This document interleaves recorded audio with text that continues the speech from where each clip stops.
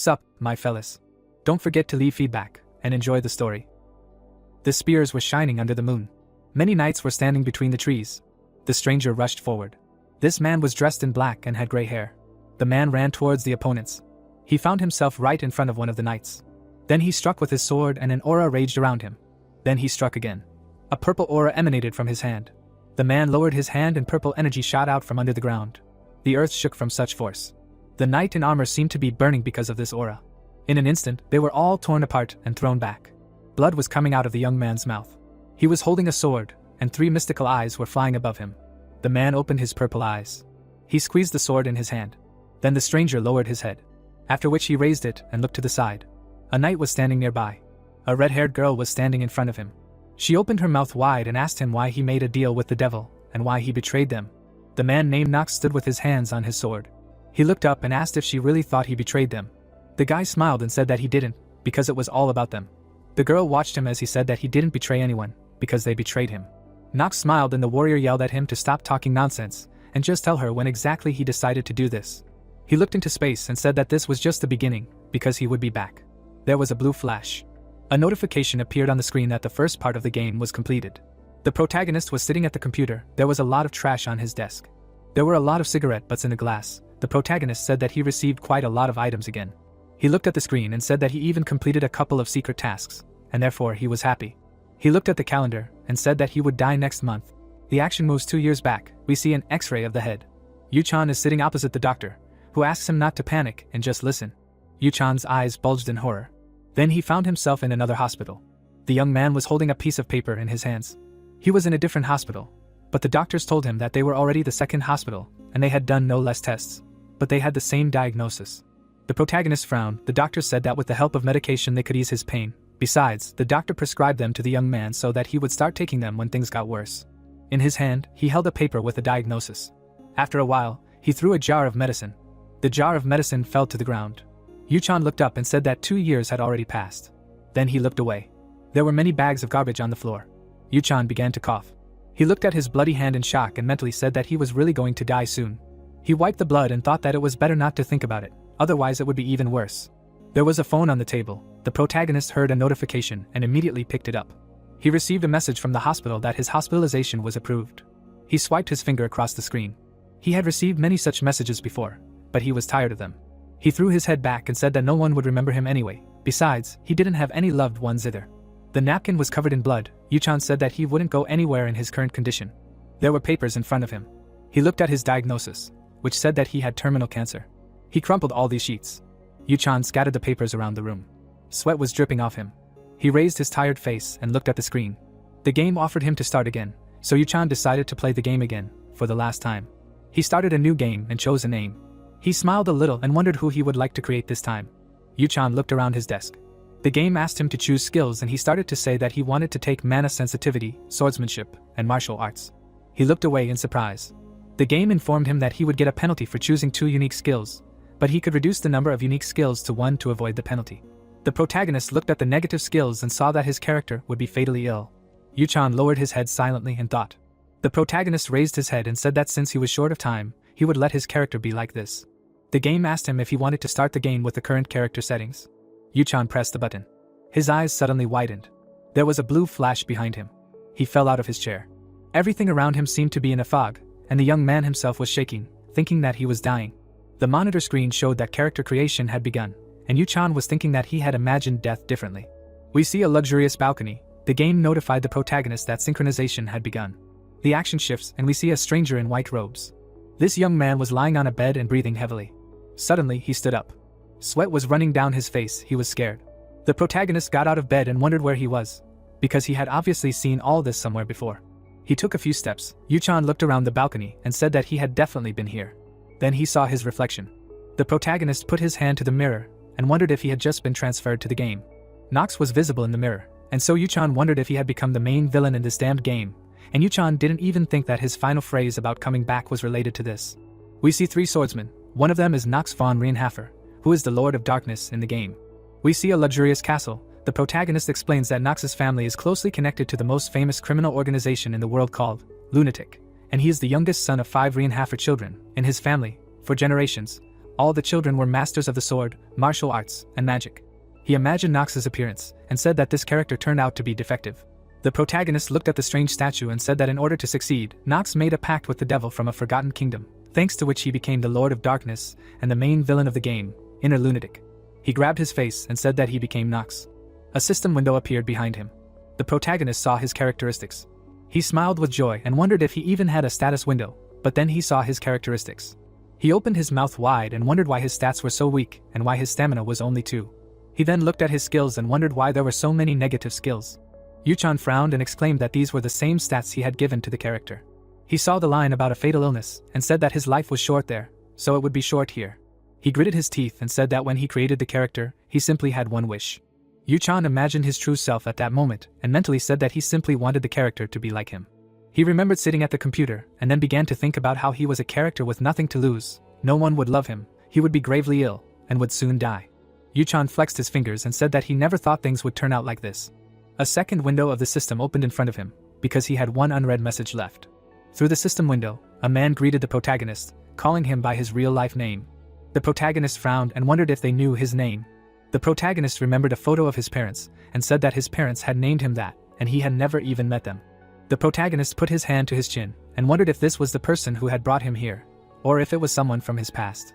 Yuchan looked through the system window. The interlocutor wrote that Yuchan might not remember him, but he had something to tell him.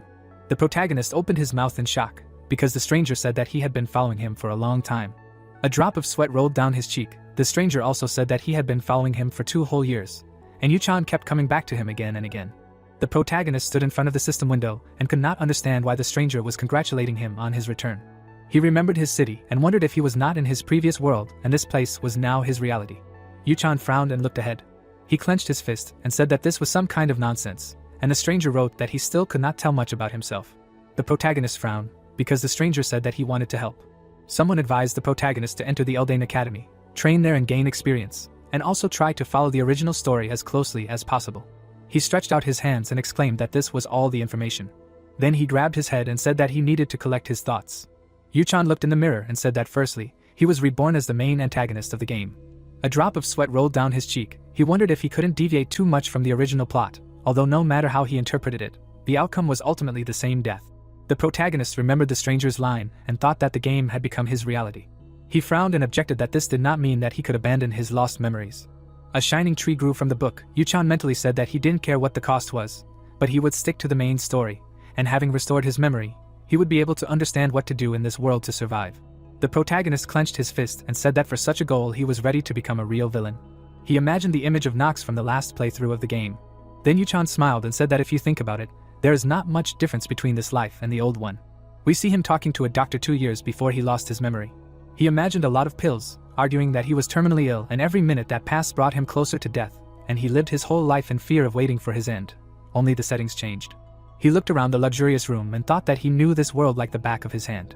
At his request, the system showed him today's date, namely, February 4th, 1812, only a year left before entering the academy. He closed his eyes and said that he did not have much time. Yuchan smiled and wondered why he did not begin the 28th attempt at a perfect pass. He pulled the door handle. Suddenly, a strong pain appeared in his wrist. He raised his eyebrows in surprise and wondered what was going on. The system informed him that he had developed a first-degree inflammation of the wrist due to a fatal disease, and therefore he should rest and get treatment. After a while, the protagonist still walked along the corridor and wondered what was going on with his body. Was he really that frail? A moment later, a maid crashed into him. The dishes broke, falling to the floor. The maid blushed and looked up, wondering who it was. All the maids grabbed their heads when they saw that it was the young master. Yuchan first suffered from pain, and after a moment he examined the maid and realized from her hair and eyes that it was Rona. The girl closed her eyes and began to apologize loudly for daring to hurt him. Yuchan remembered that in addition to being a secondary character, she spread rumors about Nox. Rona was crying and looked so innocent, like an angel, and Yuchan wondered what this angel in the flesh was saying about Nox.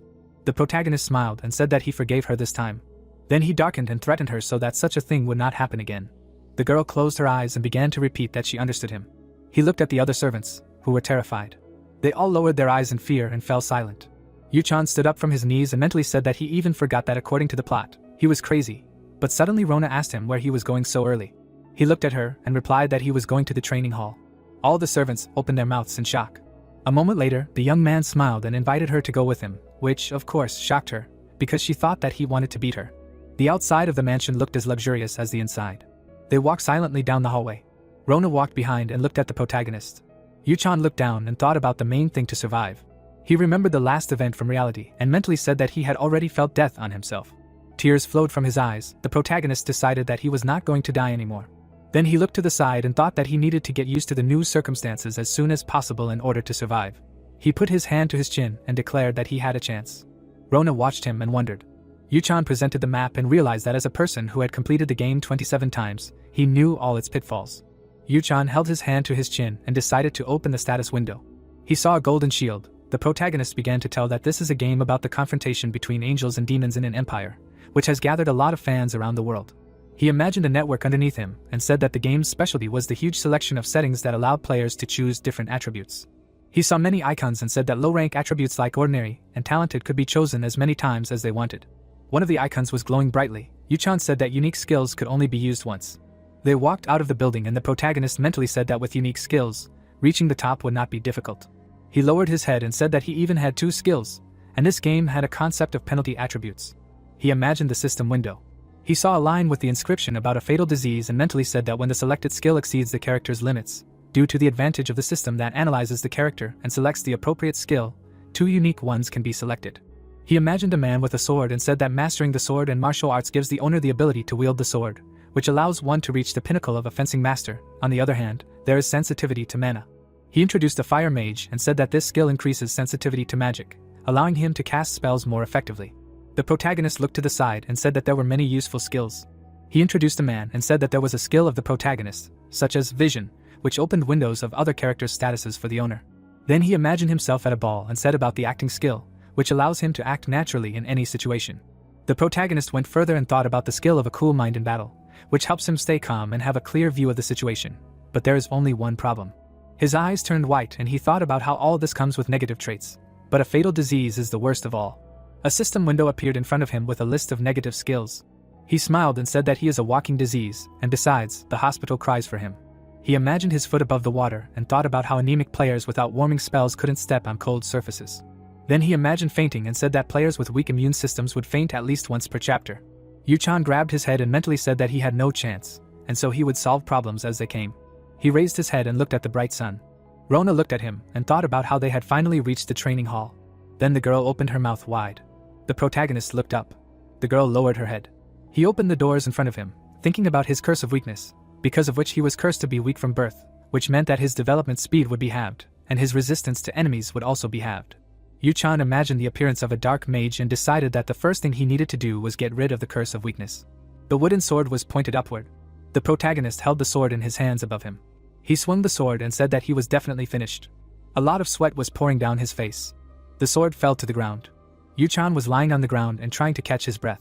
He closed his eyes and tried to relax. At the moment, he could not swing the sword more than 10 times, and the curse of weakness only made things worse. The hall was built of stone. The protagonist stood up and looked around the room, and thought that fortunately there was a decent selection of weapons. He presented a blue crest and said that it was because the Reinhafer family lineage stands on swords. When it comes to Reinhafers, there are many words to describe them. Yuchan turned around and said that the best of them are the House of Blade and Darkness. After all, they were given such a nickname for a reason. It is all due to their skills with a sword and the use of black magic to crush enemies. He presented a man in a red robe and said that the commander's blade is to blame for this. The man had a dark aura around him. The protagonist said that this man was known as the Merciless Blade of Darkness. The head of the family passes it on to his successor, the future head. The tradition of passing the blade on continues to this day. He scratched his ear and wondered what the benefit was for him, because in addition to skillful swordsmanship, a noble family gives many advantages. He sat on the floor and said that the most important thing is money. He smiled and mentally exclaimed that money is excellent. He imagined his family estate and said that the Reinhafer family was one of the most noble families in history and therefore, of course, they were rich. Yuchan looked up and said that even their useless youngest son would never have to work to live. He remembered Theo's appearance and said that the best part was that Nox's father didn't care where or why Nox spent his money. Yuchan imagined Nox's reflection on the coat of arms and said that Nox was not that type of character, because he was the youngest son of a noble family. The protagonist stood up and said that the essence of his personality was completely clear, and he would try to squeeze the most out of it. His knees were shaking. He imagined the maid and thought that while Rona was willing to do his bidding, he couldn't even run. A few minutes earlier, the protagonist and Rona were standing next to each other. The maid brought in a tray of things. She closed her eyes and informed him that the wooden sword, towel, and water were ready for him. She opened her eyes and wondered if he was serious about training. Yuchan extended his hand and motioned for her to come closer, wondering if there was anyone nearby. Rona held her hands out in front of her and wondered why he was doing that. Yuchan smiled awkwardly and asked her what she was even talking about. He grabbed her ear and told her to listen to him. The protagonist moved closer to her ear and started talking. There was a bright flash, and the girl wondered if he really wanted to spend that much money. She then looked at him worriedly and said that everything he just told her was complete nonsense. The protagonist smiled and told her to shut up and do as he said. Rona immediately walked away, thinking that Nox hadn't changed at all. There was no one in the room. The protagonist's sword was lying on the floor. Yuchan was thinking that he didn't know how quickly Rona would handle everything, but in theory, everything should be ready by tomorrow. The protagonist walked over to the tray. He poured himself some tea. Then he picked up the mug and thought about getting rid of this curse and increasing his stamina, because he didn't expect everything to be so bad. There was a man behind him. The protagonist turned around and saw the butler Rudwell. Rudwell is one of the most important managers of the Reincarnates property, and he is clearly not someone who can be dealt with easily, as one would like. Rudwell is kneeling in front of Theo. Yuchan says that this is the advisor to Nox's father, as well as the head of the Reincarnates family, Theo von Reincarnates. That's who Rudwell was. His hand was shaking. He frowned and mentally said that Rudwell was quite dangerous and smart, so it would be difficult. Yuchan looked at the tray and mentally said that he shouldn't care about him at all, or he noticed that something suspicious was going on. Yuchan put the glass on the table and thought that he could handle the situation now. He closed his eyes and asked what Rudwell was doing here. The butler lowered his head and said that he had received some orders from Theo and was here to share news with the boy. Rudwell looked at him and said that he had been told that the protagonist had been ordered to join the dinner tonight. Yuchan smiled, thinking that he didn't know anything about this family, because he was surprised that Theo wanted to have dinner with him. The butler made a dissatisfied face when Yuchan said that he couldn't today. Rudwell lowered his head and said that the mistress of the Stilliner family had come to visit them and wanted to undergo night training. He imagined the girl's fiery appearance. The butler bowed and said that if the young master did not join the dinner, Theo would be beside himself. Yuchan sighed heavily and said that he understood him. Rudwell looked at him with confusion. The protagonist stood with his head lowered. Rudwell said that he was not himself. The butler extended his hand and said that he had never been attracted to swords before, and today, he noticed that Yuchan himself came to the training hall. The man frowned and asked why the protagonist was here. Yuchan looked at him from under his brows and said that he wanted to clarify something. He frowned and said that even though Rudwell was the head butler, he had better not even think about crossing his young master. Yuchan looked at him and said that he shouldn't care what he was doing or what his intentions were, since it was up to him to decide what he was going to do. A drop of sweat rolled down the butler's cheek. He put his hand to his chest and apologized. The protagonist left, and Rudwell watched him go silently. The protagonist closed the door behind him, and Rudwell wondered if Yuchan had noticed something after all, and if so, he should report it to the head of the family. The sun shone across the expanse of the estate. The protagonist's hand was covered in sweat. His eyes widened in shock and he said that he didn't expect something like this to happen. He turned around and wondered what would happen if his possession were to activate. A drop of sweat rolled down his cheek, and he wondered what the young mistress of the Stilliner family was doing here. He imagined the appearance of a red-haired girl. Night had fallen. The boys were sitting at the table and talking about how the nobody had finally come to dinner. The protagonist was sitting quietly at the table. In front of him were the twins Harteyes and Alan, who were making fun of the younger one. Harteyes extended his hand and said that he couldn't believe that Yuchan had shown up. The twins looked at each other and laughed at the fact that Nox was talking to the maid. The boy frowned and mentally said that he hadn't done anything at all. Then the doors opened and a stranger entered, who said that everyone seemed to be there. The protagonist looked to the side. He saw the head of the family, Theo. A drop of sweat rolled down the protagonist's cheek and he thought that everyone was there, even a red-haired girl had come to dinner. Talia Stilliner smiled and said that she was glad to see them all. Theo then said that the young mistress of the Stilliner family had arrived to undergo night training and would be staying at their estate for now. The twins looked at each other and said something about night training. The protagonist stood in front of Talia. Theo told her to make herself at home, because she was welcome here. The girl smiled, and the protagonist looked at her and thought about the fact that this is the character who opposes the future villain Nox. A drop of sweat rolled down his cheek. He thought that she would be the one to plunge a sword into his chest very soon. Night fell. Theo frowned and said that Nox seemed to have decided to join them. The protagonist looked away, and Talia watched him carefully with incomprehension. Then they moved on to a sumptuous meal. The twins looked at the protagonist with a smile. Then they turned to their father, and Alan said that it was time to finally decide which of them would go to Eldane Academy. Yuchan immediately raised his head when he heard this. Theo put his hand to his chin and said that the young man was right. We see the Eldane Academy. Yuchan thought about how this is the most important location in the entire game. He saw a sled and mentally said that the students of the academy face various dangers and fight demons. This is the basis of the story of the game. He lowered his head and decided that he needed to get to the academy. He imagined the appearance of some people and thought that in addition to following the original story, he also needed to make allies. Theo was sitting at the table and said that they were all notified that the Eldane Academy only accepts 3 candidates from the family. He looked away and said that this is how they control the influence of the nobles. Besides, 2 candidates from their family have already entered, Theo's first and second son, and therefore only one of them can go to the academy on behalf of the Rainhafer family. The protagonist remembered the appearances of his 2 older brothers. The protagonist smiled awkwardly, thinking that before he had allies he would give his all but be the one to enter the academy. He looked at his youngest son and said that he had decided to follow the family tradition. Yuchan smiled and said that this meant that Theo would arrange a fight between them, the brothers. Theo looked at his youngest son and was surprised that he reacted first. The head of the family lowered his head and confirmed this, saying that it would happen in a month. They would choose a representative of the family through a duel, which would take place in the training hall. Alan crossed his arms and advised the protagonist not to twitch unnecessarily, and not to disgrace himself. And Hardus pointed a finger at him, and said that a weakling who had never held a sword in his hand simply did not have a chance against them. Talia watched silently.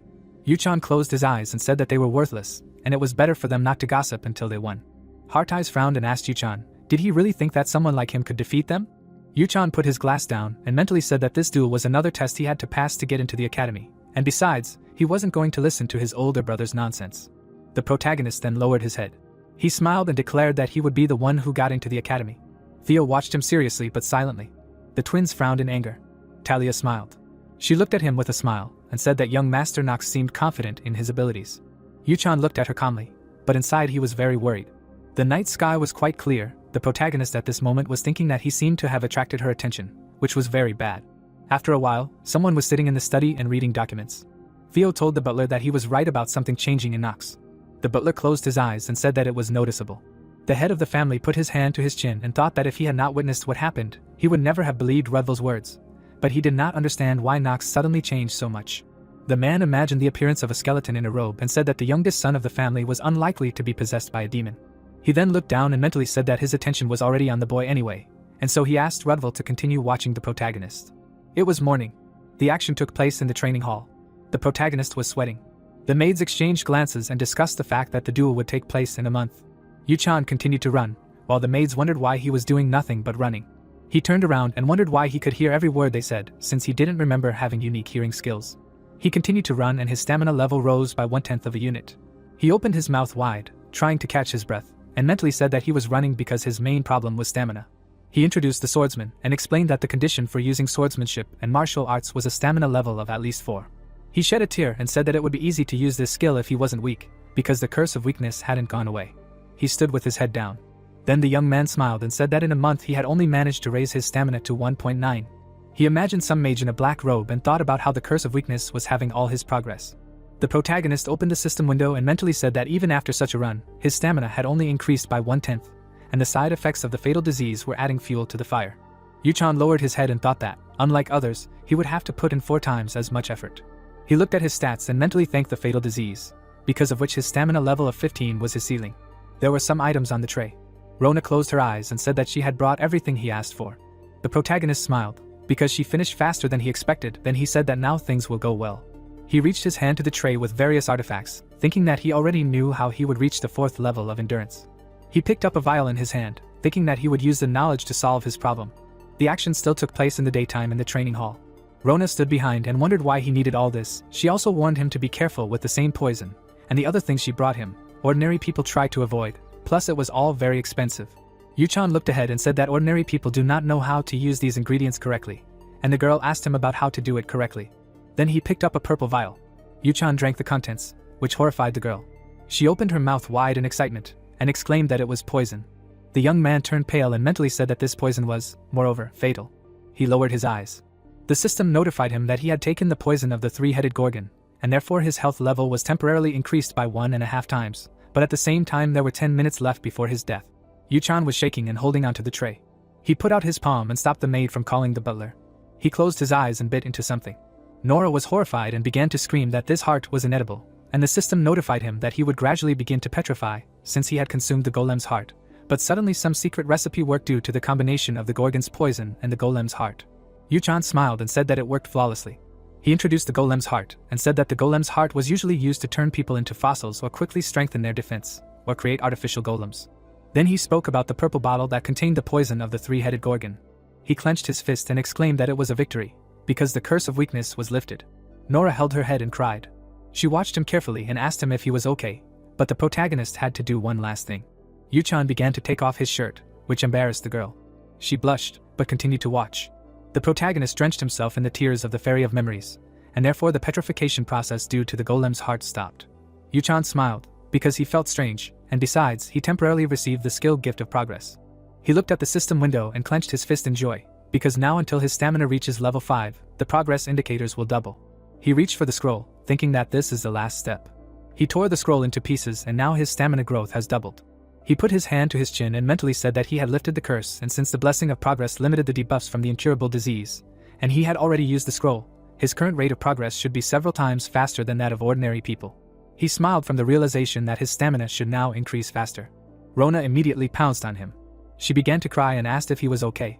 The girl closed her eyes and exclaimed that he suddenly started to undress, and she thought he had gone crazy. She blushed and looked down. He looked at her with a smile and wondered if he should be gentler with her now that the curse was lifted. Yuchan smiled and said that he was okay, and Rona asked if he wanted to rest for a while and if he really shouldn't call the head butler. He turned around and said that everything was fine. He kept smiling silently even when asked what he was going to do now, and then answered that he was going to run. After a while, it was still light outside. The protagonist continued to run. Rona ran after him with a towel. Someone was watching this from the window. Judging by his physique, the observer was a girl. Talia frowned in displeasure and wondered why such a weakling would take part in a fight against his brothers. The maid Emma closed her eyes and said that it was improper to glare at the youngest son of the Reincarnates family like that. The girl stretched out her hands and exclaimed that she was not joking at all.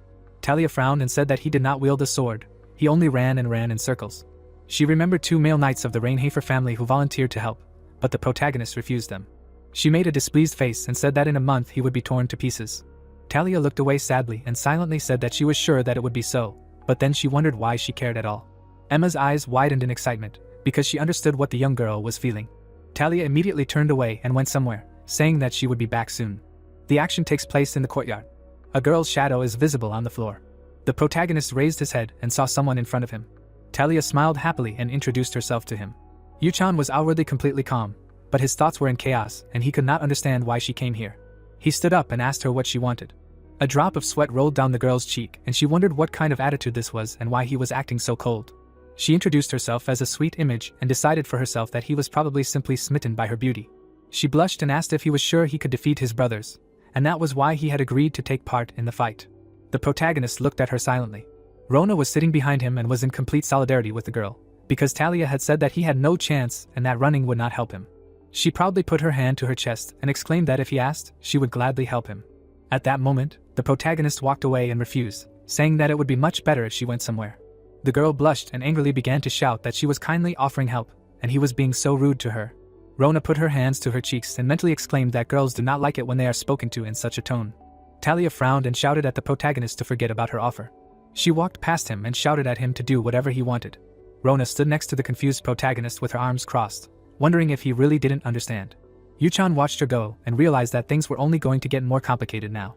He glanced at the system window and thought that she was really talented. He looked at the statistics and reasoned that in this game, very strong men had level 4 stamina, so the girl's stamina was incredible. He put his hand to his chin, thinking about it. He imagined his father holding a sword and said that it was certainly nothing compared to the 3 great sword masters of the continent. Then he imagined a stranger holding a staff and said that there were also 4 great mages, but she had every chance of rising to their level. A drop of sweat rolled down Yuchan's cheek, because he realized that she was already capable of killing a couple of demons with her fire element. He saw the girl in the thick of the flames and assumed that the fire element magic that Talia used could awaken the white flames, which would be used to kill Nox, who was possessed by a demon, in the future. He saw a chessboard in front of him and understood that if he turned Talia into his ally, the story would change too much, and therefore he needed to find a way to follow the original story as closely as possible, but at the same time avoid death. He opened his mouth in fatigue, because he could not understand how it was possible to be on good terms with a person who would kill him. Bright rays of sunlight beat through the windows of the house. A month had passed since the previous events. Talia walked through the mansion. She lowered her head and looked upset. She remembered how she trained surrounded by men. They smiled and talked about how she was the pride of the Stilliner family, and grasped everything on the fly. The girl lowered her head. In her memories, she saw the gaze of a woman who looked very similar to her. In front of her stood her short-haired sister. Talia walked forward with her head down. She gripped the hilt of her sword tighter. Her gaze was empty. She wondered if she could become a knight. She imagined an image of a man in armor and began to reason that a knight should never give in to greed, always remaining humble. In addition, he must sacrifice himself, serving for the greater good. In addition, to be called worthy, he must master the arts of wielding a sword and form. The girl looked down and wondered how Yuchan was going to defeat the brothers who had trained and prepared for years. Night fell, the stars were visible in the sky. The girl said that the protagonist's victory in this duel was impossible. The morning of the next day arrived. Bright sunlight penetrated through the windows into the room. The young men were standing in the square. The head of the family stood on the balcony and watched the event begin. Facilia, Theo's first wife, was also sitting there. Rodwell glanced at the head of the family as soon as he called out to him. Theo was tense. He asked what Rodwell thought about the outcome of the duel, who would win. The butler frowned with excitement. Suddenly, a man raised his hand and asked for attention. Yuchan and his opponent were already holding swords in their hands. The judge announced that this was an official duel to determine who was worthy of entering the Eldane Academy. Yuchan frowned with excitement, because the duel had just begun. Hardus raised his sword above himself, preparing to attack. Bright light entered the manor through the windows. Theo, crossing his arms over his chest, asked the butler what he thought about this. Rodwell parted his lips, saying that, considering the young master Alan's recent fights, victory was definitely his. The man frowned, saying that he agreed with him. Felicia, standing to the side, also frowned. The butler, straightening up, mentally assumed that the head of the family had a different opinion on this matter. Looking at the youth below, he mentally said that the young master had indeed changed, but even so, it was hard to believe that he would win. It would be blatantly unfair. It was simply impossible. The butler had followed the path of becoming a knight after the head of the family. The art of wielding a blade can be deceptively fascinating, but the essence is terribly simple. No matter how much you train, tying your hands with bandages, no matter how much you hone your skill with a sword, there is only one way to change everything. Putting his hands behind his back, Rudville mentally said that there was only one lever that could turn everything in his favor and bring the one towering over him to his knees, a wall that was impossible to climb over. Yuchan turned his gaze to the butler. The man frowned, not knowing whether the young master was gifted with such talent. He leaned slightly, hearing the master's voice. Theo, frowning, said that there was a possibility of winning. After all, the blood of the Rainhafer family flows in him, so there was a chance that the youngest son was born with the talent of the Emperor of Swords. The protagonist was breathing heavily when the system notified him about the deactivation of the sword and martial arts skill. The young man frowned, not knowing where he managed to spoil his karma so much, and he had high luck indicators. Or were the luck indicators in the negative column? When the guy recently looked at many system windows, he mentally said that he still failed to increase his stamina to 4. The young man ran and sweated heavily. The maid followed him. She cried, asking if she had to run with him. Wiping away the sweat, the protagonist said that she should run. It wouldn't be so funny if she started thinking, turned on her brain, because who would take care of him? Handing over a towel, the young man said that this was another errand for her. The girl puffed out her cheek, being dissatisfied. Yuchan immediately asked her how many times she cursed him in her thoughts. The girl turned away, saying that she bit her tongue. Yuchan smiled. The guy, stopping smiling, mentally said that she, in theory, should have good stamina. Maybe it's worth taking a look? Summoning the system panel, he was shocked to see that her stamina was 4.5. Staring at the stamina stat, he screamed, not understanding how a maid could be stronger than the average man. The boy turned away from the girl, mentally saying that the stamina she started with was higher than his, which he had worked for a month to obtain. Extending a finger, Rona said that it was already evening, and he had a duel tomorrow, so he needed to rest. The boy raised his head, saying that the days were passing too quickly. The next day, he stood in the arena opposite his brother. Alan, smiling widely, said that it was not too late to give up. Pointing to himself, he said that although he was a disgrace to the family, but at the same time, he was his younger brother, he could not fight him at full strength. Yuchan responded by saying that his face did not show that he really wanted him to give up. Opening his eyes, Alan said that he was right. He really wanted to impress the daughter of the Stilliner family, and he would help him with that. The boy looked away, saying that he was not sure that she was a good choice. Looking at his brother who raised his hand, the protagonist saw that his stamina was 8. He could not be defeated by conventional means. The judge, standing between them, said that the duel for the opportunity to enter the Eldane Academy was declared open. Stepping back a little, he said that they would accept the results as they were. No objections were accepted. The protagonist frowned slightly. If he failed now, then it was over. He needed to recover his memories and find out who sent him that letter. He gripped the hilt tighter, mentally telling himself that he would die in a year. The judge, frowning, asked the fighters if they were ready. As soon as the fight began, Alan appeared next to his brother. The protagonist rolled away from his blade. Without waiting for him, his brother kicked him. Yuchan raised his sword in front of him. He slid across the arena. His sword trembled slightly after blocking the blow. Alan, smiling widely, said that it was a good block. The boy, blocking the opponent's attack, mentally said that this is the most annoying, but the main concept of the entire inner lunatic. If he loses now, then it's all over. Gritting his teeth, the boy decided to win at all costs. At that moment, the system notified about the increase in his endurance indicator. The boy's eyes widened in surprise. He smiled, saying that if he wins now, then he will be invincible. Alan frowned, saying that it seems like enough blows have already flown to his head. The protagonist blocked the opponent's sword with a scream. Felicia smiled, saying that it was stupid to pay attention to the changes in the younger one. The one who gets into the academy will be her son.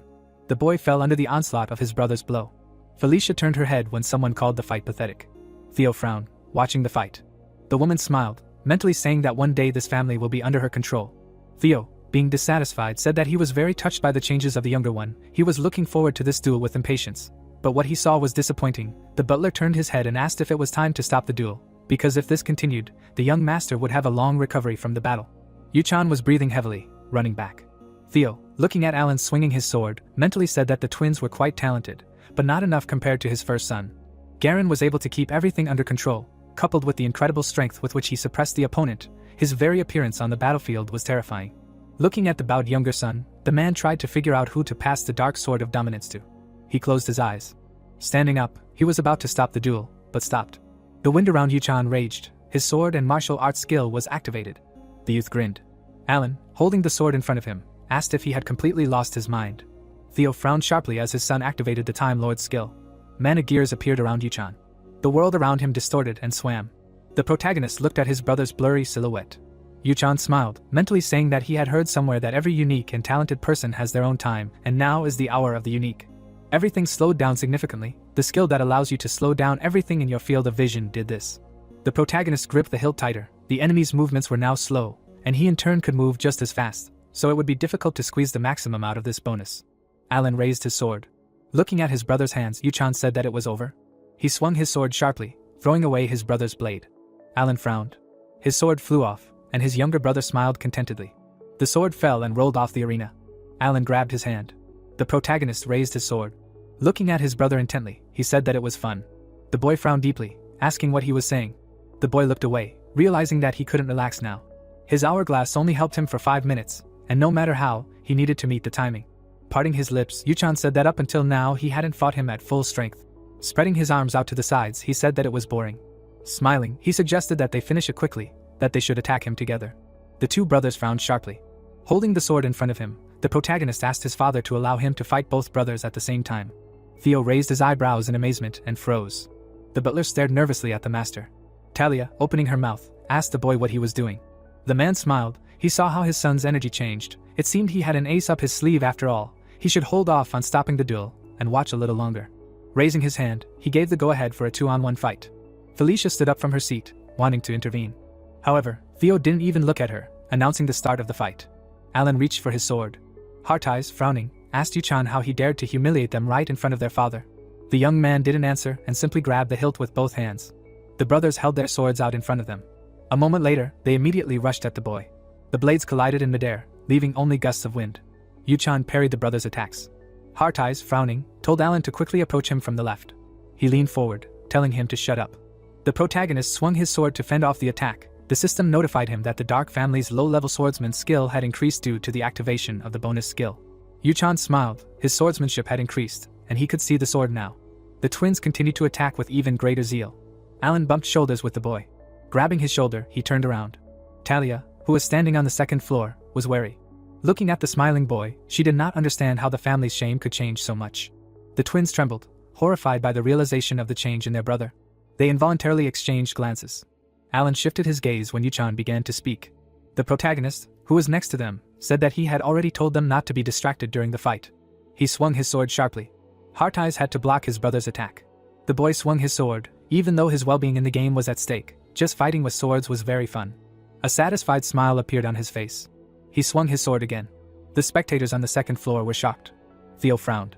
Alan, opening his mouth, said that this can't be. He fell to the floor of the arena. The twins, having fallen, cursed. Yu-chan stopped in front of them. The effect of his skill Time Lord ended. The boy sighed, looking at the opponents. Felicia abruptly stood up, calling her sons. The protagonist, looking at the judge, asked if he had chosen a winner. The judge replied, saying that they had already chosen a winner. With a wave of his hand, the judge announced Yu-chan's victory. Alan gritted his teeth, starting to tremble. The sword fell from his hand. It fell to the floor. Theo's lips spread into a smile. The protagonist also grinned, looking at his father. He bowed, saying that he needed to step aside. Turning around, the young man walked towards the exit. Talia turned, looking after him. Looking at his back, she decided that she urgently needed to talk to him. She frowned and walked towards him. The clouds and sky were painted in the colors of the sunset. The events take us to the courtyard of the estate. The protagonist, bent over, was breathing heavily. Blood appeared on his palm. The young man, turning his head, realized that he had used the skill for too long. The bonus skill had a big drawback. It was obvious that he had received a blowback, which happens when the skill use limit is exceeded, starting the gears around himself again. When Yuchan straightened up, the system notified him that due to exceeding the skill use limit, his life was reduced by 2 days and 17 hours. For the guy, this was the worst debuff, because it was impossible to return the lifetime that he removed, and his immunity would also suffer because of this. The boy closed his eyes, silently saying that it was good that the blowback had not happened in front of witnesses, otherwise his entry into the academy would have certainly been ruined. The boy turned his head sharply, hearing someone's voice. Talia, approaching him, asked if he was injured. Frowning, she asked if he had been injured during the fight. Yuchan's face twisted with displeasure. Looking at the approaching girl, he mentally cursed, not understanding why she of all people noticed him. Frowning, he wanted to say something, but Talia interrupted him, asking how such a frail guy could win a duel against two. The boy tilted his head, asking what she meant. Talia blushed slightly. Adjusting her hair, she said that he probably misunderstood her. Just a month ago, she leaned her head on her hand, watching Yuchan, who had never held a sword in his hands. The boy bowed his head, holding a sword in his hands. That day he only swung a wooden sword awkwardly. He had no chance of winning, it was just a matter of natural talent. The bright light had fully developed his talent. Running after the boy, she decided to find out how he had awakened such talent, and how he had developed it. But after the fight ended, when Yuchan was left alone, he was tired, and blood was pouring out of his mouth. Now, looking at the boy straightening up, she tried to understand what was going on here. She froze, not understanding why he was in such a state. After all, he had just defeated the brothers with his talent and uniqueness. The boy wiped the sweat from his chin. He was not a hopeless loser, as the rumors claimed. A gust of wind ruffled the girl's hair. The boy in front of her closed his eyes and cleared his throat. Reaching out her hand, Talia asked if he was okay. Yuchan pushed her hand away. Frowning, he told her to take her hands off him. His soul grabbed his head at that moment. For the last 2 years he had literally been mired in gaming addiction, so now communication with people was difficult. The protagonist began to sweat, realizing that Talia next to him was his killer. The girl pressed her hands to her chest. Bowing her head, she asked for forgiveness. The young man, surprised, turned to her. Talia, standing in front of him, said that she did not know that he was so serious about owning a sword, and everyone says that he was born a weak child. Remembering how the young man ran all the time, she asked for forgiveness for behaving reprehensibly. Stretching out her fingers, she said that although the role of a loser had become boring to him, in reality he was completely different. Emma said that people tend to make mistakes and jump to conclusions. The guy froze with his mouth open, not knowing what to answer him. This girl was always honest. Even though she had the skills of a knight, and could easily be dressed in armor right now, Talia was the daughter of a noble family, so it was no wonder that she had trouble admitting that she was wrong. Looking away, the protagonist said that if she really thought that way about him, she shouldn't tell anyone about the bed. The girl opened her mouth, and said that she would never say that. The boy looked at her and mentally said that now he did not need to worry about anyone finding out about what had happened. As he left, he told the girl to keep her promise. Talia put her hands behind her back, watching him go. The events take us to the headman's estate. Closing his eyes, Theo said that his suspicions were confirmed. Raising his eyelids, he asked the butler if he thought Yuchan was truly talented. Rudval, bowing his head, said that he could not understand why he had given in at the beginning. Imagining all the talented young men, he said that among the young men of his age, including all the young masters, he was probably the best. Theo, smiling, said that he agreed with him. Imagining his son, he said that he himself did not know why, but he was sure that there was more than one talent hidden within him that they would see. Extending a finger, he said to watch the young man's every step, not to do anything, but to always be nearby. The man placed his hand on his chest. Then he looked at his hand, wondering if his son was talented enough to inherit the merciless blade of darkness. He clenched his hand into a fist, saying that they did not have time. Looking at the butler, he said that he was entrusted with a matter of great importance. The man bowed, saying that he would not let him down.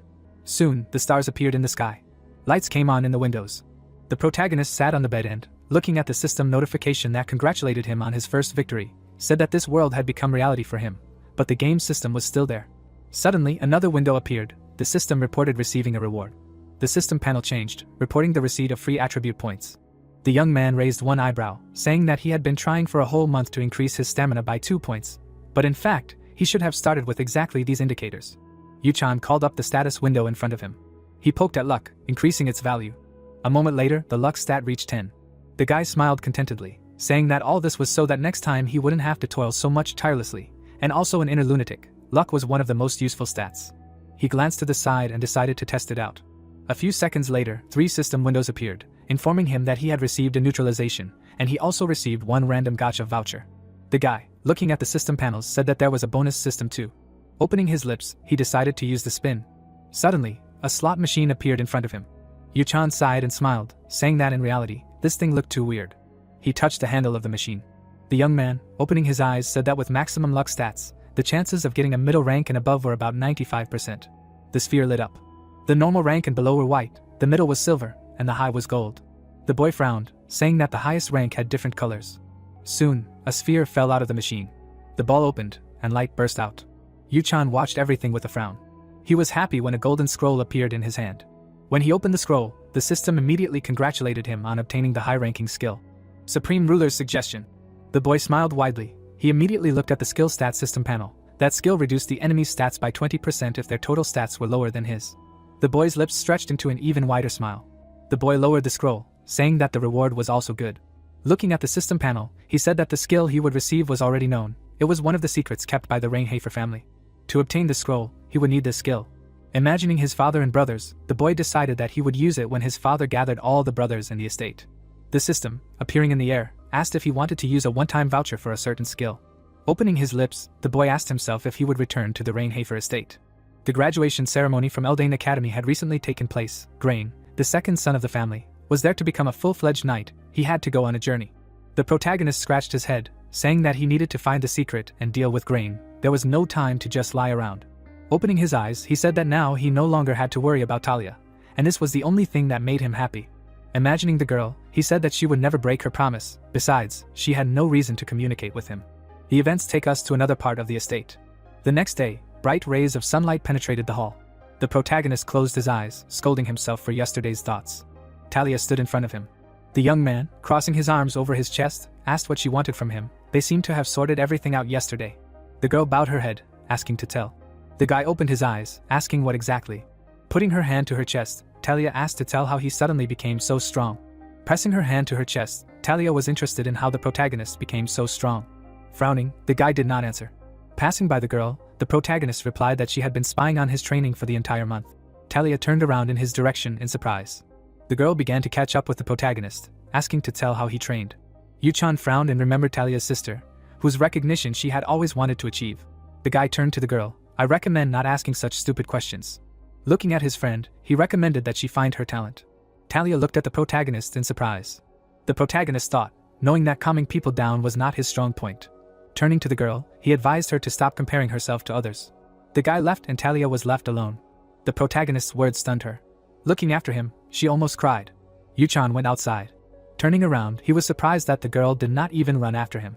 The head of the family was standing at the stable. When the protagonist thought that he could not allow Talia to find out that he wanted to get the family secret, when exactly she would kill the guy. Theo looked around. The young man arrived at the Reincarnates family stable. Looking at the horses, he remembered that here they were the best in the country. Rudville bowed, greeting Theo. Looking at the children, the father was sure that they knew why he called them. The man looked away, saying that today they would choose a horse for themselves, which would serve them for the rest of their lives. Yu-chan smiled, assuming such an outcome. A snow-white horse, which was a holy animal, appeared before his eyes. An image of a groom caring for a horse that would become a companion for life appeared in his imagination. He remembered that at the S1 Academy they teach horse riding because later there would be many large-scale wars, and if the horse died, they would have to raise a new one from scratch. The protagonist also remembered that movement magic was an expensive pleasure. Folding his arms over his chest and closing his eyes, he thought about the fact that horses play a very important role. Smiling, he was obliged to choose the best one. Theo turned to the protagonist, giving him the opportunity to choose a horse first. The twins looked indignantly at Yu-chan, who had one try. He looked at his brothers with a smirk. He turned around and walked towards the horses. His father watched him. Watching his son enter the stable, he was interested in which horse the younger one would choose. The horses turned their attention to the one who entered. Looking at them, the protagonist thought about how cute they were. Looking at each horse, he looked for another. Turning around, he saw it. The only horse that stood out in color stood behind the others. Yu-chan approached it. Turning to his family, he chose it. The twins were shocked. Theo frowned. Stretching out his hands, he allowed them to choose again. The young man looked at his father with incomprehension. Looking at the horse again, he realized that this was a bad choice. Frowning, the guy thought. Next to the horse, a window of object statistics appeared. It had a high rank. 3 horses appeared before his eyes, and the protagonist remembered that frequently summoned creatures also have ranks, and depending on their age and development, the rank can increase by more than one level. Yu-chan smiled, realizing that this horse can reach the highest rank. Before his eyes appeared the image of an obsidian horse, the rarest species of those encountered. Looking at the frowning Theo, the protagonist thought that if he knew, he himself would have chosen such a horse. The guy grinned. He thought that the horse had enough negative characteristics. Closing his eyes, he thought that there were skills worse than his incurable disease. Looking at the family again, the player decided that he would choose this horse. Frowning, the guy thought that with his knowledge he could save her. The father got angry, not understanding why his son clung to her so much. Yu-chan hugged the horse when Theo thought that the guy saw himself in this animal. The man looked at the main character, hoping that he would not regret his choice. The father turned away, everyone was watching him. The twins started calling him. The protagonist did not expect that Theo would be so unhappy with his choice. Rudwell, putting his hand on his chest, offered to choose a name for the horse. The horse reached for the player's hand. The latter glanced at it. Kneeling in front of the horse, Yu-chan called him Carl, the same name when Inner Lunatic passed, which meant a lot to him. The sun disappeared behind the stable. The lights were turned on in the houses. Carl was lying under the blanket. The protagonist, stroking his chin, thought that it was better to work without prying eyes. He looked at the horse. It looked back at him. Looking into Carl's eyes, the protagonist saw that they were full of life. Yu-chan smiled, comparing the animal to himself, trying to survive at any cost. The protagonist called Ron. The maid was sitting on the floor, stroking the back of her head. The player, arms folded, caught her red-handed, not understanding why she kept falling. The guy ordered the maid to look after the horse lying in the bed. The girl frowned, because she would have to clean up later. The young man laughed, saying that Carl was sick. The horse watched them. Rona looked at the horse sadly and agreed. Yu-chan smiled, thinking about his next steps, which would shock the girl. The maid went to the horse. 3 days later, something irreparable happened in the mansion. Rona, with tears in her eyes, hugged the deceased Carl. Yu-chan, arms folded, watched her. He remembered how the girl had stuck with the horse, putting a lot of strength into it. The young man looked away, knowing that he would die. He looked at the horse that could not be saved. Standing in front of the girl, the player ordered her not to cry anymore. Looking at her, the guy said that the horse would return soon. The maid looked at the master with confusion, thinking that he was confused. Yu-chan closed his eyes, ordering her to stand behind him. Rona noticed the scroll in the protagonist's hand. The latter opened it, placing it on the floor. The protagonist directed his mana into the scroll. The girl was dumbfounded. The guy smiled, looking at his creation. Rona was surprised that the master could use mana, although it was illegal, and in fact, he was bad at controlling mana. Frowning, the protagonist told the girl not to interfere, otherwise Carl would die a second time and it would be her fault. The maid covered her mouth with her hand. The young man concentrated. He directed his mana into the scroll again, although he did not awaken his mana sensitivity skill. The hero imagined a member of the imperial family who could use mana, knowing that the rest could only do so after reaching 15 years of age. The guy raised his head, frowning. He tried to channel as much of his mana as he could into the scroll. His palms pressed to the floor caught a faint stream of energy. Looking at them, he realized that this was mana. The player smiled as he used a one-time voucher for a certain skill. Looking at the open palm, he knew that there was no room for error, so he decided to resort to dark magic by using a certain skill. A book appeared in front of him, held by a skeleton's hand. The horse's head rested on its legs when the system reported that Carl could be resurrected. The protagonist looked at his dead horse. Yu-chan remembered the Death Rider and Inner Lunatic, where there were only 2 types of creatures with the undead skill, the first being creatures that were brought back to life by dark magic or mana. Looking at the horse, he remembered the second type of creatures that returned to life without an ego and were reborn stronger. Looking gloomily at the horse, he knew that it would be loyal to its owner no matter what. The player remembered a family with a dark past and present. The image of a skeleton appeared before his eyes when the hero thought that his family was also considered dark, but they were knights, and the Marvezes were the rulers of dark magic, controlling the resurrected. The book in front of his eyes began to turn over the pages by itself when the hero thought that characters who did not belong to this family should not be able to use their skills. The guy grinned, realizing that he had the Necronomicon at his disposal. He looked at the Book of the Dead. Shadows of alien hands began to appear from the magic circle. They were everywhere, pulling the guy down. The hands surrounded Carl. Blood poured out of the protagonist's mouth. Rona was seriously scared. The protagonist looked ahead, without being distracted. The next moment, something went wrong. Yu-chan spat out blood. Pressing his hand to the floor, the young man realized that his mana was running out. The player looked up. Carl rose from the dead. The horse began to neigh. The protagonist, looking at it, successfully activated the skill. His pet was resurrected.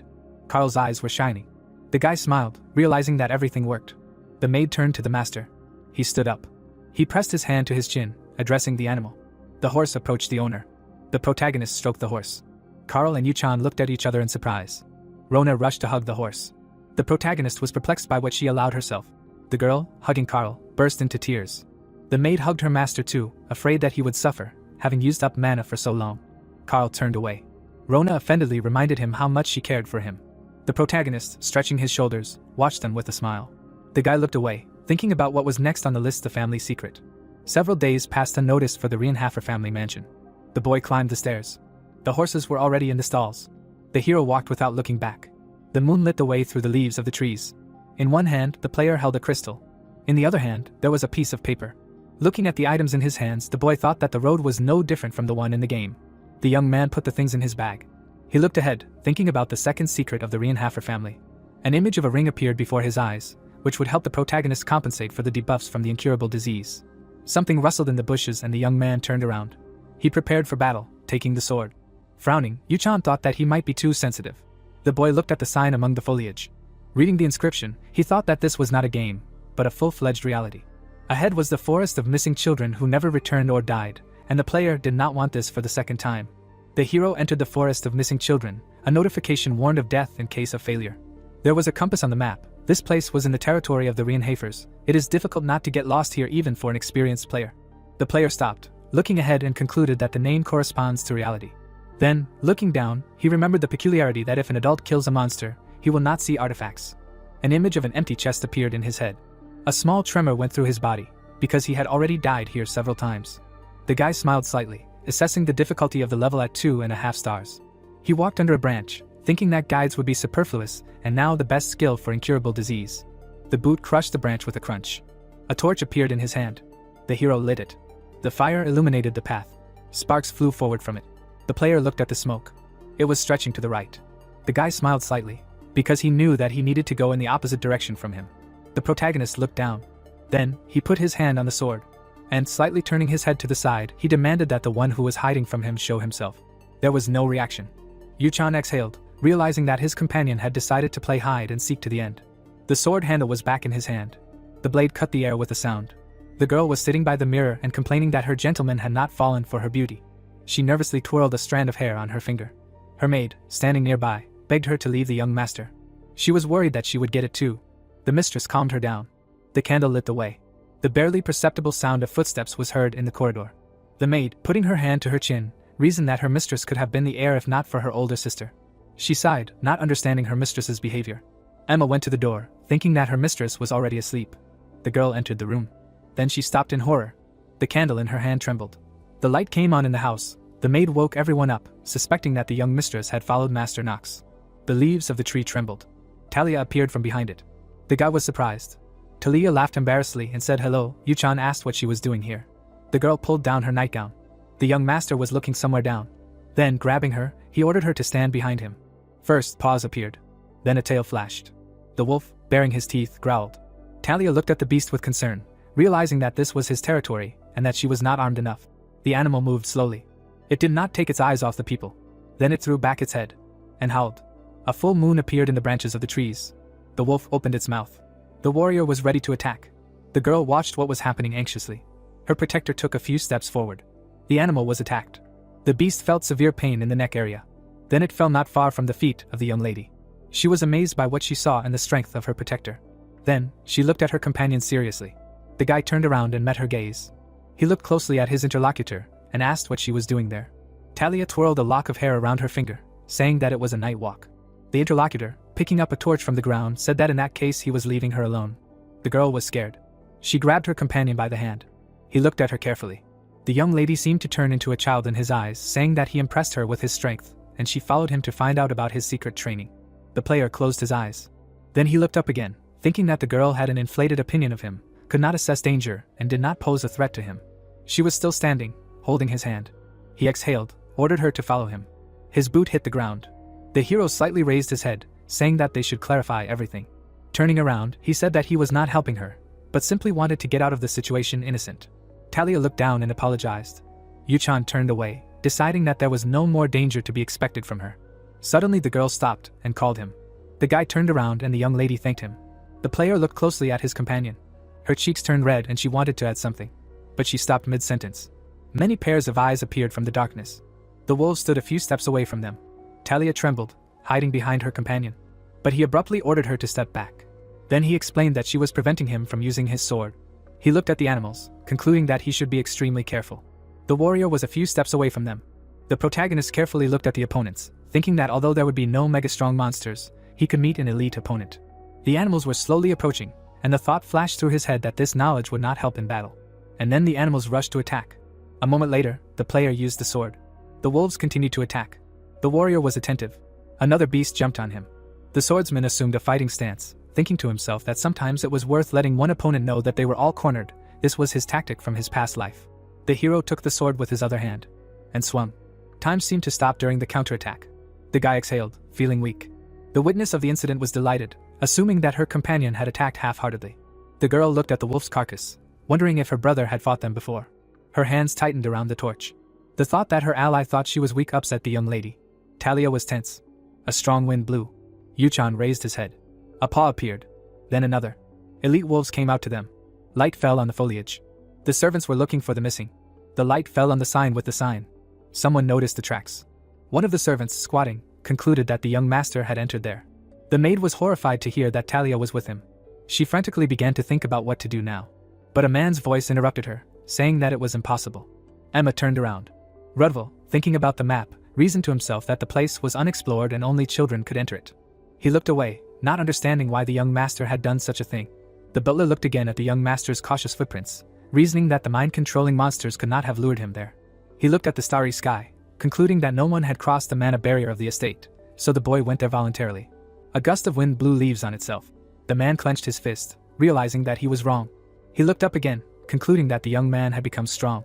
The butler took a few steps forward, noting out loud that the children could only return in 2 ways, and the young master should be resourceful. An image of Yuchan appeared in his mind. Emma's eyes filled with tears. The servants stood motionless in the silence of the night. The maid trembled, feeling guilty. Her hand grabbed the hilt of the dagger. Talia was ready to defend herself. Yuchan noticed this out of the corner of his eye and ordered her not to make any sudden movements. Then, frowning, he advised her to save her strength for escape, on condition of defeat. Ta looked angrily ahead. The guy looked into the glowing eyes of the animals, arguing that they were not that dangerous, but the girl should remain attentive. Talia still held the torch in one hand and the dagger in the other. The warrior looked at his ally again, not trusting her to cover his back. Then he turned his gaze to the enemies, and used the spell of the Lord of Time. The wolf with a scar on its eye looked at him. The allies froze. The animals behaved differently. The hero clenched his teeth. The animals rushed to attack. The warrior defended himself from one of them. The rest of the animals stopped. Yuchan could not believe his eyes. The wolf with the scar calmly watched him. Suddenly they attacked in a crowd. The swordsman cut one of them. Another one broke through behind his back. But then he howled in pain. The guy turned around. He immediately had to dodge the carcass falling on him. He looked at his savior, pleasantly surprised. Talia, looking at him with a serious look, demanded to be careful. The girl was sitting on a tree, where the wolves could not reach. She was watching what was happening intently. The young gentleman looked at her, thinking that she wanted to help. The girl, holding a torch, asked if the young man was okay. The hero did not turn around. She, opening her mouth, asked if he had hurt her. The guy, opening his mouth, thought that his companion could somehow help. His gaze suddenly turned to the side after hearing a roar. Immediately after, the fighter cut down another wolf. The protagonist held the blade in front of him. The knight, turning around, replied that he was fine and realized that now was not the time to relax. The ally looked down and noted that she was happy to hear this. The warrior, looking forward, assumed that she had managed to see his pathetic side. The guy opened his mouth. Looking at the trembling blade, the hero realized that the recoil from the skill had already begun. Another wolf stepped onto the grass. Its eyes glowed bright yellow. The young man, smiling, thought that it had finally deigned to get up. The enemy did not approach him. Its head was turned towards the man. They looked at each other. Then suddenly the animal began to bare its teeth. The wolf immediately rushed to the attack. The guy's eyes opened wider. Immediately his gaze was directed somewhere to the side. The opponent ran past. His mouth opened in surprise. Looking closely, the hero could not believe that his opponent was going to do this. The warrior immediately looked away when thoughts about his slowness visited his head. The wolf ran right past him. There was blood on its paws. The girl, with her mouth open, called out to the knight. The monster began to run away again. The protagonist held his shoulder with his hand. The young man, gritting his teeth, could not believe that these were really 2.5 stars and that a reassessment was clearly required. The fighter was still standing in place. This enemy appeared in the bushes when the hero was arguing that this elite gray wolf was much smarter and more agile than in the game. The guy, holding the blade in his hands, thought that this was really some kind of surprise. Looking around, the warrior realized that he should have guessed earlier that the rest of the wolves obeyed him and that he would definitely take advantage of his advantage in orientation on the territory. Leaves from one of the bushes appeared. Something was approaching the hunter. The guy, opening his eyes wide, realized that he needed to hold the defense well. Immediately after, the hero struck with his sword. The wolf dodged it. His eyebrows were furrowed. The enemy bared his sharp teeth. The opponent immediately opened his mouth to attack, and the protagonist realized that he had been counting on this, because he was simply waiting for the swing. The knight, holding the blade in his hands, realized that he would be open for an attack. His teeth were clenched tightly. His mouth suddenly opened after realizing that the skill had begun to kick in. The monster was already right next to him. The young man, looking into his mouth, realized that he could not have foreseen this and overestimated his capabilities, because he had already completed this game many times in the past and apparently believed that he could do anything. Looking up in fear, the guy realized that only complete idiots reason like that. Immediately after, the fighter closed his eyes. Suddenly his mouth opened when he heard the roar of the monster. Some blade was sticking out of his eye. The girl held her hand in the air when the hero realized that if the enemy could pick the right moment, then they were worse. Talia had a serious face when the boy realized that she was the one who took advantage of the opportunity that had suddenly appeared. The blade in the hero's hand flashed. The young man, rushing to attack, screamed. Immediately after, the blade pierced the wolf's body. The monster, opening its mouth wide, growled. Its body began to fall to the ground. The hero also lowered his hands. The warrior crouched next to the defeated enemy. The girl, opening her mouth, called out to him. Her gaze was directed downwards. 2 more wolves appeared there. They suddenly began to run away. Then the companion jumped down from the tree. She, approaching him, asked if he was okay, and the fighter answered in the affirmative. The hero tried to wipe the blood from his face with his hand and said that he was alive, thanks to her. His mouth was still open. The boy, looking at her, realized that he had just almost thanked the enemy, who would soon kill him. Turning away, the young man said that she had nothing to worry about. There were 3 deep wounds on his arm. The girl, crying, screamed that he had just been wounded and asked again if he was okay. The knight, getting up, explained that these were just a few scratches and that his condition was normal. She, smiling, noted that it was good that he was not so seriously injured.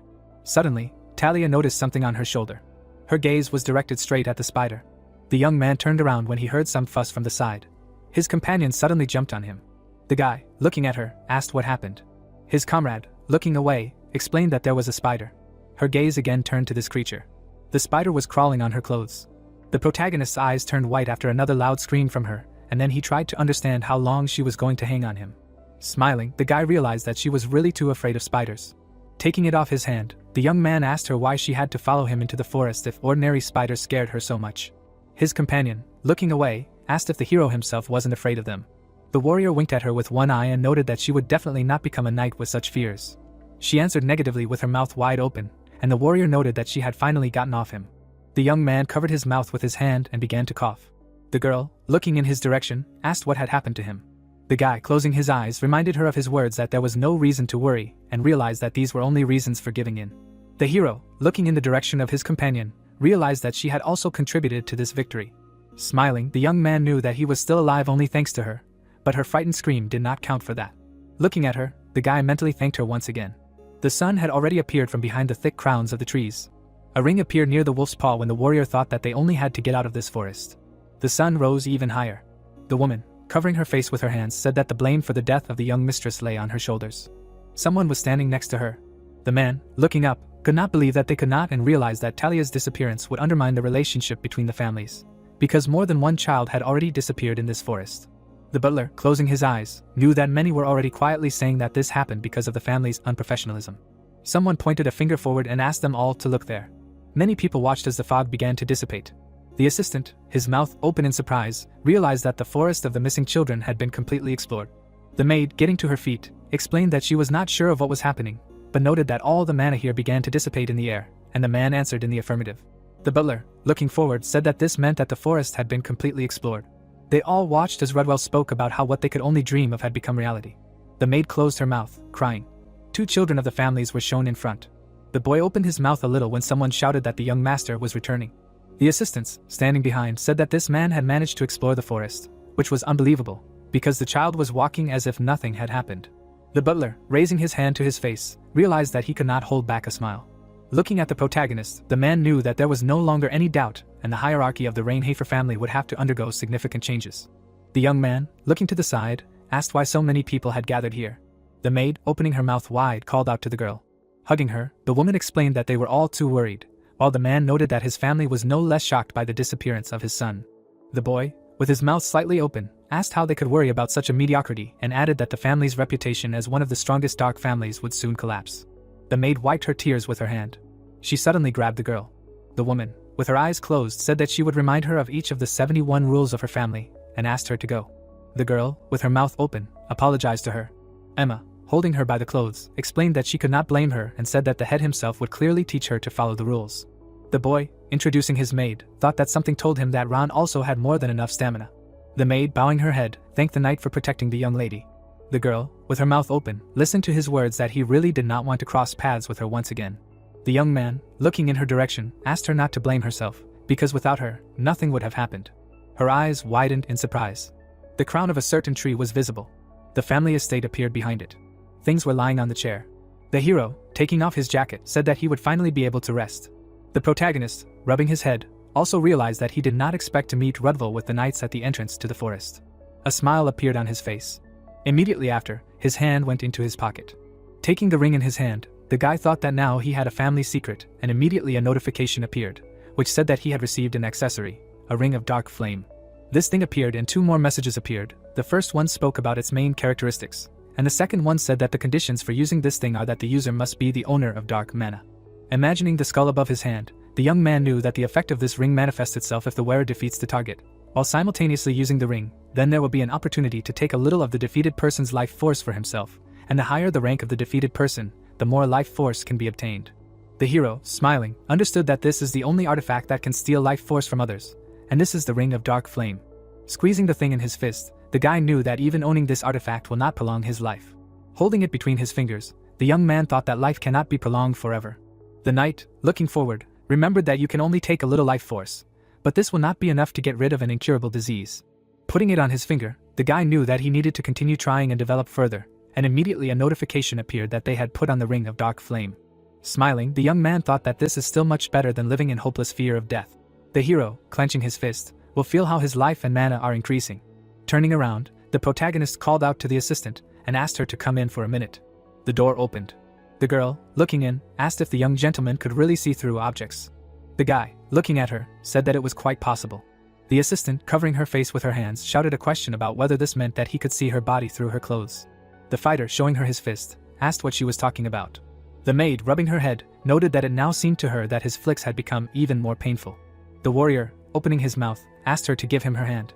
The girl, closing her eyes, asked if he would honestly raise her salary if she won again. He answered affirmatively.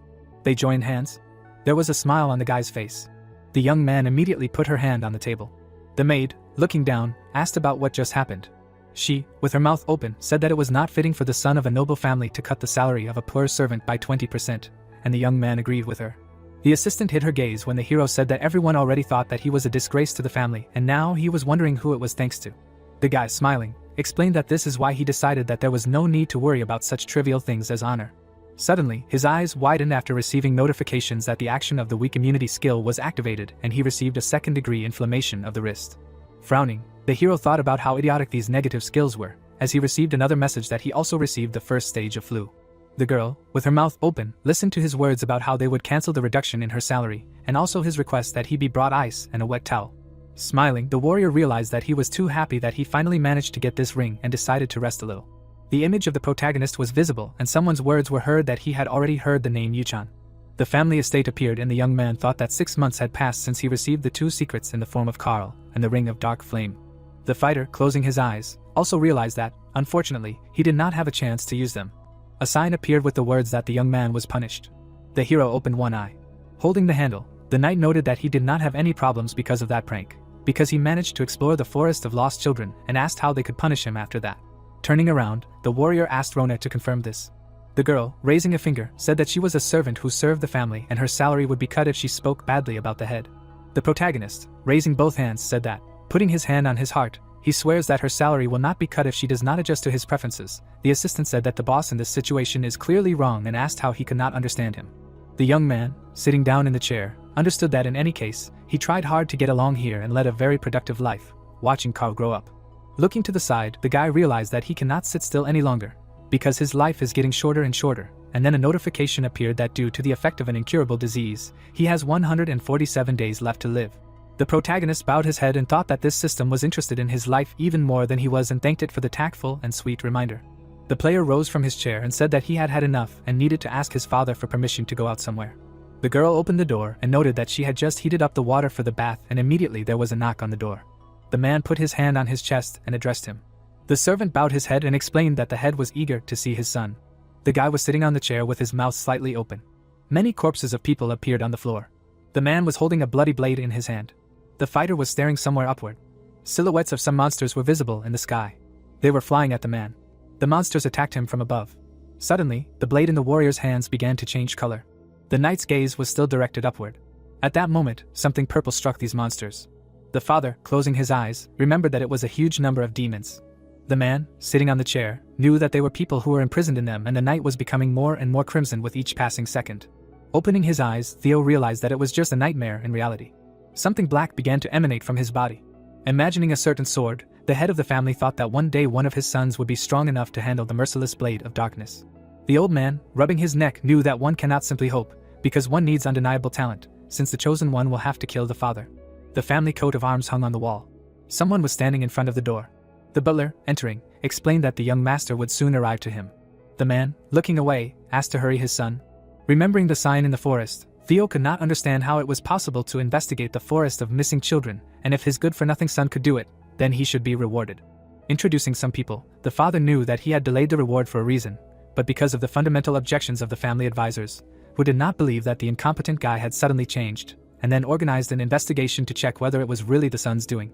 The man, looking at the document, understood that even he had no opportunity to ignore the opinion of the family advisors, and therefore an investigation was simply necessary. Someone opened the door. The hero, bowing his head, expressed respect to his father. The leader, sitting in a chair, asked him to rise. The young man, looking down, listened to Theo's words that he should understand that his actions were unacceptable, and the knight agreed. The old man, folding his hands in front of him, explained that it was his duty as a patriarch to reward achievements, even if it was a non-entity, and added that he had called him to discuss the reward. The boy's mouth fell open in surprise when his father began to talk about a certain request. The man, looking ahead, said that he would only fulfill one request, no matter what it was. The hero, looking ahead, could not believe that his father could actually do this. Looking at the chapter, the protagonist remembered that he had been playing this game for days, but for this man to reward someone was the first time he had ever seen. Looking away, the fighter knew that he was usually so majestic and stern, and he felt as if someone had hit him hard on the head or cut his head clean through. The young man, opening his mouth, asked again. His father looked at him silently. The man, rising from his chair, replied that he would provide absolutely everything he could wish for, and added that this was the word of the head of the Reincarnates family. On the wall was visible the coat of arms when the patriarch spoke about promising to fulfill any request, and swore by the centuries-old history of the family, and the merciless blade of darkness. The guy, looking at it, could not believe that the interlocutor was saying this seriously, but assumed that even this could be possible. The man, putting his hand on the table, noted that his request would be useless, then the opinion of his son would remain the same, and added that he hoped that he would not allow such stupidity. The hero, smiling, answered affirmatively and asked to give him time to think it over carefully. The father, opening his mouth, gave him permission to do this and explained that now he was allowed to go beyond the estate, and also asked him not to find trouble on his head anymore, as happened last time. The protagonist, smiling, said that he would not do anything like that. The estate appeared from the street, and the headman's words were heard, so that he should always remember that he was a representative of the Reincarnates family. The entrance to the estate was visible. Many people gathered near it. There was a smile on the face of the maid. The girl, opening her mouth, said that they would see each other at the S1 Academy. The guy was looking in a completely different direction. The friend, closing her eyes, asked if they would meet again then. The servant, looking at the hero, said that he needed to answer the young lady's question. The young man, opening his mouth, explained that this would happen if his companion became a real knight by that time. The girl, raising her hands, asked what kind of knight she needed to become. The protagonist, looking to the side, said that she should become one who, for example, is not afraid even of huge spiders. The friend immediately closed her mouth. Suddenly, she hit him. The boy's eyes turned white after realizing that he should have talked about wolves. The young man looked up. The girl, with her mouth open, screamed that none of this mattered and that upon her return, when she became a real knight, the comrade should prepare his head. The boy's eyes turned white again, as it seemed to him that this girl really wanted to kill him. The assistant, with her eyes closed, thanked the master for everything, and the hero asked what the servant of the Stilliner family should thank him for. She, with her eyes open, explained that it was gratitude for saving the young lady. The hero looked at her silently. The knight, with his eyes closed, said that it was not that he wanted to save her and asked him to leave her alone and finally leave. The carriage was already at the open gate. The fighter, looking in that direction, realized that he had one less problem. Raising his head, the young man could not understand why it seemed to him more and more that he was getting used to this hectic life. Smiling, the guy realized that he even liked it, and immediately a notification appeared that due to the effect of an incurable disease, he had 146 days left to live. The protagonist's mouth fell open from the realization that he simply had no time left to idle. The family's estate appeared. The servant, with her mouth open, said that he should definitely find a new maid and new servants. The hero, rubbing his chin, thought about it. The butler, bowing, wished the gentleman a good morning, and the latter asked about the reason for his arrival. The man, raising his hand, said that the S1 Academy had sent him a maid to help him pack his things, and from that day on, this girl would serve him. The girl, closing her eyes, introduced herself and explained that from that day on, she would be his maid. The young man, looking to the side, also said his name. In his eyes, reflections of notifications were visible. Right in front of this maid, windows of the system with her characteristics and features appeared. The positive ones were master of support and determination, and the negative ones were duplicity, that this person is pathetic, superficiality, a brilliant liar and a spy, and another message appeared, which said that she had activated a skill due to which she was currently evaluating the player by order of the head of the family. The estate was visible, and a notification also appeared that due to the effect of an incurable disease, the player had 140 days left to live. The young man, buttoning his shirt, realized that when a person's time is extremely limited, it flies too quickly. Immediately in front of him, a window with his characteristics appeared, and the guy thought that one of the advantages he has is that he has a fairly fast development, despite the abundance of all kinds of negative effects. The hero's gaze was directed somewhere. The knight, standing by the window, understood that he would soon be accepted into the Eldane Academy. The assistant, holding something in her hands, said that in just 2 months the gentleman would already be at the academy, and asked if he was worried. The fighter, turning around, asked if she was really so happy that he would leave her. Rona, closing her eyes, screamed that she already missed him. The protagonist, looking at her, asked her not to overdo it, because her salary would not be increased anyway, and immediately realized that he did not even have time to mock her.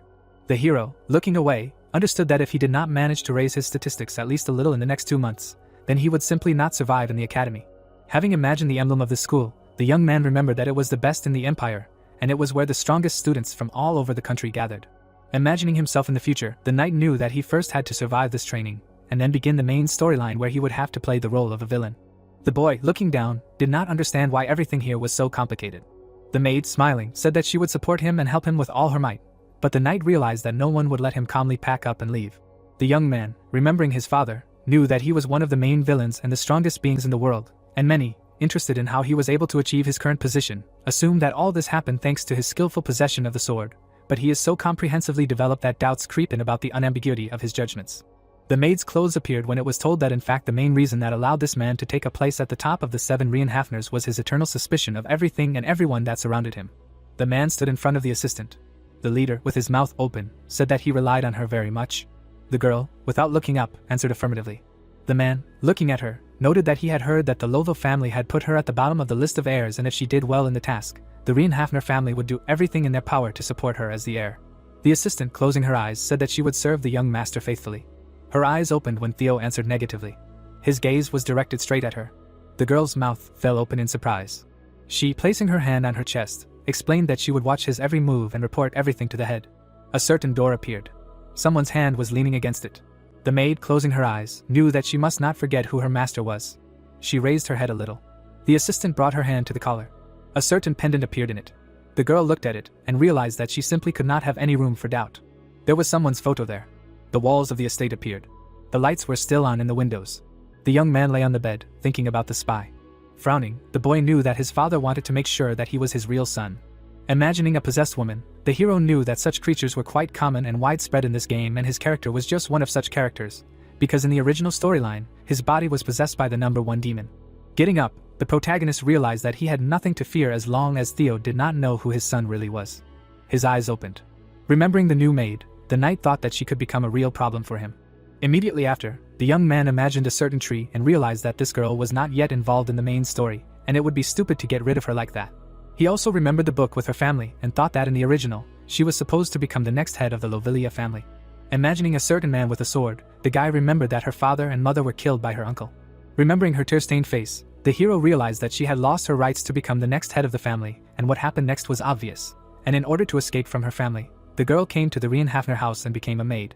Imagining her now, the protagonist realized that she was outwardly friendly and always smiling, but inside she was all exhausted and nasty, and her character was on the verge of despair. Looking up, the knight thought about her last decision before the beginning of the first part of the main story. Imagining her falling, the guy remembered that her decision was suicide. Putting his head on his knees, the young man tried to understand what he should do. The fighter looked at his hand.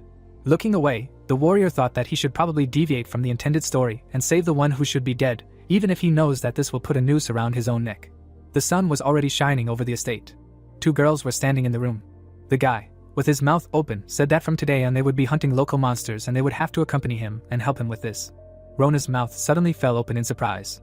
The assistant, raising her hand to her face, asked again about hunting monsters and added that she would probably have to leave them, because she was not feeling well. The second girl, with her mouth open, agreed with his order. The previous assistant, taking her hand, said that she should not agree to everything so easily. The protagonist, looking forward, understood that it was absolutely normal for a maid to be afraid of hunting monsters, and this statement in itself was quite stupid. His eyes were caught by the trembling hands of this assistant. The hero, crossing his arms over his chest, explained that he knew that the first assistant had already used up all her sick days and would not be able to leave today. Her eyes immediately turned white after his words. The knight, opening one eye, asked if she had forgotten that he was a mediocrity, and explained that if the maid did not do what she was ordered, her salary would be cut, and noted that they should start with half of her salary. The girl, crying, asked what kind of weapon he preferred. A smile immediately appeared on his face. Jitri, looking at the master, turned to him. The assistant, opening her mouth, asked if she could report to the butler that they were going to leave the estate before the start of packing. The protagonist, putting his hand on his head, thought about something. Looking at the ring, the knight knew that now the most important goal for him was to prolong his life. They galloped through the forest. Someone looked through the window. It was the head of the family. A bright sun appeared above the treetops, and it was told that the events were taking place in the forest of missing children, which was now indistinguishable from an ordinary forest. The wolf rose on its hind legs and growled. The hero pulled his hands back. Immediately after the blow cut the enemy, and a notification appeared that the user had stolen the smallest amount of the grey wolf's life energy. The guy looked somewhere ahead, receiving a message that he had received 2 more hours of life. Looking to the side, the knight wanted to know if all the wolves here had been killed. Looking at one of the corpses, the young man realized that he had earned 2 hours of life in one such hunt. Several more corpses also appeared, and he thought that this was a good result. The girl, holding the vessel in her hands, said that the gentleman had been hunting non-stop all day and asked if he was tired yet. His eyes immediately closed. Opening them slightly, the knight realized that without using the Time Lord, the hunt lasted too long. Reaching out for the bottle, the guy thought that in the end he had only knocked out an hour of life. Bringing it to his mouth, the protagonist realized that he suspected that the calculations would be far from ideal. But not that much, and he simply did not have the opportunity to go out and hunt monsters every hour. Standing next to these corpses, the knight also remembered that the main problem is that the monsters are definitely not infinite. The maid looked at one of the corpses in fear when the hero thought about the fact that in the last couple of days he had most likely killed most of the wolves living here. Crying, the young man realized that the plan to extend life was falling apart. The warrior, opening his mouth, said that he could not have imagined that the lack of monsters in the area would be a problem. The assistant, smiling, noted that it was surprising that he was upset by the small number of monsters in the area, because if someone heard this, they would certainly think that the master was crazy. The hero silently looked at her. Bright rays of sunlight were breaking through the foliage. The knight, closing his eyes, said that they had nothing more to look for here and suggested that the assistants return to the estate. Jitri, with her mouth open, asked if it was worth preparing a warm bath for him and added that she would select the most favorable water temperature for him. The protagonist, looking in her direction, said that he wanted to take a bath before dinner and told her to hurry up, and immediately realized that this was her skill as a support master. The maid, smiling, asked him to rely on her. Rona, with her mouth wide open, shouted that he should not forget about her and said that she would clean his room. She grabbed her weapon and quickly ran. There was a smile on the face of the second assistant. The hero, standing in front of her, called her name. The guy, with his mouth slightly open, said that he was interested in learning something. She folded her hands at her apron.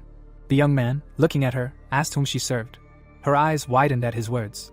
Remembering her support master skill, the protagonist understood that the beauty and power of the sword did not matter, and if he did not have the ability to use it, it would be thrown away without hesitation. She looked away. The boy, looking down, asked if this was her answer. The maid, with her mouth open, explained that she had not said anything at all. The girl, standing in front of him, tried to say something else. The knight, looking at her, said that he knew what her next words would be and asked her not to worry, because he did not want to continue this interrogation any further. Jitri, with her head down, listened to his words about how he was grateful that the 3-story lie had bypassed his ears. The young man, with his mouth open, said that he didn't care who she served, because the girl would be considered his property anyway. Her eyes were wide open. Passing by, the hero explained that if she suddenly needed him, she had the opportunity to twist him as she pleased. The knight walked away from her. Without turning around, the fighter tried to understand whether mutual use of each other would turn into torture for them compared to unconditional trust. She was still standing in the same place. The full moon was visible. The family estate appeared. Rona, lying on the bed, asked if their master was going too far. The girl imagined him with horns and his question about how if she didn't run with him, then why else would he laugh, and said that this happened every training session. The second one, turning around, agreed with her. Immediately after, her gaze was riveted to the window. Jitri, putting her hand on her chest, realized that she had already heard about how the young master had suddenly changed, because they had been discussing it all in the Lovelia family.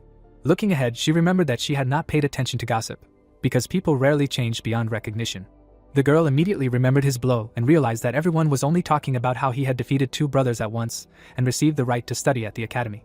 Imagining him, the assistant realized that this man was one of those who strengthened the greatness of his family, which was the complete opposite of it. Imagining herself in the clothes of a maid, she also realized that she had fallen so low, being the legitimate heir of her family. The maid's mouth fell open. Memories of him and his words about how she could twist and turn him as she pleased immediately appeared in her head. Holding a pen in her hands, the assistant tried to understand what he meant. The window of the estate appeared. There were many people in one of the halls, and it was said that among the inhabitants of the Reincarnates house there was an incredible rumor that Chitri was expelled from her own family. A girl appeared against a background of broken glass, and it was said that now this person has no right to serve this family. In her hand was some paper. There were words of appeal to her. Squeezing this sheet, the girl remembered that it was written that she did not deserve to be the next heir, since she betrayed her family and would be held accountable for her sins. Crying, the maid also remembered the words from the letter that she was deprived of all rights as a representative of the first line of the family. She, opening her mouth, realized that she would not stay in this family for long either. Imagining 3 people with blades, the girl remembered that this family is one of the main dark families. She also remembered her father, and realized that she was working here as a maid of a talentless son simply because she lost her family. Chitri, leaning against the door, knew that she had no right to serve this man. Taking hold of the door handle, the maid understood that she would soon be thrown out of here. Walking through the estate, she realized that later she would be serving someone else. Opening the door, the girl greeted someone. The other workers looked at her, and it immediately became clear to her that they definitely already knew everything. Smiling, the maid thought that she had long been accustomed to condemning looks. Her eyes widened when someone called out to her. Rona, running up to her, said that she had already looked everywhere for her. The maid, looking at her friend, assumed that she probably did not yet know what had happened. She was immediately taken by the hand. Her mouth fell open in surprise when she thought that perhaps this man was just pretending or thought that they really were friends. Chitri, following her, understood that whatever her reason was, she was doing something stupid now. Looking ahead, she understood that they were all doing something stupid. A balcony of one of the rooms was visible. The young man was sitting on a chair and thinking that the end was most likely inevitable. There was a letter on the table when he realized that most likely the end was not only for the girl, because her father should have received this message by now.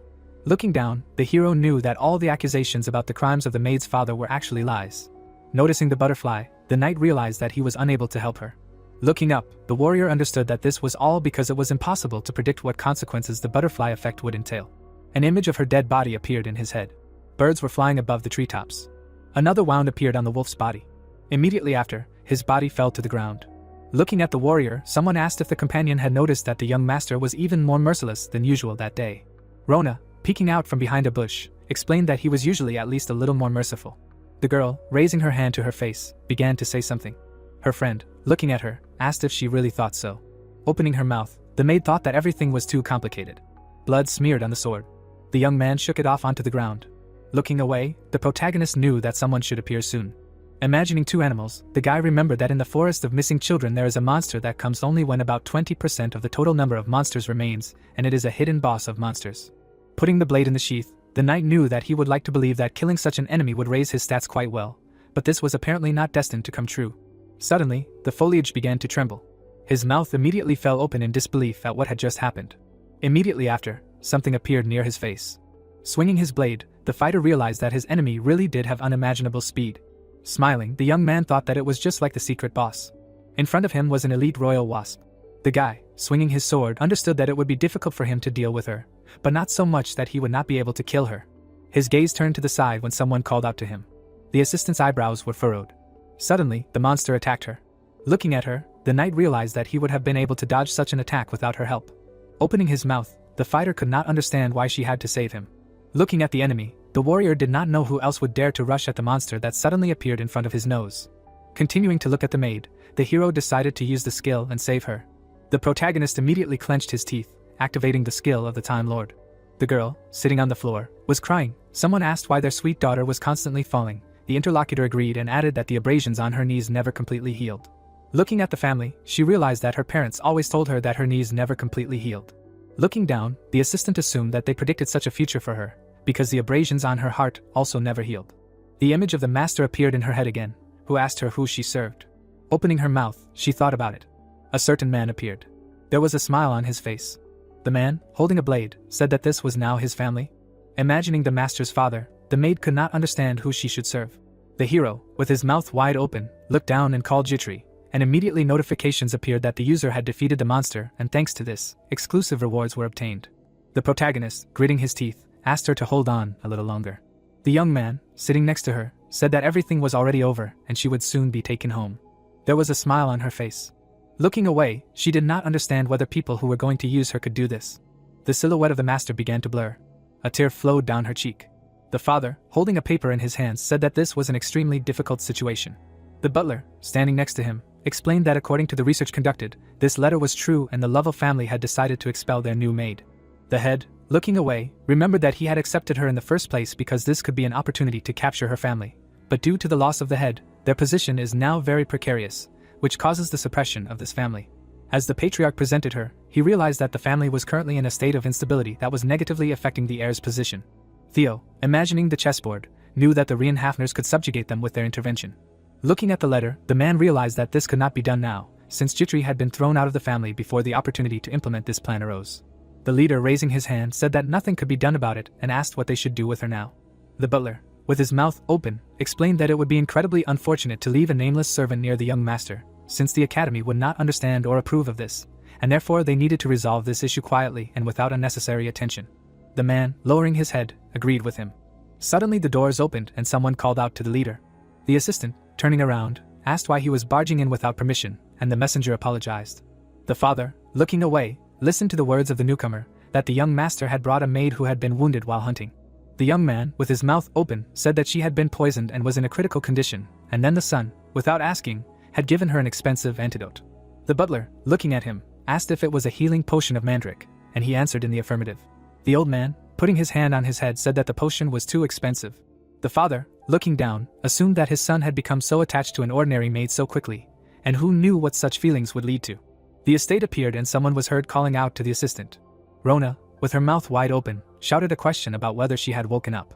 The girl opened her eyes, listening to her friend's words about how happy she was that she had woken up. Jitri, with her mouth slightly open, tried to understand what had happened and whether the young master was okay. Remembering how she had exposed herself to the blow, she did not know why she had done so at that moment. Her friend, crying, explained that the master had given her a healing antidote. Remembering the situation with the doctor, the maid said that he had ignored the doctor's refusals and said that if he wanted to live, he should use this potion, and apparently an insignificant part of him was still alive. The girl, looking away, realized that it was a mandrake potion, but still did not know why the master was doing this. Grabbing the sheet, the assistant remembered that he was holding it for his own benefit. Her friend, raising her hands, said that she still needed to rest and asked if her wounds hurt, while Jitri asked where the protagonist was now. The maid, putting her finger to her face, explained that he had gone to look for the chamberlain and also noted that he had asked her to notify him when the wounded woman came to. She, holding on to the door, said that she would be back soon. Immediately after, the door slammed. The assistant put on her slippers. She opened her suitcase. The girl began to put the books inside. She did the same with her clothes, thinking that she did not belong here, and she knew it very well. Standing in front of the suitcase, the maid understood that she did not deserve to be here or anywhere else. She took her necklace. There was still a photograph of her parents there. Immediately after, the girl took it out. The maid put it next to a letter that said that this thing would have to cover the cost of the medicine in full. Lines of gratitude for saving her life also appeared in this letter. The suitcase was already in her hands. The room was visible through the window. Her hand was shaking. Her mouth dropped open in surprise when someone asked her where she was suddenly going. The hero was standing in front of her. The guy, with his mouth open, repeated his question. The estate was visible and a question was heard about whether a person really cared about the price of medicine when a person was literally dying. The doctor, with his mouth slightly open, explained that this was not the case at all. There were jars of medicine on the table when the man said that he simply could not give this antidote without the permission of the head. The girl was lying on a hospital bed. The knight, with his mouth open, asked whether Redville really stood above him in the family hierarchy. The doctor, leaning over a little, asked again. The warrior, frowning, said that he would immediately personally report everything to his father and ordered him to do his job. The man, reaching out for the flask, replied that he understood everything. The assistant, standing by the bed, asked if everything would be all right with her friend, and the doctor explained that they had already neutralized the poison and her life was no longer in danger. The boy was looking somewhere to the side. The girl, with her mouth slightly open, called out to him. The warrior, leaving, asked to report to him when the maid woke up. A window of one of the rooms appeared. The father, looking down, asked what the matter was, because his son really rarely looked for him, and immediately asked another question about whether it was connected with that maid. The young man was sitting in front of him. The knight opened his mouth slightly, using his acting skill. The man, with his mouth slightly open, listened to his words about one request. The hero, bowing his head, said that he remembered that he said that he would fulfill one of his requests, and the father answered affirmatively. Introducing the girl, the protagonist asked to give him the maid, because she no longer belonged to her family anyway. The leader looked down. Introducing his father and the maid, the warrior understood that this was a butterfly effect that would affect the course of the story and immediately realized that his problem with the spy was now solved. Remembering the situation on the hunt, the guy thought about how he understood something when he saw her rush to save him. Memories of looking at her also appeared. Introducing her before this situation, the young man understood that the answer that was never given to him, and the act that put everything in its place. The hero looked ahead. The father, looking at him, replied that he understood everything, because if this was his wish, then it would be fulfilled. The knight began to rise to his feet. Suddenly, the player froze. His legs suddenly turned. Standing in front of him, the protagonist said that his worthless son would like to say something. The leader, with his mouth slightly open, asked him to continue. The warrior, closing his eyes, began to say something, and immediately a notification appeared that the skill could be interrupted due to his emotional state. Opening his eyes, the fighter asked him to stop playing with his son's people. The man was still sitting in his office. A dark room of the estate appeared. The hero, standing in front of his assistant, asked where she was going. The girl, trembling, answered that she was leaving, because she no longer belonged here. Her hands were still shaking when she thanked him for everything. Suddenly, the trembling stopped after the master began to speak. The protagonist, opening his mouth, asked why his servant was running away instead of doing her job. She, hiding her eyes, explained that he already knew the answer. Jitri, crying, said that the head ordered her to watch her son and therefore deceive him. The guy silently looked in her direction when the girl asked why he didn't just let her go. The assistant, with her mouth open, screamed that she had lied to him. Tears streamed down her cheeks again after screaming that she had no questions and no request to throw her out right now. Smiling a little, the knight realized what kind of person this person was behind the mask, and that she was the one who decided not to give up and fight no matter what. The young man, with his eyes closed, noted that people constantly deceived each other. She, with her mouth open, screamed that she had committed a real crime against him. The guy, looking forward, began to say something. The player, pointing his finger at himself, asked if she really thought of just leaving without paying for her actions after the betrayal, and also asked who allowed her to leave the walls of this house. Jitri, with her mouth open, asked again. The fighter, holding out his hand, explained that she was staying here and added that he had no idea what his father had in mind on this matter, but he did not care that she belonged to the Lovilia family. The hero, putting his hand on her chest, said that he needed her abilities. As he passed by, the warrior also added that he wanted her to help him until he paid for his own crime. The girl's eyes widened after he said that she was his maid until then. Tears began to flow down her cheeks again. Standing in place, the assistant replied that she understood everything. Turning around, the maid explained that she would be on his side until the very end. Smiling, the guy said that this was great, and she reminded him that he had once asked her a question. Turning around, the young man listened to the repetition of his question about whom she served. The assistant, smiling, asked if he knew the answer now. The hero, looking in her direction, answered affirmatively. The family estate appeared. Rona, standing by the bucket, said that the young master had indeed threatened the doctor, and was even going to kill him. She immediately winked. The guy, standing next to her, asked her not to get on his nerves, at least in his presence, and the girl asked if he had really heard everything. The young man, closing his eyes, said that apparently the assistant had even stopped making excuses. The girl immediately covered her mouth with her hands. The maid, opening her mouth, asked if everything was okay with Jitri and asked her not to overexert herself. The hero looked at her. The knight, rubbing his head, asked why she was causing him nothing but trouble. The player raised his hand and asked if she remembered that she was going with him to LD Academy in 2 months, and the maid replied that she had already started preparing for the move, and then the warrior asked again. The maid closed her eyes and explained that she had collected essential things for him, namely books, medicine, clothes, and a special uniform for travel. She raised her hand to her chin, intending to say something else, and then the master realized that this person was no longer forcing a smile when he saw her. Remembering her earlier and her words about how she was already tired of always pretending, because she did not like it at all, he immediately realized that now it was much more pleasant with this person. Looking at her, the hero thought that now he wouldn't have to put on a show, exchanging politeness and meaningless conversations. A smile suddenly appeared on her face. The guy, opening his mouth, realized that when they were cornered and when they were standing back to back, they would never betray each other. A smile also appeared on his face from the understanding that it would be better for both of them. The assistant was holding a teapot in her hands. A shelf with books was visible, and someone's question was heard about whether the young master was okay. The hero immediately looked away. The maid, standing next to him, explained that an unpleasant rumor about him had spread through the estate. The protagonist, sitting down in a chair, asked again and realized that this was something new, and now he was even interested in what could be worse than the existing ones. Jitri, looking away, said that they were all talking about the fact that he left her as his maid because he fell in love. His hand slid over the chair.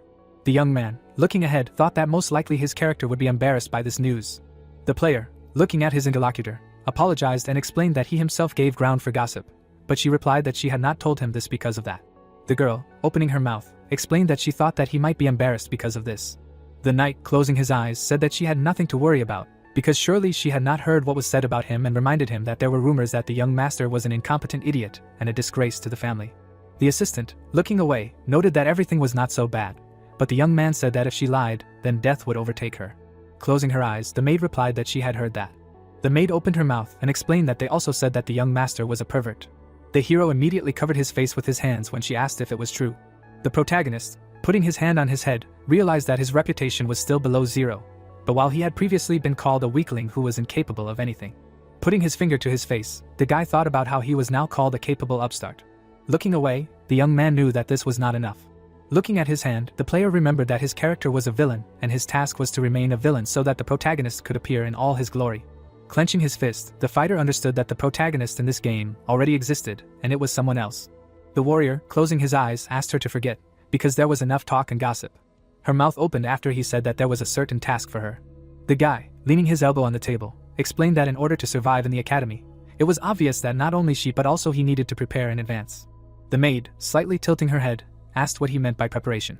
Hiding her smile with her hand, the young man knew that Jitri's unchanging heart skill said that she could completely trust a certain person, and therefore it would not be a sin to share his plans for the future with her, and it would be to his advantage if she learned a little more about him. The hero, opening his mouth, said that he wanted to start studying magic before starting training at the academy, and she should help him with this. The girl, opening her mouth, asked if he really didn't know that this was prohibited by the law of the empire. The protagonist, closing his eyes, answered affirmatively. The maid called him impudent. The same one added that he was already a mediocrity, and also lustful. The assistant, slightly opening her mouth, said that apparently the gentleman was offended. His eyes immediately opened. The girl, looking at him, explained that she was sure that he had good reasons to take such risks, and added that she would look for books that could possibly help with this. Smiling, the knight realized that everything was fine, because this was what he wanted to achieve. A window appeared and shouts were heard from behind it. The warrior, looking in that direction, tried to understand who was shouting. The maid also looked in that direction when someone shouted that they would all get into trouble if they made a mistake with the preparation. The protagonist rose from his chair when he heard a shout that young gentleman Grain had returned and then realized that he had returned after graduating from the academy. Looking at the carriages in the yard, the warrior realized that he had already forgotten about such a great event. Smiling, the fighter thought that his chance to prolong his life had arrived. The young man, putting his hand on the table, called out to his assistant. The hero, looking at her, explained that he would probably need to leave right now. Jitri closed her eyes, asking what he had in mind this time. They were standing on the roof of the estate. The windows of one of the rooms were visible. There were already dishes and glasses on the table. The father, bringing the vessel to his mouth, congratulated his son on graduating from the academy. The gentleman, smiling, thanked him. The protagonist, bringing the food to his mouth, remembered that this man was the second son of the head and also one of his character's older brothers. His pupil immediately began to glow purple.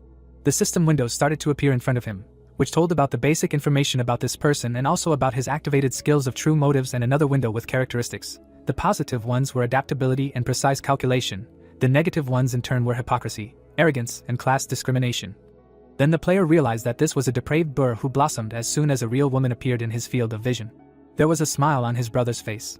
The young man, sitting with them at the table, understood that the only reason why no one had yet revealed the rotten nature of this person was that the mediocrity of his character was even worse. Grinning, the guy realized that he was extremely good in the company of politicians and talk about his worthless brother. Imagining Grain playing chess, the knight knew that he, using his ability to twist politicians, graduated from the academy. Having imagined many people, the player remembered that this academy is really very famous, but graduating from it is a very difficult task, because the upcoming entrance exams will be able to pass less than 1,000 applicants, and at best half of them will be able to graduate. The father, raising his hand, asked if the departure date for Chatters is known. The spoon in his hand trembled. The son, opening his mouth, answered affirmatively and added that he is leaving for the south in 3 days. The head, closing his eyes, noted that apparently at this time of year he will be hunting monsters. Having imagined the map, the hero remembered that Chatters is an independent territory in the south, which borders the possessions of the Reincarnates, and its eastern neighbor is Tagilin, which is limited by the desert. He also imagined the bones of animals and realized that it is dangerous there not only because of the drought, but also because of the huge number of monsters that swarm the desert. The young man, remembering the emperor, remembered that the imperial family had instructed his brother to get rid of the monsters tormenting Chatters, because the law of the Akam Empire states that it is mandatory to complete the first mission on behalf of the emperor in order to be awarded the title of knight, approved by the imperial family itself. Grain, raising his hand, said that with the arrival of winter, that place is filled with various vermin, and it seems that the leading family decided to take measures to solve this problem. The father, looking in his direction, noted that while their land is barren, other territories suffer no less from this. The man, opening his mouth, asked him not to disgrace the honor of the family. The son, putting his hand on his chest, said that these words will become his motto in life. The hero, looking at the plate, understood that the mission in that place is not a simple monster hunt, because this is not an ordinary non-plot scene, since this location will appear more than once in the main storyline. Wiping his mouth, the boy knew that he could get a lot from her. The protagonist, looking at his brother, asked if he was leaving for Chatters, and Grain answered affirmatively. The boy, smiling, asked if he could take him with him, because he realized that he would have to personally participate in the conquest of that location. The man's mouth fell open in surprise. The brother, grinning, asked what he was saying, because he really didn't know what Chatters was. The hero, tilting his head, explained that he had heard that it was a neutral territory, subject to systematic attacks by monsters, as well as a favorite hiding place for various criminal groups. The brother silently looked at him. Grain, looking ahead, noted that his brother's name had been on everyone's lips lately. The elder, crossing his arms over his chest, asked if it was true that he had been able to study the forest of missing children together with the second daughter of the Stilliners. The boy answered affirmatively with his mouth open and thought that the true motives this man possessed helped him easily determine the motives of a person if the target's stats were lower than his own, and it was with his help that his brother cleared his way into the world of political games. Smiling, Grain noted that he had also defeated the twins and taken in an ordinary maid.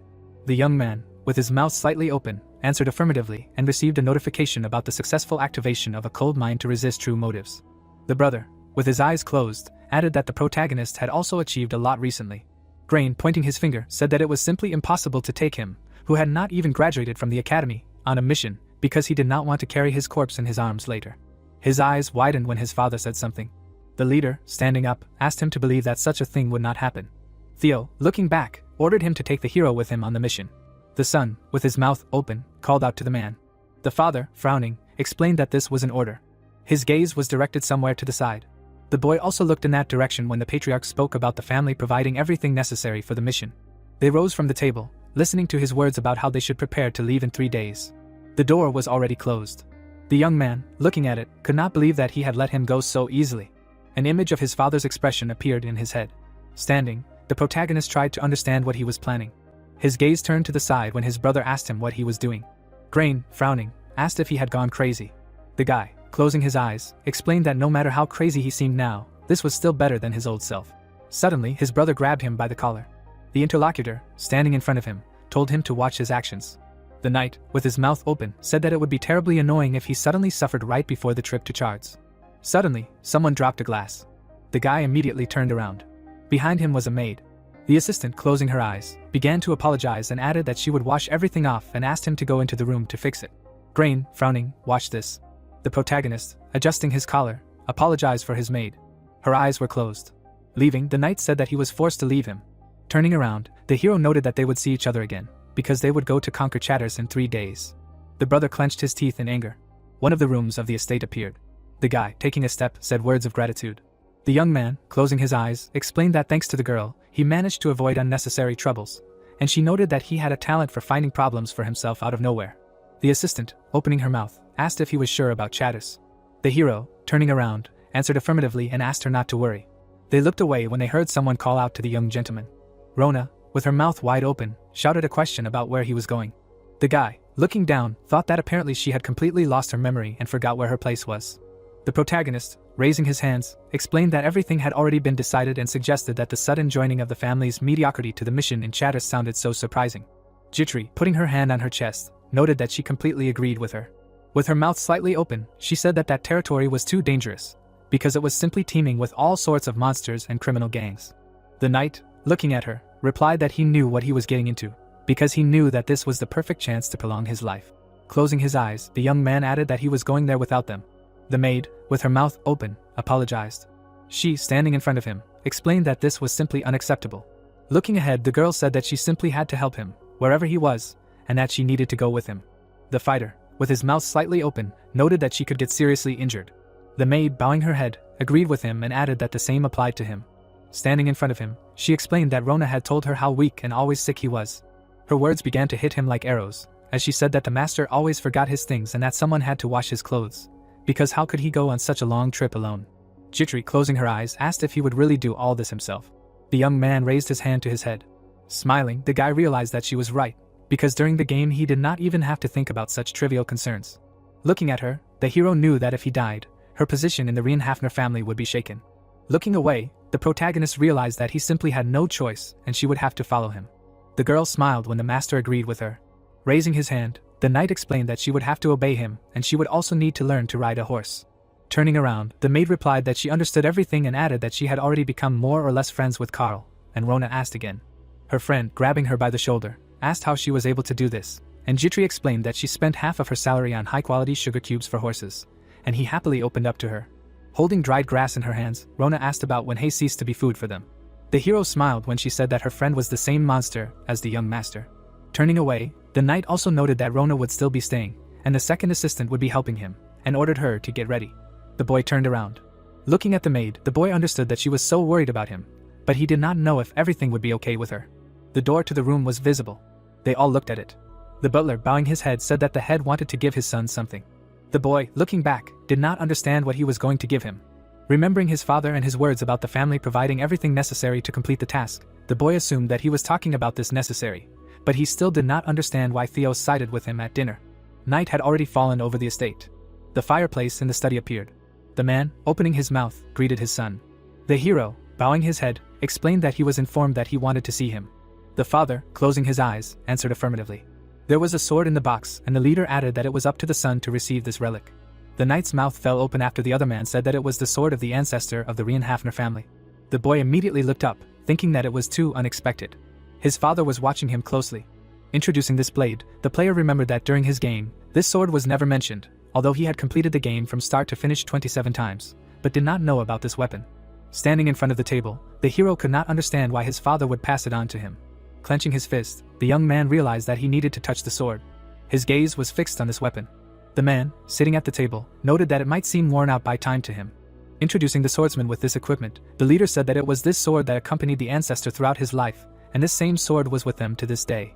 The boy raised his hand and asked his father to tell him what he needed to do to get it, and his father asked him to try to hold the weapon in his hands. The boy silently looked somewhere. Immediately after, the knight grabbed the handle. The hero took it with both hands. Suddenly, the blade began to emit some dark purple glow. Opening his eyes, the protagonist realized that this weapon was absorbing his mana. The blade turned black. The boy, continuing to hold it, noticed this change. The father, putting his hands on the table, noted that he thought that he had already begun to master mana. The son looked up. The man, closing his eyes, said that he had foreseen this.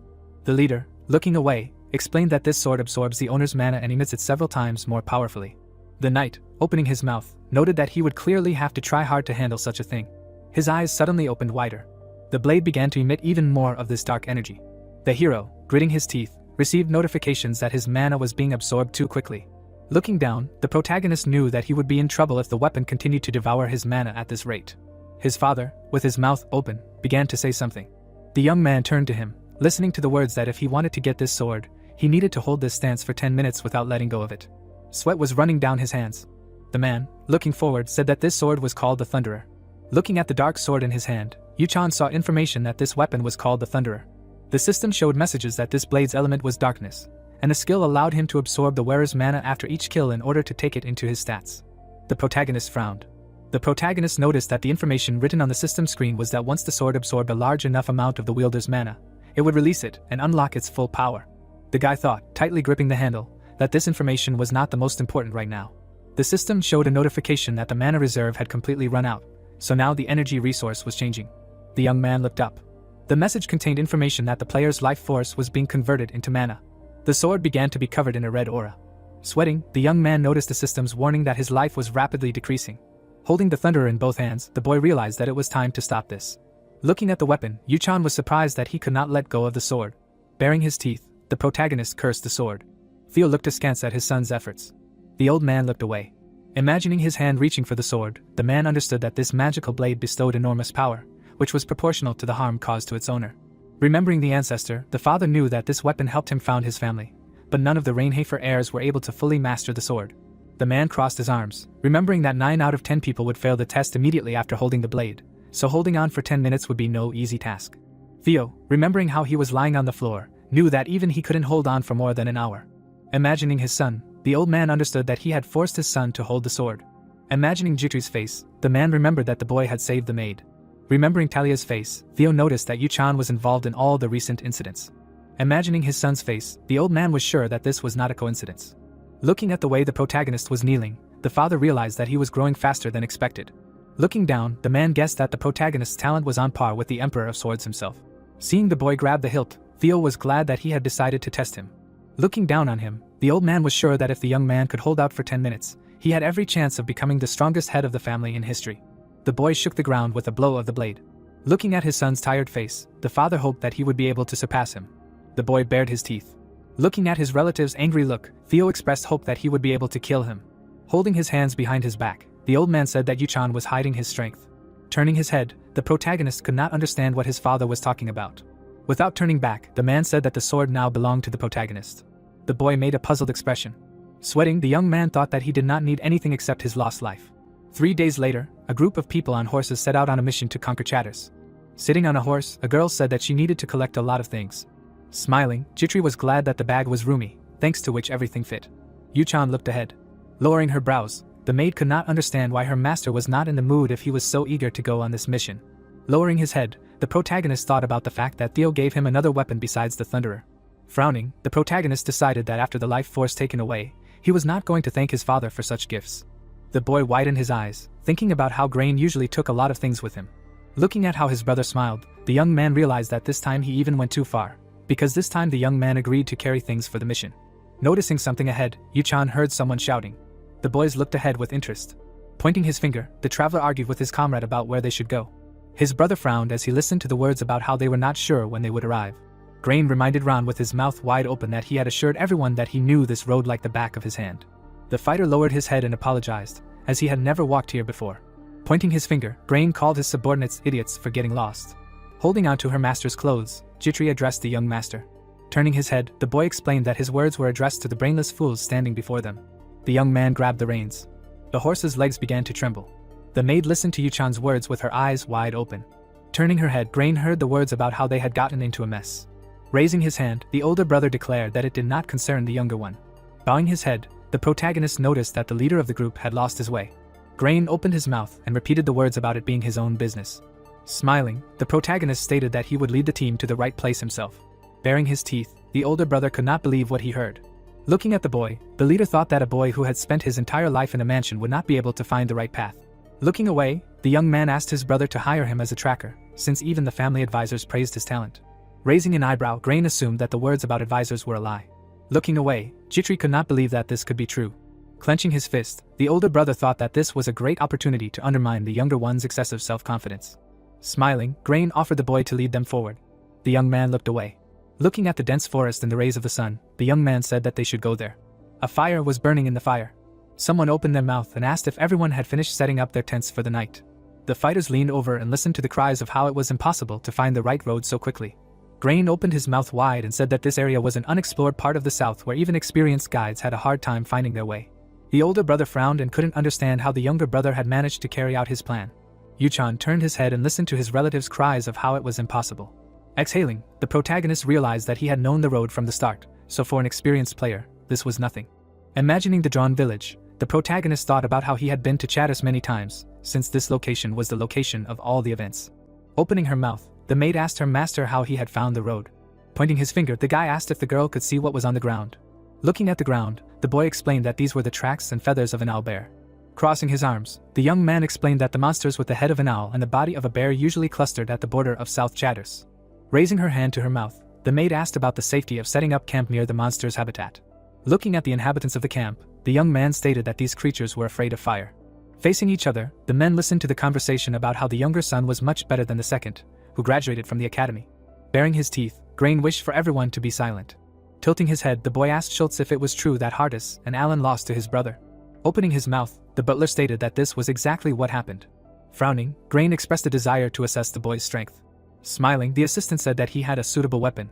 Holding out a small bag, Schultz declared that this was the weapon. The bastard smiled slyly. Looking at his brother and his maid, Grain was sure that Yuchan would have a hard night. Many tents were visible. The coals in the fire began to smolder. The guard lowered his head. Rustling sounds came from the forest. Someone approached the tent. The protagonist closed his eyes. Sitting on the floor, the protagonist realized that something had started. The guy took the Thunderer. Turning his head, Jitri asked her master where he was going. Leaving the tent, the young man asked his friend to wait inside. Fallen leaves swirled above the trees. Several ogres stood in front of the protagonist. The monster held a spiked mace in his hands. Yuchan frowned sternly and thought that there were 4 opponents here. The guy looked away and realized what was going on. There was a piece of earth lying near the tent. The man was holding a bag in his hand. The young man remembered that there was soil mixed with the pheromones of the female monster, and that now their mating season had begun. A pungent smell oozed from the scattered earth, which attracted males. The ogres looked at their fellow. The knight assumed that Grain decided to intimidate him in this way. The swordsman took out his weapon and greeted his life forces. The system reported that the artifact reacted to the mana and will of the owner. The monster bared its fangs and rushed to attack. The protagonist got into a fighting stance when the club appeared in front of him. Yuchan bounced off the ground. He jumped into the air to dodge a powerful blow. The guy raised his sword above his head. The young man landed on the back of the monster and plunged the blade into it. The ogre behind him swung his mace. The knight looked away sharply. He managed to deal with the monsters in a few blows. Blood gushed from the monster's severed hand. A dark haze enveloped the blade. The swordsman mentally called it very good. The protagonist smiled and realized that he was wrong to be afraid that the weapon would start devouring mana as quickly as it did that time in front of Theo. Yuchan cut the monster's body with his sword. The guy confidently frowned and thought that the pliable thunderer was going exactly along the trajectory he needed. Standing next to the corpses of the ogres, the young man noticed that there was one more enemy left, and even got upset about it. The frightened monster backed away. The monster turned around and started to run. Raising his hand to his mouth, the knight decided not to let it do this, and called out to his friend. Carl raised his head and frowned menacingly. His mane began to glow. The swordsman jumped onto his horse on the move. The horse rushed forward. The protagonist resolutely frowned and swung his sword. A powerful blow left a wound on the ogre's shoulder. Blood stretched behind the blade through the air. Yuchan lowered his weapon and looked around. The system reported that the user had earned 1 day and 9 hours for killing monsters. Jitri peeked out of the tent and asked if everything was okay. The girl's mouth fell open in fear. The boy got off his horse and reminded her that he had told her to wait in the tent. The woman asked where the monsters could have come from at the entrance to the forest, and whether she should wake up the night watchman. The young man raised his eyebrows and concluded that someone had deliberately lured the ogres here. The maid shuddered and asked what that meant. In the memory, Grain smiled slyly. The knight blamed him for everything. The swordsman spread his arms and explained that his brother had used his knowledge of the ogres to make them attack them, and pitched his tent so far away. The servant frowned and asked if the young master was trying to scare them. The protagonist patted Carl and confirmed this. Darkness fell on the city. Yuchan told him that the nobleman decided that he did not know how to get into the ranks of worthy candidates for the family heir, so he decided to test his abilities in advance. The boy introduced his brothers and decided that the nobleman, who was not strong enough, had no choice but to obtain information with such pathetic methods. The young man knelt down and realized that he had to let him know that this would not work on him. The knight took a potion out of his pocket. Jitri asked what he was going to do. The swordsman smiled and asked if she knew how to attract more ogres. The protagonist collected the monster's blood in a vial. Yuchan shook the bottle and thought that the blood should not be wasted. The boy stood up and concluded that the monsters were very similar to humans, so they would definitely want to avenge their fallen relatives. Moonlight illuminated the tent camp. Clouds floated above the treetops. The crystal ball lying on the pillow trembled. Grain looked around and wondered what the mana detection crystal was reacting to. A turbid energy appeared in the sphere. It was a magical artifact that could detect the mana of monsters in close proximity. Scratching his chin, the heir assumed that the ball was broken and thought that they were still at the entrance to the forest, so there could not be strong monsters that controlled mana here. The nobleman shuddered in fear when a loud roar was heard. The nobleman looked away tensely when someone called out to him. Schultz burst into the tent and shouted that they needed to leave here right now. The scoundrel came outside and asked what was going on. At this time, the soldiers were fighting the ogres that had attacked the camp. Grain gritted his teeth in horror and realized that things were bad for them because they weren't supposed to be here. The sun rose over the mountains. There were corpses of monsters lying near the destroyed tent. Someone asked to move the wounded and sort out things. The heir pointed at the servant and expressed indignation at his behavior. The nobleman frowned sternly and asked if they had really scattered earth on his tent. Looking away, the man denied it and said that he clearly remembered scattering it on the young master's tent. The protagonist stretched his arms up and yawned widely. Smiling, Yuchan called the morning very refreshing and asked if his girlfriend agreed with this. Jitri closed her eyes and said that it was time for him to eat. The guy sat on a box and invited her to his place. The girl replied that she could not eat at the same table with him. The boy smiled and reminded them that they were on a mission, so preparing a separate meal would only cause trouble, especially if more monsters appeared. The knight raised his index finger and said that a crowd of ogres could suddenly appear like in front of his brother's tent. The woman stared at him in amazement. The swordsman asked what was wrong, and the maid put her hand to her head and called him shameless. The protagonist took the bowl and told her to get used to it. Grain waved his hand and ordered his subordinates to pack up the tents. Yuchan licked the spoon. The tent was stained with blood. The boy concluded that it should be thrown away, because otherwise the monsters would chase them. Looking at the master, the servant asked what they would do now and offered to help the others. The boy raised his eyebrows and asked why they would do that. Jitri's mouth opened in surprise and asked what that meant. The knight imagined the ogres following the campsite and said that the enemy would find them no matter how many times they moved. Closing his eyes, the swordsman continued eating and realized that this was exactly what he wanted. The protagonist leaned over the bowl and thought about how he needed as many monsters as possible to prolong his life. Yuchan rose to his feet and decided that he had to kill them as soon as possible. The boy put his hands on his waist and looked at the sun. A rock nearby trembled. The young man smiled and said that they needed to get going. The monster stood in the middle of the forest. Someone was watching him from behind, from the bushes. The ogre looked back when he heard a rustle. Suddenly, the monster raised his hands as the ground beneath him fell away. Traces of blood appeared in the sand. On the second day, the sun was shining on the mountains. A stick hit the ground next to a hoof. The knight raised his hand to his forehead and thought that he had managed to study the entire nearby area. The men rode forward on horses. The swordsman realized that Chatters was still quite far away, which was a bit of a nuisance. Grain rode up to his younger brother and called out to him. The heir frowned and asked if he could handle the ogres that were following them. The protagonist smiled and confirmed it. Holding the reins in his hands, Yuchan explained that they could start a large-scale massacre right here, but that would only attract more monsters, so they should make every effort to get out of the forest as soon as possible. The nobleman narrowed his eyes in displeasure. The boy stated that there would be no unnecessary problems if they dealt with the enemies outside the forest. The servants looked at the young master happily. The nobleman was surprised that he managed to take command. The stick hit the ground again. The soldier rode up to the youth and asked why he kept hitting the ground. The knight raised his eyebrows and replied that the monsters could appear at any moment. The warrior shuddered in fear and asked what that meant. The swordsman looked down and said that it could happen right here. Suddenly, the horses reared up as the ground shook beneath their hooves. Chitri's eyes widened in fear. Something had shattered the ground and burst forth from beneath it. The protagonist furrowed his brows and shouted that it had appeared. A giant worm rose up and opened its ugly mouth. The soldiers dismounted in front of him. This monster was known in Inner Lunatic as an ugly, undeveloped dragon. Yuchan frowned and remembered that this snake did not possess magic, but was nevertheless famous for its enormous strength. The ogre opened his mouth in horror. The boy realized that an earthworm would be much more troublesome than 10 ogres. The monster grabbed the horse. The young man thought that this is what he needed. The knight closed his eyes and decided that the soldiers would not be happy if they knew that it was the knocking on the ground that caused the beast to come out. The swordsman turned his head and ordered the others to prepare for battle and hide in the bushes. The soldiers surrounded Grain's horse and asked what about the attack. The protagonist smiled and realized that he should let his enemies defeat his enemies. In memory, Yuchan raised his eyebrows and explained that there would be no problem if they dealt with the ogres outside the forest. The frightened soldiers looked back. The boy thought that he never intended to get rid of the ogres. Enraged monsters emerged from a cloud of dust. Chitri turned around and called out to the young master. The girl narrowed her eyes and reported that a whole crowd of monsters was coming towards them. The young man shook his shoulder and said there was no need to worry, because he had a plan. The knight looked back and asked if his friend knew what the worm loved and hated most. The woman raised her eyebrows and asked what they were talking about. The maid pressed herself against her master when she heard a loud roar. The ogres pounced on the snake, and it turned out they were sworn enemies. The monster bared its fangs furiously. The swordsman explained that they were the basis of the dragon's diet, but then always took revenge in return. The protagonist confidently frowned and explained that an experienced guide always knew exactly how to benefit from this. The earthworm opened its mouth and roared loudly. The snake pressed the monster to the ground. The ogres pounced on it and began to beat it with clubs. The servant's eyes widened in surprise and realized that they would kill each other. Grain opened his mouth in shock. The heir clenched his teeth and wondered how his brother knew so much. Yuchan put his hand to the ground. Chitri, sitting next to him, asked if they could only wait. The monsters continued to beat the dragon with clubs. The guy threw stones forward. One of them touched the monster's shoulder. The stones crashed into the ogres. The girl opened her mouth in amazement and asked why the young master was doing this. The earthworm fell on the ogres. The system reported that the user had extended his life by 8 hours. Throwing a stone, the young man mentally apologized to his friend and thought about how he needed to defeat the monsters to gain experience points. Suddenly, the knight shuddered and looked ahead. The snake ate the corpses of the monsters. The swordsman realized that everything was already over. Grain opened his mouth in surprise and thought that this was a good idea, but the ogres still lost the fight. Gritting his teeth, the heir wondered what to do now and realized that they would not be able to defeat the dragon, which meant they needed to run.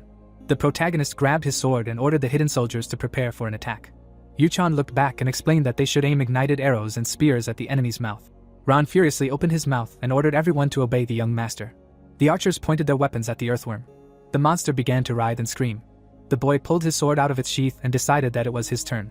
Waves of golden energy enveloped the clock. The arrows froze in midair. The man pointed his sword forward and froze. The young man dashed forward, leaving his allies behind. He kicked off the ground. The knight jumped up and dealt several powerful blows to the enemy. Numerous cuts appeared on the monster's body. The swordsman lowered his head and landed on his feet. The clock hand moved. Blood spurted from the wounds on the snake's body. The system reported that the user had 122 days left to live. The corpse of the earthworm fell to the ground. The protagonist was glad that he was given 10 whole days to live for killing it. A dead ogre lay nearby. Yuchan concluded that they would not have been able to kill the dragon without their help. The boy raised his eyebrows in surprise when the gift of progress skill disappeared. In the memory, the young man broke the spell and activated the secret recipe along with the curse of weakness. The knight clenched his fist and was happy that he finally raised his stamina to 5. Ron approached him and asked if everything was okay. The swordsman confirmed it and praised his comrades for their excellent work. The soldier smiled widely and shouted that it was amazing. Raising his eyebrows, the protagonist said that it was nothing special and suggested changing formations. The ground next to the corpse trembled. Yuchan immediately turned around.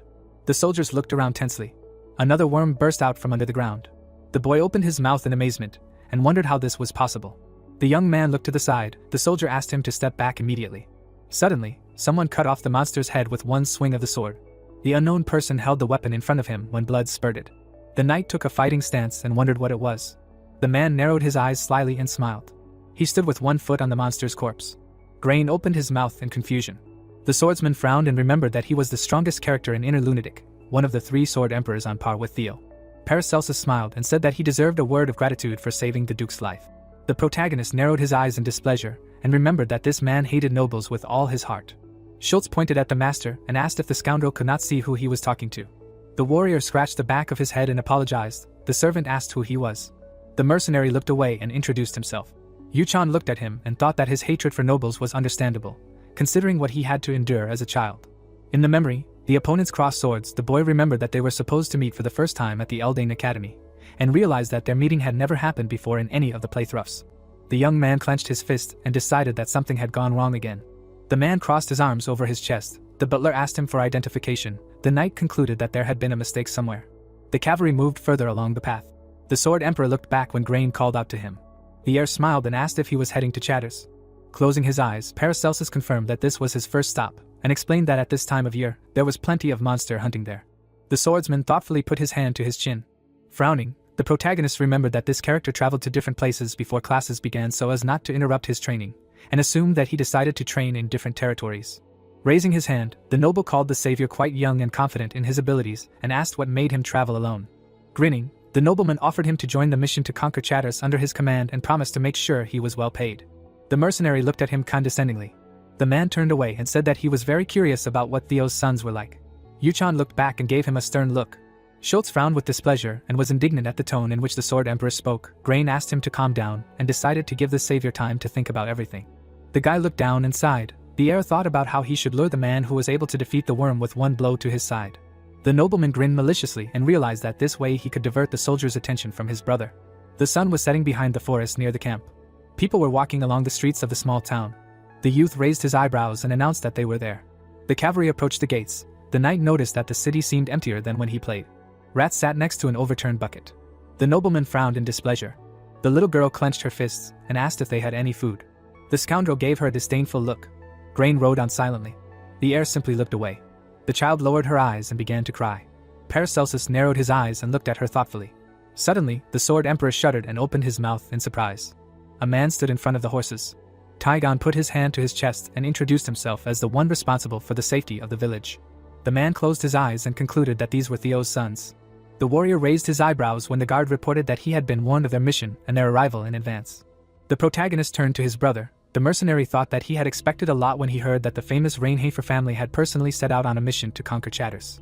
In the memory, Yuchan had struck an earthworm with a blade. Paracelsus decided that it was a demonstration of worthy swordsmanship. The guy looked down. The sword emperor assumed that they were still nothing more than the young masters of another noble family, who were carried around in everyone's arms. The warrior frowned and realized that this was very annoying. The sun's rays illuminated the tower. The state of the city left much to be desired. Taigon smiled. The soldiers were busy only finding ways to fill their bellies at the expense of the townspeople, and the people were unable to defend their lands from the monsters. The children were hiding around the corner. For them, even a piece of bread was a reason for joy. Under the sun was a large building. Gesturing to the side, the man promised to fill the guests in on all the details of the mission tomorrow and hoped that they could have a good rest at the inn after their long journey. The servants stood next to the horses and discussed the remaining rooms. Grain looked back as the mercenary approached him. Paracelsus placed his hand on his chest and wanted to return to his earlier proposal. The heir smiled and asked if he had made a decision. The sword emperor raised his eyebrows and refused. The nobleman frowned in displeasure and asked what he would do next in that case. The knight looked at them sternly. The nobleman hoped that their savior would not fight dozens of monsters alone. Bowing, the warrior said that he would return to his original route and wished his allies luck on the mission. The scoundrel called him an intolerable commoner. The mercenary looked away and explained that with skills, one can always achieve success, because that is how the world works. The swordsman frowned sternly and thought that they would meet again, even sooner than it seemed. The stars were shining over the city at night. The light from the lantern illuminated the stairs to the second floor. The protagonist closed the door and asked his friend to rest because they would be setting out again tomorrow. Yu-chan narrowed his eyes in displeasure when he was left alone. The shutters on the window were open. The boy approached them and looked out onto the street. A fire was burning in the courtyard of the inn. The children were sitting by it, trying to warm up. The girl looked up when someone called her. The young man approached the children and asked if they were hungry. The knight opened a bag full of fresh bread. The swordsman took out a piece and gave it to the boy. The orphan smiled widely and asked if this was really food for them. Looking down, the protagonist confirmed it and thought that he could not save everyone, so this would be an act of generosity. The street girl wiped away her tears and thanked him. Yu-chan frowned and wanted to secure a future where they wouldn't have to beg for food. Standing in front of the homeless children, the boy realized that in order to make his plans come true, he would have to survive in shatters. Someone was standing next to a barrel lying on the ground. The girl hid around the corner. Holding the bag of food, Jitri concluded that the young master was pretending to be so cold on purpose.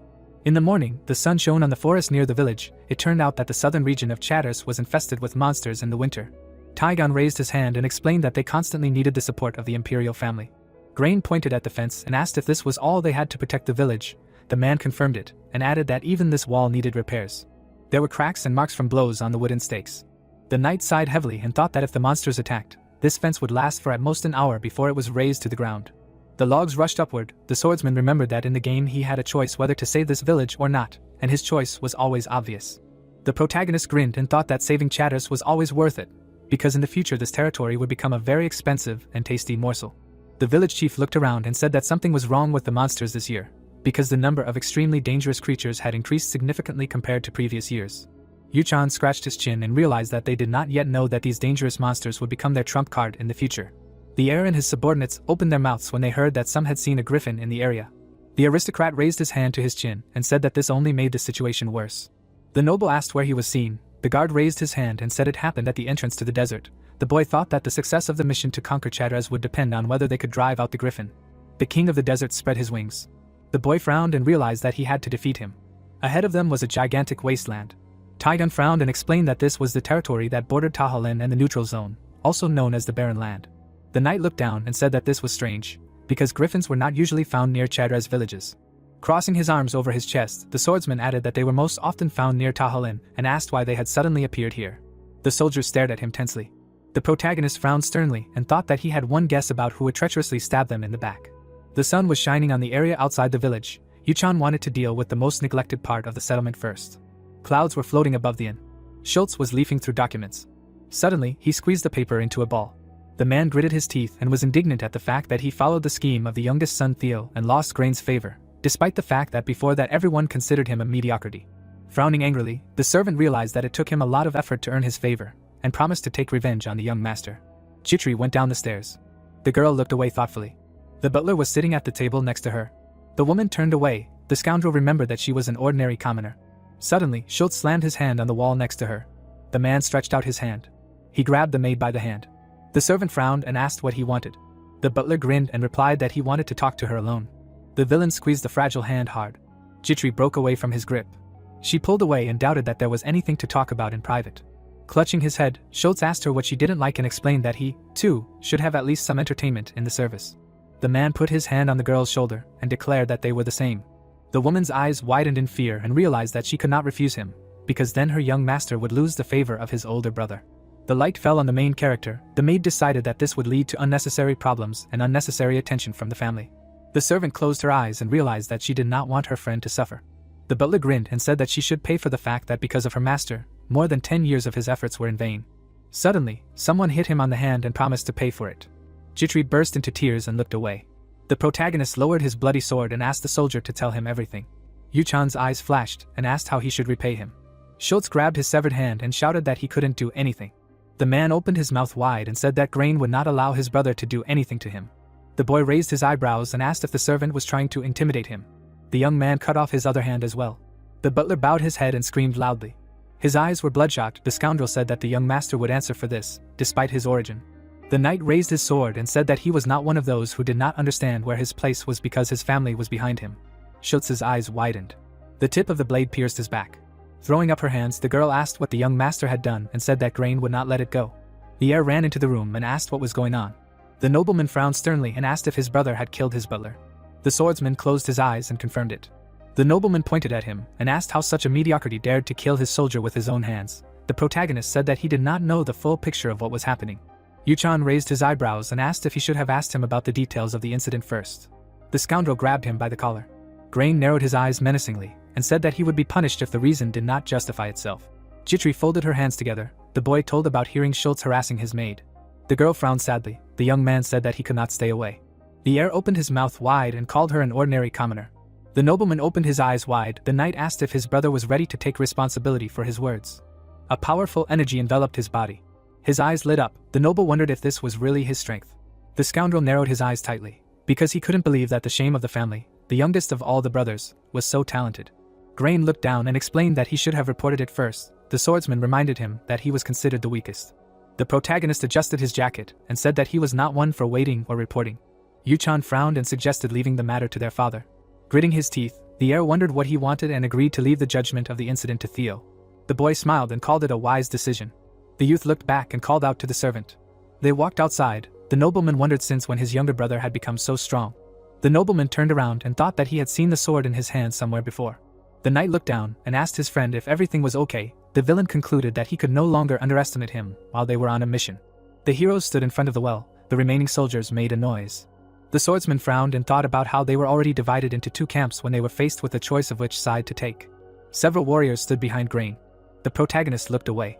Jitri stood with her back to him and was trembling. Yuchan asked if everything was okay. The girl lowered her head and answered in the affirmative. The woman looked back and asked if everything was definitely going to be okay with the young master. The maid, with tears in her eyes, asked why he did this, and explained that if this continued, he would make even more enemies because of her. The guy looked at her in surprise. The young man approached his friend and asked if she really didn't know who her master was. Frowning, the knight called himself a disgrace to the Reincarnates family, and asked his subordinate not to dare to bow her head. The servant frowned sadly. Jitri wiped away her tears and promised not to do it again. There was a burning candle on the table.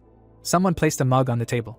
Gritting his teeth, Grain wondered how the younger one could turn against him and thought that he was like a different person, because before, everyone considered him just a small nuisance.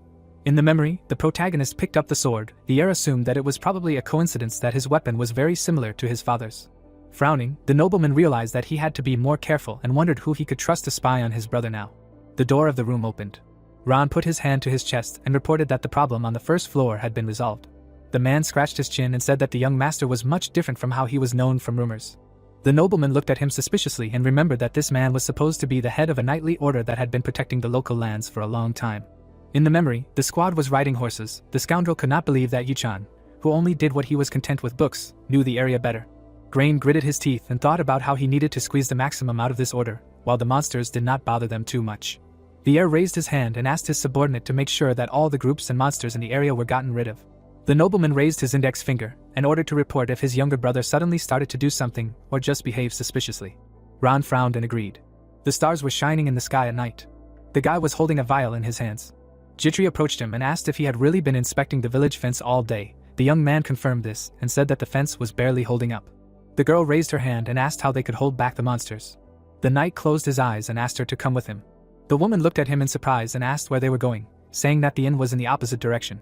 The swordsman smiled and said that he wanted to add someone else to their team, thinking that even in a small village forgotten by everyone, one could find a strong character.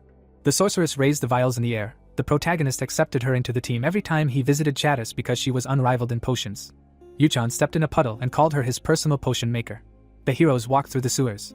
The maid raised her eyebrows and asked if a genius alchemist was really hiding in such a place. The guy looked back and confirmed it. The servant said that she did not understand why someone with such strength and talent would live here. Looking up, the young man replied that she had her reasons for that, and thought about the secret path to saving Chatters. There was a spider web hanging in the corner. The thing was that in the future, Alina would work for another empire. The web sparkled. The knight realized that if he did not use the secret path, then it would be impossible to lure the sorceress. There was a ladder above the water. Frowning, the protagonist said that they were going this way, and asked his friend to keep up and watch her step so as not to fall. Raising her eyebrows, Jitri agreed and doubted that such a talented person would live here. A bright light was visible in the doorway. The girl opened her mouth in surprise and assumed that they were in place. The alchemist took a sip from the bottle and was indignant that she had to be stuck in this place. Sitting on a chair, the potion maker wondered how her life had come to this. The heroes looked into her room. Yuchan smiled and realized that he had found his potion expert. Alina jumped up from her chair in horror and asked who they were. The woman's eyes widened in amazement. The sorceress shouted that there were no normal people here. The sorceress fell to her knees. The maid asked if the young master had really been talking about this drunkard all this time. A dim light was burning under the ceiling. The potion bottle sparkled. An empty bottle lay on the floor. Closing her eyes, the alchemist apologized and explained that she did not know that they were from a noble family. Sitting at the table, the guy said that he came here to talk and asked her to listen carefully. Imagining the potion maker using magic, the young man thought that at the moment she had an incredibly high potential for development, and concluded that he should recruit her. Alina closed her eyes. The knight remembered that she had her own shortcomings. A status window appeared in the air, and the negative trait drunkard was highlighted in a bright light. Covering his face with his hand, the swordsman decided that this was expected, and wondered who else could be a talented character who was lured to his side by the shame of the Reincarnates family. The protagonist removed his hand and mentally called her an unimaginable genius. Yuchan realized that he had no choice anyway. The sorceress trembled and apologized for angering him. Jitri leaned towards the young master and said that it was dangerous to get involved with such people. Frowning, the boy replied that he knew this, and explained that they had no other options. The heroes turned their heads when the sorceress asked why they needed to look for her. The alchemist narrowed her eyes tensely. The young man suggested getting straight to the point. The knight frowned sternly and invited the alchemist to join him, promising to give her what she needed most. The potion maker opened her mouth in surprise and asked what that meant. The swordsman's eyes lit up. Alina clenched her fists in fear. Looking down, the half-elf apologized and explained that she could not accept his offer because she had important things to do. The sorceress's eyes widened when the protagonist suggested that it was all about her friend. The sorceress asked how he knew this. Yuchan crossed his arms over his chest and explained that Mei would be executed in the near future. The alchemist jumped up from the table in horror. The potion maker raised her eyebrows in confusion when the boy said that he could save her if she accepted his offer. The young man raised his hand and asked what her answer was. The knight smiled slyly and suggested that his friend had changed her mind. Wastewater flowed through the grate. Alina sat at the table, hugging her shoulder. In the memory, the swordsman raised his hand and declared that he could save her friend. The half-elf looked down and thought. In the past, Mei, spreading her arms, was indignant that the villains wanted to take even more money from them, and said that they had already raised taxes this month. The sorceress stood behind her. The girl explained that people were dying, and the wall was still not repaired, despite the fact that the emperor allocated them funds. Taigon looked down at her with disdain. The sorceress looked down and thought that it would be better if she was taken away. A tear fell on her chest. The alchemist began to cry and realized that she could not save her friend on her own. Some time ago, the protagonist walked away. The potion maker wondered if he would be able to do it. Alina looked up and realized that that day would remain in her memory for a long time. There were many people in the tavern. There was a lantern on the wall. The soldier took a sip from his mug. The warrior put it on the table. The guard smiled and asked what was wrong with this grain. Sitting at the table, Ron called him another fool. The man scratched his head and told them that they just pretended to be a knightly order, and he believed them. The guys bowed their heads and laughed loudly. The guy put his hand in his pocket and said that they had not searched the order's home in vain, because he managed to find something. The young man took out a gold token and concluded that with this they could find an even better job. The soldier threw it on the table. The captain realized that he should give it to the Reincarnates family, and then he would be accepted as the leader of the order and given all the privileges that came with it. The warrior smiled and said that it was good that they even had the same name. The commander put a seed in his mouth and suggested taking grain hostage and asking for ransom, asking what his men thought of it. The guard looked away when he heard the noise. Sweat was running down his cheeks, asking if they were sure they wouldn't get into trouble for this.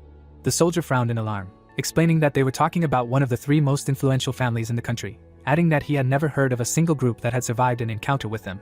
The men looked at him menacingly. The scoundrel raised one eyebrow and called his comrade a coward. The warrior pointed at him and said that was why everyone thought he was stupid. The guy pursed his lips in fear. Ron raised his hand to signal to his comrades that it was time to stop. The man stood up from the table. The captain grinned and asked where they were. The commander imagined the sunset over the city and explained that even the emperor himself had forgotten about Chatters. He raised his hand and offered to take grain hostage, get the money and flee to the east. The sun's rays illuminated the palace. The scoundrel explained that no matter how influential the Reincarnates family was, even they were powerless in the enemy state surrounded by sand. The soldier clapped his hands when Ron wanted to take refuge there and live a full life. The youth raised his eyebrows and asked if even the young master had not discovered them yet. Scratching his chin, the man concluded that this guy was quite dangerous due to his hot temper, and asked to tell the others not to mess with him until this was over.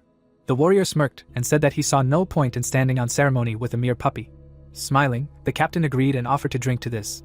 A candle was burning in the lantern. Suddenly, it went out. The squad members looked around tensely. The guard opened his mouth wide and asked what was going on. The soldier ducked and asked who had turned off the light. The commander asked them to be quiet. Suddenly his face was splashed with blood. The villain touched it. He looked at the bloody hand and felt a strange smell. Ron looked away in horror. The severed head of his comrade lay on the table. Blood splashed in front of his face. The chair fell to the ground. The man frowned furiously and asked what was going on. The captain took a step forward. The warrior looked at the corpse of his friend in fear. The commander's eyes widened and he realized that there were enemies here. The guard opened his mouth and asked who was here. The protagonist appeared behind him and asked the enemy not to be rude. His purple eyes lit up. The villain jumped back and turned around. Yuchan frowned and was indignant that they were hiding here like rats in a barn. The frightened members of the squad stood behind Ron. The guy asked how they dared to even think about robbing Reinhafer. The man smiled nervously and assumed that there had been some misunderstanding. The young man narrowed his eyes and said that he already knew all of their crimes, including stealing money from the fund with Taigon. The captain gritted his teeth in displeasure. Raising his hand, the commander asked what he wanted and explained that if they got rid of Grain, he would take a higher position in the family. The knight raised his eyebrows in surprise. The soldier frowned confidently and said that he just needed to close his eyes to what was happening, without unnecessary risks for himself. The assassins approached the swordsman from behind. The killer snuck up on him. The protagonist said that the scoundrel was talking nonsense, revealing his bloodthirsty nature. The sword in his hands was enveloped in a dark aura. With one blow, Yuchan chopped off the guard's head. The guy smiled and asked if the enemy really thought there was such a naive person who was ready to believe him. The villain opened his mouth wide and ordered the others to grab him. The soldiers rushed into battle. The young man deftly dodged their attacks. The knight struck back and killed several opponents. Ron stood in the far corner of the tavern. The man gritted his teeth and realized that the young master had been hiding his strength all this time. The captain grabbed his sword and decided that he had to end it right now. Blue energy enveloped him. The commander's eyes flashed and declared that his enemy would die because of his own arrogance. The soldier rose from the ground and whispered that this was the end. The warrior swung his sword and sent a powerful wave of energy forward. It came very close to the swordsman. The protagonist lowered the corners of his lips and realized that the enemy was more stupid than expected. Yuchan tightly gripped the hilt of the thunderer. Its blade cut through the wave of aura. The enemy's attack was shattered into pieces. The villain opened his mouth in shock. His subordinate raised his eyebrows in surprise and asked how he managed to break Chada's special technique. The tip of the sword pierced his back. The boy swung the blade and sprinkled blood on the ground. The young man walked towards his opponent. His clothes were covered in blood. The knight asked how the impostor dared to ask what he wanted. Ron shuddered tensely. The system reported that the user had successfully mastered the southern sword technique. The swordsman, covered in a blue aura, declared that he already had everything he needed. The protagonist swung his sword. The man stared at him in amazement. Bright energy swirled around Yuchan. His blue eyes shone. The boy closed them and wondered what it meant to be a genius. The boy imagined himself in a completely white space. The knight opened his eyes and asked if it was enough to just stand out from the crowd. The swordsman took a step forward. He reached out his hand to his reflection. The air applied it to the invisible wall and assumed that it was about those who were capable of reaching incredible heights that most would not even see in their dreams. The glass cracked as soon as the protagonist began to risk his life. This question firmly stuck in his head. A huge hole appeared in the wall. Yuchan again asked himself what it meant to be a genius. A smile appeared on his face. His eyes sparkled. The guy thought that this technique was not that powerful compared to those he had to learn. The young man sent a strong wave of energy forward and decided that this would be enough for now. The shock wave injured the soldiers. The warriors ran away in horror. Ron fell to his knees. His face was stained with blood. The man opened his mouth in shock and said that he spent 10 years to master the southern sword technique. The knight stepped on his blade. The swordsman cast a disdainful look at his opponent. The captain opened his eyes wide and screamed. The commander jumped back and said that Taigon would not let this go so easily. The protagonist lowered the corners of his lips and said that there was not a single witness who would confirm his guilt. The soldier frowned furiously and shouted that every survivor had seen it. Yuchan raised his index finger and explained that he would simply get rid of them. The scoundrel widened his eyes in horror and asked what that meant. The guy grinned and said that if there was no living soul who could tell the story, then everyone would take it for a political assassination. The young man swung his sword. The knight closed his eyes and added that everyone would believe the only version. A fire was burning in the dungeon. There were marks from shackles on the prisoner's hands. May closed her eyes and sighed heavily. Taigon pulled on his gloves and was indignant that she did not want to work and did not want to be sold to the nobles. The man slapped the hostage on the cheek. The elder frowned and asked if she had changed her mind. The girl smiled and said she wasn't going to listen to him. The soldier grabbed her face. The warrior smirked and asked where she got her courage from. The guard narrowed his eyes in disdain and said she should be content with just kicking on the ground. The woman spat on his chest. The scoundrel looked at his dirty breastplate with displeasure. Taigon looked up and asked if the prisoner knew what she was doing. The man hit her in the face again and offered to sell her to a black magician. The commoner looked down and began to breathe heavily. The teacher folded her arms over her chest and explained that her potion had been prepared incorrectly and that abilities played an important role. Holding the tray in her hands, May heard that she had no innate gift and asked how that was possible, since she had no talents since childhood. The orphan looked down and thought about how she could not find herself in either alchemy or in the use of weapons. The teacher clasped her hands and asked what merits they had earned such a diamond. Holding the potion in her hands, Alina smiled happily. The girl raised her hand to her chin and was upset that her ward did not belong to a family of at least second-class nobles. The woman stroked the child's head and decided that she at least had a chance to get out of the orphanage. The commoner raised her eyebrows and thought that her friend was a genius, and noticeably different from the others. The half-elf looked down, her aura seemed to sparkle and shine. The sorceress looked away. The sorceress grabbed her friend by the hand and offered to play together. The smile on her face was brighter than the sun. May's eyes widened in surprise and realized that she envied her the most. The girl looked down and realized that she had sacrificed herself for her, because the alchemist would be able to achieve a lot. The woman smiled and said that those born to crawl could never fly. The commoner looked at Taigon and asked what he would do with her after she died. The orphan stuck out her tongue and said that she did not care. Blood dripped onto the ground. The man gritted his teeth and swung his hand. Suddenly, she shuddered. The village chief looked back. The prisoner narrowed her eyes when someone said that Alina would be upset if she saw her corpse next time. The protagonist walked through the dungeon. The soldier grinned and asked what brought him here. Yuchan raised his eyebrows and replied that he was sentenced to death by the will of the imperial family. The warrior stood behind the bars. The guy explained that he had been given authority and that the enemy had better surrender right now because Ron was already dead. The scoundrel closed his eyes and asked what this unfortunate incident was. Taigon looked to the side and asked if the young master had really come here alone. The young man narrowed his eyes and confirmed it. The man smirked and guessed that the nobleman had underestimated him a little. The village chief extended his hand and asked if the heir really thought he could handle him alone. The soldier placed his other hand on the hilt of his sword. The knight smiled and said that he saw no reason not to. The warrior frowned in displeasure. The guard abruptly drew his blade and said that events were unfolding faster than expected. The armored men ran forward. They stopped at the entrance to the dungeon. The swordsman was surrounded. The scoundrel opened his mouth wide and ordered them to kill the young master. The enemies rushed to attack. The protagonist stood silently and looked at them. Yuchan closed his eyes. He lowered the corners of his lips and sighed. At that moment, his eyes lit up. Golden gears began to spin around him due to the fact that the hour of genius was activated. The guy walked forward, killing all the soldiers in his path. The young man walked behind the enemy. An angry grimace froze on his face. The knight narrowed his eyes and looked away. In the end, he walked past the enemy. The swordsman touched May's face. The protagonist gave her a blue potion to drink. The girl opened her eyes slightly and asked who it was. The world before her eyes was blurry. Yuchan introduced himself. The guy looked down and explained that everything would be over by the time she woke up. The woman closed her eyelids. Taigon gritted his teeth and asked how the enemy managed to deal with all of his subordinates. The man's eyes widened in shock. The elder rushed forward, but something went wrong. The soldier fell to the ground. His legs were cut off at the knees. The warrior looked back in fear and asked what it was. A few swings of the sword cut his subordinate into pieces. Powerful attacks threw the guards in different directions. Blood splashed the walls of the prison. The villain frowned in fear. The young man asked him not to think that he would be able to die so easily. Taigon turned his head and frowned tensely. It was as if a high white wall had appeared in front of him. The night was reflected in his eyes. The swordsman lowered his weapon and looked down at the enemy. The man opened his mouth in fear and wondered if this was really happening. The protagonist took a step forward. The village chief could not believe that he had lost to some child. His face was covered in cold sweat. Yuchan, standing in the shadows, looked at him silently. In his memory, the wall in front of him collapsed. Now the soldier was pounding it with his fists. The boy again asked himself what it meant to be a genius. The young man pointed the tip of his sword at the enemy. The warrior silently opened his mouth and widened his eyes. The knight looked down and realized that Nox was now a genius. The swordsman brought his weapon behind his back and wondered what this meant to him. The protagonist opened his burning eyes wide. Blood splattered in the darkness. A few moments before, the scoundrel had imagined the back of his father, who was the most prominent man in the village. The little boy raised his eyebrows in surprise. Everyone wanted to be like his father. Chad threw his wife to the ground. The man grabbed her by the hair. The mercenary looked at his son and asked if he knew why people followed him.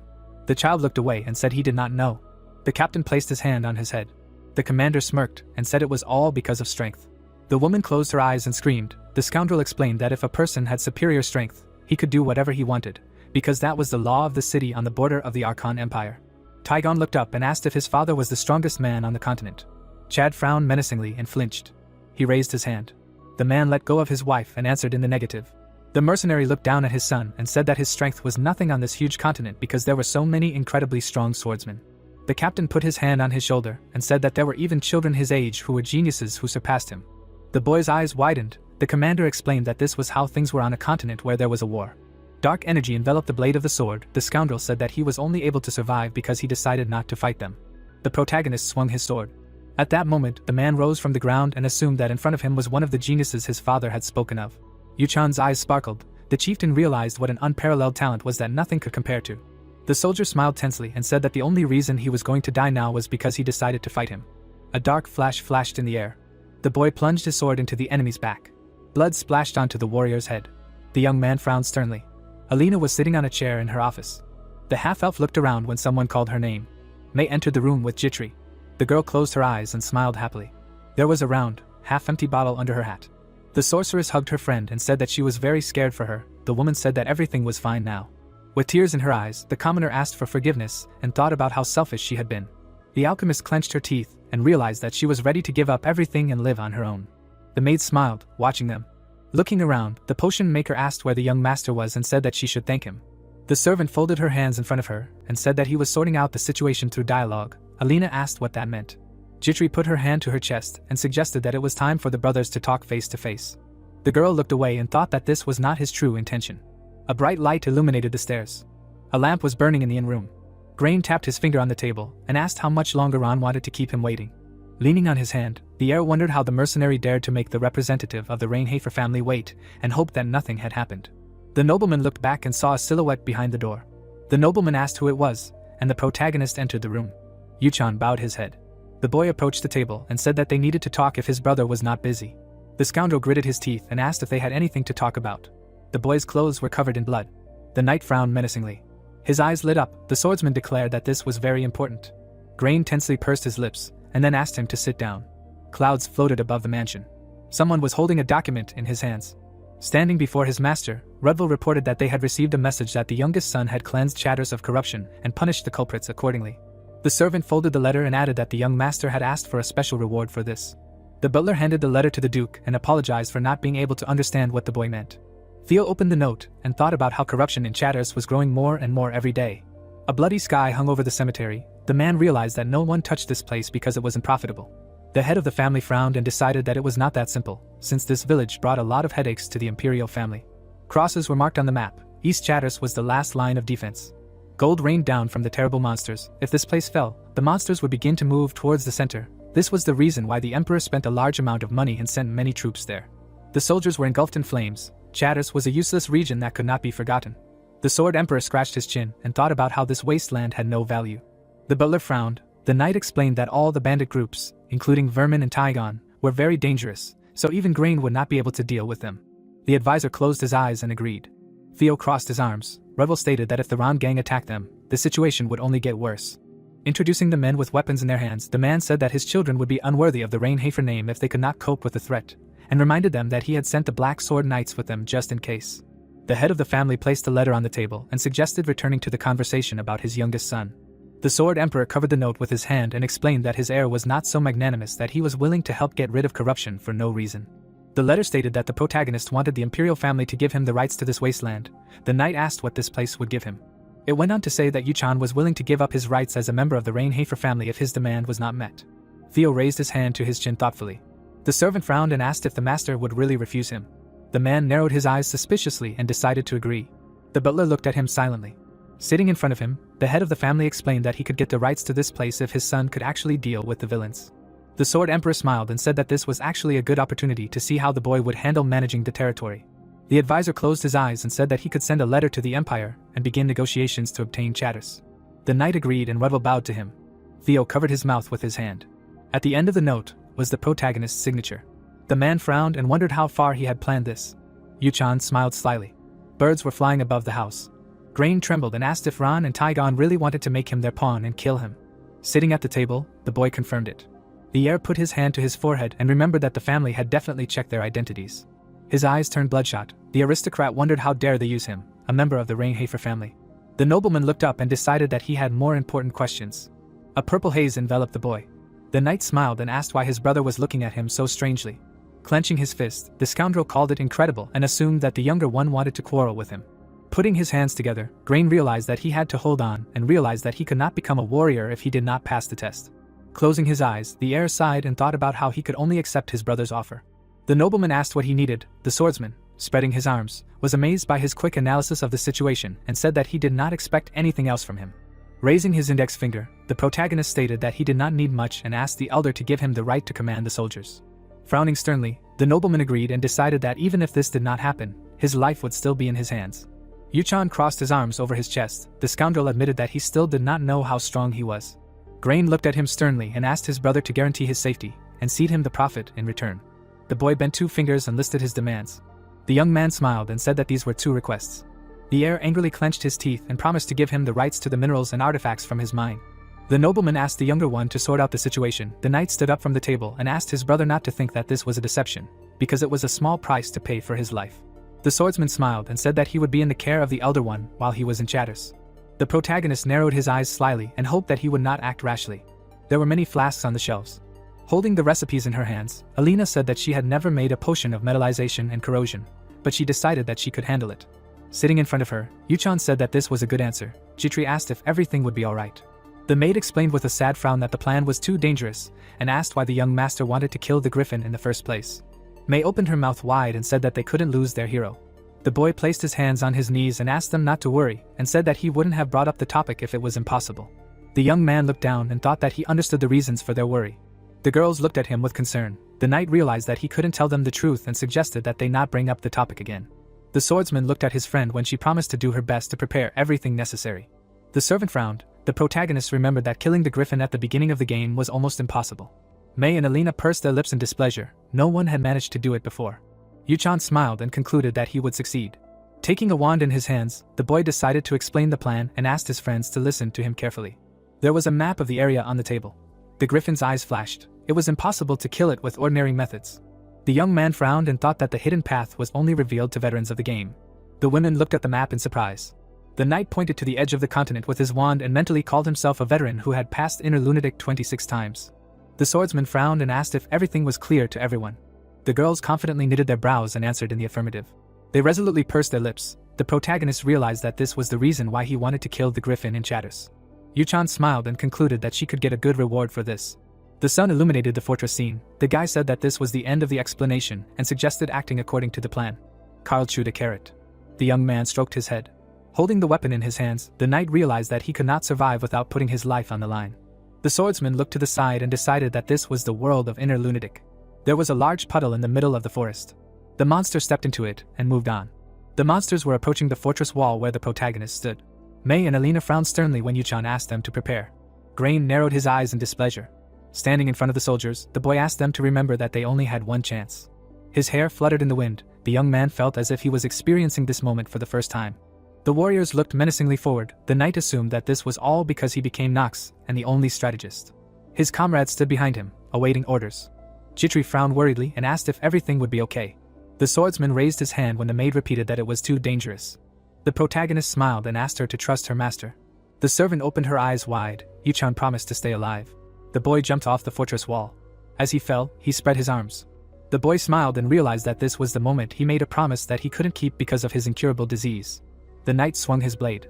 The swordsman stabbed it into the wall and pushed off. A vial of potion flashed in his hands. It crashed into the stone golem's head. Purple liquid spread over its body. The protagonist cut it in half using the southern Chattis technique. Swings of the sword cut the monsters into pieces. Yuchan's eyes widened with fire and decided that he wouldn't have made a promise if he could actually die. There was a crowd of goblins ahead. The boy dashed forward and destroyed them. The soldiers opened their mouths in fury. The boy grinned at the moment of impact and thought that he could enjoy this game that had become reality for a little longer. Suddenly, a huge shadow loomed over him. The griffin flew high above his head. The knight stopped and looked up. The swordsman narrowed his eyes slyly and wanted to begin. The red eyes of the Desert King lit up. The monster opened its beak wide and screamed. The protagonist confidently frowned. His comrades watched him from the fortress wall with excitement. There were many enemy corpses lying on the ground. The monster flew towards Yuchan. With her mouth wide open, Alina declared that she had never seen a person who could fight like that and asked if such a thing was even possible. May frowned and wondered who would have thought that they would not be able to follow his movements at all. The girl looked away and asked who the Reincarnates family was. The woman looked back when Jitri explained that it was a family famous for its swordsmanship, as well as a place where countless internal fights took place over the right to inherit the black sword. The maid put her hand to her chest and said that this was the Reincarnates family. The servant frowned menacingly. She opened her mouth furiously and declared that her master was the most worthy candidate of all. Grain put his hand to his head and felt pain. The girl looked away and thought that she still did not understand why the young master did not pay attention to the bad rumors about himself. The commoner lowered her gaze and concluded that the rumors were not true. Leaning on her hand, May assumed that he had his own reasons for pretending to be good for nothing and said that she did not even have any idea what they could be. Jitri smiled and agreed with her. The maid took a step forward and asked her comrades to play along with him. The servant bowed and expressed her confidence that this was just the role the young master decided to play. The half-elf grabbed her by the shoulders and said that she could hide his true face. The sorceress closed her eyes and asked her friend not to worry about it. The The commoner said that they would remain silent. The woman closed her eyes and smiled. The griffin opened its beak furiously and screamed. Grain clenched his teeth in fear. The soldier's eyes widened in horror. The heir placed his hands on the railing and looked forward. Biting his thumb, the nobleman wondered if his brother was really going to fight this creature and concluded that he had gone mad. The Desert King swung his claws to grab the prey. The protagonist raised his sword to strike. The monster flew into the air. The monster flew over Yuchan's head. The boy looked back and cast a menacing glance at it. The nobleman clenched his fist tightly. The villain gritted his teeth and knew he had to do as he was told. Grain raised his hand and asked the soldiers to simply wait until the enemy was near the fortress walls and fired the ballistas when ordered. The heir frowned furiously and asked if everyone understood. The soldiers opened their mouths wide and confirmed it. The nobleman looked ahead. A giant ballista stood behind him. The monster spread its wings. The huge arrow flashed in the sun. It shot forward when the nobleman ordered to open fire. The arrow headed straight for the griffin. The Desert King's eyes widened in fear. The projectile pierced his wing. The monster immediately fell to the ground. Holding the potion in his hands, the young man thought that in order to defeat the bird, he must deprive it of the ability to fly. The knight uncorked the flask. It fell to the ground. The swordsman wiped his lips with his hand. The system reported that thanks to the metallization potion, his stamina had temporarily increased by 1. Some time ago, Grain put his hand to his chest and asked how his brother dared to ask him for something so insignificant. The heir spread his arms and suggested asking someone else to make the ballistas. The protagonist closed his eyes and scratched his chin. Yuchan raised his index finger and said that then he would have to fight the griffin alone. The aristocrat looked away thoughtfully and asked how many ballistas he needed. The boy approached the Desert King and decided that his brother had good instincts, which could be useful. The monster opened its beak and shuddered. The young man wanted to test the potion's effect. The knight's crazy eyes widened and decided to prove himself. His reflection flashed in the monster's eyes. The bird rose into the air. The griffin turned around and tried to fly away. The wound on its wing began to bleed. The Desert King looked back tensely. After that, the monster fell to the ground again. Standing in a cloud of dust, the swordsman assumed that the enemy was worried that everything was not going according to plan. His hair covered his eyes. The protagonist said that usually such wounds did not affect him in any way. Yuchan looked forward resolutely and realized that he was a high-ranking creature. The monster rose to its feet when a shadow loomed over it. Blood flowed from its wound and dripped onto the ground. The guy squinted slyly and explained that the ballista that pierced its wing was soaked in tons of poison. The griffin lowered its head and began to breathe heavily. The young man waited for what would happen to it, because in 5 minutes the real pain should begin. The king of the desert swung his paw. The knight smiled smugly. The hands of the golden watch froze at the number 12. The swordsman raised his eyebrows and declared that he did not need more. Sharp claws froze right in front of him. The protagonist frowned and felt pressure, not like in the game. A smirk appeared on his face. Golden gears began to shine around the monster. The monster's eyes widened. Blood gushed out from the many wounds on its body. Yuchan swung his sword and said that he would never die, at least not today. The boy looked away and called out to his brother. Grain gritted his teeth and wondered if this was the man he knew before. The heir clenched his fists. The noble raised his hand and ordered the soldiers to open fire. Huge arrows pierced the griffin's wings.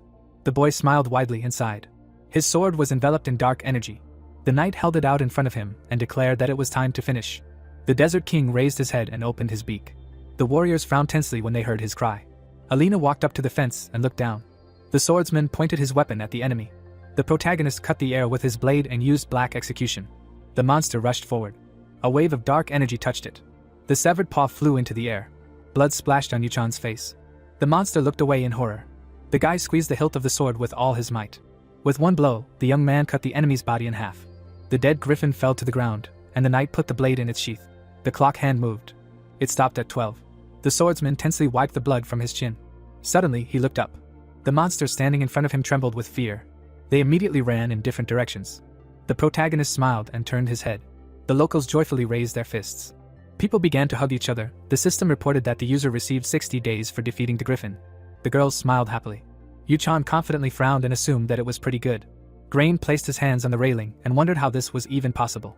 The monster's green eyes glowed. The heir remembered how the Desert King had backed away and asked how a high-ranking creature could be afraid of a child.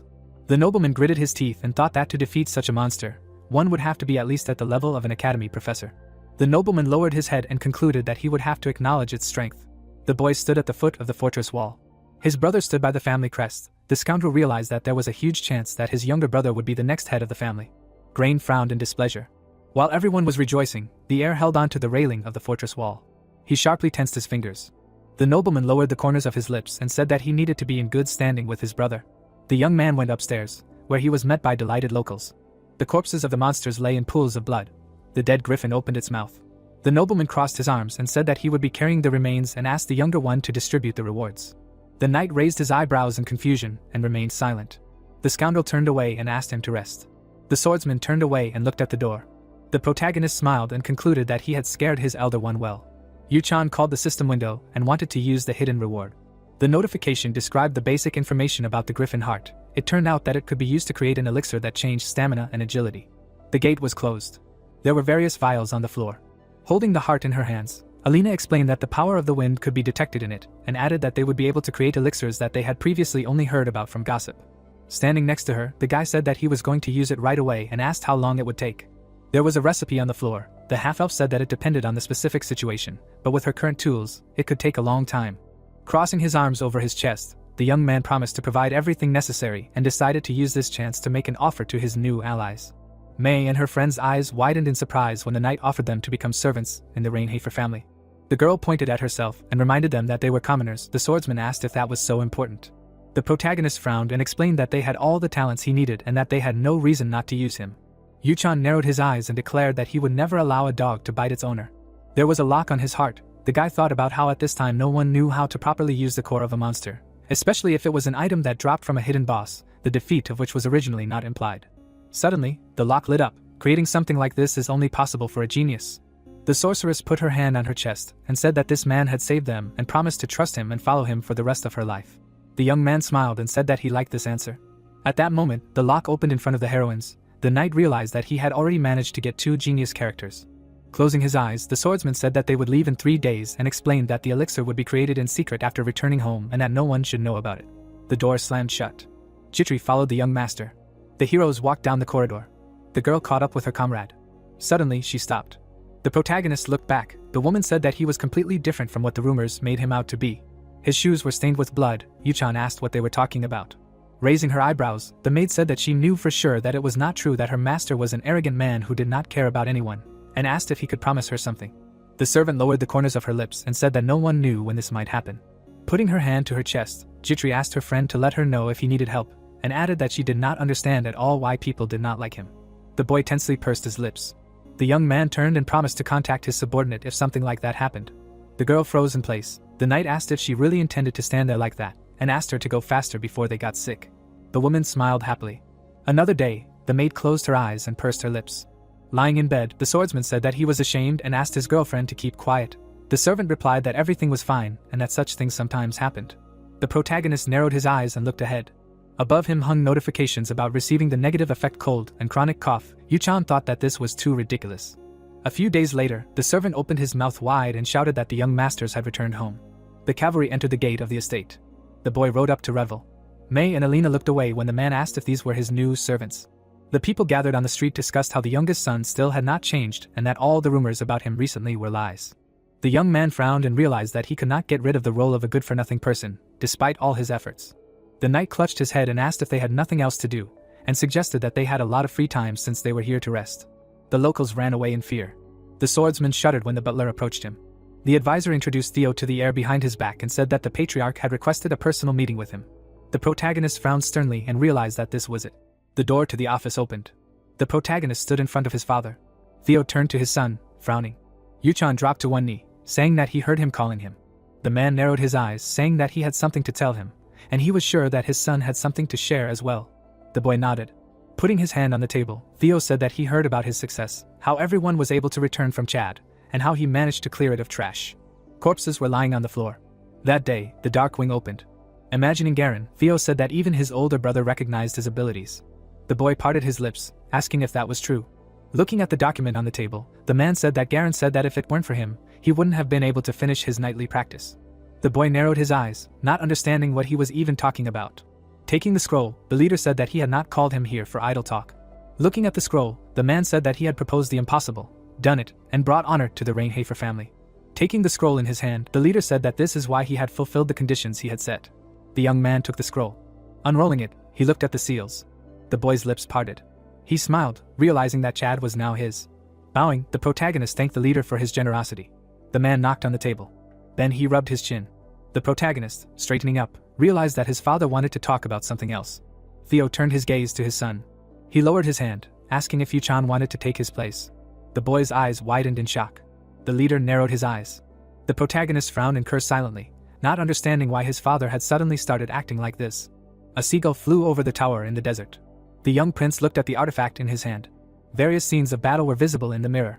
At the very end, the corpse of a griffin appeared. Clutching the artifact, the boy said that the griffin was dead. The subordinate, approaching, said that the people of Reincarnates had made their move, they had received Chad. The chess piece took its place. Now the youngest son was the player with the chessboard. It was to him that Chad was handed over. The prince, turning away, ordered Kremser to prepare for war. The man, thinking, asked if they would be okay. Looking into the distance, the young man said that this family had stolen something important from him, and he had nothing more to lose. Kremser bowed, obeying the order. Soon he opened his eyes. His lips stretched into a grin. He took the girl by the hand. The red-haired beauty looked at the old man. He, crouching in front of her, said that the time would come soon. Touching her hair, he said that the day when he would receive this kingdom was near. Smiling at the girl, he said that the day she would wake up was also near. The events take us to the office of the head of the Reincarnates family. The man looked at his son with a searching gaze. The boy bowed his head. He raised it slightly and looked at his father. Raising his hand, the butler told the patriarch that perhaps it was too early for him to ask the young master such a question. He knew how hard it was to be the patriarch of the Reincarnates family. Theo, closing his eyes, objected. Then he looked at his son, saying that it should happen now. Yuchan froze when the butler, apologizing for his impudence, said that he believed that the young master was not ready for this yet. Besides, there was still the first young master. Theo slammed the table and said that it was not up to him to decide everything. The protagonist, putting his hand to his chest, said that he did not want the position of patriarch. He was afraid of the number of responsibilities that would lie before him. The armrest reflected a ray of sunlight as Theo asked his son, "Is he still afraid of this position as his son?"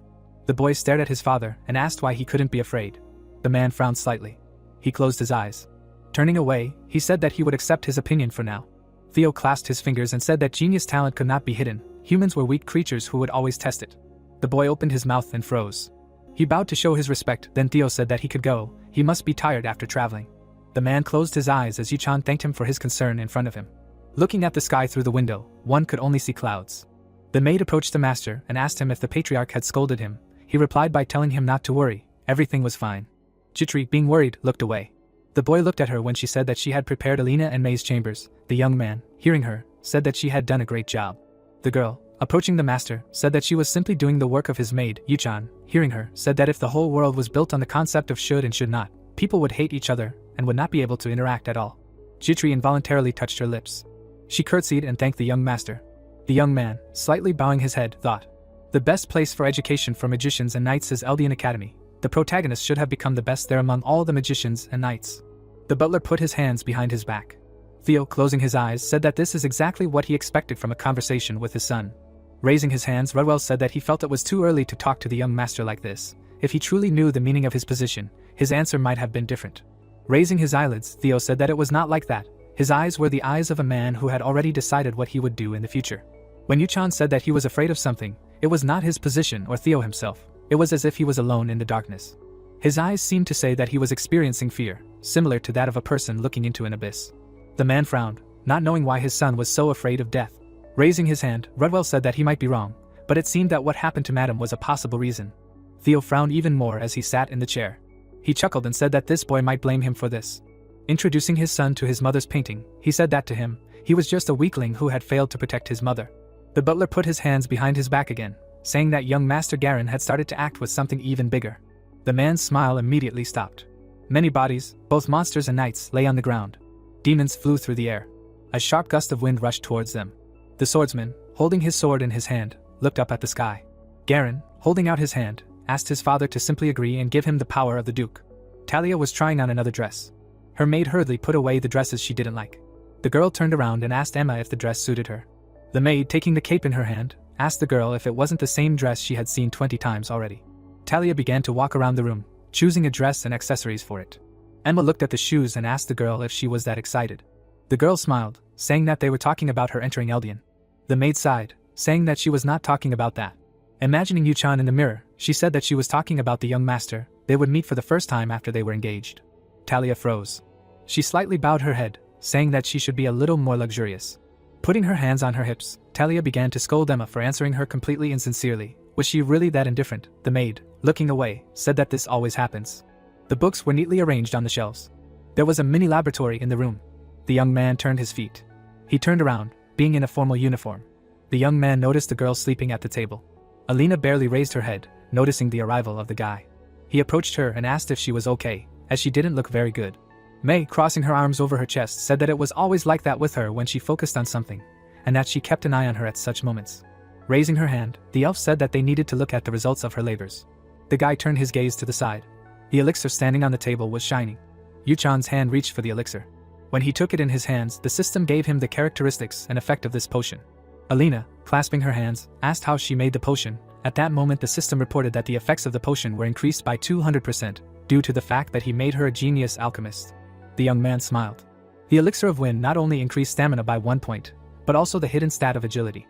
Calling up the system panel, the guy decided that agility and an hour of genius were the perfect combination.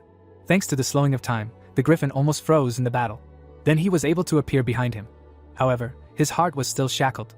Now, looking at Alina, he mentally said that if she had not joined him then, it would have been hard. He grinned and praised the alchemist. Then he picked up the flask with the potion. A moment later he drank it. Mana bubbled around his body. A satisfied smile spread across the young man's face. Looking to the side, he said that since the preparations were finished, it was time for him to go. So he, accompanied by Jitri, headed to the academy. Along the way, the boy called up the system panels, checking his characteristics. The events take us to the academy. The coachman stopped the horse. The protagonist got out of the carriage. He began to look around, while Jitri curtsied, saying goodbye to the master. People looked at each other, recognizing the youngest son of the Rainhafer family. Some called him a troublemaker, but immediately closed their mouths, afraid that he would hear. Yuchan chuckled, hearing the whispers of the people. Stroking his neck, he asked where the dog was barking. The men immediately closed their mouths and fell silent. Then they turned around and walked away. Jitri sighed. Her eyes widened in surprise. Another carriage stopped near the academy. A young girl got out of it. Emma smiled, noticing Yuchan. She nodded to him, greeting the boy. The boy turned away slightly and said nervously that it seemed like they had arrived early as well. Emma raised her hand and said that they had been discussing the academy's entrance ceremony the entire time. The maid turned to the lady and asked her to come out and greet the young master. Emma was a little confused when the girl began to move around the carriage, telling him to wait for her for a bit. Soon, she stepped onto the ground. Talia carefully stepped out of the carriage. The protagonist, who was standing in front of her, mentally said that she was originally the ambassador, but he did not expect things to turn out like this. The boy narrowed his eyes. The sword fell from his hand. Yuchan pointed at the maid and asked her what she had just said. The boy imagined Talia when Rona said that they were planning to marry him to Lady Talia and everyone already knew about it. The boy abruptly grabbed the girl by the shoulders, saying that this was a big problem and he did not know about it. Yuchan closed his eyes, mentally saying that after checking everything, it turned out that their families really did agree on this engagement without even telling them. Fixing her hair, Talia greeted the boy. He looked away, seeing how the girl was beaming. Jitri grabbed his hand, saying that this must be Lady Talia, his fiancée. The boy responded by saying that he already asked her not to say anything about it. Opening her lips, the bride asked the groom how he was doing. He, trying not to look at her, said that everything was fine, but what about her? Talia smiled, saying that everything was fine for her. Suddenly, the horse neighed. The boy and the girl immediately turned around. The carriage stopped right next to Yuchan. Yuchan frowned, recognizing the owner of the carriage. One of the genius characters of the academy appeared in front of the protagonist. She is the star of trade and the head of the Revelin family, which dominates the entire continent. Gold and diamonds passed between her hands. Eleanor, holding the hand of a servant, went down. She smiled involuntarily, saying that she did not expect to see them. Closing her eyes, she told Yuchan that she did not know that he was entering Eldian, but she was glad to see him. Yuchan himself mentally said that this woman was very aggressive towards the old owner of the body. The young man turned and asked the girl if her name was Eleanor. Nodding, the lady said that it was her. She was a noblewoman from a family of merchants that he looked down on as a child. Then the little girl froze in front of the boy. She froze, staring at the boy. Smiling, Eleanor said that she did not expect to meet him like this. The protagonist froze, looking at the girl in front of him. Eleanor was the only child of the Revelin family whose wealth could influence the entire continent. She was also one of the stars that would dominate the financial market in the future. Eleanor was called the Fox of Wealth, so she would sometimes hold a white fox in her arms. Yuchan frowned, realizing that this girl had dated him when he was younger. The girl unconsciously touched her face. The protagonist did not move, frowning. The little inexperienced girl looked around while at the banquet. Turning around, she noticed a young man. Knox crossed his arms and asked how someone so insignificant could be considered a noble. Could status be bought with money? And they thought that would change her family's past? The boy and the girl froze in front of each other. Some girls whispered, telling Eleanor to just leave. The girl could not hold back her tears from the ridicule. That's why Yuchan frowned. He understood her current mood towards him. The boy looked behind him. Talia looked at Eleanor with a puzzled expression. They did not know that they were both the people who drove the sword into Yuchan's heart. Give such an opportunity to the smiling Eleanor, and she would happily take it. Opening her lips, the girl told the boy that he did not usually act like this. The boy, crossing his arms over his chest, asked how he usually acted. Putting her hand to her cheek, the girl said that she thought he knew himself. Or was he the kind of person who liked to hear the truth from others? The boy narrowed his eyes, he could not catch his breath. Waving his hand, he told Eleanor to leave if she was going to make a scene. The lady closed her eyes, saying that nothing had changed. Yuchan, opening his lips, asked what she wanted. Was it his confession?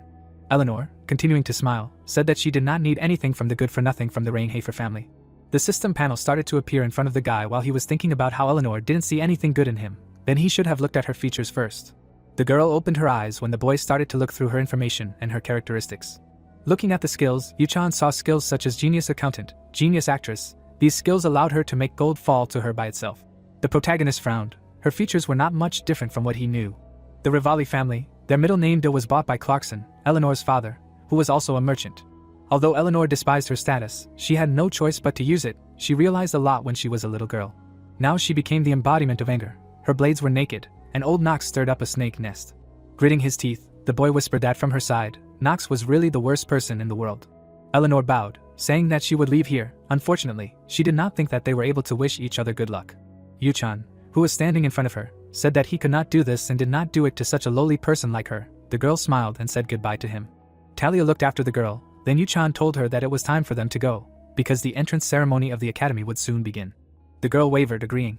The protagonist, walking with Talia, mentally said that he could not get rid of her. After all, they were engaged, he just needed to use her to the maximum. Raising his head, the young man decided to be on the alert.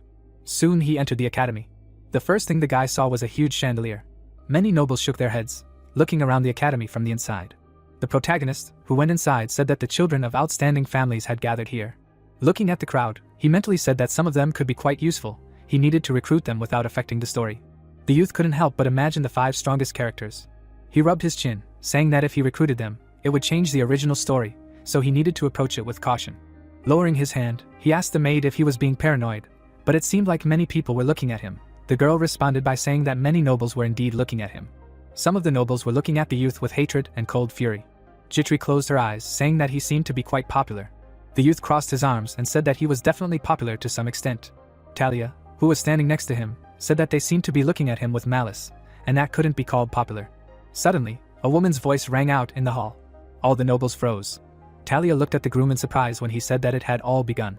The servants and maids immediately retreated to the back of the hall. A young lady with white hair walked into the hall. Her legs were wrapped in bandages. She suddenly raised her hand, greeting everyone. The nobles were taken aback, not understanding where the professors were, and what such a small girl was doing here. The people, seeing her stand on the podium, tried to figure out what this child was doing at the sacred entrance ceremony. The protagonist, looking at the crowd in front of him, called them fools. Nanwan, standing with a lollipop in her hands, was a real monster. Only a suicide could anger her. Summoning the system panels, Yuchan looked at her stats and skills. Stroking her chin, he decided to appear in a good light in front of her. Raising his hand, he told Talia to just be quiet if she did not want to die. Smiling, Nanwan introduced herself as the new dean of the academy. She extended her finger, saying that there was something they didn't know yet. Sharply releasing her aura, she said that if she heard anyone call her little again, they would die. Afterwards, the dean smiled sweetly at all the new students. The crowd of students froze as she announced the beginning of the entrance ceremony. One of the boys raised his hand and said that they had never heard of such a rule. Nanwan stopped smiling and said that it was the new dean's rule to weed out the trash. Suddenly, the floor beneath them began to glow brightly. A huge magic circle formed right on the floor. Nanwan extended her hand and said that she hoped that they would be able to survive. The protagonist looked at the magic circle in horror. He frowned, realizing that it was starting. The boy raised one eyebrow. Suddenly, all the people turned into blurry silhouettes. The entire crowd moved into the forest. The man clenched his jaw and inhaled. He yelled, telling everyone to get up. He raised his hand and asked them how dare they sleep right in front of him. Were they completely nuts? The nobles were trembling all over. One of them stood up. The man frowned when he saw him. The silver-haired youth in front of him was the only one who remained conscious. Yuchan gritted his teeth, somehow managing to resist, but he couldn't just ignore the side effects of being forcibly teleported. Bernan narrowed his eyes. The boy barely approached him. He swallowed. The man's bald head was as glowing as in the game, as if he had a halo above his head. In the story, it was written that he once had long hair. Bernan was a combat instructor and a student who graduated from the academy back in the old days. The players gave him the nickname, Takoyaki Bernan, a very disrespectful nickname given to him because of his bald head. The boy frowned, knowing that nothing bad would happen if he got close to him. Meanwhile, the instructor was also frowning at the student. He pointed at him sharply, asking why he was looking at him with such pity. The boy closed his eyes, saying that he didn't feel anything. The man in front of him told him that he should remember that he had very good instincts, and if he thought badly of him, he would regret it. Raising his hand, the boy asked him to tell him about the entrance test. They could talk about the rest later. Looking at the unconscious nobles, Bernan said that before that, they needed to wake up these idiots. He should cover his ears, otherwise they might explode. Yuchan covered his ears. Mana gathered in the instructor's palms. He slammed his weapon into his hand. The sound that spread made the students wake up. One of the nobles jumped up and yelled, asking what kind of idiot did this. Bernan immediately hit him. Frowning, he asked the boy if he had any problems with it. His bald head glowed again. The students narrowed their eyes, looking at him. The man, crossing his arms over his chest, asked if he was really so brave that he not only cursed, but also frowned. The students who had not woken up were transported to a safe area. Raising his hand, the man said that he would now tell them about the entrance test to the academy. The protagonist stared at him. In short, on this island made with magic, they must hunt monsters. As a reward for this, various crystals will fall from them. The less mana they contain, the more expensive they are. The question arises, isn't it better if they contain more mana? Such crystals glow from the amount of mana. The young man grinned. He knew that it was not that simple. At the entrance test, the teachers look at two things. The first is their sense of mana with their hand. This has already been partially tested and recorded after they were forced to teleport, and they were all lying down. Then the protagonist could barely get up. The second part of this test would be how they could sense the smallest particles of mana, an ability that helped mages perform well on the battlefield. The boy narrowed his eyes, saying that they were initially sifting out gems from stones. The instructor standing in front of the crowd said that this place was a labyrinth created by the dean of the academy. There were many monsters around that brats like them would definitely not be able to handle, so he would make an exception and let them choose teams. The students immediately began to look at each other. Handles began to appear near the boys. Many had swords and daggers in their hands. Frowning, Bernan said that there could be a maximum of 8 people in a group. A bird flew over the group. The students looked at each other, not understanding how to begin forming teams. Bernan, turning around, said that he would wait for them at the top. The nobles looked at each other, and some looked after the professor, asking him to answer the question. Paracelsus, stroking his chin, thought. Eleanor and the 2 girls to the side also thought. Suddenly, one of them raised her hand. The princess's bodyguard raised her hand, asking if there was anyone who wanted to help the princess with her. Eleanor, smiling, said that if they worked together with her during this test, she would reward them. All the nobles immediately looked at the protagonist. He turned around and left alone. He smiled involuntarily. He knew that normal results would not help him survive in this game, would not help him break the shackles. Walking through the clearing, the young man said that the most important thing is knowledge. In order for his sick body to become stronger, he must monopolize all the advantages. Soon he was near the cave. He immediately rushed forward. Yuchan smiled, saying that in order to achieve his goals, he needed to go alone. Meanwhile, the professors were standing on a hill. Bernan put on his cap. Stroking his chin, he said that no matter how much he thought about it, he still couldn't understand how this new student could not only withstand the dean's magic, but also decide to go into the forest alone. He couldn't help but remember how the boy stood up and looked at him. Then he separated himself and went on his own. Putting his hands behind his back, the man asked if this student was really that fearless. He shook his head, saying that it wasn't quite like that. Imagining Yuchan, he said that this guy simply had no fear. It seemed like a diamond in a dung heap was still a diamond. Now he was wondering what the hidden dragon of the Reincarnates family was capable of. The man frowned. The blade was stained with blood. The wolf fell dead. Yuchan left behind only corpses. A huge number of crystals remained untouched by him. A lone figure followed him. The girl smiled. She looked after the boy. Then she walked after him. Blood spurted out from the wound. The wolf fell to the ground. The 3 girls confronted the goblins. Talia, sweating heavily, tried to understand where her fiancé had gone, and she was going to go with him. Suddenly, the girl next to her screamed, saying that she must protect the princess, so she must devote herself to killing monsters. Soon, all the goblins were killed. Penelope, taking the crystal in her hand, said that they had found a crystal of the highest rank. Her bodyguard did not agree with her, saying that this was still a test for Nanwan, one of the 4 elders. There must be something else. The princess nodded, agreeing with her. Afterwards, she looked away sadly. The students were breathing heavily after the battle. In their current state, it was difficult for them to get up. They barely stood on their feet, wiping away sweat. Ichina frowned, saying that she could not give up so easily.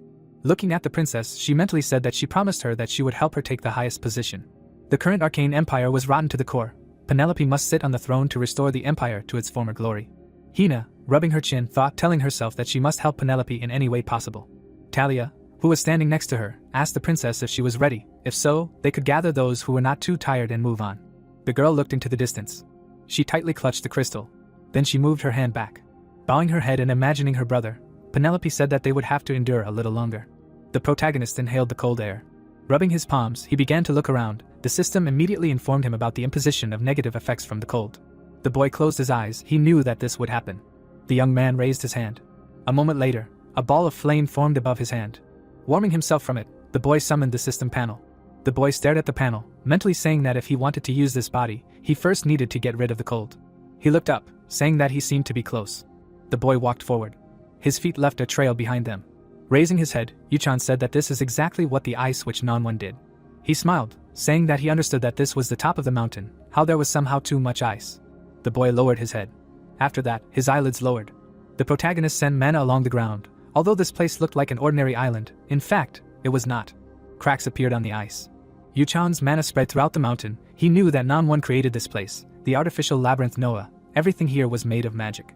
All the living beings and monsters that appeared here were also made of magic. The protagonist straightened up, amazed at how much mana the dean had. He smiled involuntarily. Clenching his fist, he said it didn't matter. The cracks began to spread and grow. The roar scared the birds, causing them to fly. The huge ice troll struck. A group of monsters stood in front of the protagonist. Ice trolls were known for their huge amount of health and regeneration. This was one of the monsters that killed a lot of newbies. Opening his lips, the boy said that this did not apply to him. The troll suddenly struck.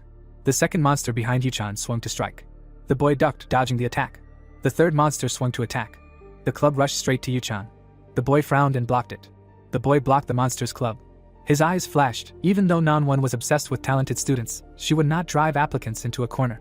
Looking at the forest, he said that ice trolls could not be killed by some students. They were at least mid-low rank. If such a thing happened in reality, the students would simply be cut to pieces. The protagonist became serious, not understanding what all this meant. He stood in front of a group of trolls. The girl stood behind him, watching the battle. Yuchan dodged all the attacks, saying that in this test, the monsters have an attack pattern. The first attacking troll was always in the center and would start with a vertical attack. The second would perform a horizontal attack. Although the radius was larger, the attack speed was lower. The last troll would perform a piercing attack. It was the weakest. The guy parried his attack with a smile on his face. A moment later, he was behind the troll, inflicting wounds on him. The young man swung his sword, intercepting it with both hands, and plunged his sword into the troll. Blood spurted from the wound. The protagonist had to retreat and move behind the monster. Blood gushed from the huge wound. The guy calmly looked at him. Soon, the last body of the troll fell to the ground. The young man extended his hand. He took a gray crystal in his hand. Looking at the crystal, the protagonist mentally said that it was because of them that he did not pay attention to the other crystals. The gray crystal was a hidden item that Nanwan hid here. He could exchange it for the scroll that he needed the most. The youth squeezed the crystal, intending to strengthen his skill after this part of the story. The girl took the crystal in her hand. Eleanor, like the others, looked at the crystal. The girl smiled, saying that they probably already took first place. Opening her lips, Eleanor praised them, but mentally cursed. These students said as if this was enough for a good result. Remembering how Yuchan left alone, she did not understand why her heart was so uneasy. The lady narrowed her eyes. The father, grabbing his daughter by the shoulders, asked why she quarreled with the young master of the Rehafer family. Standing in front of his daughter, he said that in order to become a family that no one would look down on, they had to try hard. He frowned. The girl cried when her father said that they had to go much higher. She had to win him over even if she had to give up everything she had. Tears rolled down Eleanor's face. The man in front of her had never thought of her as a daughter. The girl rubbed her chin, wondering why the boy had disappeared. If it was better to take this test with a partner, was it possible that he knew the secret of this test? A shadow covered Eleanor's eyes. She raised her hand, saying that she wanted to make them an offer. Putting her hand to her chest, she said that if they went higher with her, the reward from the Rivali family would be incredible. The noblewomen began to exchange glances, saying that if they went higher, they might get hurt. Eleanor closed her eyes and smiled, saying that there was a great reward for taking such a big risk. Several of the nobles immediately agreed to go with her. Raising his hand, the boy asked for permission to go with them. Eleanor bowed her head. It all came down to money. She didn't know what Yuchan was thinking, but nothing bad would come of checking. She smiled again, saying that it was time for them to go. The events take us to a winter forest. The protagonist, standing in front of the orc corpses, said that the reason he took such a big risk and went alone was simple: the game was worth the money. The chances of enhancing the Hour of Genius are close to zero. If it weren't for the hidden dexterity characteristic he discovered, it would be almost impossible. Now only the scroll would help him. Looking to the side, he said that even if he attracted attention, nothing could be done. The young man turned his head sharply. With a swing of his sword, he blocked the blade. The boy turned to the side from where the sword flew. His opponent smiled, saying that he didn't expect to meet him again in such a place. Paracelsus, putting his hand on his chest, said that he was glad that they met again. The boy's eyes widened in shock. He froze, looking at his opponent. The latter was smiling, looking at him. Yuchan gritted his teeth. This should not have happened. Looking at Paracelsus in front of him, he looked at his characteristics. This ash-haired man with a monocle was one of the strongest characters and one of the 3 emperors of the sword. In this chapter, he was supposed to fight the protagonist, and the protagonist was supposed to inspire him by deciding to save Eleanor, who was in danger. Now it was unclear what Paracelsus was doing here. The boy's eyes widened from one guess. Paracelsus threw a dagger. Yuchan blocked the dagger, mentally asking where the protagonist was, who was supposed to fight this guy. The swordsman grabbed the hilt of his sword and told the boy that he was interested in what he was carrying, so he would have to give it to him. The protagonist frowned sharply, calling Paracelsus a pathetic worm. The boy retreated, dodging the enemy's attack. As he blocked the attack, he realized that the protagonist who should be in this world did not exist. The sword passed centimeters from his face. Yuchan frowned, realizing that he had to stop the enemy here. He shouted, asking if he would take responsibility for throwing history off course. The boy in front of him said that he did not know what he was talking about, but he immediately found something suspicious because when they met in Chad, he was already able to handle a sword perfectly. The protagonist frowned and asked what he was talking about. Paracelsus closed his eyes and said that he seemed to be worried about something. In that case, he should just give him the sword and they would go their separate ways. The black crystal was the key to getting the highest grade. The boy looked up at the sky and asked what would happen if he refused. The other boy answered by saying that he would have to do everything possible to take it from him. Both boys lowered their swords. The protagonist, looking at Paracelsus in front of him, said that he was too vile. The boy smiled, saying that he probably couldn't do anything since he had already been caught. Yuchan frowned, mentally saying that this boy might become one of the strongest characters, but his talent had not yet taken shape. He might be a genius, but if the boy used the hour of genius to break the shackles, he would definitely win, but he couldn't use it in that fight. The boy's pupils flashed angrily. If there really was no protagonist in this world, he would have to save Eleanor. The boy pursed his lips, saying that it might be a lottery, but alas, he had no choice. Opening his lips, the boy told Paracelsus that he was not the only one who knew the secret. The enemy smiled, saying that since he remembered his name, he was unlikely to ask him to be gentle with him. The boy moved, calling out the name of the boy's mentor. Paracelsus nodded, smiling contentedly. Pointing his weapon at the enemy, the boy said that he knew that he entered the academy to uncover the secret of his master's death. The boy suddenly stopped smiling and frowned. The boy, smiling, asked his interlocutor if he was ready to talk now. Eleanor's group climbed the mountain. The girl raised her head. Penelope, who appeared in front of her, called her full name. She turned to her, saying that she knew that she would get here. The girl bowed, saying that she would not dare to stand in her way. Then she straightened up, saying that she wanted to confirm something. Meanwhile, the protagonist and Paracelsus were desperately fighting. The swordsman, in anger, rushed to attack. His sword passed near the head of the enemy. Penelope turned around, saying that they did not plan to engage in meaningless battles. Ichina immediately objected, but the princess cut her off, saying that to be objective, unless they were seriously injured, it would be very difficult to defeat these two. Besides, if they decided to team up due to their interference, they would be in danger. The protagonist frowned at the enemy. Paracelsus gritted his teeth. Ichina lowered her hand. Yuchan tightly clutched the gray crystal in his hand. Ichina, closing her eyes, told the princess that she would follow her instructions. Eleanor, looking at the battle, mentally said that this was very strange. The Yuchan she knew should be good for nothing. She gaped, not understanding when he had become so strong. The two groups froze, standing opposite each other. Talia watched her fiancé fight someone. Ichina, standing behind her, asked if she was watching the battle. Standing next to Talia, Ichina said that she did not know that the destroyer would be among the students. I think his name is Paracelsus. The red-haired girl, surprised, asked if she knew who Yuchan was fighting. The girl, closing her eyes, said that she knew him. Looking at Paracelsus swinging his sword, she said that he was called the Grey Wolf, known for killing countless bandits in the east since his early age. Then she looked at Yuchan, saying that the fifth son of the Reincarnates family appeared in a new light to her. Crossing her arms, she said that she did not expect him to be so good with a sword. If he were not a lustful, good-for-nothing animal, he would have made an excellent knight. Talia, leaning down, said that she did not think Yuchan was that lustful. Frowning at the girl, the bodyguard asked how she knew. Paracelsus frowned as he struck. The youth, dodging the attack, mentally said that the boy was hesitating. This was a natural reaction. Celsus was his only teacher and the one who spent time with him. The man frowned. He knew that he was going to die soon. Dodging the attack, Yuchan mentally said that he would die because of that bastard from Millis Academy. Taking a stance to attack, Paracelsus said that he would stop being polite. He attacked sharply. The boy smirked, asking what happened. Holding back the enemy's onslaught, the protagonist said that it was not he who killed his teacher. Paracelsus' blade deflected to the side. The boys began to move around the battlefield. The protagonist frowned, realizing that the attack pattern had become simpler. He may be a genius character, but he was still young. Yuchan easily deflected the enemy's blade.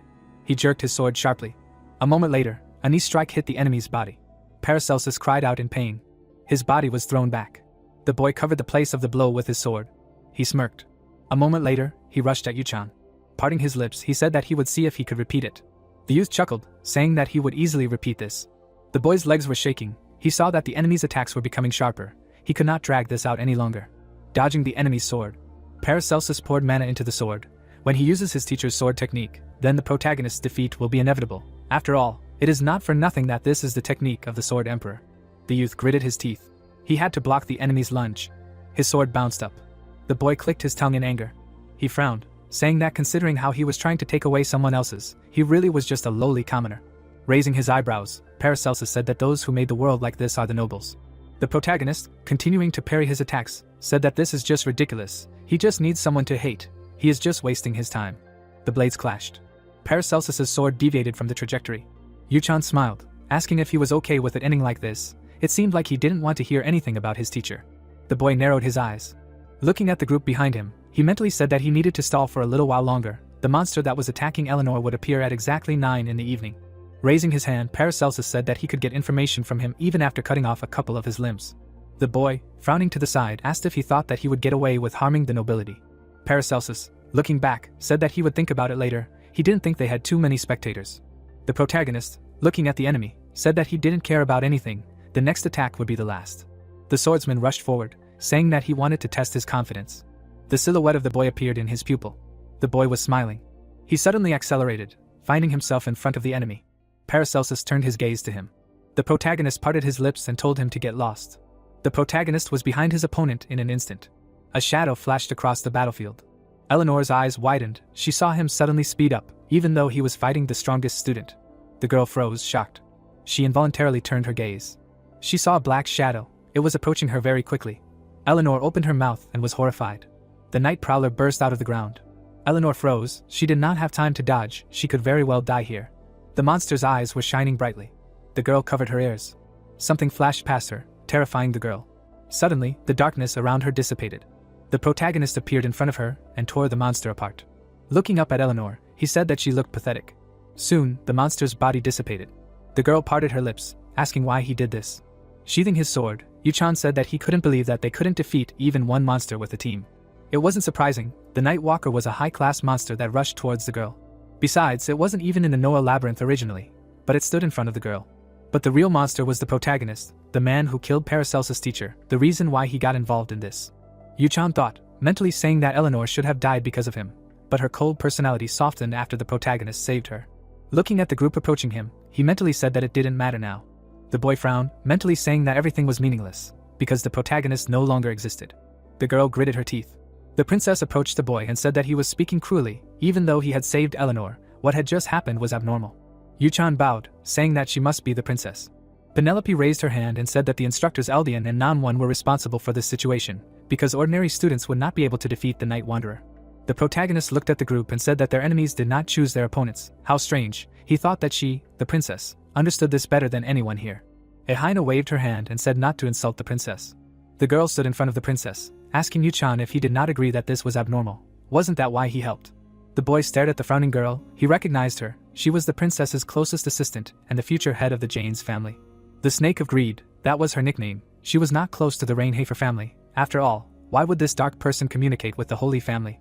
Yuchan crossed his arms over his chest and said that he had nothing to say to the dog of the Holy Family. The girl, parting her lips, asked if he was insulting the Janes family. The man in the hill looked at the youths. He shouted sharply, ordering them to stop swearing among themselves. Bernan came down to them. The youth, looking at him, asked if the test was over. Frowning, the man said that the test was stopped. The guy handed the instructor a black crystal, he replied, saying that he did not think that someone would still get the black crystal, and it was surprisingly incredible, and it was full of surprises. A shadow covered half of the guy's face. He frowned when the instructor said that he would get first place in the entrance test, and everyone who got the purple crystals would share second place. Penelope, who was standing to the side, became serious. She raised her hand. Parting her lips, she asked what about the attack of the Night Walker. They took it into account. She did not think that such a monster should be here. They demanded an explanation. Bernan raised his hand, saying that they would investigate. He looked at Eleanor, saying that he understood that this was not enough. After all, a cadet was in danger, so Cadet Eleanor would receive special compensation. The man frowned, telling Yuchan that he would receive a special reward for saving another cadet. The youth, turning around, said that he did not need it. The protagonist looked away, mentally saying that he shouldn't interact with Eleanor anymore. No matter how things would turn out due to the fact that there was no protagonist in this world, he shouldn't deviate too much from the original plan, especially since if he accepted the reward, he would have to admit that he did it deliberately. The girl looked after the boy. Clenching her fist, she asked Yuchan why he saved her. The boy narrowed his eyes, mentally saying that he knew that it wouldn't be possible to escape so easily. Turning around, he said that he dealt with the monster, and she just happened to be nearby. The girl raised an eyebrow, puzzled. The protagonist turned around and began to leave. As the nickname of the wealth fox implies, she was cold and calculating, and she also believed that everything in this world can be bought, even loyalty, even a person's heart. She was currently riding in her carriage. Looking out the window, she asked why Yu-chan saved her. He even refused the reward from the instructor. She couldn't help but remember how he looked at her and said that he had dealt with the monster, and she just happened to be there. The girl squeezed the scroll in her hand tighter, saying that it was a ridiculous lie. The guy sitting opposite her said that he doubted that he was going to do that. Raising his hand, he said that she herself said that he was good for nothing. The girl, looking at him, said that now she doubted it. It was not a lie, he must have had other reasons. Eleanor narrowed her eyes, not understanding the meaning. She frowned and said that they needed to look into it further, and the boy, hearing her, said that he would investigate. The boy was surprised when his mistress said that he shouldn't do it. Opening the scroll, she said that she would do it herself, because if they found out that they were looking into the Rainhafer family, things would not go so easily. The scroll contained a schedule of lessons. The girl's servant chuckled and closed his eyes. The carriage continued to drive through the forest. The events take us to the academy. The sun's rays, falling on the roofs, reflected, creating glare. Jitri approached her master. The girl, worried, parted her lips, asking if he was really okay. He was so pale. Did his hands and feet really get cold again? The young man, sitting with his eyes closed, said that he had already recovered from it, so she should not worry. In fact, it was worth worrying. Someone would have to take on the role of the missing protagonist. This was necessary in order to recover his memories and understand who sent him this mystical message. He could not allow any more deviations, but Nox was a villain. The boy was sitting with his eyes closed, being thoughtful. He suddenly opened his eyes. Jumping up, the young man said that there was still a way to do this. The protagonist smiled widely. He found a way to take on both the role of the villain and the role of the hero in this world. The battlefield was filled with corpses. Luna stood among the corpses. The smell of burning and smoke rose into the air. Daff, approaching the lady, said that the demonic people began to move. He bowed his head, saying that he would awaken. Parting her lips, Luna said that a storm of blood would sweep over the continent again. Turning around, she ordered Daff to get ready. They must reach their goal. The girl put on her coat. A moon badge was attached to her shoulder. Daff followed the lady who said that they would do anything to destroy the Arkham Empire. The boy was sitting at the computer. The monitor was reflected in his pupils. There was one thing that gamers who had played countless games thought about in a similar way. They knew that the protagonist and antagonist were not so different. Just like Inner Lunatic, Nox and the protagonist were almost the same. And yet they seemed so different. One holds a shield and sword to protect his loved ones, to overthrow the villain. The other looks at him arrogantly, despising him and wanting to achieve his goal. They both go through many similar situations, including a boss monster that is absolutely evil and a demon. In most recent games, the villains have experienced some kind of trauma, which makes them similar to the protagonists. To put it simply, even villains have reasons for acting the way they do, even Nox. The boy bowed his head. People have always been crazy about villains. Now Yu-chan came out to the square. He involuntarily parted his lips. He knew that it couldn't be said that the protagonist and the villain were completely identical. The villain would always remain a villain. He couldn't become the protagonist, but they were each other's reflections. The boy smiled, saying that this only applied to games. In a world that was heading towards destruction, and in which there was no hero, the villain would only have one option to survive. That was to destroy reality, and become both a villain and a hero. The boy stopped, approaching a place filled with mana. The youth put his hands in his pockets. Right in front of him was an icy road. He sighed, saying that he didn't like to risk his life, but he had no choice, it had to be done. The greatest villainous organization in Inner Lunatic was a group that wanted to overthrow the imperial family. The protagonist stretched out his hand. Mana began to accumulate in his hand. Suddenly, the alley in front of him began to shine brightly. Bernan frowned, sitting near the professors. The other professor sat across from him. Nanwon sat at the head of the table. The girl rested her head on her hand, bored.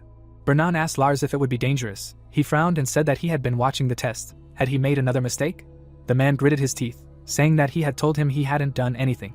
The girl puffed out her cheeks. She broke her chopsticks, asking what they were doing. Bernan hugged Lars, saying that they weren't talking about anything. He nervously, smiling, told them to continue where they had left off.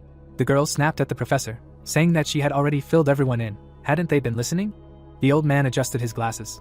Raising his hand, he said that the dean had talked about an enemy that had appeared during the entrance test. Nanwon waved her hand. Looking at the professors, she said that this man wanted the Eldian Academy to fall, like the entire empire. Eleanor was just the beginning. Introducing the girl, she asked if they knew why they were targeting the young star of the financial world. Lance, frowning, said that it was because the merchants, controlled by the Revelin family, were responsible for 70% of the Arheim Empire's trade. The combat instructor, frowning, said that if the enemy was deliberately targeting the Revelin merchants, then they already had their next target.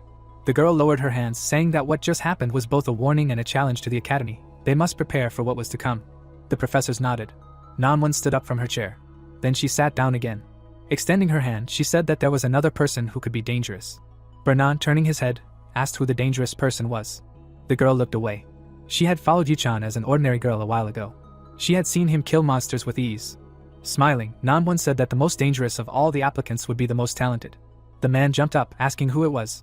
Then he frowned, mentally asking if there was anyone whose talent she recognized. This was the first time since the princess.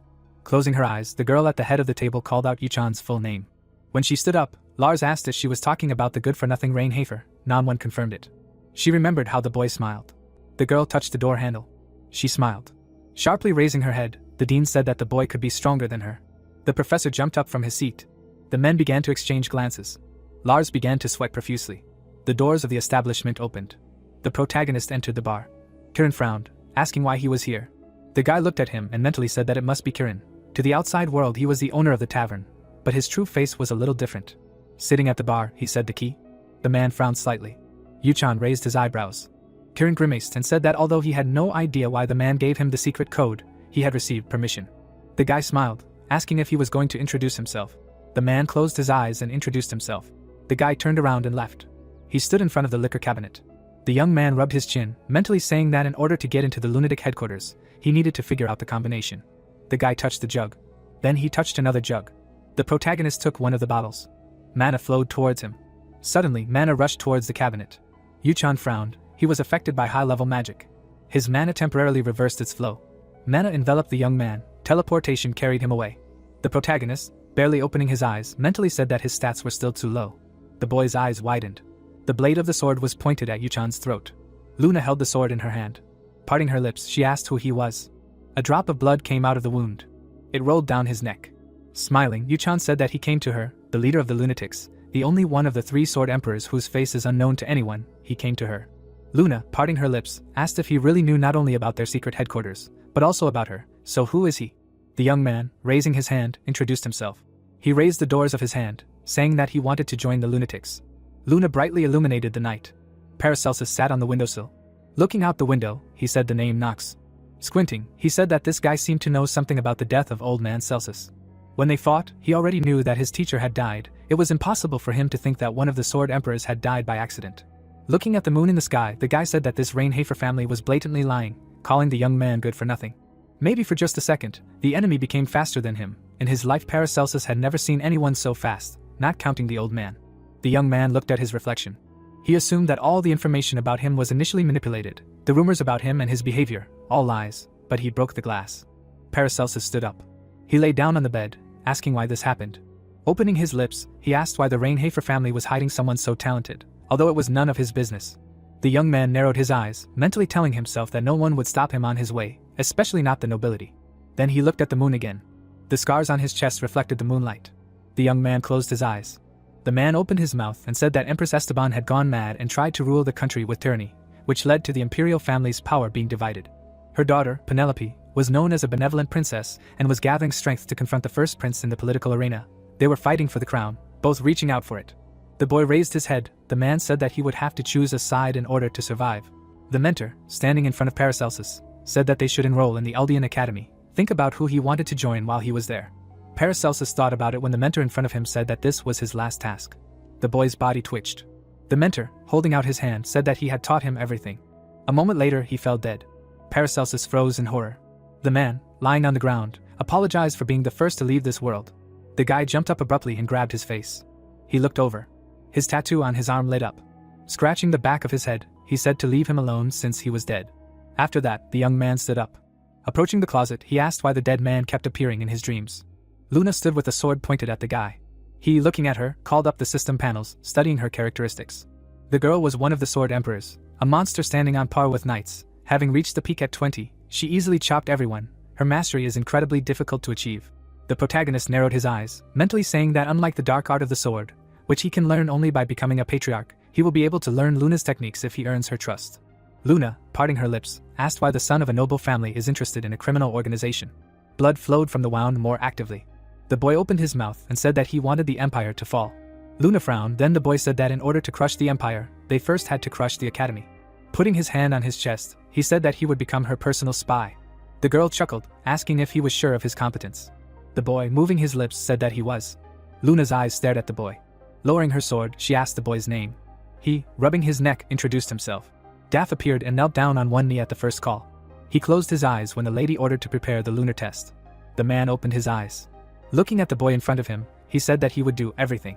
Holding out the clothes, he told him to put them on and follow him. Yuchan nodded, taking the cloak. Soon they were at the altar. The boy, raising his head, mentally said that everything was going according to plan. Pointing at the altar, Daff said that he needed to climb the altar, then kill all the enemies that appeared there, and remember that the robe should not fall off. The young man, parting his lips, asked why he needed to do this. Frowning, Daff said that it was because it was the only way to prevent the berserk from affecting him. The guy leaned slightly, mentally saying that he actually knew why he should wear this robe. One of the worst features. In exchange for the player's madness, it increases all skills to an incredible level. Crimson Luna, when exposed to its light, most people go crazy, or rather, they go berserk. The protagonist, looking at the moon, said that you need to be under the light of the crimson moon and beware of the status it imposes. And after all, it was still necessary to defeat all the monsters. Initially, there was no information in the game on how to pass the test, because in the world with the protagonist, no one would want to join an evil organization, but now the guy was standing in front of the altar. The young man looked into the distance. No one knew how to pass the test. He smiled involuntarily, thinking that he would succeed. Luna, closing her eyes, said that now one of two things awaited him. Smiling, she said that either he passed the test and became a member of the Lunatics, or he died right here. The guy looked at her. Her lips stretched into a smile. Turning around, he said that we will see about this. Daff cut his palm. His blood fell on the altar. It glowed brightly. The pentagram on the floor glowed from mana. The man turned his head. Monsters began to approach the altar. The protagonist, looking at the monsters, realized that this was not the level he could handle. All the monsters were chimeras, at least of the average level. The boy grabbed his hood. He suddenly threw off his robe. His lips stretched into a grin. Luna frowned, not understanding whether the newbie had gone crazy. The boy's body trembled. The system informed him that the berserk effect had been cast on him, and he would not be able to return to normal. The boy's eyes lit up. All his stats increased by 50%. The blonde, standing outside the altar, tried to understand whether the brat had gone crazy. The boy was smiling. Daff, frowning, said that he could not believe that he had thrown away his robe. It was the same as saying goodbye to life. Maybe he should stop him? The girl parted her lips, saying that he was one of those people who did not care about warnings.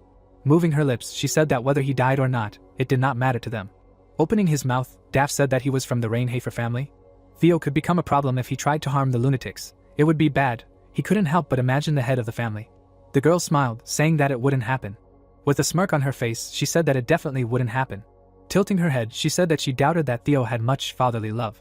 Daff, turning his head and looking at her, said that he agreed with that. Looking back at the guy on the altar, she said that they should watch. She narrowed her eyes, saying that this idiot definitely had a plan. Mana enveloped the sword. The monsters approached the altar. A moment later, they rushed forward. The demon opened its mouth. Yuchan dodged the attacks of the beasts. He swung his sword. Then he lowered his blade. Blood gushed out from the wound. The whole world was drowned in red. This is a description of the entrance exam of the Lunatics. The boy sighed and said that many of his stats had increased, and that was not all. His body had also become a little bigger. The boy's sword was covered in darkness. It was not so easy to deal with it now. The monsters opened their mouths, rushing forward. The young man swung his sword. He cut off the head of a beast with one swing. The boy abruptly turned his gaze to the side. With another swing of the sword, he cut off the head of another monster. The head fell on the altar. The boy sighed and straightened up. The monsters stopped and trembled. Luna and Daff stood aside and watched. The protagonist stood in a stance. The berserk status was one of the worst statuses in Inner Lunatic, and it can only appear under the Crimson Moon. The boy grinned. He was originally going to use it. The boy's eyes widened. Thanks to two genius characteristics, the negative effect of the Crimson Moon was neutralized. The genius of the sword and battle, and the genius of mana sense. Now the aura of the berserker enveloped him, helping him. The protagonist extended his hand, mentally saying that if you look at the level of these talents from this world, it was unfair, because he was the only one who benefited from them. Gripping the hilt tighter, he asked who cared. He jumped sharply. Raising his hands, the youth used black execution. His sword cut off the heads of many monsters in an instant. Luna frowned. Daff also frowned. The protagonist smiled widely when the system reported that due to the effect of the artifact, his life was extended by 2 days and 7 hours. Yuchan rushed into the crowd of monsters. Luna, opening her mouth, shouted something. The guy, gritting his teeth, said that it was too noisy here. The darkness that enveloped his sword reached for his hand. The boy sighed. He stepped to the edge of the altar. The boy stood in front of Luna. Frowning, he asked if the test was over. A little earlier, when the boy rushed into the crowd of monsters. Smiling, the blonde said that they should recognize him as a member of the Lunatics. Daff, turning his head, said that there were not many people on the continent with such a level of talent. Raising her hand, the girl shouted, telling Yuchan that he had finished the test, now he can return. The boy, raising his sword above his head, slashed at the monster. The girl frowned, asking if madness had consumed him. The man, clenching his fist, said that they should kill him. Blood gushed out from the wound. The protagonist swung his sword and pushed away the drops of blood. Then he slowly walked to the edge of the altar. The boy narrowed his eyes. Luna and Daff stood silently. The boy stood in front of them. Frowning, he asked if the test was over.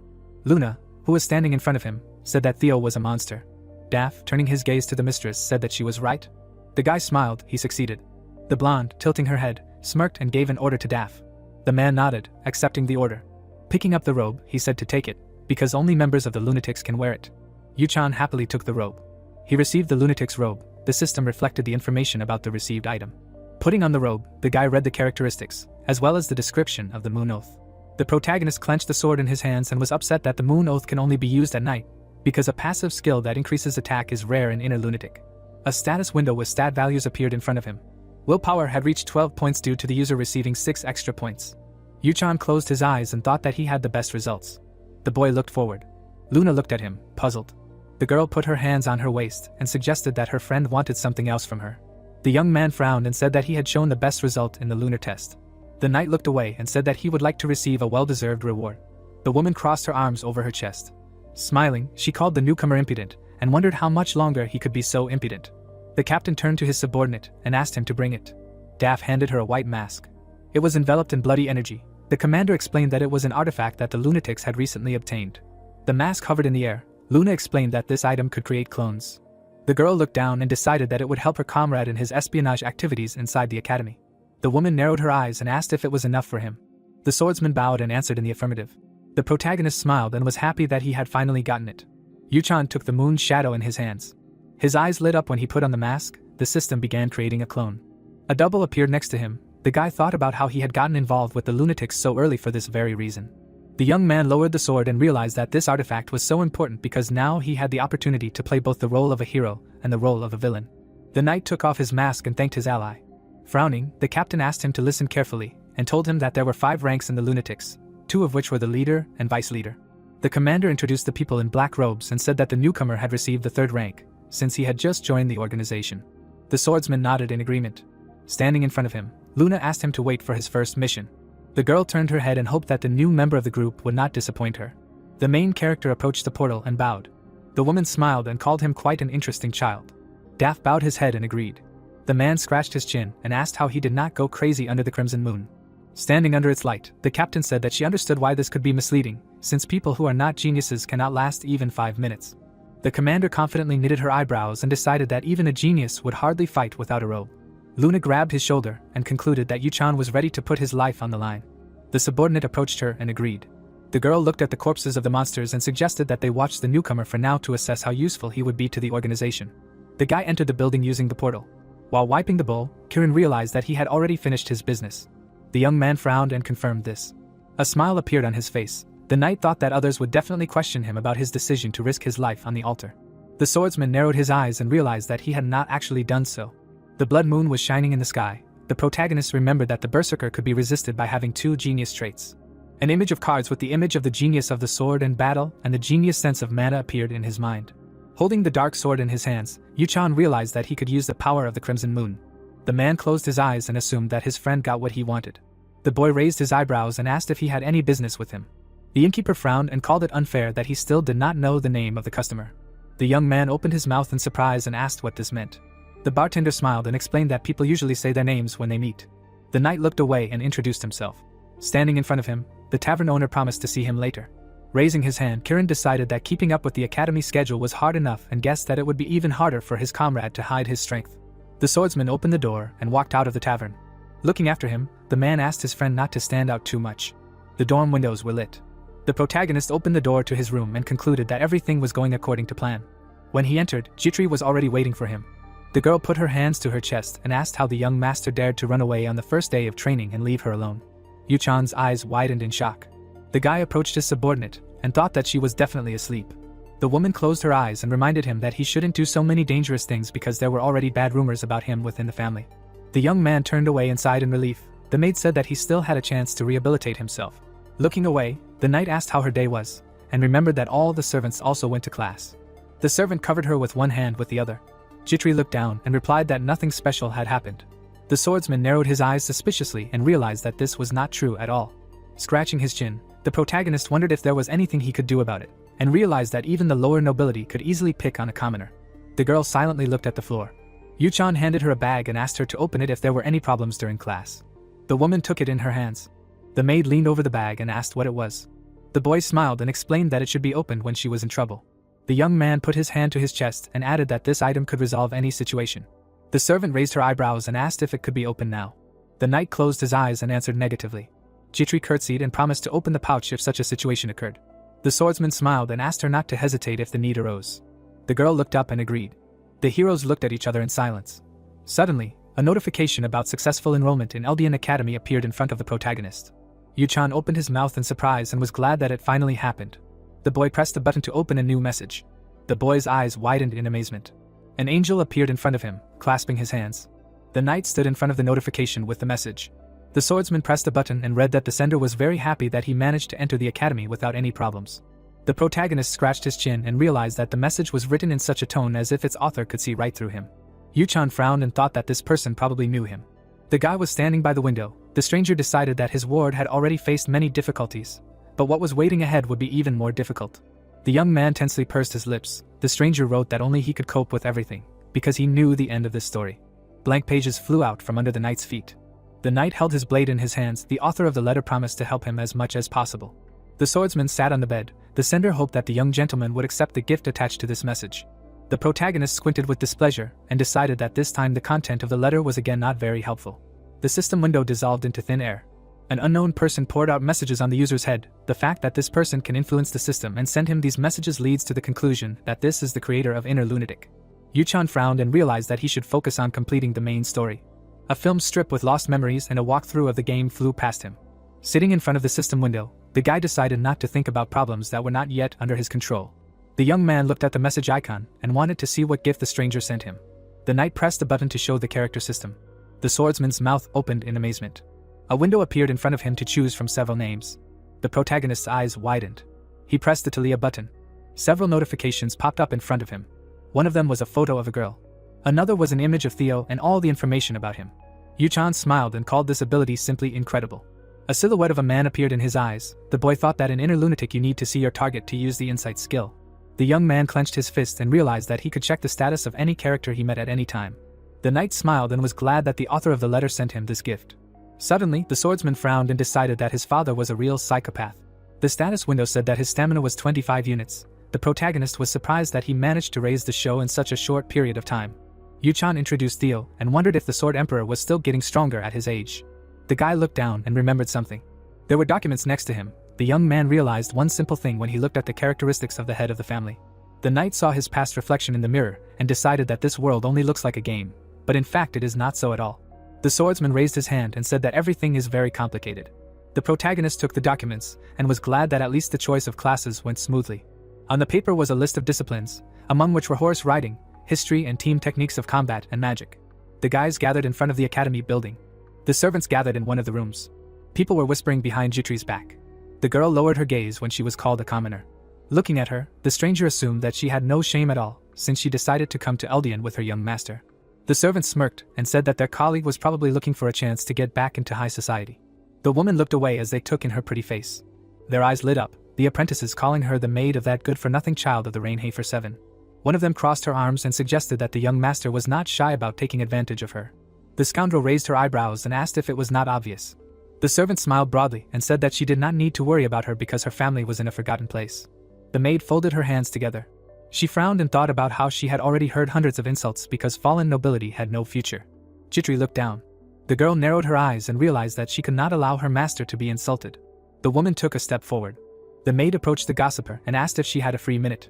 The strangers looked at her with disdain. One of them pushed her friend away and smirked. Giselle put her hand to her chest and introduced herself as the count's daughter who served young Master Kane. The scoundrel crossed her arms and said that she had no time to communicate with a commoner. The maid frowned and said that she knew they were spreading rumors about her young master. The noblewoman raised one eyebrow and asked what was wrong with that. The noblewoman put her hands on her belt and said that it was not her fault that the whole society spoke negatively about him. Giselle smirked and added that she would not apologize for it anyway. Jitri frowned sternly and realized that the protagonist was right about status being of great importance in this place. The girl put her hand in her pocket and realized that she had no other choice. She took out a bag and untied it. Yu-chan appeared from a cloud of smoke. The woman's eyes widened in shock. A projection of a guy appeared next to her. The villain raised her hand and screamed in fear. The young man crossed his arms over his chest in displeasure. The maid bowed her head. The knight frowned and said that he did not know what happened here, even if it was unimportant. The maid looked at him tensely. The swordsman said that he was sure of only one thing: if his girlfriend decided to open this bag. The protagonist pointed his finger forward. The aristocrat opened her mouth in surprise. The noblewoman covered it with her hand and realized that in front of her was the son of the Reincarnates family. Grinning, Yu-chan called her a dead woman and warned that he would send her severed head to her family. After that, the hologram dissolved into thin air. The heroines silently looked at each other. Jitri raised her eyebrows and wondered if this was the normal way for her young master to solve the problem. Giselle gritted her teeth in fear. She fell to her knees. The scoundrel looked up and asked the girl her name. The woman closed her eyes and told her name. The noblewoman broke out in a cold sweat and realized that the Reincarnates family could wipe out her entire lineage in a second.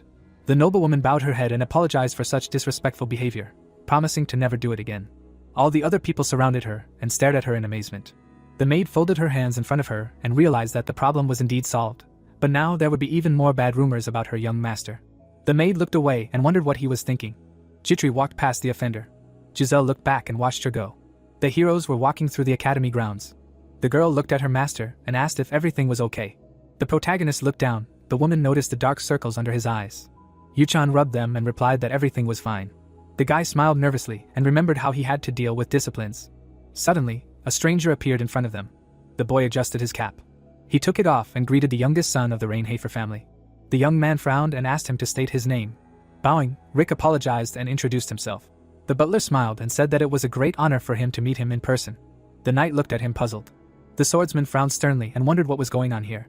The heroes stood silently opposite each other. The protagonist activated the genius actor skill and realized that a dangerous character from the first half of the story had approached him. In his mind, the servant's demonic eye lit up. He was enveloped in dark energy. Yu-chan remembered that this man, being a devil worshipper, would betray the Revelin merchants in 3 months to develop the main plot. An image of a frightened Eleanor appeared in his head. The boy narrowed his eyes in disdain and realized that he would hit the mistress in the back. The young man crossed his arms over his chest and thought that an inner lunatic, the rule of the enemy of my enemy is my friend, does not work. The boy took out a box and said that it was a gift from his mistress. The blue box shone in his hands. The knight looked down and asked him to leave. The swordsman frowned sternly and decided that he was interested in what kind of artifact it was, but the poison apple should not be taken. Rick opened his mouth in surprise and asked what it meant. The protagonist grabbed the sword and asked if he needed to repeat it. The butler's eyes widened in shock. Yu-chan gave him a stern look. The boy abruptly sheathed the sword. He turned and left. Jitri ran after him and asked the master to wait for her. The girl frowned in worry and explained that his weak body might not be able to handle the fast walking. The young man looked away and asked how weak she thought he was. The woman remembered sitting by his bed and said that when he had a cold, his whole body was covered in goosebumps and his hands and feet were cold.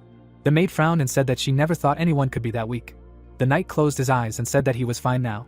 The swordsman looked at his friend and said that he would not die so easily. The maid looked down and explained that it was still hard for her because her master was always in the center of things. The protagonist raised his eyebrows in surprise. Yu-chan looked up and called himself quite popular. Jitri looked away and pursed her lips. Their eyes met. The heroes continued to walk forward. The boy thought about how Nox had saved her life. The girl looked at the floor. The boy remembered that characters with the straightforward trait always worry about their loved ones.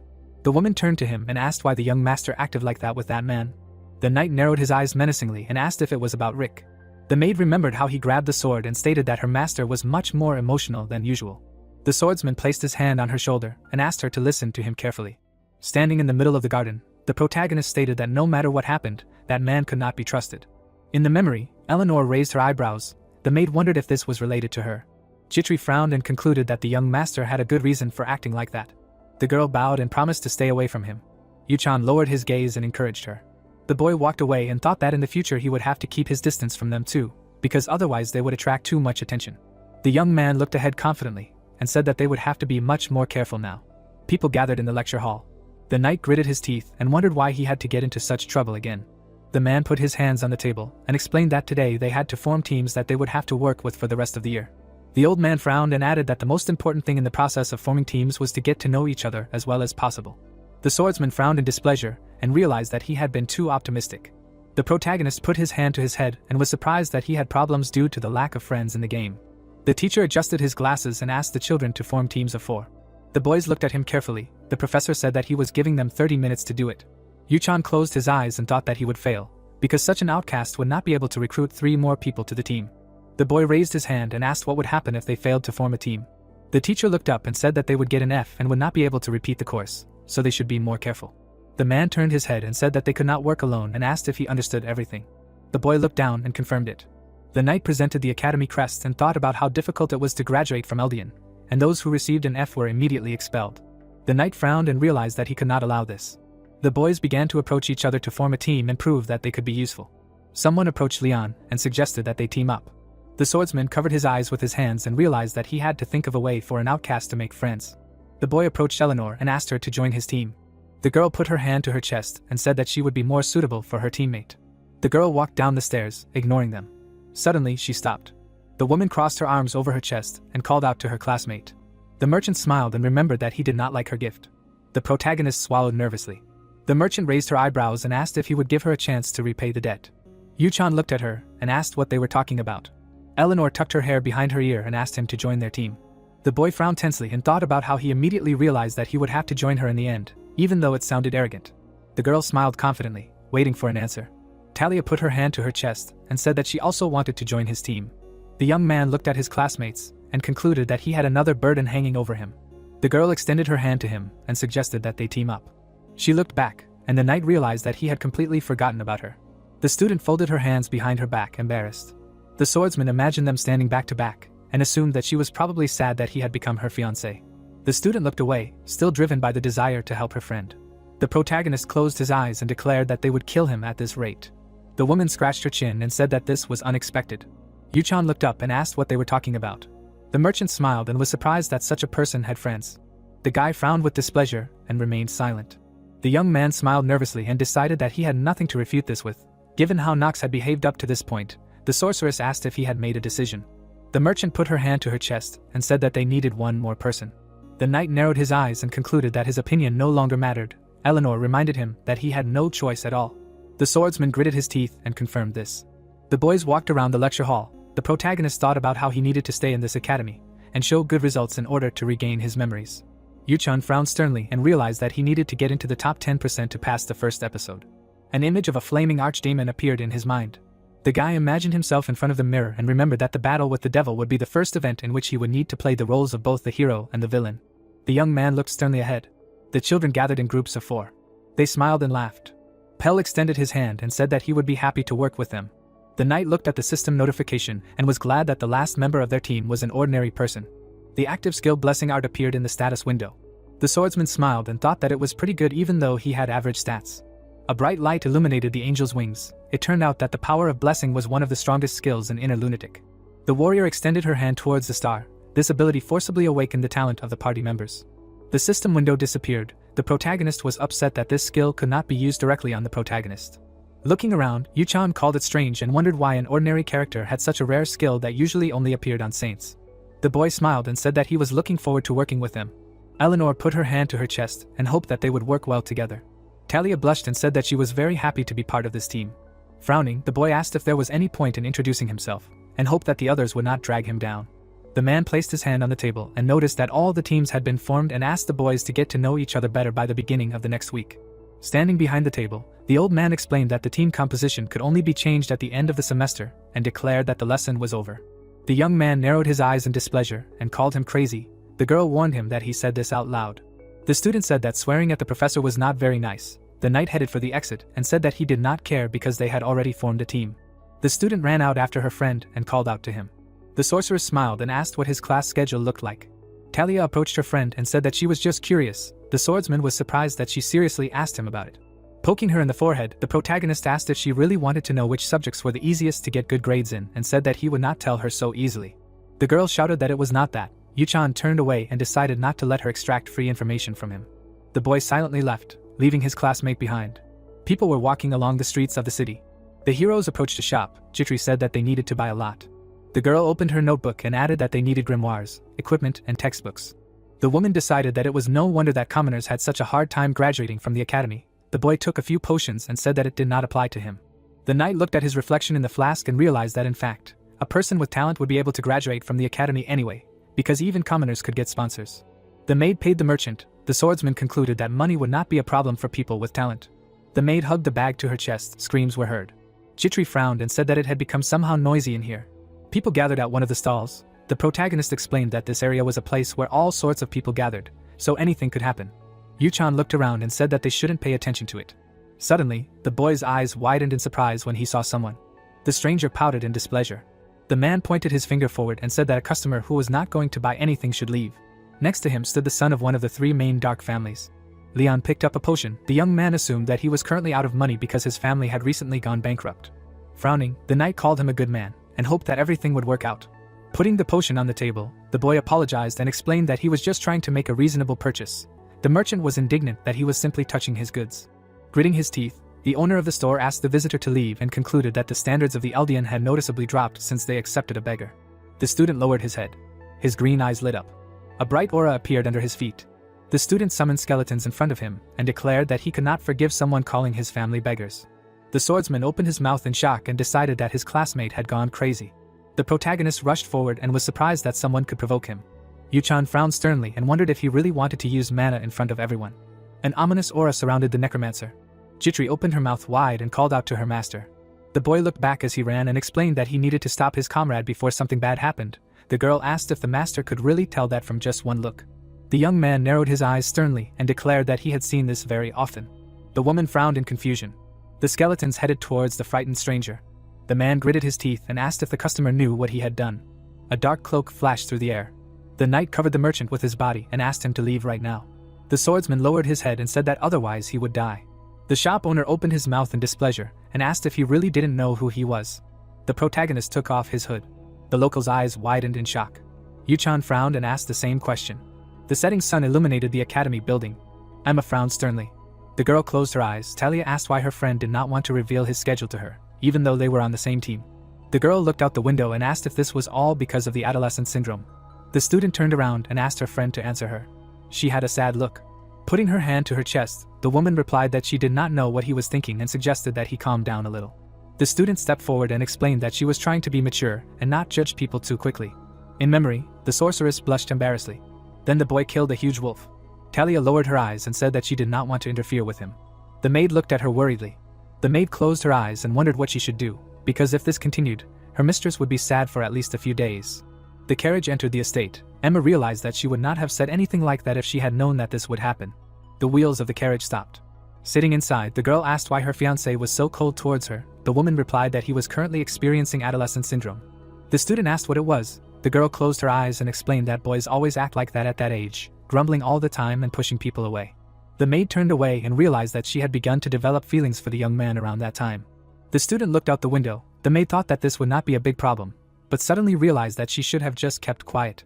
Emma brought her fist to her mouth and concluded that her mistress liked the heir of the Reincarnates family. The girl smiled and explained that these were not the young master's true feelings. The sorceress asked what this meant. The woman looked down and assumed that her fiancé was trying to separate his personal life from his studies at the academy. Suddenly, Talia grabbed her hand.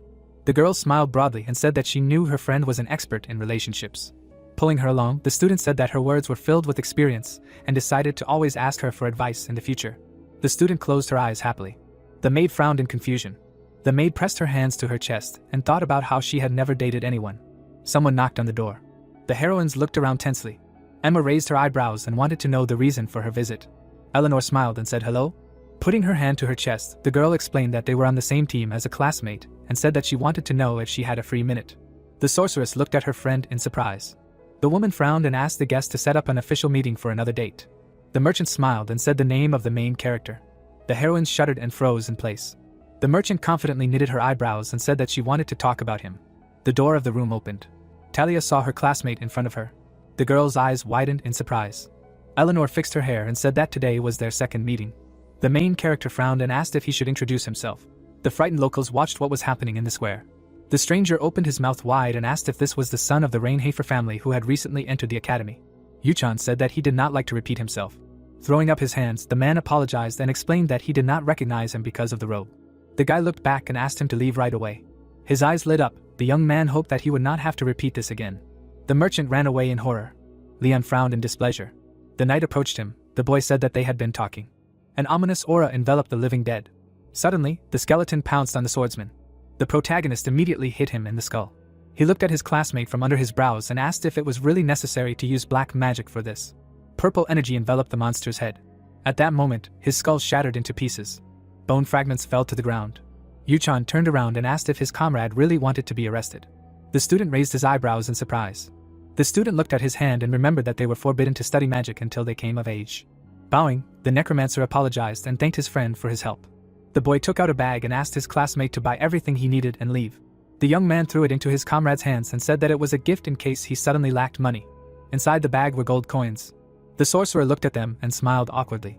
Leon looked away and asked why his friend was helping him. The boy frowned indifferently and said that he would not be able to make him a debtor. The knight frowned and explained that it was nothing to him. The swordsman gritted his teeth and added that in any case, he was doing it for a reason. The skeletons came out in front of their master. The student turned away and agreed. The living dead man bent in half. The monsters' bodies began to turn into dust. The student took a step forward. The necromancer looked at the coin and concluded that this money was needed to silence him. The sorcerer showed it to his classmate and said that he felt a unique power from him, which belonged to the Manhwa's family. Suddenly, the coin sparkled. It hung in the air. Leon declared that there would be no deal. The boy looked askance at his friend and asked where he got this power from. The heroines were sitting at the table drinking tea. Talia put her hand on the table and asked what her classmate wanted to talk to her about. Eleanor looked at her and concluded that she was not at all what she thought. The girl wiped her lips and assumed that the knight had feelings for her. The woman smiled and decided that this could not be. Imagining her friend with a letter in her hand, the merchant realized that for such a person, an engagement was not a limitation, and thought that she would have to speak directly. The girl raised her eyebrows in surprise when the merchant called Yuchan a dangerous person. Holding a cup in her hands, Eleanor explained that he was the son of one of the 3 dark families. She took a sip and added that there were many bad rumors about him. The student lowered her gaze. The student frowned sternly and said that she did not agree with her. In the memory, the children approached each other at a ball. The tense guests began to whisper. The girl looked away sternly. The woman closed her eyes and said that there were people who shared her opinion. The sorceress opened her mouth in amazement. Sitting in front of a classmate, the merchant called her a strange person and wondered why she liked a knight no one needed. The merchant frowned and saw anger in her eyes. Talia was enveloped in fire. The girl furrowed her brows sternly and explained that her friend was not perfect, but she did not think that he would do anything bad. The student narrowed her eyes and added that it was difficult to understand him because of his cold manner of communication, but that was only a small part. Eleanor pursed her lips tensely. The girl frowned and said that one engagement was not enough to blindly support him. The woman put the cup on the saucer and reminded that marriages between noble families are worthless. The student opened her mouth wide and said that she trusted her fiancé not because of that. The merchant smiled and explained that people cannot change so easily. Sunlight illuminated the room through the window. The merchant looked away when the sorceress remembered how the swordsman saved her. At that moment, a terrible monster jumped on her. The main character dealt with it. If he had not been there, Eleanor would have definitely died. Then the girl widened her eyes in amazement. Talia raised her eyebrows and asked why her classmates still treated him like that. The woman narrowed her eyes in displeasure and remained silent. The merchant closed her eyes and concluded that she had said something unnecessary. Getting up from the table, the merchant suggested ending their conversation here and thanked her friend for taking the time to talk to her. The girl frowned sadly and said goodbye to her. Eleanor closed her eyes and headed for the exit. White clouds floated above the houses. The girl stood by the fountain, hugging herself. Rick approached the lady and called out to her. Smiling, the boy asked how the conversation had gone and noticed that she looked upset. The woman looked down and asked what he thought was the most important thing for a merchant. The butler raised his hand and replied that these were the eyes that questioned everything. The merchant frowned sternly and thought about how she had earned the nicknames of the Fox of Wealth and the Star of the Financial World precisely because of her doubt. She imagined gold coins falling around the predator. Eleanor remembered standing by the window and wondered if the night had really changed. Then the child pressed her hands to her chest and realized that she should not deceive herself. The girl grabbed the hem of her dress. The woman squinted and decided that this simply could not be true because too much time had passed. An ominous energy enveloped Leon. The protagonist looked back and asked the locals to leave. Yuchan clenched his teeth and shuddered. The people ran when they saw the green aura. A dark haze enveloped the boy. Looking to the side, the young man noticed a magical barrier and concluded that the situation had become complicated. The knight frowned sternly and thought that his classmate could not use his family's secret power in front of others for so long. Holding a coin in his hands, the boy explained that if his comrade wanted to negotiate, he needed to take something for it. The student asked if he really needed to offer something. The swordsman smiled and decided that he could not bribe him with anything if it concerned his family. The student looked at him sternly and said that he spoke as if he knew him well. The protagonist frowned sternly and told him that his family was one of the top 3 dark houses, like the Reincarnates family, and that it had great influence. Green energy swirled around them. The necromancer did not like his comrade using the past tense. Yuchan said that his family was far from what it used to be, The sorcerer frowned tensely. The boy imagined a bloody battle and stated that he knew that Sylvester used the territorial war to overthrow the Manhwa's patriarch and take most of their lands. Leon pursed his lips in displeasure. The boy looked up and asked if his classmate was trying to use the fact that he had more information and his desire for revenge. Closing his eyes, the youth denied it and said that he was not interested in such stupid goals.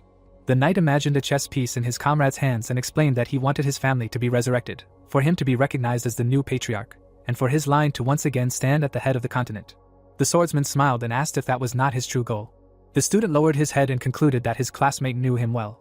The student raised his hand and asked where he got the powers of the Manhwa's family. The protagonist replied that he got them by accident and only recently found out who this power belonged to. The necromancer turned away and said that he believed him. Yuchan asked if he was not going to ask questions. The sorcerer looked down and said that he had already heard what he wanted. The guy pursed his lips and realized that this man did not really want to know where he got this power from. The young man frowned sternly and realized that his comrade wanted to understand what he knew and why he decided to interfere. The dark energy around the heroes dissipated. The knight was glad that his friend received an answer to his question. Ash rose into the sky. Leon thanked his classmate for his help and promised to repay him in the future. Turning away, the swordsman asked him not to worry about it and said that he did not expect anything from him. The next day, the sun's rays illuminated the palace. The floor of the room was covered in ice. The protagonist walked onto the long bridge and thought that this day had finally arrived. Nanwon smiled. This was salvation for Nox. Golden gears spun above Yuchan's head. A satisfied grin appeared on his face. The hourglass lit up. Hour of Genius was the strongest skill among the protagonists of Inner Lunatic, which could only be possessed by those with the genius trait. The guy was sitting at the computer. It was a kind of DLC for the game. The system reported that the user had completed Inner Lunatic 10 times and was able to pass on the Hour of Genius skill. The girl was sitting in front of the ice golem. The young man remembered that Inner Lunatic was his favorite game, but even he did not know what was in this DLC, and he realized that he would have died long ago if not for this decision. The knight smiled nervously, because just thinking about it gave him goosebumps. Holding a lollipop, the woman said it was amazing and asked if her student was a monster raised by Rainhafer. The swordsman approached her and said it was rude to call a person a monster. The dean asked if it was not. The professor touched the floor with her foot. An icy energy enveloped her. The sorceress asked how it could be explained that a student would fight a monster without fear. Nanwon narrowed her eyes and said that she did not understand why such a talented person was looked down upon. An image of a frowning Theo appeared in her mind. The girl asked if the head of the family was really that blind. The woman bit the lollipop and said that it could not be. Frowning, the protagonist realized that she had doubts about him, and thought that it was logical because in the original, Nox was no good. Yuchan smirked and activated the skill master of acting. Standing in front of the throne, the boy suggested that the teacher should not think about what kind of person he was in the past. The dean confirmed this. The professor smiled and added that she could not help but be interested in such an outstanding talent. The sorceress narrowed her eyes slyly and explained that it practically made her want to steal it. The young man frowned sternly and decided to pretend that he had not heard anything. In the past, Nanwon was watching him from around the corner. There was a smile on her face. The knight extended his hand and said that she had transformed and was watching him.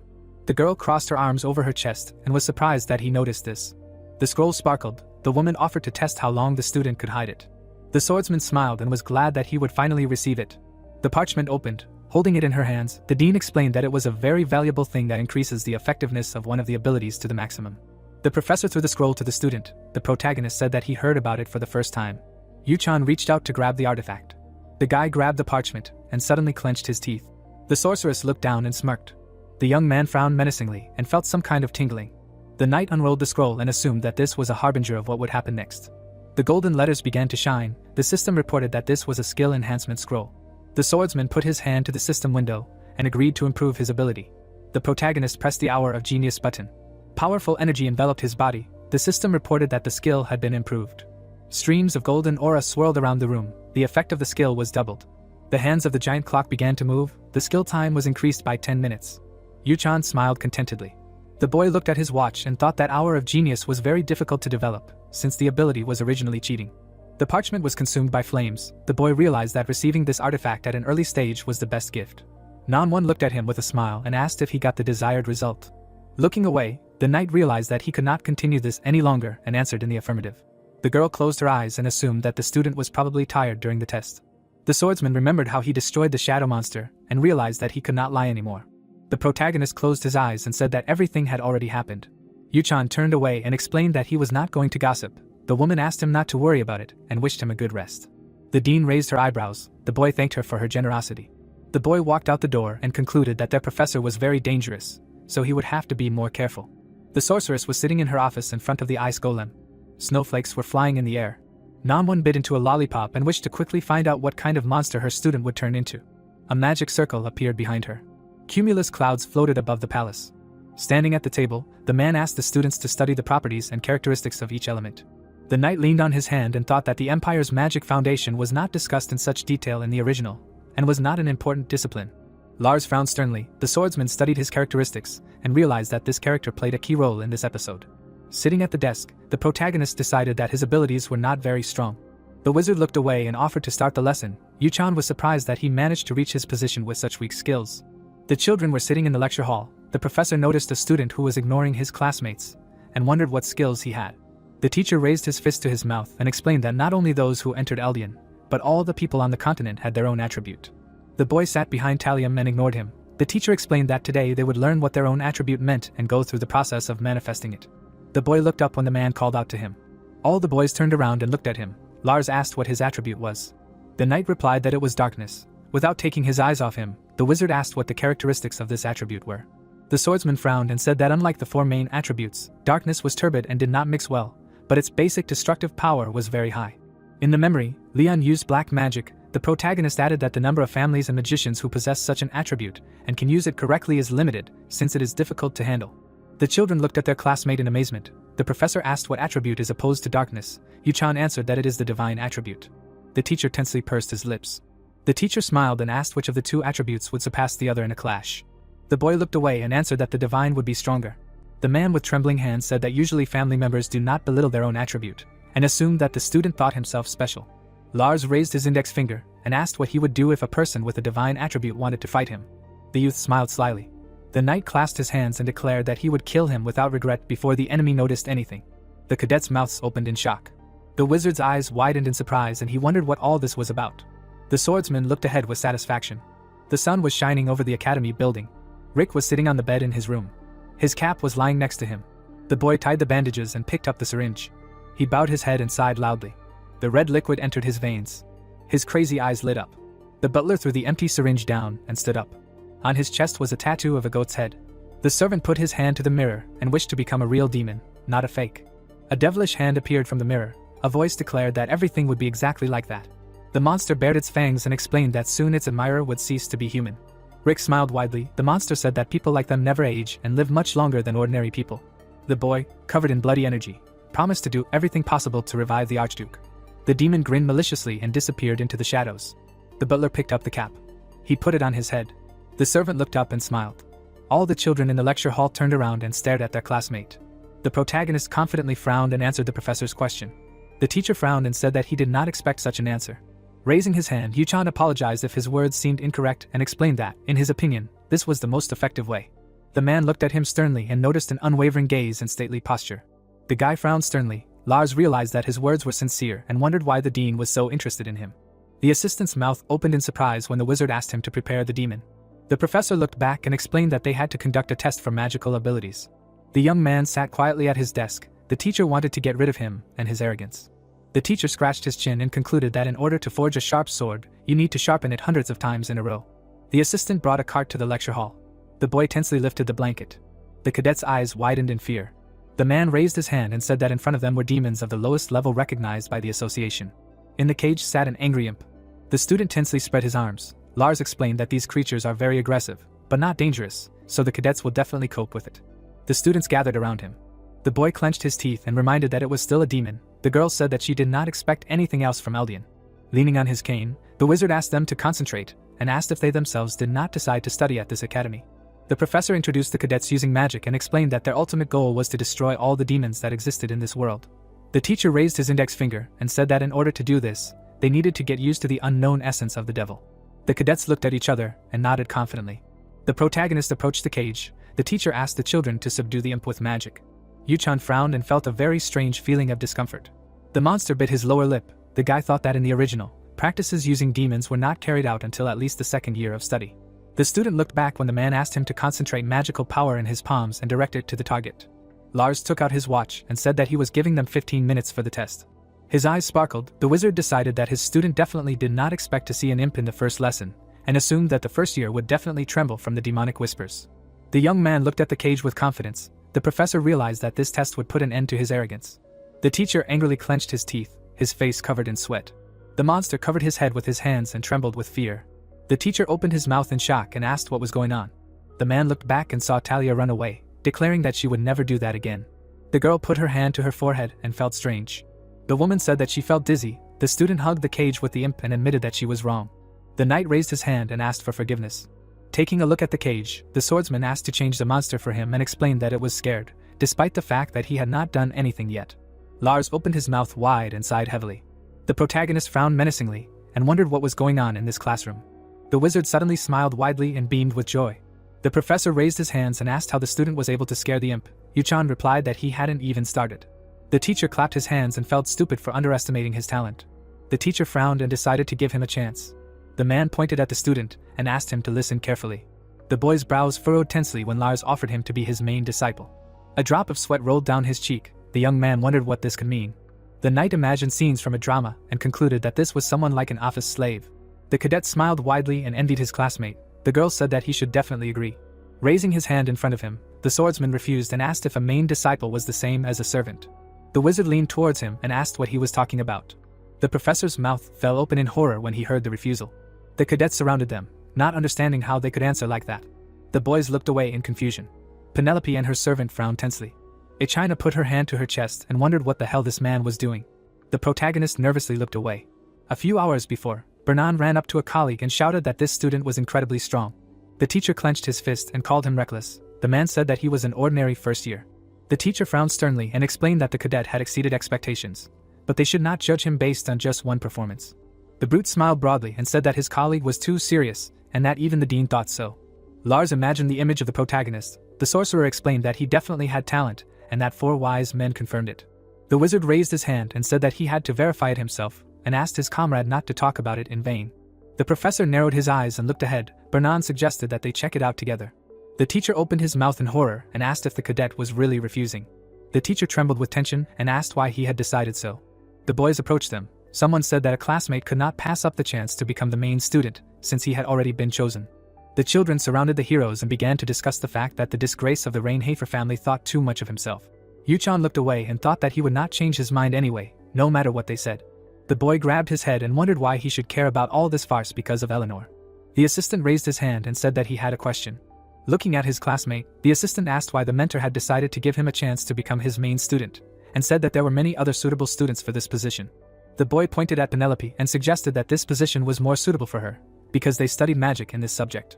The young man crossed his arms over his chest and was indignant that his classmate was trying to get close to the royal family in every possible way. Raising his eyebrows, the knight sighed and decided to remember him. The man brought his fist to his mouth and explained that the choice of the main student was his alone. The boys frowned tensely. Lars said that it would be suspicious if he just chose someone, and that a scandal could break out even because of his preference for Reinhafer. The wizard looked sternly ahead and declared his confidence in his choice. The professor's eyes widened and he wanted to share with the others why he had chosen this particular student. Sparkles appeared between him and the swordsman. The protagonist frowned and wondered what this madman was doing. The teacher spread his arms and suggested talking about the effect of his magic on the imp. Clouds floated above the palace. Yuchan raised his hand to his chin and thought hard about what had happened. The imp was sitting in a cage with chains. The guy realized that he did not know how he had managed to defeat the monster so quickly.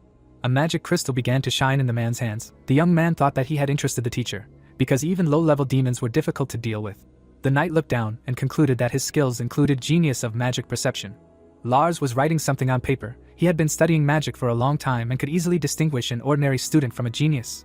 The man raised his hand and listed other reasons.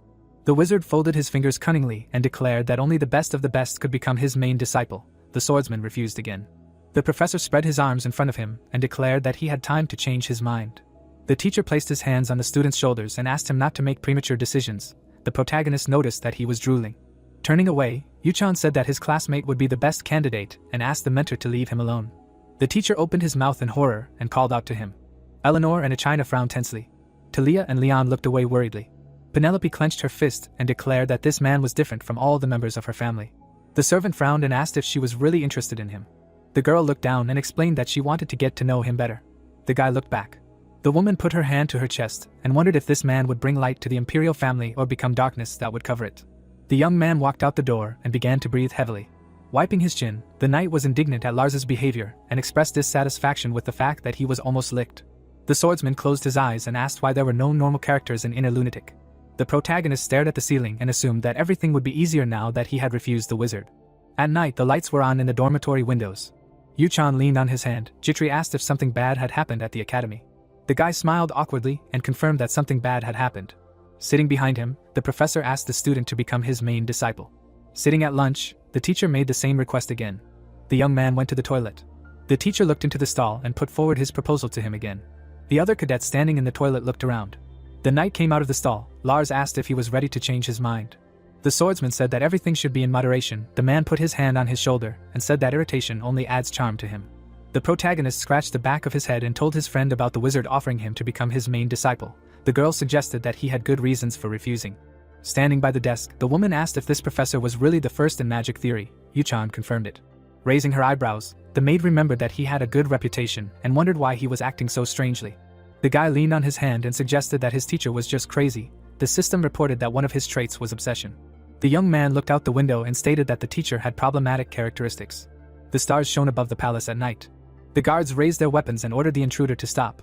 Blood dripped from the tip of the sword. Garen walked forward confidently, shrouded in dark energy. Standing in front of him, the soldiers explained that the master had ordered that no one be allowed in here. The man smirked and said that it was sad. The heir took a step forward.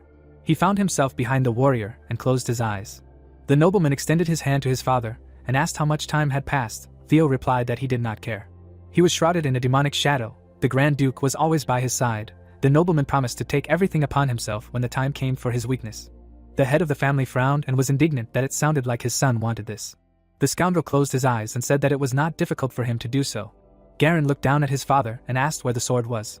The patriarch frowned menacingly and asked what they were talking about.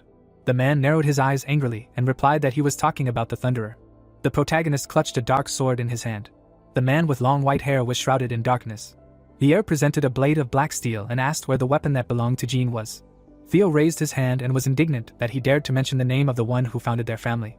The nobleman smiled and asked what it mattered if he had every right to receive the blade that gave strength and power. The head of the family threw him a stern look and said that his son knew nothing.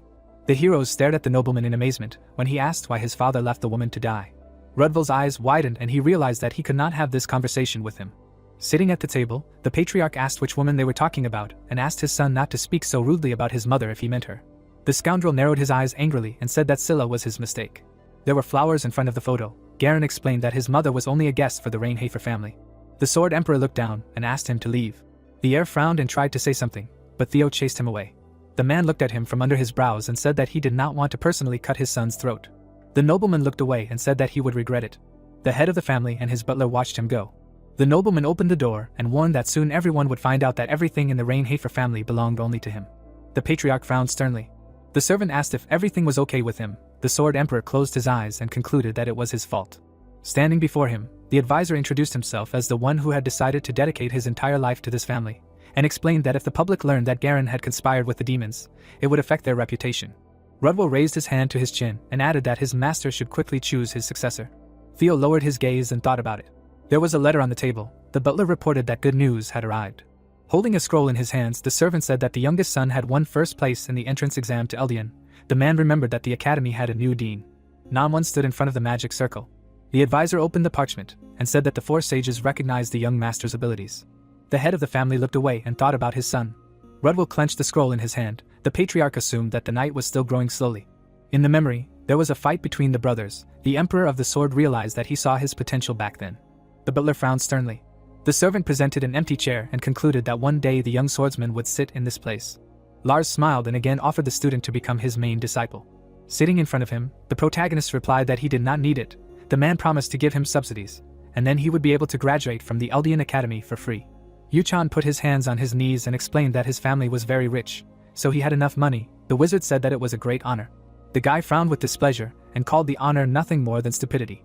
The professor suggested that he at least try. The young man closed his eyes and thought that his ears would soon bleed because of his words. The knight looked away and sighed heavily. Some time ago, Jitri approached the young master and asked him to listen to her very carefully. The girl raised her eyebrows and said that the teacher used to be completely different.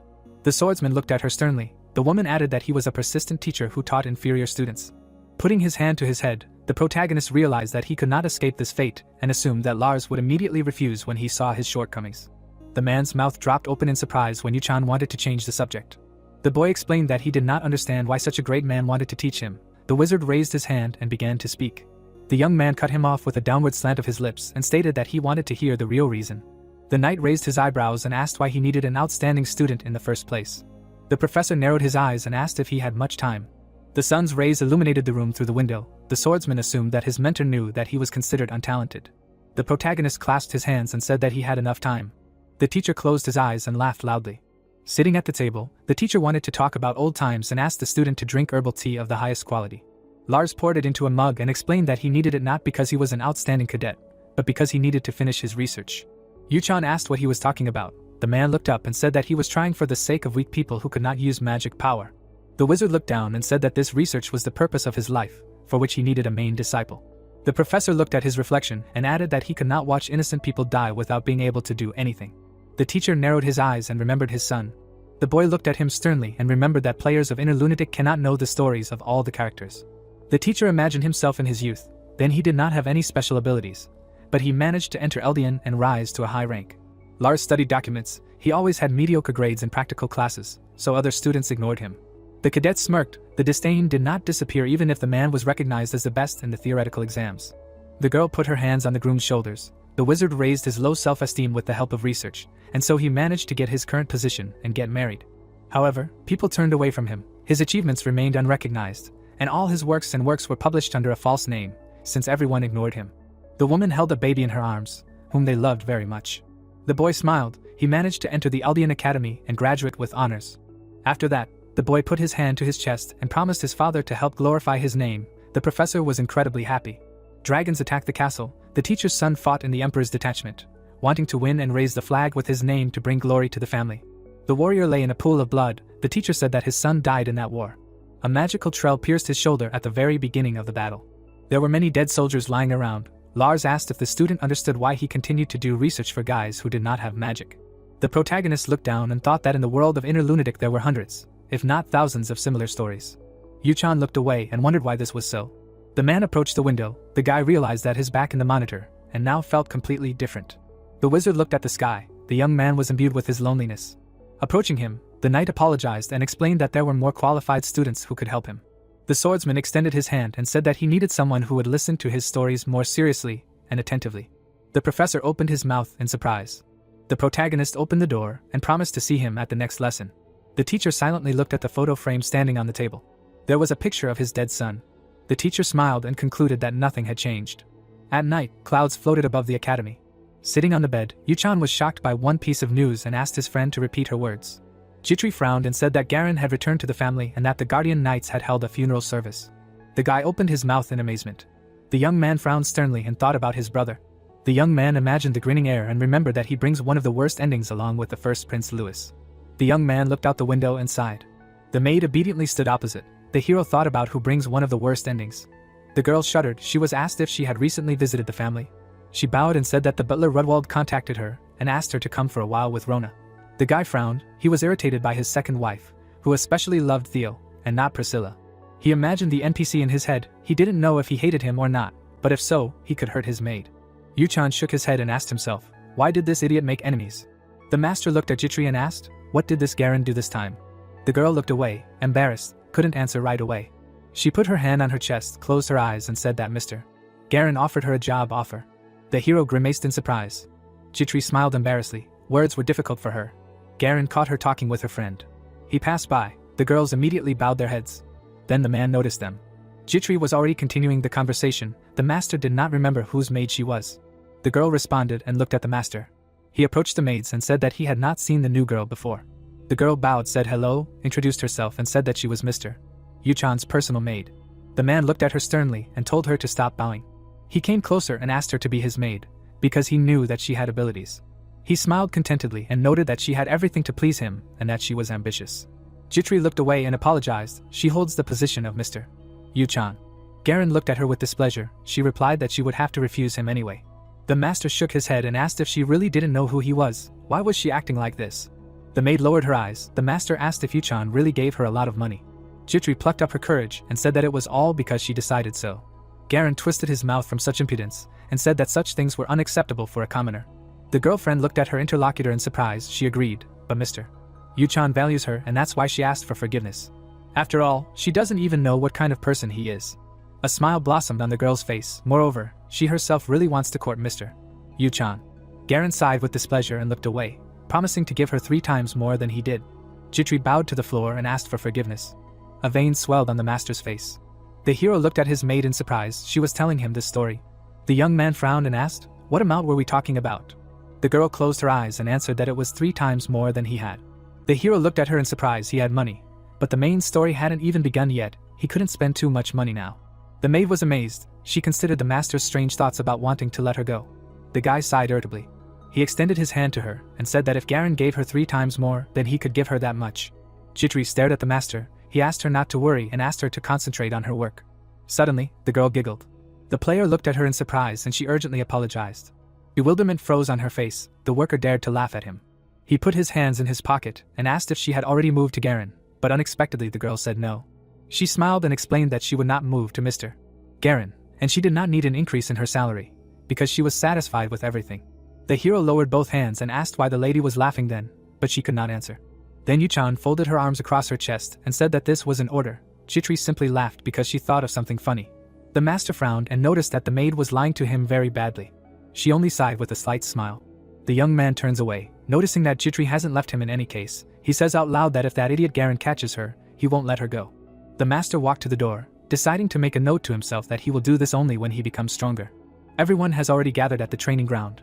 At Elbian Academy, there are 5 mandatory courses for first-year students. The first is the history of the Arheim Empire, the history of Arden, the creator god who united the kingdoms. This history is now forgotten by people and this course is taught orally. The second course is horse riding. The third course is etiquette and chivalry in academic life. The fourth course is the basics of imperial magic. Yu-chan looked ahead heavily, the last, the hardest and most difficult course for him. He was catching up with his classmates who had run far ahead. The young man was sweating all over. He hated physical education. His skinny body barely dragged behind the others. His hands were shaking on the horizontal bar. The hero fell on the grass and reached for the flask. His physical strength was at its limit. The teacher approached him and said that no matter how much he thought about it, it was strange. The guy choked on the water, hearing that he was not strong in everything. He wiped his chin and asked, "What is this guy talking about?" The teacher scratched his beard and said that although the gentleman shows high results in terms of exams, he thinks that he has a precise limit to the growth of his physical abilities, as if there is some kind of wall that he cannot break through just like that. The breeze picked up a few leaves, as expected from Eldian's teacher. The hero presented the limit of his growth. It was 15 or half of his maximum health due to the peculiarity of the time limit. Yu-chan stood up and said that despite the fact that he was a teacher, he still allowed himself to speak out against him. The teacher immediately apologized and said that it was better for him to listen to his words. He spread his hands and explained that it was dangerous when he had so little strength. This could lead to a shortening of his life. The young man looked at the system window with displeasure. How could he not notice this if there was a countdown in his heart? The system reported that his life expectancy would shorten even faster. Yu-chan smiled nervously and cursed under his breath. Paracelsus quietly watched him from the side. He chuckled and said that no one really knew him. The hero took first place in the entrance exams, and now he was simply hiding his strength. The hero walked in the other direction. The Sword Emperor continued to watch him and decided that it was all definitely related to how stupid he was acting. Yu-chan was going to drink some more, but noticed someone staring at him. He smiled and asked if the poor guy wanted to fight again. The market was bustling with life. The hero threw on a black cloak and entered the crowd. He turned around. A child's voice said that he never thought he would meet him in such a place. A boy in a cap approached him and asked if this was really the youngest son of Mr. Reinhofer? The hero gritted his teeth in anger. He turned away, not understanding why the boy was pestering him like that. Yu-chan turned around. He recognized the boy. His name was Rick, and his real name was Ostschultz de Nefer. He imagined a demonic berserker. Rick was the same as Lewis, the worst creator of bad endings. The system showed a bunch of information and interaction windows. A drop of sweat rolled down his face. Rick then attacks Eleanor, trying to kill her. He is a traitor hero and should be avoided first. The gentleman frowns and says that he gave him a gift earlier, but what does he want? The boy smiles and says that it is nothing special. He just saw the young gentleman Reinhofer, a nobleman walking alone and without guards. The hero frowns at him and says that it is none of his business. Rick laughs and agrees. He claps his hands and says that their meeting is fate, so he offers to help him with his shopping. There is still time in any case. The gentleman smiles. He thinks that this is not what the head of Rival ordered him to do. The young man puts his hand on his chest and bows. He says that a good nobleman is one who can turn a blind eye to the fact that a servant does not follow certain orders. His eyes sparkle slyly under his visor. The nobleman looks back at him angrily. He thinks about finding out his true intentions, because there is a reason why he decided to contact him. He turns slightly and says that he does not like it when people talk too much, and he agrees. He bows obligingly and promises to remember his wishes. Meanwhile, in the mansion, the servant gives Eleanor the materials she asked for. She accepts them and thanks her friend, after which she carefully studies the writings. On the table lay the case file on the hero's character. The lady lowers her gaze and tries to understand why the hero saved her. She sits quietly alone in her office. Her gaze frowns. She understood that Yuchan had no reason for this. She looks at the map and remembers that there are no friendly deals between the Renhover and rival families, and if he wanted to win, he could have immediately accepted Coach Vernon's offer, but he did not. Her hand clenches with tension. The Reinhofer she knows would never save her. Eleanor turns around. After the situation in the Forest of Lost Children, he obviously changed his behavior, and she does not know why. Silence in the office again. The girl sighs nervously. An image of a cunning boy appears in her head. The smile never left his face, and his recent behavior is very strange and his strength is growing. Eleanor looks at the inscriptions again. In any case, she cannot do anything about it. Her hand touches the yellow folder. The merchant gets up and goes to the window. For a while, she looks at the surroundings. Then she closes her eyes, still thinking. She remembers the man who shouted at her and asked why she did it. His figure loomed over her, shouting that she should have just kept quiet. His hands squeezed her small shoulders. Memories darkened the church. The mourners gather at the altar. Little Eleanor stands next to her aunt and looks anxiously at her tears. She looks away and looks at the altar. Her mother lies on a pile of flowers. The girl lowers her gaze. Tears flow from her heavy gaze. Many years later, she stands by the window in her office. Meanwhile, Rick and Yuchan began their adventures in the market. A bunch of artifacts were put on the counter. In fact, there is no need to buy good quality magic spheres that are used in magic lessons. As you rise in the class rating, they will be given better things. A potion was bubbling in the cauldron. The merchant recommended buying utensils for alchemy. Rick walked between the counters and said that basically all the things are in the classrooms, so the hero needs to have only the bare minimum. Pleased, he points to a pile of things and says that the store behind belongs to Eleanor. They supply goods at low prices. The boy looks around and thinks. Yuchan carefully watches him, although he does not want to admit it, but Rick definitely has goods. His feature is a swindler, and his passive skill is negotiation management. The hero watched in surprise as the youth spoke. If he had not been the demon's minion, he would have recruited him. He decided that it was worth thinking about it. The servant approaches him, and it already seems to him that they have bought everything they needed. The master agrees, this will be enough. For some reason, he frowned to the side. Rick is surprised. The hero asks if he still does not want to tell him the real reason why he found him. Suddenly, Reinhofer grabs him by the collar, presses him against the wall. A cold look looks at the boy from under the hood and asks what he wants from him. Rick smiles nervously and asks what the master is talking about. The nobleman again slams him against the wall and demands not to waste his time. The youth lowers his gaze and says that this is absurd. He thinks that their conversation will be quick. A grin appears on his face again. He decides to say everything directly. A bloody aura appears around. Yuchan sharply turns his head. His assistant has created a barrier that blocks sounds. The boy's face turns crazy. He leans towards him, grabs his hands and asks him to betray Reinhofer and then begin to serve Prince Louis. His hands are shaking. Yuchan frowns with displeasure. He rips off the buttons of his shirt and sees a growing stain on the boy's chest. Reinhofer's eyes shine with cold steel. He declares that he does not serve Prince Louis. Rick opens his eyes in surprise. The nobleman says that he serves a demon. His smile falls from his face. A bloody aura appears around the wall. It seems that the master knows a lot. Veins swell and fill with black. The hero looks tensely at his enemy. He smiles. Behind his back are the eyes of a demon. The child says that his master will not like all this. The boy bows his head, says the name Ball. A fiery face appears in the shadows. The hero asks if the boy really believes that the master will fulfill his wish. Rick smiles and says of course. He lets go of the master's hands. He looks around. Yuchan warms up his hands and hopes that the child will not regret it. Rick buttons his shirt and looks innocently at the nobleman. He turns around and says that if he dares to insult him or his family again, he casts a cold glance and promises to kill him. Rick smiles nervously and promises that he will remember this. The couple goes about their business. After a while, the instructor gathers the students in the forest and offers to begin the lesson. The students exchange glances and ask if this is really the crazy instructor. One of the students adjusts his glasses and asks to be careful. Everyone looks at him. The student explains that calling a person who has hair bald is normal, but if you call a person without hair that way, it can be regarded as an insult. Bernan nervously compresses his lips. His head is shiny, and he is stern. He understood that he cannot scold the children just because of his head. He looks around the group. For starters, he was going to tell them about the location of the first lesson. He points to a picturesque area behind him. They were called the Clario Plains, the famous place of the Eldian Academy, where many amazing plants and trees grow. He smiles and says that here they will learn the basics of horse riding. Behind him are horses. The instructor offers to mount the horse he gave them or the horse they brought with them. The students began to exchange glances. Some did not even have time to look around, and some did not expect that they would have their own horses. Many were worried, while the stately young men mannerly kept to themselves. They shrug their shoulders and make faces. Some do not understand why they came to this academy. But the smartest of them say that they have no choice, because this is a compulsory subject. The hero approaches his horse and calls it by name. Carl approaches the owner, and he puts his head on his neck. Everyone begins to sit down in the saddles under the professor's commands. Yuchan notices Paracelsus and notes that he is holding up well. Yuchan makes a dissatisfied face. Considering that Paracelsus lived in the east, he must have ridden a horse or a camel more than once. The hero jumps on the horse. Many of the students look at his horse with envy. Carl slowly looks around. A blue aura runs along his mane. Someone notes that Reinhofer is quite rich, although not as much as Rievelin. The player smiles contentedly. He knows that Carl is indeed a great horse. The breeze brings a few leaves over his head. His horse is a privilege of the veteran player. The plains spread for many miles around. One of the students jumped on the horse and rejoiced at his victory. Bernan adjusted his saddle. He told him to praise his horse and tried to take a few steps. The man smiled, looked. Everyone managed to saddle their horses. Everyone looked at the bald man in amazement, because he announced that it was time to start the race of this lesson. Bernan proudly folded his arms on his chest. Someone reasonably noted that some of them sat on a horse for the first time. Some pointed at the horses in horror and said that they tried to kill them and that it made no sense. The student with glasses looked at the teacher and assumed that he was taking revenge for the offensive nickname.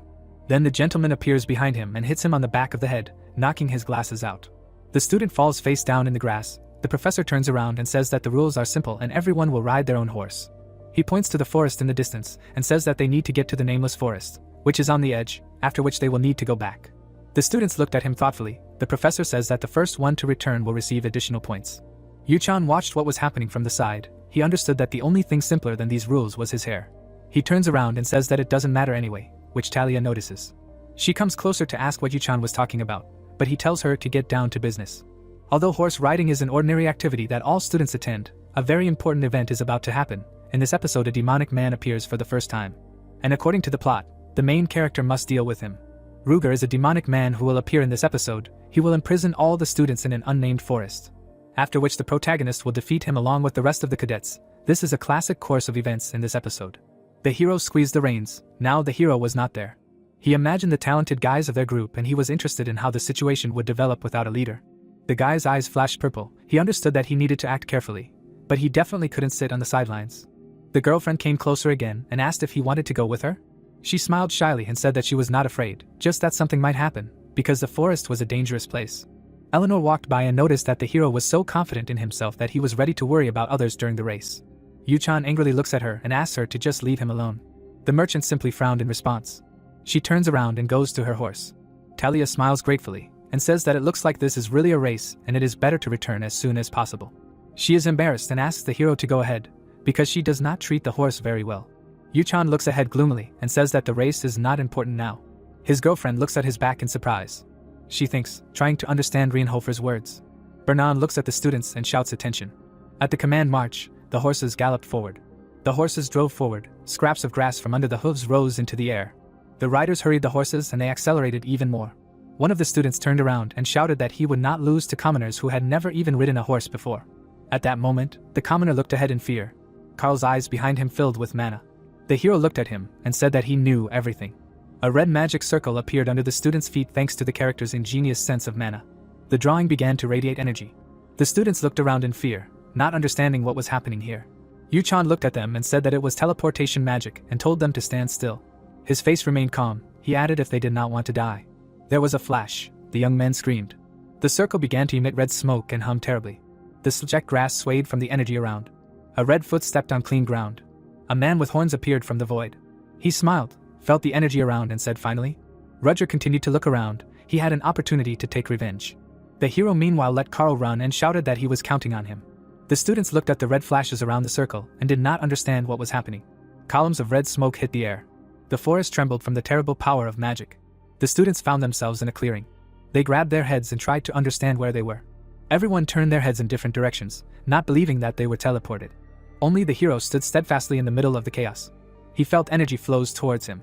He looked up and his doubts that it was teleportation magic disappeared, but it was different from the dean's magic. The formula was very unstable. The princess approached him and asked if he really knew what was going on. The hero turned around and replied that he was trying to understand, but he was sure of one thing: people not involved in the academy were to blame. The princess's bodyguard stepped forward and asked what the guy was talking about. If he knew anything, then let him tell the others. Yuchan looked at her and told her to know her place, because she was not a princess. He bit his lip in anger and said that he had no reason to answer her. China winced in anger. Eleanor looked at Rienhofer and asked again about what he was telling. She stepped forward and asked what the hero thought. Talia shuddered. She was also curious why Yuchan decided so, because it could just be a test arranged by the professor. The nobleman sighed. That's why people who lived in comfort and couldn't survive were too complacent. He imagined a pile of corpses in the clearing and reminded himself that they were in a game that was known for its difficulty. He looked at his classmates and explained that the magic looked too unstable. The system had activated the genius actor skill. The guy recreated the magic circle and explained that its formula was not organized, and the proof of that was the fact that the formula did not take into account the safety of the subjects being transferred at all. Everyone's mouths dropped open in surprise. Leon thoughtfully scratched his chin and agreed that the formula was indeed strange, because the professors would not expose them to such danger. Everyone huddled together and began to listen to the necromancer. He said that teachers had no need to do this to the children of noble families who entered Eldian. The guy looked ahead melancholically. He thought that Rienhofer was right, but what did the others think? Penelope looked intently at the white-haired man. She didn't want to admit it, but he was right. She turned to the circle and again noted that the formula was very unstable. It was easiest to assume that someone from the outside was involved. A red aura appeared around the princess while she was thinking that her brother had done this. Leon turned to her and said that they should get out of here quickly anyway. The young man felt the dark energy and said that they should not stay in such manner for too long. China looked at everyone and mockingly said that the dark families were trying to take everything into their own hands. She clenched her fist and said that Rienhofer should prove his words first, but the princess stopped her. She looked away and said that they were all right, and if they stood in the vortex of unstable mana for too long. She closed her eyes and added that they would simply die. The commoners began to feel fear. More and more people agreed with the opinion of the dark families. Paracelsus coldly watched everything from the side. He turned back abruptly. His hand lay on the hilt of his sword. He immediately waved his weapon and ordered everyone to be quiet. He turned to the bodyguard and asked if they could smell blood. The boy walked forward and said that it was at least a mid-rank monster and that he was located there. Then Yuchan with purple eyes stepped forward and said that he was above them. Then a four-winged raven flew out of the foliage and screamed. The student made a dash. He delivered a crushing blow and climbed behind the creature. He cast a cold glance at the other students and ordered them to get ready. One of the wings began to ooze blood. The monster fell to the ground. A wave appeared from the force of the blow. The hero turned around and declared that in such a dangerous situation, he would take command. Everyone stared at the hero in surprise. The students' faces expressed bewilderment, because everyone considered Rienhofer good for nothing. Penelope anxiously clenched her fist to her chest. The player defeated the monster that she did not even feel. He was the first to know about it. He, the good-for-nothing Rienhofer. Experienced students were thoughtfully silent. Everyone played the moment of the monster's battle in their heads and asked themselves, why did he change so much? Meanwhile, there was silence on the plains. Bernard stood with a watch and asked, did the students really not know how to ride horses at all? The wind drove the torn leaves. None of the first-year students had returned yet. This was the worst result in history. Then one of the academy members galloped up to him and shouted that they had problems. The professor threw up his hands and asked why Ras had come here, since he had a lesson with the second year. The man clenched his fists and anxiously asked where the students were, and he explained that they were having a horse-riding lesson on the plain. Then the professor froze. He felt a strange feeling. Ras waved his cloak and said that someone had used demonic energy in the academy. 3 hours ago a huge magic circle had been activated, and the tracks had led them to the plain. Bernard frowned and shouted that everything had happened exactly when the dean was not around. Then Carl ran up to them. The professor stopped him and saw a note attached to the horse. He unfolded the piece of paper and read the information that a demon man had appeared at the entrance to a nameless forest, and that they urgently needed help. The man stood there for a few seconds and thought over his plan. Then he passed the information on to his comrade. In a moment, they were both galloping at full speed towards the nameless forest. It would take them at least 2 days to reach the nameless forest. It was too late for teleportation magic. The teachers continued to gallop. They could only hope that the students would be okay. Meanwhile, the students were still standing near the defeated monster. Yuchan was calmly wiping his sword. Ehaina looked at him tensely. She did not want to admit it, but she would have to, because the hero makes the right decisions. The guy continued to fiddle with the sword and replied that he did not need strained apologies. Then he turned to the princess. He looked at her and said that this incident was a continuation of the previous one. He asked to give him the right to command the students. Penelope looked at him thoughtfully and warned that this could be dangerous. She frowned and explained that she would be personally responsible for the students. Yuchan nodded understandingly and turned to Pell, thinking that this was creating problems out of nothing. He turned to him and asked to tell him the protocol for emergency situations. The guy raised his hand and began to say that the main priority was to protect the imperial family, and command would be given to the strongest knight or mage. Yuchan waved his hand, addressing the princess. She was the only representative of the imperial family. The girl silently looked at him. The hero added to himself that she was another of the strongest characters who would help defeat the demons in the future. Because the mana of light and the power of punishment that she possessed is transmitted only within the imperial family. Everyone looked at each other again. The young man said that therefore, even if everyone here died, they were still obliged to protect her, because such is the law of the empire. Penelope shrugged her shoulders, wanting to resist the cold calculation.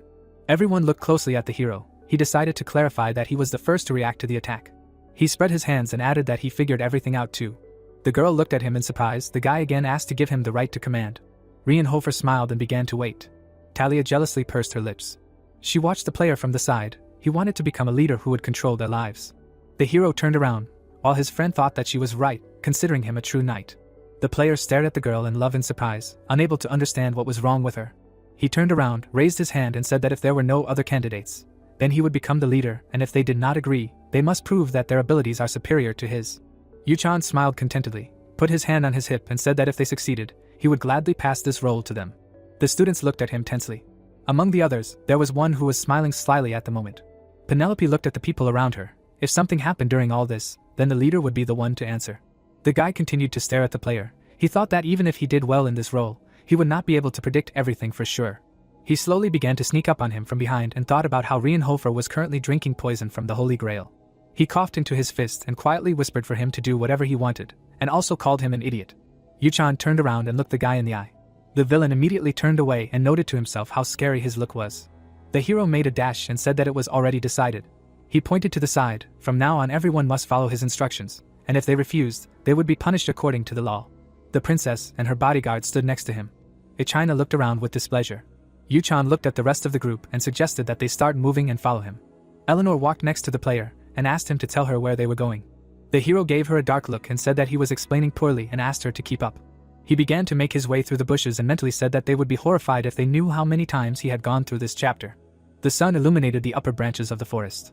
Yuchan imagined himself as a creator and mentally answered himself that he was a veteran of this damn game. After a while, a cave appeared ahead. Several people managed to stab an animal there. Ruger adjusted his hair, watching them. He was sitting on a stone throne. A floating stone covered in dark mana appeared next to him. A voice came from there. The demon stood up. The mana began to spread even more throughout the cave. An ominous smile appeared in the darkness. It ordered to devour the people of Eldian. Many eyes began to appear above it. The master ordered to get rid of all the unblown flowers. The servant reached out his hand to the dark mana and smiled. The darkness began to flow into his hand. The veins began to swell. Ruger was all bent in pain. The master said that he would share his power with him despite the fact that he did not deserve it. He clenched his smoking fist and answered yes to his lord. A satisfied smile appeared on his face. The demon promised not to disappoint his master. The communication stone emptied and fell to the ground. Ruger was left standing alone in the middle of the cave with new power in his hands. He turned around and promised to take revenge on him for abandoning him.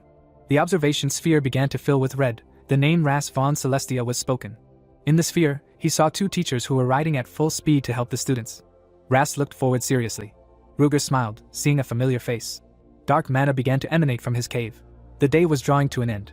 The students were cutting up the carcasses of the cursed monsters. Yuchan turned around and said that they now need to divide the roles. Leon and Paracelsus exchanged glances. The two of them will help him. The warrior smiled inside. The hero had defeated him, so he would play along for now. Leon bowed and said that he most likely lacked skills, but he would be happy to help and would do his best. Paracelsus began to yawn. The player thought that he had the strongest first years on his side. Yuchan turned around. There was still work to do. He spread his arms in front of the other students and said that there were two ways to get out of this forest. He said that they needed to destroy the barrier from the outside, or defeat the magic caster. Penelope approached the leader. She wanted to discuss something, but it could be too dangerous. The princess looked at the guy with concern. He said that they didn't have much of a choice. Professor Bernan would need about 2 days to get here from the plains if he went straight, and the best option would be to try to survive and try to kill the magic caster. Yuchan looked down. In fact, he already knew that the first way would not pass this event. He introduced Ruger and said that if they wanted to get out of here, they had to kill the spellcaster, a demonic man living in the forest. The students all stopped and looked at each other. Reinhofer nodded. First they had to get food. He looked at the corpses of the monsters and said that this would be enough for 2 days. Paracelsus approached the leader and asked if he was really offering them to eat this. The hero calmly said that it was just pork. Didn't he like it? The warrior chuckled nervously. He knew that Yuchan was no slouch. But then it began to seem to him that he was a little mistaken. He noted that they were in the hunting grounds of the nobility. He put his foot on the carcass and said that they cannot eat demonic beasts because they are poisonous. Reinhofer knew. He looked around. He also knew that they should not eat the plants here. The Sword Emperor shuddered and asked why he was telling them to eat this then, how they should eat demonic beasts. Because even in the east during the famine they did not stoop to such things. He put his hand on his stomach and asked if the youth knew how sick he would be later, but he was apparently only worried about the pain in his stomach. The hero turned away, deciding that it was better not to talk to the guy again. he told him to shut up and said that he knew what to do. He collected some plant branches. He turned to Leon and asked to summon the undead and ordered them to protect the boys from the monsters. Reinhofer stood up and put his hands on his hips. He wanted him to protect the princess. Despite his chatty mouth, he is a skilled swordsman. Paracelsus trembled with anger and promised to definitely kick the player in the future. After finishing, he turned around and went to the imperial princess. The young man looked around and decided that it was time to begin. His hand grabbed the stone. The master class on working with plants and demonic meat began. The students looked in surprise at the source of the smell that touched them. The leader stood near a made stove on which many pieces of meat were fried, but the people did not like the color. They thought that if they tried they would definitely die. Without listening to anyone, Yuchan sprinkled the meat with fragrant herbs mixed with manna. The students came closer in surprise to see the color of the meat had changed greatly. The hero turned and explained that he simply used a plant to neutralize the poison that was in the meat. He was talking about the raspberries agresinic. It can neutralize the poison contained in the meat of monsters of medium rank and below. He pointed to the meat and explained that the horned boar belongs to such species. Many people smiled with relief. Someone now remembered that they read about this in one book. The dagger cut up the juicy meat. People began to discuss how Reinhofer knows this. Yuchan turned to the princess with a smile. His eyes became languid. He asked what kind of roast the princess preferred. He sat on his knee in front of the fire pit, excluding the option of well roasted.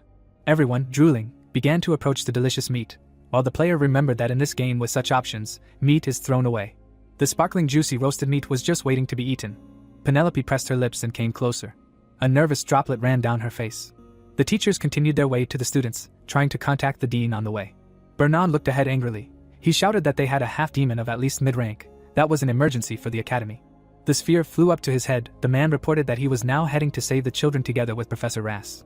The riders did not spare the horses. The rest of the professors had gone away on business in the morning. Then the instructor got overwhelmed when he realized that he could hear the sound of chomping.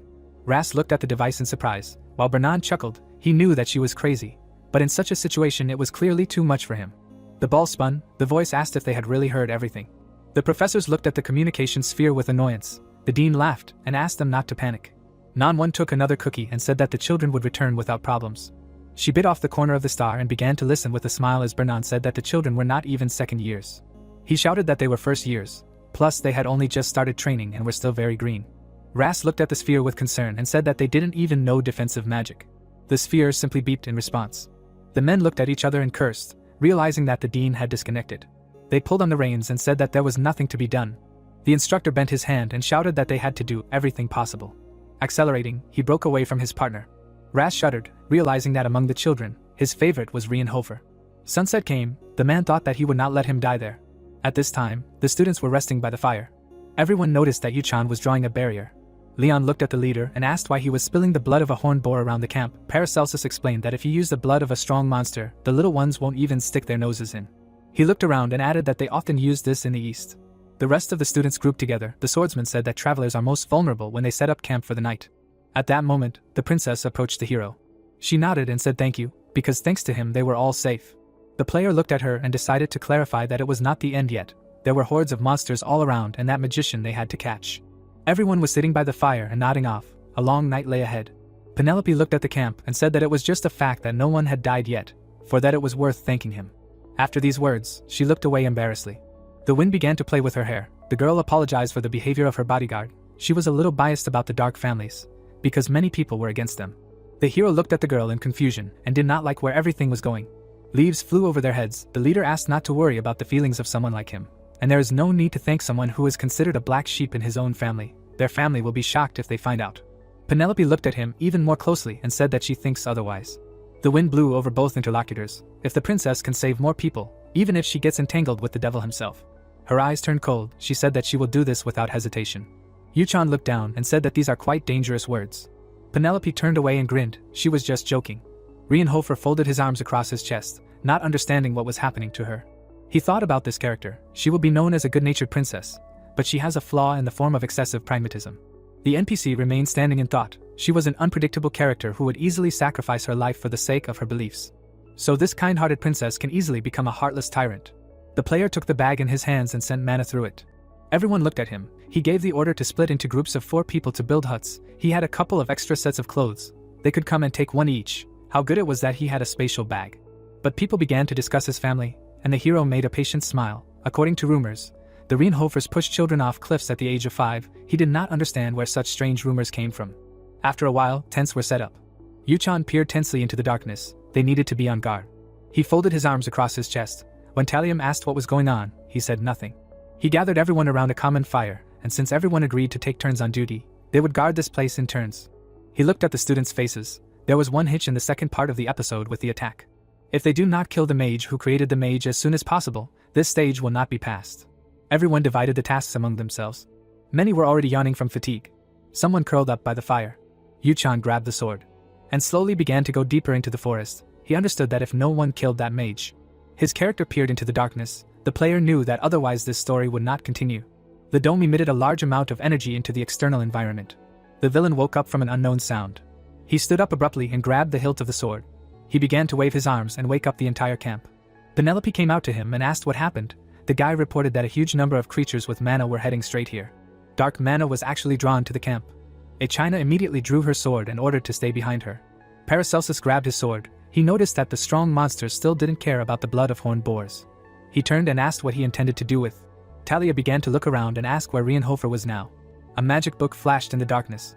Leon stepped forward and said that the hero was away on important business, and he entrusted this fight to him. China shuddered and angrily noted that the guy was begging for authority from the princess, but he himself had disappeared somewhere. Leon continued to leaf through his book and said that the hero had left, but had not run away. Monsters began to appear. It was starting to become too dangerous. Motley creatures came out to the border of the camp. The student approached the necromancer and said that the bodyguard was right. They could no longer cope with so many monsters. But the guy assured her that everything was fine. A green magic circle appeared behind him and a green column of light flashed. Penelope opened her mouth in surprise, not expecting to see such a huge magical power. Leon calmly looked forward. He was curious to think about Reinhofer. He remembered how he gave him the magical artifacts. The young man looked at one of them in surprise. In his hand lay a dark stone. He asked what kind of person the player was and why he entrusted this matter to him. A green whirlwind swirled around the student. As the current head of the Marvis family, he said. His eyebrows slightly frowned. The guy said that the outcome of this fight. At that moment, a huge wolf rushed at the man. Then he was hacked to death with a green sword. An unknown person in plate armor hacked the first monster. He knocked the carcass to the ground. Dead people covered in green mana began to crawl out of it. The guy pointed his hand at them and asked to leave this matter to him. A bright night stood above the forest. Near the half-demon's cave, protective symbols hovered in the air. Yuchan boldly walked through them. His foot touched the edge of the magic circle. A message from the system appeared above his head. The genius of magical perception removed the restrictions in magic. The damage increased. The hero took out his sword. The half-demon was already watching him. How long will he hide?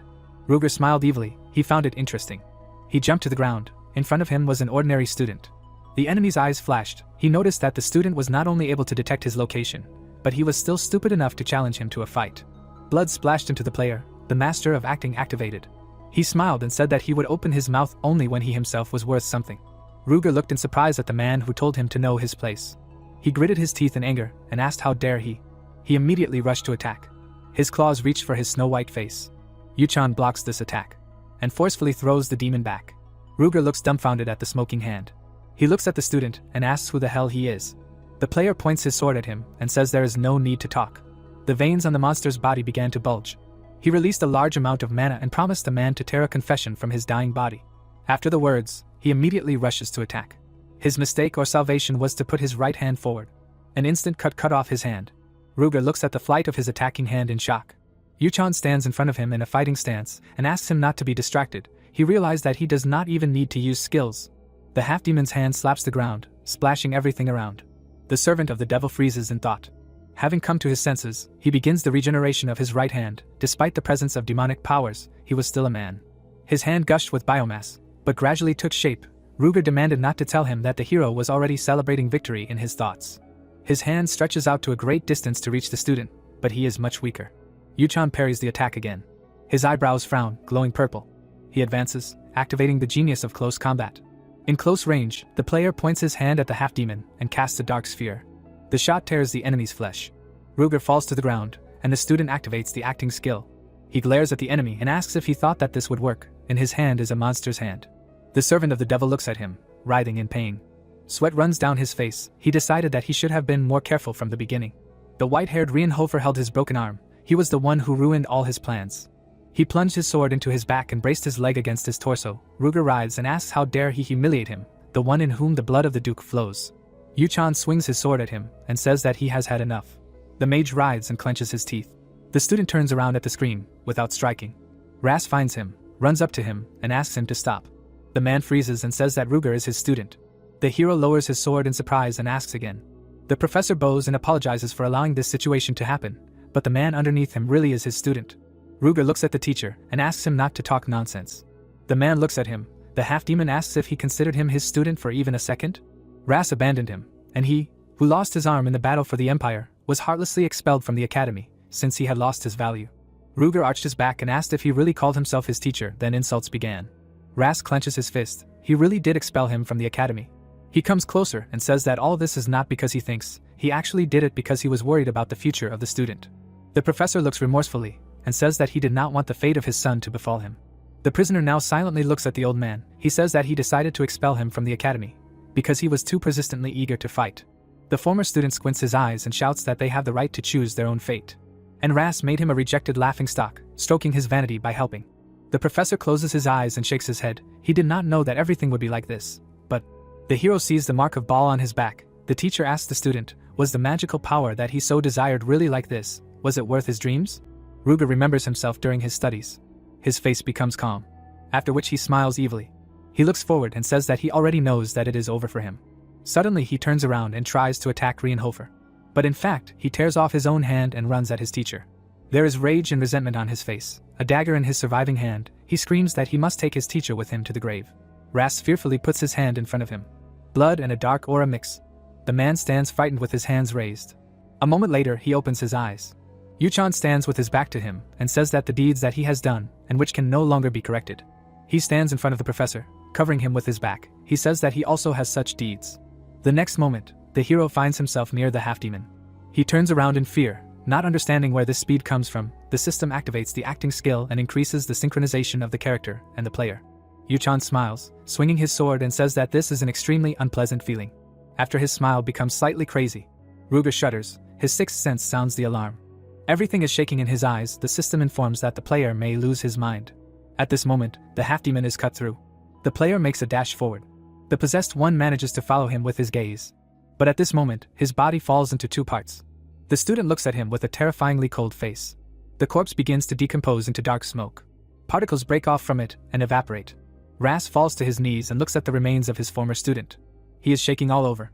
His head drops in a sorrowful look. Reinhofer looks forward seriously. He turns to the fallen professor. The old man looks forward and asks the student what he should do. The guy comes closer and asks him in confusion what he is talking about. Ras sits in front of him with a gloomy figure and says that the hero should already know about his research and thesis, which exist only for the weak. He pressed his palm to the ground and said that he is no longer sure.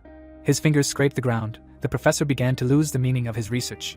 He bowed even lower to the ground. He couldn't even protect his disciple, and now he doesn't know if he should continue his work. The man looked at his hands devastatedly and said that he had lost his way. The hero stared at him coldly. He wiped the dust off his face, getting ready to give his answer. He came closer and said that he didn't know how he was connected to that demonic man. The old man shuddered for some reason. The player thought that all this was the lesser evil. He needed to make Ras publish his thesis so that the game would open up the possibility of creating artifacts and the ability to enhance the system.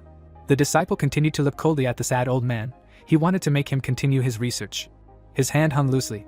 He clenched his fist and asked himself, "Is this really all?" Yuchan looked around with displeasure. Suddenly his eyes flashed. The system reported that his emotions had leaked into the character, and the genius actor staggered. It began to rain slowly. It poured from the rare clouds in the sky. The hero finally said that for him such a thing was not important. However, there was a pause again. But now the rain covered the silence. The player thought that he really believed that using Professor Ras was the best solution. The character's hair got wet. He said that he did not think that his research was useless. For some reason he doubted it.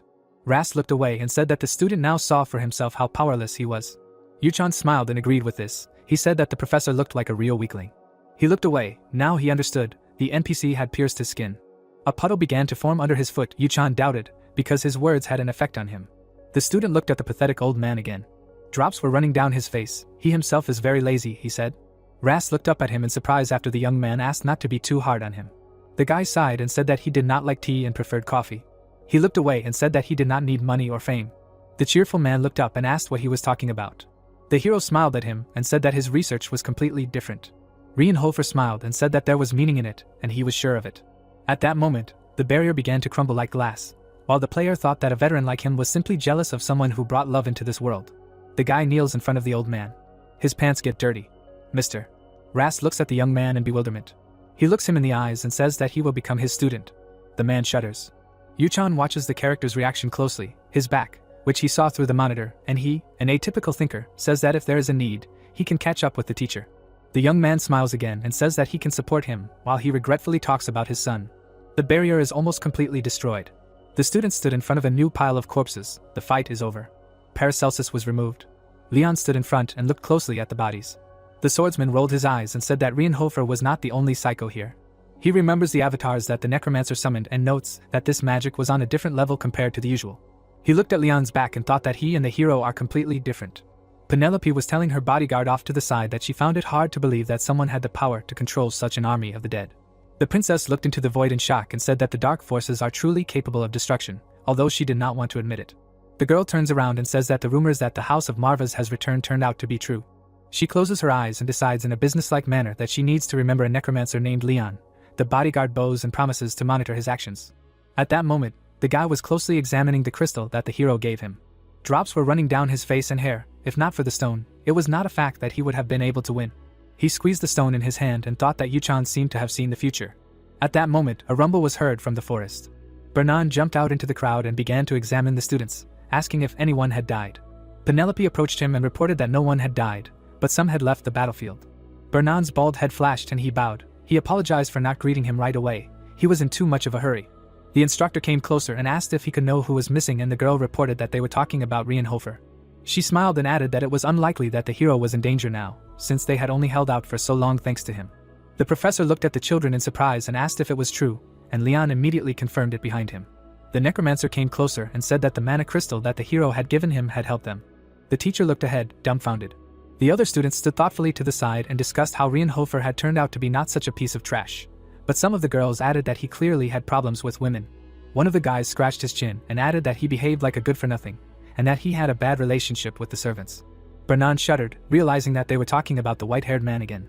He froze, deciding to connect the disappearance of the barrier with the player's actions.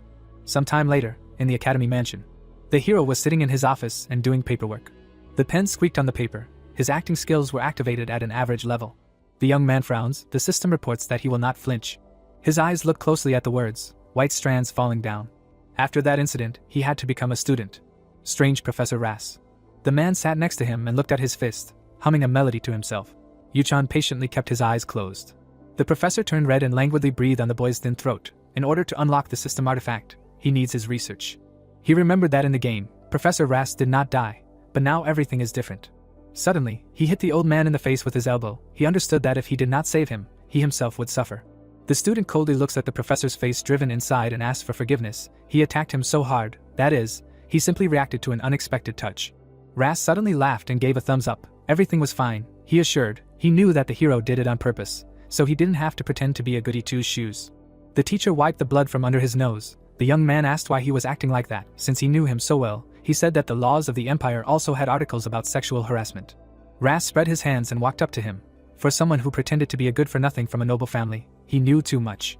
The man smiled dreamily and said that if you look at the relationship between the nobility and the commoners, you can understand that the laws were broken a long time ago.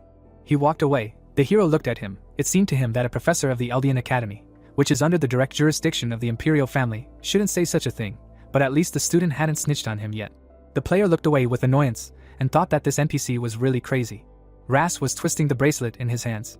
He smiled and said that he recommended the hero along with Leon. The bracelet rose into the air and began to emit mana. The old man was talking about a recommendation to visit the treasury and get an artifact. Yuchan turned around in surprise and asked if he really did it. The teacher proudly took out a book and made a note, reminding him that the guy knew how much he could persuade. He smiled sweetly again and said that doing something like this for his student was nothing. Then Reinhofer jumped up with red cheeks and asked who said that he was worried. His hand clenched into a fist. Since he tried so hard to give him a gift, he would gladly accept it. Ras looked warily at his student and reminded him that he looked much happier than when he first became one. Yuchan's hand trembled with impatience. He slyly slid his gaze across the office. The game gave him an unexpected jackpot. After a while, the player decided to use the treasury. The guy entered through the large doors. This place belonged to the imperial family and the House of Rivellin. There were many interesting artifacts here, but he knew the one that would be the most effective. Beautiful chandeliers hung from the ceiling. If Yuchan got this artifact now, he would be able to develop several times faster. He stopped. Someone appeared behind him and said that he would never have thought that Reinhofer would enter the Eldian treasury. Eleanor smiled sarcastically. She assumed that the hero was in good standing with the teacher. Yuchan frowned and told her to think what she wanted. He knew that her share in the Reincarnates merchants was confirmed, so she went with her. He turned around and sighed nervously, hoping that the girl would not cause problems. She shook off her suit and said that the guy was deeply mistaken if he thought that she was not ready to sacrifice her artifacts. She wanted the hero to receive a well-deserved reward for saving her. The guy turned and noticed that she was complicating everything as always, but she just smirked and asked if he heard how everything worked from Professor Rass. She inserted the key into the keyhole and opened the doors to the next halls. She turned, smiled, and asked which Reinhofer was going to take the artifact. The young man smiled slyly, lost in thought. Then the merchant's indignation spread throughout the treasury. She frowned and decided to ask again what the hero wanted. The player put his hand on his belt and asked if she really wanted him to repeat it. Eleanor hugged her hands. She was just surprised that the guy needed such an antique, although, perhaps, for the son of a rich family this is not so surprising. But Yuchan replied that before saying this, she should first give the artifact to him. The girl smiled and asked him not to rush. The merchant lowered her hands. She needed to check whether the hero was worthy of taking the item from here or not. Yuchan bent over nervously. He was not told anything about this. It was a special right of the merchant, as a person who donates artifacts here. She rubbed her hand and reminded him that the Reincarnates merchants had power in the Eldian Academy. Sparkling mana appeared in the air. The white-haired man turned his head. The main mass of the smoke accumulated above his head. The player frowned. He realized that there was spatial teleportation magic around him. He had seen it many times in the game. The merchant turned slightly to him and asked if he was not surprised, to which he replied that he had seen more interesting things. Eleanor pointed to the sofa and told him to sit down. There were a lot of expensive things around. The girl sat down opposite him and suggested not to waste time and to start the test right away. Yuchan looked at her coldly and told her to begin. He closed his eyes and pressed his lips together. He decided that since it was a formal test, it wouldn't take long. Eleanor pointed at him and asked why the guy saved her. Reinhofer's eyes widened. He looked at his classmate and asked if it was really a test, but the girl said that it was up to her to decide what question to ask. Yuchan folded his hands together and thought. He looked away and slowly began to speak. Suddenly Eleanor slammed the door. She forgot to say something. She smiled and warned that lying wouldn't work on her, although the hero probably already understood that. Yuchan gritted his teeth in irritation. He forgot something. In the game, the difference between a genius actor and an ordinary one is that a genius actor can see through another person's lies. He leaned forward slightly. Realizing that the girl's words were true, he squeezed out that she was a real pain. Eleanor raised her hand and said that the player had already said that. A nervous smile appeared on Reinhofer's face. He did not know what to do. The merchant crossed her legs and noticed that she had thrown the hero off track, but he told her to shut up. Apparently she had lied about wanting to personally hand him the artifact. The NPC smiled and asked if it was important now. She propped her face up with her folded hands and reminded him that what was important now was that he would lose if he did not answer her question. The guy looked at her silently. His eyes flashed, his eyebrows frowned. It was too risky to let the artifact go now. And the girl would clearly begin to suspect him if she tried to simply leave the meeting. A drop of sweat rolled down his face. The player understood that the best solution would be to deal with this issue directly. Eleanor stared at Reinhofer, who asked the question again. Yuchan looked away and replied that he had saved her because it was necessary. Eleanor concentrated and began asking leading questions. The guy pursed his lips. Then the girl's eyes widened when the player said that she was needed to implement his plan. She leaned on her hands and began asking about the plan, but the hero decided that he did not have to talk about it. The merchant frowned. She squeezed the hem of her dress and warned that there would be another question. A slight sadness fell on her face. Her mouth opened slightly. She returned to her childhood memories and asked if he remembered what happened then at the ball. Little Eleanor embarrassedly approached Reinhofer. The girl looked away and asked if he saved her because he felt guilty about that incident. Yuchan looked at her coldly and said no. Eleanor tensed, trying to understand what Reinhofer meant by the plan. The player looked at her and clarified that everything he said was true, but she knew it herself. The merchant shook her head and said that it was not good to have many secrets. She pursed her lips. The guy reminded her that she also had a lot of secrets. She turned away and said that many people say that he has changed. Yuchan stared at the girl and waited for him to continue. Eleanor turned away in fear and said that she did not believe it. Even though he saved her, she still remembered what he told her then. Her cold eyes stared at the player. He nervously shook his head and told the girl to do as she knew. He closed his eyes and said that the merchant could blame him as much as she wanted. Eleanor froze. The guy said that she was free in her feelings, which meant she could act as she liked. Reinhofer looked away and said that her attitude towards him would not change anyway. He stared at his interlocutor. That was how everything should remain. He stood up and said that since she had finished, he would go take the artifact and go about his business. Eleanor sat in deep shock. Her eyes stared into space. In her mind she said that the hero really had changed. The player headed to the treasure room. Rick approached the merchant who decided to drink tea. The student looked at the reflection of the tea and asked why Reinhofer chose this particular artifact if there were much more suitable options. The boy smiled and said that this artifact was not bad, but not perfect. He looked away and added that he really did not know why a knight like him would need an orb. Eleanor looked ahead and said that she could not understand what he was thinking at all. She frowned, reminded herself that there were many interesting artifacts in the treasury. Swords, elixirs, shields and armor of the highest quality. But instead, the hero chose an old orb. She looked ahead, doubting that the player did this so that she would remain in his debt. The possessed man smiled. He thought that the lady should not think about it so hard. After all, the hero did not harm her in any way. The girl put the cup on the table and asked herself if it was possible to take it so lightly, but she had no choice. She looked ahead again and asked how things were in the merchants. The boy said that the capital's nobles and nobility from the coupon were buying Revelin products in huge quantities. Eleanor turned her gaze to him. The servant said that all this was thanks to her. The merchant was glad to hear this. She wanted Rick to continue to watch Reinhofer. The servant bowed to the young lady and promised to report if anything happened. He smiled and gloomily asked her not to worry. Returning home, Yuchan took out the sphere. He smiled contentedly. The system reported that he had received an advanced rank artifact, the highest rank sphere of the great sage. Windows appeared in front of his face with a description of the item and information that it revealed to the owner. The player looked at the sphere. He was very lucky to have received such an item at this stage. He used magic to lift the sphere into the air. The ball began to hover under the ceiling. Eleanor probably did not even suspect how good this item was. He knew a special way to use it, but the conditions were not fully met. Dark mana retreated from the sphere. It was necessary to call the name of its original owner. A girl who held this artifact appeared in his head. This was one of the 4 elders who would appear in the future. This is a character whose student the guy often became in the game. Yuchan rubbed his chin and decided that it was too early to activate it yet. Jitri stood peacefully by the wall. If the hero activates the artifact, he will reveal his location to the elder, and at this level, the current effect of the sphere will be enough for him.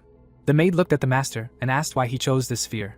She looked away and assumed that there were just a lot of artifacts in the Eldian treasury, and she also heard that many of them are suitable for knights. The boy smiled and asked if he had never told her that. The girl shuddered at the words that the master would use magic too, so he needed both types of items. He looked at the maid and decided that he simply forgot to tell her. Yuchan nodded contentedly, greatly frightening the lady. Jitri smiled nervously and asked herself what she should do with him.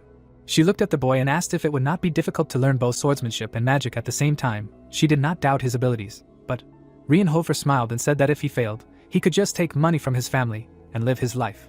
Jitri was embarrassed and said that she had just been praising his hard work lately. Yuchan looked at her with a smile. Had he asked her to do that? The maid giggled and said that the master was sometimes too nasty. Yuchan shrugged and reminded him that he was good for nothing and asked her not to forget about it. Jitri closed her eyes and added that the hero often plays with women. He scratched his head and said that these were just accusations.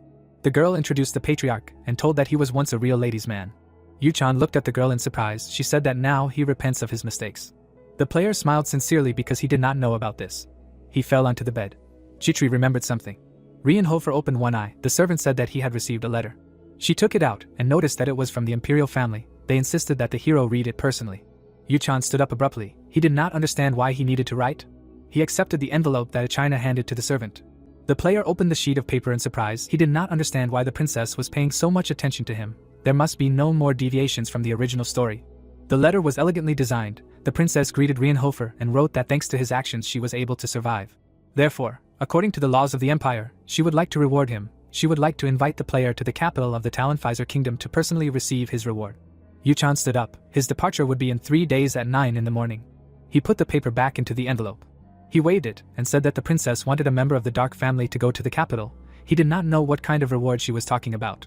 Jitri clenched her fists with excitement. Considering the conflict between the Dark and Divine families, this could be a trap. She jumped up to the master and warned that his trip could be too dangerous.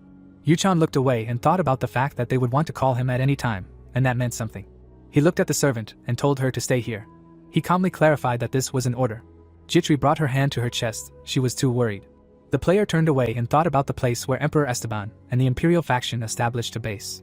He imagined the views of Talonpfizer. This place was under the control of the Divine family, which was equivalent to hell for the Dark families. His lips curled. The player could not believe that the princess was calling him there. What was she planning? Penelope was now the only thing in his head. When the hero played the game, he noticed a couple of interesting points. Firstly, no matter how useful the main attribute is for the player, if you choose the genius of the sword in battle, you will go the way of the sword. And if you choose the genius of mana sensing, you will go the way of magic. The carriage arrived 3 days later. Yuchan sat inside and thought. He thought about the warring camps. The player needs to make a choice between the opposing sides, and his participation led to certain results. Yuchan looked at his reflection. Penelope was sitting opposite. She asked if the hero had any business with her. Reinhofer looked back and replied that such an insignificant person like him simply could not have business with her. The girl was embarrassed and asked not to say that, because it hurt her. Yuchan looked at her carefully. Among the camps of the game, the strongest is the Imperial faction led by the princess. The opposing faction is controlled by the Dark families. And there is also a trade faction, which has huge sums and determines the dynamics of the continent. Each of these factions handles things differently. But one thing is certain, the deplorable relationship between the Reinhofer house and the Imperial family. The hero did not know the details, but the relationship between them can be called the worst in the game. Penelope smiled and assumed that the hero was thinking about going to the lion's den. Yuchan frowned, deciding that the girl was trying to test the waters and, as good for nothing, he could not retreat here. The princess laughs embarrassedly when the hero says that he is not very happy about visiting this place. The girl assures that the gentleman cannot worry, they are going to the capital only so that she can give him a reward for helping her. Yuchan looks at her carefully, and says that she is taking her light too far. Penelope smiles slyly and asks if she was caught. After a while, they arrive at the palace. Reinhofer looks at the lady and asks what they want from her. The NPC silently looks at him, smiles and says that everything is simple. The carriage stopped. The passengers got out into the fresh air. Penelope turned around in fear. Her brother's voice said that he had heard that a guest was coming to them and he was waiting for him impatiently. The gentleman walked towards them and said that it was unexpected. He smiled slyly. Yuchan noticed anxiety on the lady's face. Therefore, he decided to bow and greeted Prince Louis. Penelope looked away tensely. She had heard that the prince had to leave for the Northern War. Louis laughed and said that the plans were cancelled. He pointed his hand at Reinhofer and said that they had an important guest, which meant that he had to meet him. He smiled and said that he would tell the emperor about it himself. Then he turned to the guest. The player puts his hand on his chest and bows his head. The prince smiles slyly at him and offers to start meeting him more often. The player bows and says that it is an honor for him, but he cursed under his breath. He froze for a few seconds, not understanding why he met this psychopath right now. Luz is the first prince of the empire, and the only person standing ahead of Penelope in the line of succession. A bead of sweat rolled down his face. Luz smiled with a fox-like face. Yuchan knew that in front of him was the main creator of bad endings in his game. Luz walked on. Yuchan frowned as he walked away. Penelope walked forward, deep in gloomy thoughts. Ichina stepped forward and asked if she was okay. The princess waved to her and said that she was just a little tired. She smiled and turned to Reinhofer. Deciding that he was surprised, she offered to go ahead and talk inside. The hero looked at her and said, well, just like in the game, Penelope and Luz's relationship is at a bad level. The hero frowned and decided that he would use this. Night fell. The hero intended to get out of here alive. Yuchan was lying on the wide bed provided. He looked at the ceiling. Tomorrow was the day of receiving the reward, and while there was time, it was better to rest. He sighed and said out loud before the assassins came for him. With these words, the character closed his eyes. But as soon as there was a noise, one eye opened. Yuchan stood up and grabbed his sword. He forced his hearing to concentrate. A woman's hand knocked on the door. Penelope and Ichina stood outside and asked to open the door. The hero shook his head irritably. A little while later, he opened the door for the night guests. He calmly examined their cloaks and asked what brought them here at such a late hour. The girl looked at him and said that he himself should understand that he should not keep her in the corridor. She smiled at him and said that she would come in. Ichina frowned at the player and said that the princess wanted to offer him something. She entered and said that she would protect this place, because in the Imperial Palace there are eyes everywhere. Yuchan nodded briefly to her. He let her in and closed the door. The princess took off her hood and offered to sit down. Reinhofer looked away with displeasure and agreed, not understanding why she decided to come to him herself. His eyes slid around the room. Only one idea came to mind. The NPC looked at him and asked him not to worry, because she would not take much of his time. She looked at him intently and said that the hero would have to promise her one thing. The guy came closer. The princess said that depending on how he answered her question, it depends whether he can return to Eldian. Penelope looked out the window and sadly noted that there was a chance that he would never return to his native estate. Yuchan eagerly looked at the lady. She began to order him, with the power given to her. She looked at him and asked to become her representative behind the scenes. The hero nodded. He expected something like this from her. She needs someone who will deal with the first prince, and for this a representative of the Dark family, with whom she has no connections, would be ideal. The guy sat down opposite, realizing that the princess needed a tool and wanted to make him her pawn. He looked forward. The princess said that everything was exactly like that. She looked at the young man in surprise when he said that there was one but. Yuchan folded his hands on his legs and said that if the lady thought that he had no choice, then she was deeply mistaken. The hero smiled slyly. After a while, he was kneeling in front of the throne. Esteban stupidly looked into the void. He leaned forward and gasped. The hero looked at the floor and greeted the son of their empire. The emperor barely raised his hand to greet the guest. The player glanced at him briefly. He remembered that Esteban was a knight of light and lightning, who earned a brilliant reputation in the past. He was a legend of the Archeum Empire. The gentleman slowly grabbed his head. From that moment he lost his mind, and now they call him the stupidest Esteban. Penelope stepped forward and bowed, greeting the son of this empire. The prince was watching Reinhofer closely at this moment. He heard that the hero had a request for his father. He smiled and said that it was necessary to reward the man who saved a member of the imperial family with dignity. Yuchan nodded and said that he was only doing what he had to. He himself thought that Prince Luz became the new head of the house after Esteban left his position. The Sword of the Empire smiled. The player understood that he needed to be careful. The prince spread his hands and promised that the imperial family would reward the knight of the Reinhofer family for saving his sister. He extended his hand to the savior and said that if he wanted something, then let him speak. The guy nodded, agreeing with his highness. He looked ahead and said that if there was such a possibility. From what he heard, the gentleman staggered. The hero asked if he could visit the Ark River. Sweat appeared on the servants' faces. The whole crowd dispersed away from the dark nobleman. Their reaction was expected. Ark is a mystical river that only the imperial family and divine houses have access to. It has an incredible effect, namely, it randomly increases characteristics. The prince regained possession and noted the unimaginable impudence. He squinted at his guests, noting that all the idiots from the dark families were the same. The crowd began to point their fingers at him and shout that they cannot allow this. How can they let a person from a dark family into the Ark River? One of the gentlemen threw up his hands and said that even if he saved the princess, this cannot be allowed. Everyone raised their fingers and importantly said that only divine houses have access to this river.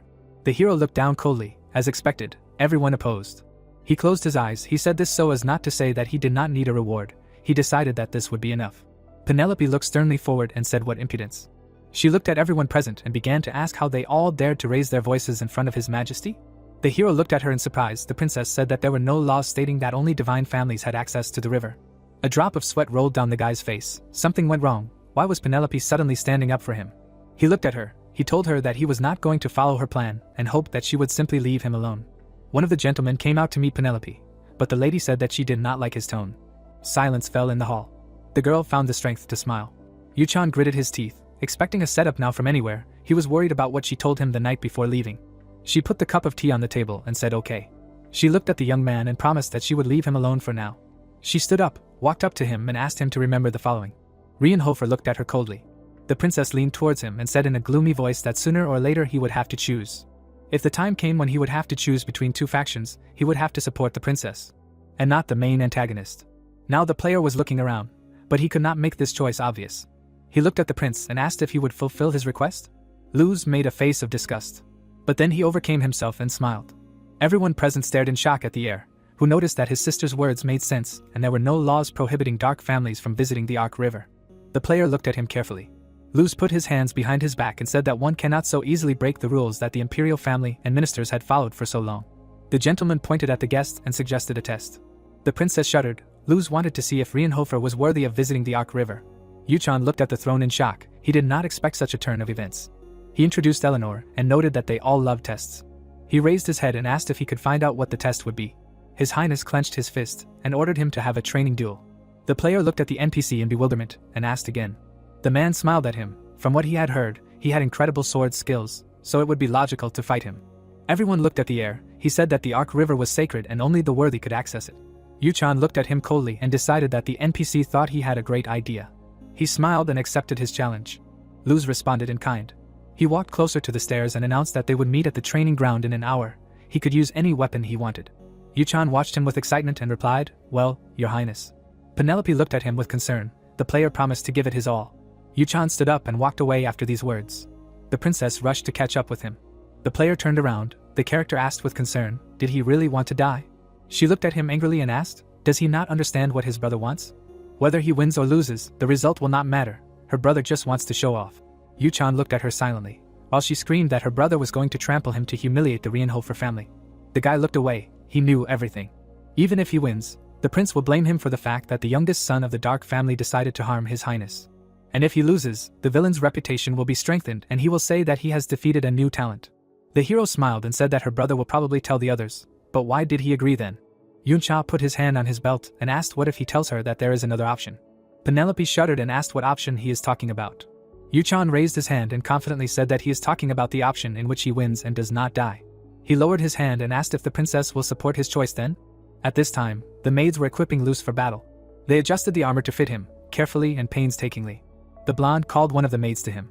She looked at him with fear and he asked who he was. The girl bowed and called him the second son of their empire.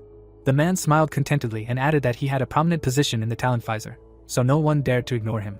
He frowned and said that there was something wrong with his opponent. He straightened up and said the name of the Dark family, but the maid doubted that the hero deserved his attention. She bowed and asked the master not to worry. She immediately received a slap in the face from the prince. He turned to her and asked if she really thought he was worried. His eyes filled with rage and he asked if the girl really thought he was capable of such a thing just because the player was from a dark family. The maid grabbed her face in horror and began to ask His Highness for forgiveness. The prince scratched his head and asked her to behave more reasonably. The corners of his lips drooped. The man said that his father Esteban, called the son of this empire. How long did she think he had left to live? The maid froze in fear. Luz turned around and proudly declared that soon the empire and all its honor would pass to him, and in the future it would simply be necessary to sometimes hold such performances. Did she understand him? The maid looked at him and promised that she would never make such a mistake again. Luz replied that it was natural and called the head butler. He pointed his gaze at the girl and ordered him to get rid of her. The men grabbed the girl. She began to kick and beg for another chance. The blonde gave her an angry look and asked again. He went forward and said that chances were only given to people of his level, and even if she was born a noblewoman, this blood was different from the blood of the emperor. Did she not agree? The maid straightened up and tried to talk. The prince turned away from her and said that no matter how amazing the hero's talent was, he could not turn around a match whose outcome was already predetermined. An evil manna was released from His Highness. He wondered what kind of face the player would have when he cried. An hour later, they gathered on the training ground. The princess and the emperor sat down in their places. Luz confidently looked at his enemy. Yuchan gave him his calm. The prince spread his arms and suggested giving it his all. He looked askance and thought that he would have to play his role in his show. Yuchan closed his eyes and said that he understood, His Highness. The judge waved his hand and announced the start of the fight. His Highness raised his sword. And then he rushed to attack, releasing yellow lightning, deciding that the player would not be able to go against the imperial family anyway. The villain swung and thought that no matter how special this degenerate from a dark family was, he would not be able to raise his sword against the prince in the palace, where there were many divine families, including the imperial family itself. A swing flashed. But suddenly Yuchan blocked the prince's blow with his sword.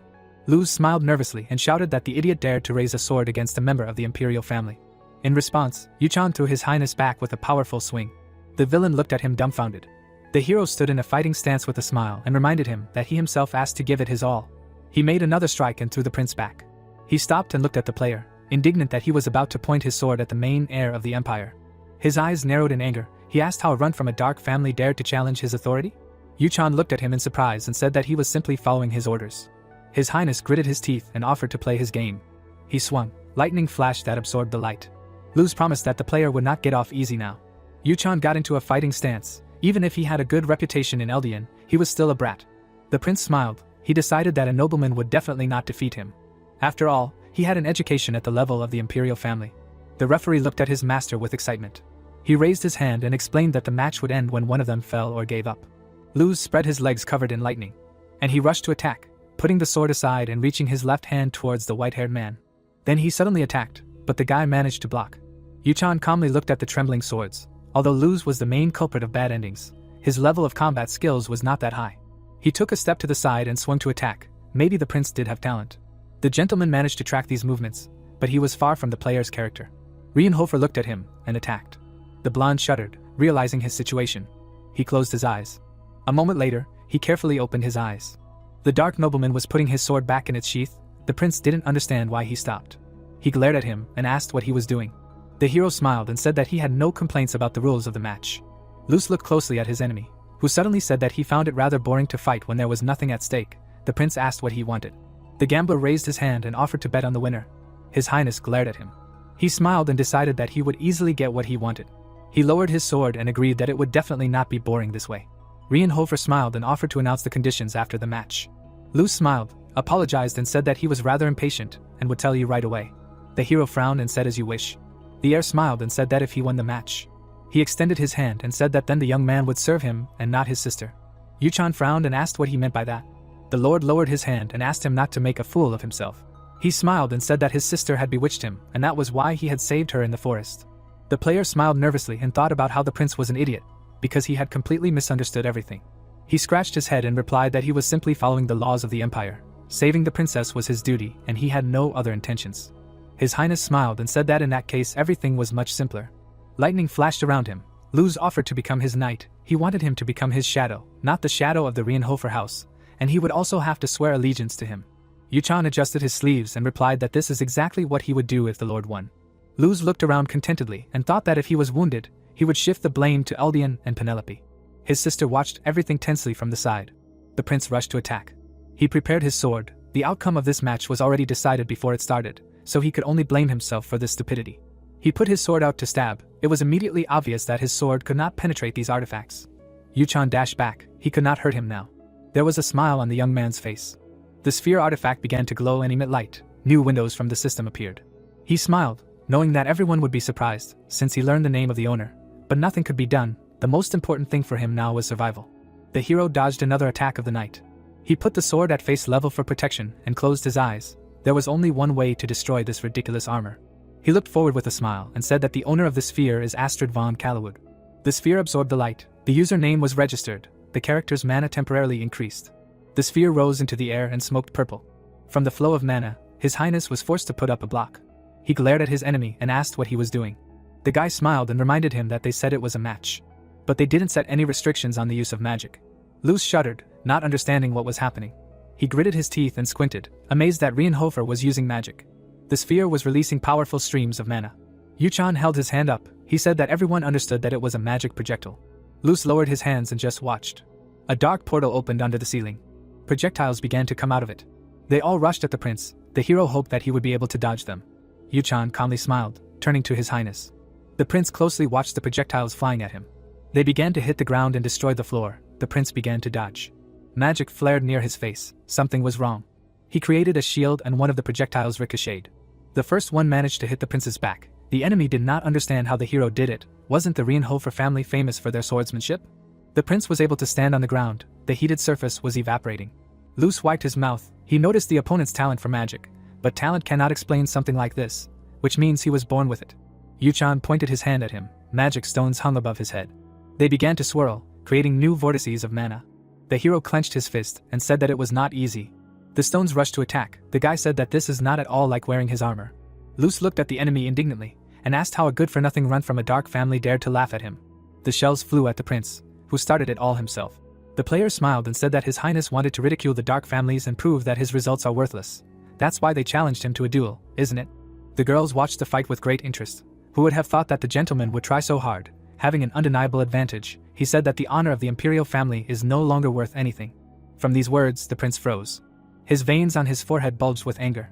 He summoned a cubic sphere. He put it in front of him. The battle zone was covered with a blue barrier.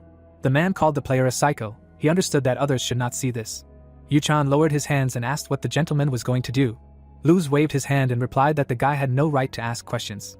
He laughed and said that he heard that he was a psycho, but he could not even think that he would dare to go against him. The hero looked at him coldly. The prince said that when the match was over, the imperial guards would kill him. The player smiled. That's what His Highness said. He took out the communication sphere and asked the director if he would allow his cute student to die in such a place. The prince shuddered. Mana began to emanate from the sphere.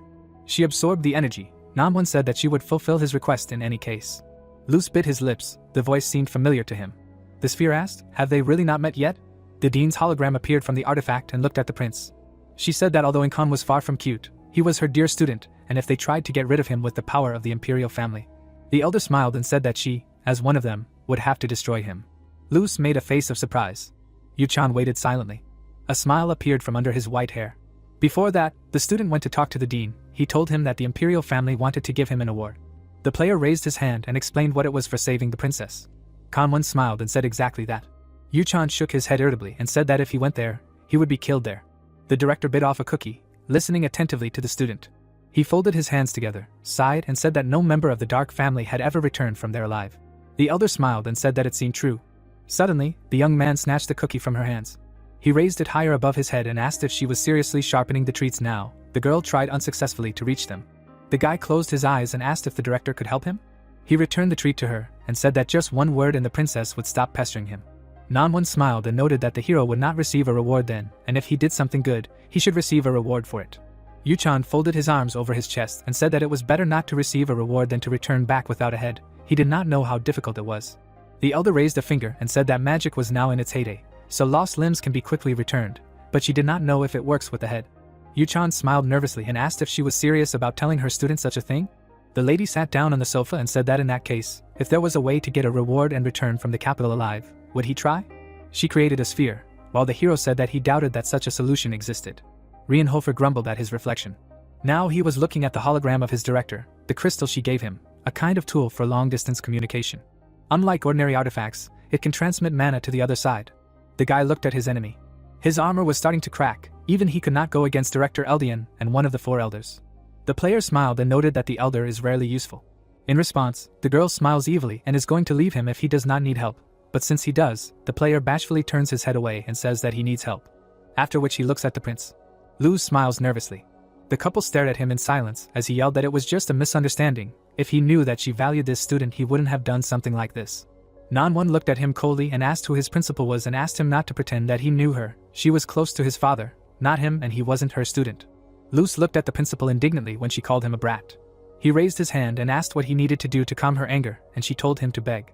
A frightening smile appeared on the small face. The elder told him to beg her disciple for forgiveness, and if he did so, she would turn a blind eye to this situation.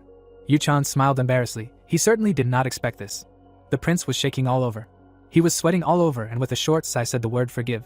The hero smiled and replied that he would generously pardon his highness. Manhwa said that she would watch this fight, so she hoped that it would end fairly, and she wanted the barrier around to be removed. Luz looked around and agreed. The hero made a dash at that moment. While the prince was talking to the dean, he swung his sword to strike. And struck. The air staggered and his eyes rolled back from the blow. The barrier fell just at the moment when everyone saw Yuchan in front of the fallen knight. All the gentlemen jumped up and began to ask how this was possible. Penelope leaned forward in surprise, speechless. She jumped up and asked how the hero had arranged all this. Echina frowned and asked if Reinhofer had hidden a spare life. The princess leaned forward and said that this was not an occasion to allow thoughts. The hero must clearly have some kind of ace up his sleeve. She stared at the player. The power of the Dark Clan extends to the Arheim Empire? She thought about the elder and decided that there was something else the hero could believe in. She raised her head and said that it must be in his hands. The bodyguard looked away, although she did not want to admit it, but Reinhofer's abilities were incredible. In the forest and at the entrance ceremony in addition, from this fight, it was clear that he had no intention of joining the faction of the first Prince Louis. Penelope thought about it and smiled. She turned to the bodyguard and said that they should allow it now. Ehaina looked at her in surprise and asked if she could inquire about her plans. The princess leaned towards her and whispered softly. The girl's face trembled at what she heard. The gentleman had already begun to descend into the arena to check on His Highness's health. The captain of the guard looked ahead and ordered that the first prince be moved to the infirmary, and that no mistakes be made. The maids descended into the arena to pick up the wounded man. The butler turned to the others and ordered that no one be told a word about this. The princess watched the commotion around her brother with satisfaction. Yuchan stood quietly to the side. He turned around and walked away. Night fell in the palace. The young man sat on his bed and placed his sword next to him. He tiredly touched his face and summed up that he had barely survived. Memories of the battle were scrolling through his head, and in his eyes, Luz became a sick royal puppy.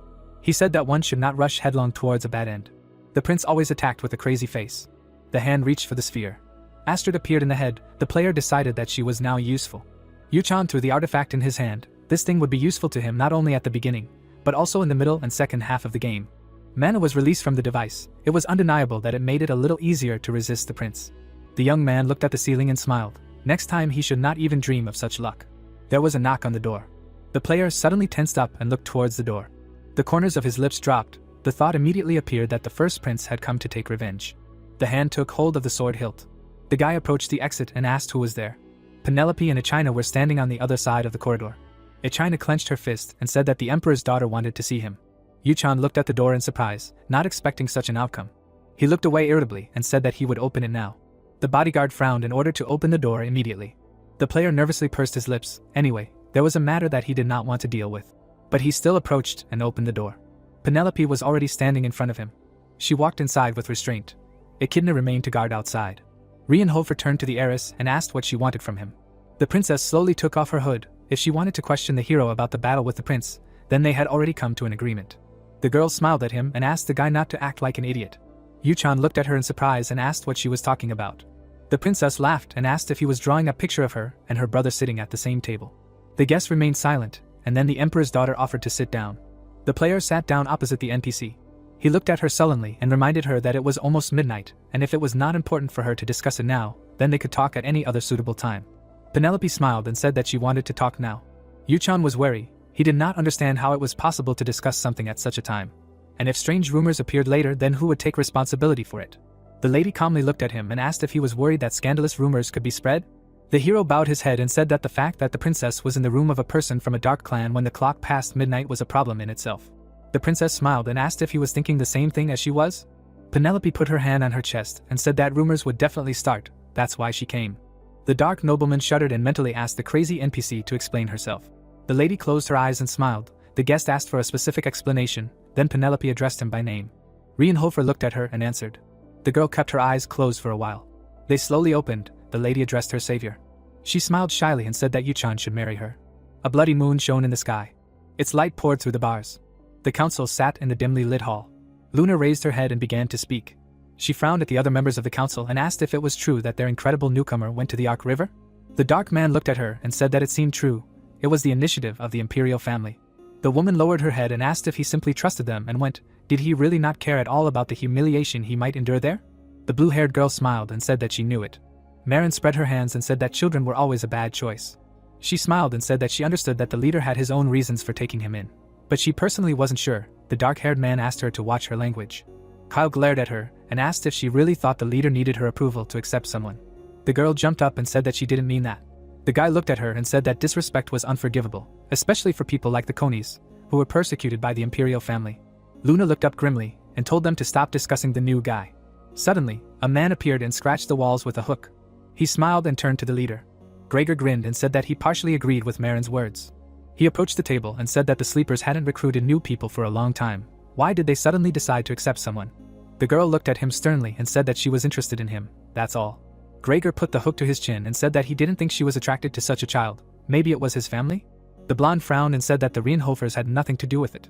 She remembered her last meeting with the guy and said that it was true that Theo had collaborated with the sleepers somehow, but this new guy seemed to hate his kind. Kyle looked down and said that it was rather strange. Marin looked at the leader and asked if they should investigate this case. She frowned and said that they needed to find out the reason why Reinhofer decided to join a criminal organization. Luna thought about it. She looked up and said that what the girl said made sense. The fire flickered on the chandelier. The blonde crossed her arms over her chest and offered to give him a mission and see if he could handle it. Marin looked at her in shock. She pursed her lips in resentment and thought that even she had not been given missions in her first year of being a member. The girl closed her eyes, thought that this was a forced measure, and agreed. The man frowned and also agreed.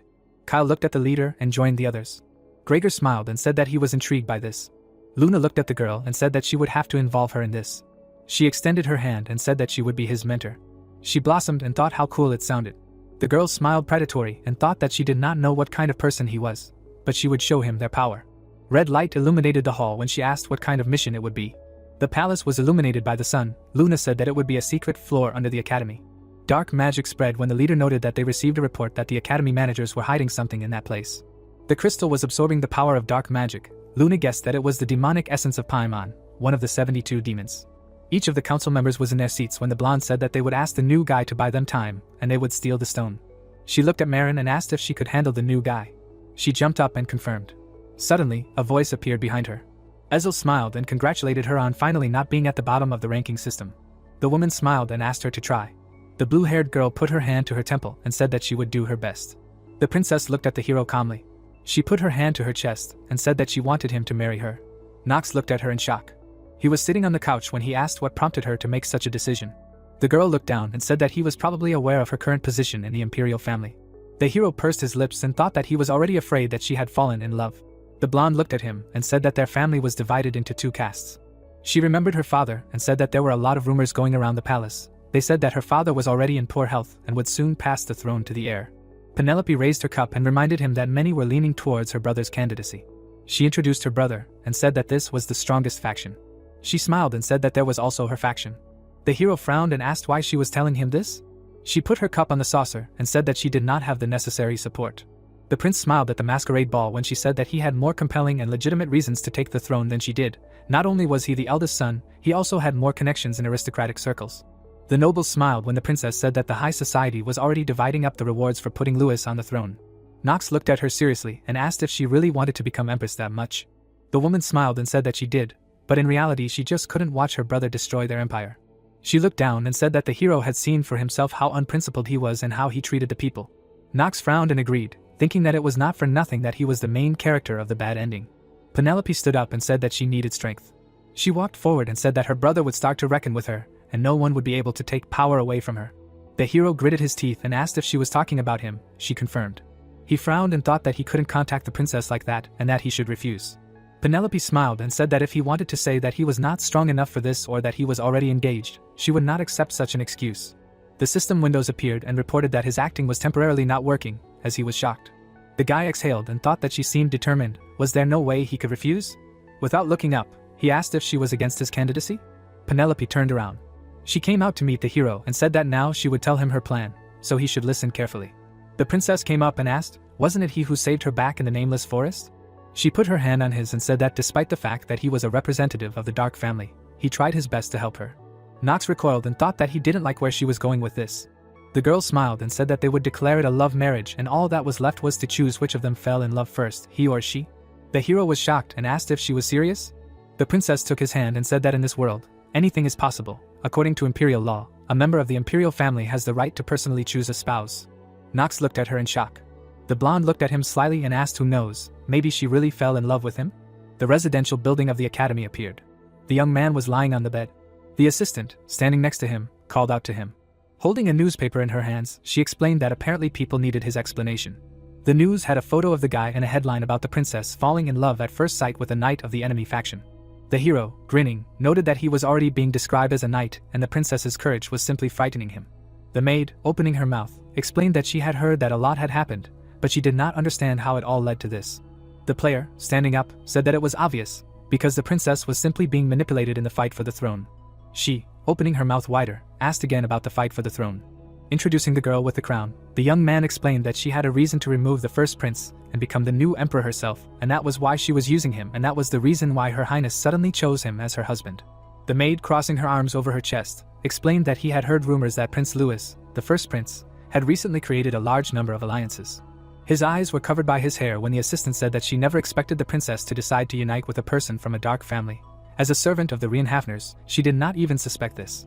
The young man, looking at her, began to say something about the reason for all this. The guy, looking away, explained that it was all because he was a scoundrel. The girl began to smile. The hero, rubbing his head, said something about the princess. Squinting, the protagonist explained that she knew that he was an outcast in his family, and therefore used him. Suddenly his gaze was directed somewhere to the side. The blade was already in his hand when the assistant tried to call out to him. The protagonist, approaching the window, asked her to remain silent. Looking out the window, the young man could not understand what it was and who could come at such a time. A red and full moon appeared. Someone was standing on the roof. The hero immediately looked up. Grinning, the guy said that it had begun. There was this smile on his face. Immediately in front of the window, a message appeared that he had a new task in which he needed to meet an ally in the academy library. The girl's mouth fell open in surprise. She looked out the window, not understanding what was happening. The young man looked somewhere down. Someone was sitting on the roof. The man was looking through binoculars. Marin, with her mouth open, noted that he really was as handsome as the rumors said. Looking out the window, she also added that he was still just a boy who looked too sickly to be accepted by Luna. Smiling, the leader realized that she had no choice and should test him properly. The girl, looking ahead, said that they should see if he could become the new star of their chapter. The academy library appeared. One of the students was carrying books. The young man, holding a book in his hands, said that the professor had better go back. The guy, slamming it shut, noted that if he did not do so, he would not be forgiven. The man, opening his mouth, sharply replied that the rector was looking for him and he needed to go urgently. Handing over the books, the teacher apologized and explained that he would leave the cleaning to the student. The teacher waved his hand as a farewell. The young man, frowning, called the man names, and the girl asked him to stop, because how could he address his elders like that? The guy, turning around, asked if she really did not understand the difficulties the graduate student was going through. The hero, turning away, noted that being a senior student turned out to be much more troublesome than expected. The protagonist, closing his eyes, asked her to shut up because it was driving him crazy. The library room appeared. The student was walking along it. The girl, turning around, called out to him. The young man, standing by the shelf, explained that he was not interested if she was going to chat about something meaningless. She, opening her mouth, said that this was not the case, because it seemed to her that they did not like each other. The knight, looking at her, noted that she should think about her actions. The interlocutor, putting one hand on her waist, apologized for the princess, and he just needed to understand her. The protagonist, turning around, asked what she meant, because he did not understand why she was acting like that. The interlocutor, opening her mouth, explained that she already knew that she had proposed to him. The student, still standing in front of him, said that the princess did not want to make him unhappy with such an act. The young man, frowning, noted that he was a little surprised by this proposal and asked why she was apologizing for this. The girl, raising her hand, said that there was no other reason and this was not a request from someone from the dark family to support this side. Looking away, she explained that she simply did not want him to know that Her Highness was not the kind of person to do such a thing. His eyes opened wider. Lowering himself, the hero asked if she really cared about the princess so much. Imagining these people, the guy realized that these characters and stories turned out to be much more complex than those he had encountered in the game. Looking at his hand, the knight realized that this was nothing more than a feeling of constriction. Looking down, the young man thought that it was some kind of excitement like a gamer or something like that. The player clenched his fist and said that he didn't care and that everything happened for a reason. The girl's mouth dropped open. The fighter, looking at her, said that the only thing he could do was figure out this damn book organization and asked her to stop worrying about it. Her eyes immediately widened. The student, closing her eyes, sincerely thanked him. The guy, smiling, told her to just continue doing what she was doing and that he didn't need these awkward compliments. One of the books suddenly started glowing red. The young man immediately picked it up. Words appeared on it that the contact had been completed and he had a task. The protagonist, squinting, realized that he hadn't expected the contact to happen like this. The hero, without turning around, asked her to wait a bit, because he still needed to check something. The student left the library. Putting his hand on one of the pages, the knight learned that the demon sealed during the night of the massacre in the past was inside the magic stone under the academy. Also, an image of the chapter appeared and the words that in order to steal it, it was necessary to pass on the internal information of the academy and eliminate as many students and teachers as possible. Smiling, the guy realized that it had finally begun. Imagining the academy, the young man knew that this was the first chapter of this hellish game. The hero clenched his fist tightly, thinking about it. His eyes glowed red. The night sky covered in a red glow appeared. In some rooms of the dormitory, the lights were still on. The maid opened her mouth. She, holding her hands in front of her, asked if the miss was okay. Looking in that direction, the assistant explained that she had been sitting like that for 2 days and asked if she was sick. The girl did not turn around. She took hold of the blanket. The maid, holding out her hand, could not understand how the young master of the dark family could be connected with the princess. Closing her eyes, the woman understood that even though he was handsome, how could she choose someone from a dark family as a husband? The maid also remembered the girl's father and realized that if the head of the family, who was crazy about his daughter, found out about this, he would try to get rid of the young master. Frowning, the assistant knew that this could lead to a conflict between the families. Extending her hand, she asked the mistress to stop. Suddenly, the girl stood up. The maid, opening her mouth, asked what had happened to her. She immediately took a step. The woman's mouth was open. The mistress, opening her mouth, addressed her. Emma, trembling with fear, did not understand what was happening. Talia, smiling, explained that today she finally became an adult. The maid, looking ahead, asked what she meant. The interlocutor, hiding her eyes, said that she realized that someone could take what belonged to her. The student explained with a grin that this time she realized that her father was right when he said that. Looking somewhere down, she said that only by becoming strong, she would be able to prevent anything from being taken away from her. The maid, standing in front of her, tried to say something. Opening her eyes wider, Talia asked about her assistant's opinion. The woman, with her mouth open, could not say anything. The girl was still smiling. She began to walk towards Emma. The maid, with her mouth open, realized that the protagonist had better run. The demon's face appeared and someone said that Duke Paimon was the main villain of the night of the massacre, during which the hero's mother died. Her lifeless body also appeared. The image of the dean of the academy immediately appeared and words appeared that the one who turned back time, turning her into a child, and the murder of this monster is the basis of the first main scenario. The young man stared somewhere intently. There was a fountain not far from him.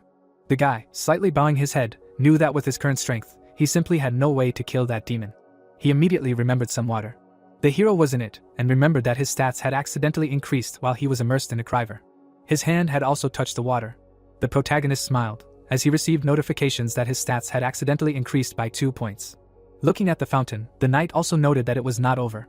Opening his mouth, the student began to cast a spell. Immediately, a glow began to emanate from his hand after a notification appeared that the player was learning a forgotten ancient magical language of rhetoric. The guy, looking down, understood that if it were not for the marriage proposal with the princess, it would have been a great achievement. Someone appeared behind him and said words about the fighter arriving just in time. That girl from the roof was standing behind him. Turning around, the hero asked if she was Marin. The leader, smiling, answered affirmatively. Raising a finger, the girl also noted that he was speaking informally and asked him to listen more carefully. Marin, pointing her finger, explained that she was his senior mentor and added that she was also 2 years older than him. The young man, looking up, asked about the meaning of such formalities and immediately realized that in fact this person was one of those with whom he had the most difficulty dealing among the members of this group. A system window with basic information appeared above her, and messages with her characteristics and traits also began to appear, the positive of which was her frequent cheerfulness, admiration, steadfastness, genius and sensitivity to mana and also attractiveness. The negative ones were her prejudice against people, inferiority complex, young conservative and motion sickness, and also a window with skills, which were archery enhancements, auto-aiming and water shot. The young man frowned and thought about the trait he disliked the most. The girl, smiling, said that this meant that from now on he was her junior and should speak to her respectfully. The hero, opening his mouth, asked if she was a conservative. Marin, opening her mouth wide, shouted a question about when she had behaved like a boss. Frowning, she explained that this had never happened before. Pointing her finger, the girl said that this whole world was going to hell. The protagonist, looking at her, noted that she simply loved to shake the air in vain. The leader immediately jumped to the ground. She began to approach the recruit. Marin, smiling, asked him to simply treat her with respect. Closing her eyes, she also added that she had joined this group much earlier. The young man, with his mouth slightly open, explained that he had heard her the first time and asked if the interlocutor really expected respect from such a black sheep. The girl, with her mouth wide open, exclaimed that there was a chain of command in the sleepers. The guy, raising his finger, asked her to keep quiet, since they needed to move away because of the approaching people. Her eyes turned white with anger. Snapping her fingers, the leader explained that since this was his first mission, his oversight would be forgiven. A scroll immediately appeared above his head. The archer, raising her hand, suggested that he move to cover and asked him to tear the scroll. The hero, smiling, realized that it was a low-ranking teleportation scroll. The young man, tearing it, thought that this world was not so different from the game one. Immediately, some light energy began to emanate from this sheet of paper. Two silhouettes disappeared from this place. A purple flash appeared in another place. Everything was swimming in the eyes of one of them. The girl, closing her eyes, said that no matter how much she used this teleportation, she still could not get used to it. Putting her hand on the table, she asked him to sit down and immediately explained that the purpose of his first mission was revealed only in general terms, and therefore now everything will be explained in more detail. Marin brought her fist to her face. Smiling, the leader asked if he heard about the night of the massacre. Immediately after, an image of a certain red crystal appeared. The guy, opening his mouth, answered affirmatively. Introducing the demon, the hero said that the Dean, the Sword Emperor, and Celsus and his father worked together, but even they barely managed to seal Archduke Paimon, and since then that event is called the Night of the Massacre. The girl, looking down, answered affirmatively and added that Paimon is an extremely dangerous entity. Introducing him, she explained that it was a monster that even the strongest warriors on the continent could not easily defeat. Introducing the crystal behind him, she explained that the problem was that the crystal containing the demon's essence was hidden from everyone. The protagonist, with his mouth slightly open, asked if they had really been looking for it and had found it under the academy. Standing in front of the table, the knight also said that he had asked if the group now really wanted them to distract attention, while the others destroyed the crystal with the essence, and the interlocutor noted that he was smart. Smiling, Marin added that despite his informal speech, he could actually be useful. The hero, looking away, asked her to drop this empty chatter. With his mouth slightly open, the young man asked if the date of the sortie was already known. The girl, looking ahead, answered affirmatively and explained that they were going to do it on Eldian's self-study evening. Imagining that day, she said that her protege would have to gather the students and teachers in one place. The young man, looking at her, replied that it was not difficult and asked if he could do it. The warrior, with his mouth open, said that it would be a disaster if Paimon broke out when his crystal was destroyed. Marin, smiling, said that he seemed to underestimate their mistress Luna. Introducing her, she explained that this woman was the youngest pillar of the Savior's sword. The leader, looking ahead, noted that her fears were simply groundless. The young man, turning around, realized that he would be happy if everything were exactly like that, but it certainly would not go so smoothly. Imagining the demon, the hero remembered that in this episode Paimon would inevitably break out. He also remembered the destroyed academy and realized that although the monster would be weakened, the slightest mistake would smash the academy and its immediate surroundings into pieces, and this is the first chapter of the main plot, in which some of the newbies die, called the Night of the Massacre in the Labyrinth. The knight, closing his eyes, thought that he would again have to take the rap for the main character and the villain in order to save the key characters.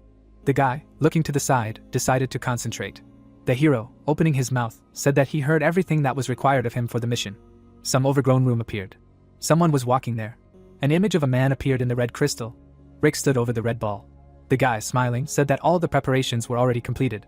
Looking at this ball, the servant explained that the Archduke only had to raise everything to the ground, as he had done in the past. The ball emitted a red light and words were heard from it that it sounded great, because it was not easy for him to be reborn because of those damned rats. But this should be enough for him and asked if his henchman's name was Rick. The young man, closing his eyes, answered affirmatively. An eye appeared inside the ball when the demon said that if everything worked out, then he too would soon become a real demon and asked not to let him down. A smile appeared on the man's face. His mouth opened in an even wider smile. The students gathered in the auditorium.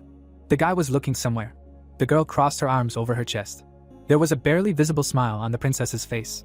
Talia bowed her head. Penelope, opening her mouth, apologized and added that she hoped for understanding between them. Raising her hand, she explained that people are not subject to emotions at all. The young man, turning around, asked her again. Immediately looked the other way. The eyes of her former comrade were hidden under her hair. A smile suddenly appeared on her face. The hero suddenly clenched his teeth from the realization of what was happening. Looking at her, the guy realized that he had completely forgotten about this girl. She was smiling. The young man immediately looked away. Closing his eyes, the protagonist tried to understand how everything happened this way. Many students gathered in a certain room and someone asked if they had heard the news. The student, raising his fist, explained that the 7 best students had already been chosen. The second, raising his hand, asked if these were the students who were chosen for night independent studies, because if they were chosen there, then they could get bonus points later. Another student said that if he had simply done better on the test, he would have definitely gotten there. The guy, Looking at the others, noted that this was not true at all, because he had not even reached the middle. Another student added that from the very beginning all the places were occupied by aristocrats. The student with glasses, opening his mouth, explained that people like them, commoners, even with good grades, would not get there. The second one looked at him and agreed with him, and then his comrade said that these aristocratic bastards only cared about themselves anyway, although they used to talk about equality and justice, and now they do this. They looked at the children of aristocrats when someone asked how this was different from the real world. The student, with his mouth open, asked how they could understand what those higher-ups were thinking. The girl, covering her mouth with her hand, asked who was in the top 7 and what the criteria were. The guy, rubbing the back of his head, answered that apparently it was all based on grades, and his comrade noted that wherever you go, only grades will decide. Someone was walking through this room when they were talking about some amazing student. The protagonist appeared in this place. His gaze was directed somewhere ahead. All the students were looking at him. One of them, looking at him, asked if the girl meant this scoundrel from the Reincarnates family. The knight, looking away, realized that his name was mentioned as always and thought that he did not want more attention than necessary. But now he simply could not do anything about it. The guy looked in the other direction. Imagining the academy and the beam of light, the young man remembered that the most important thing for passing the Paimon episode was grades.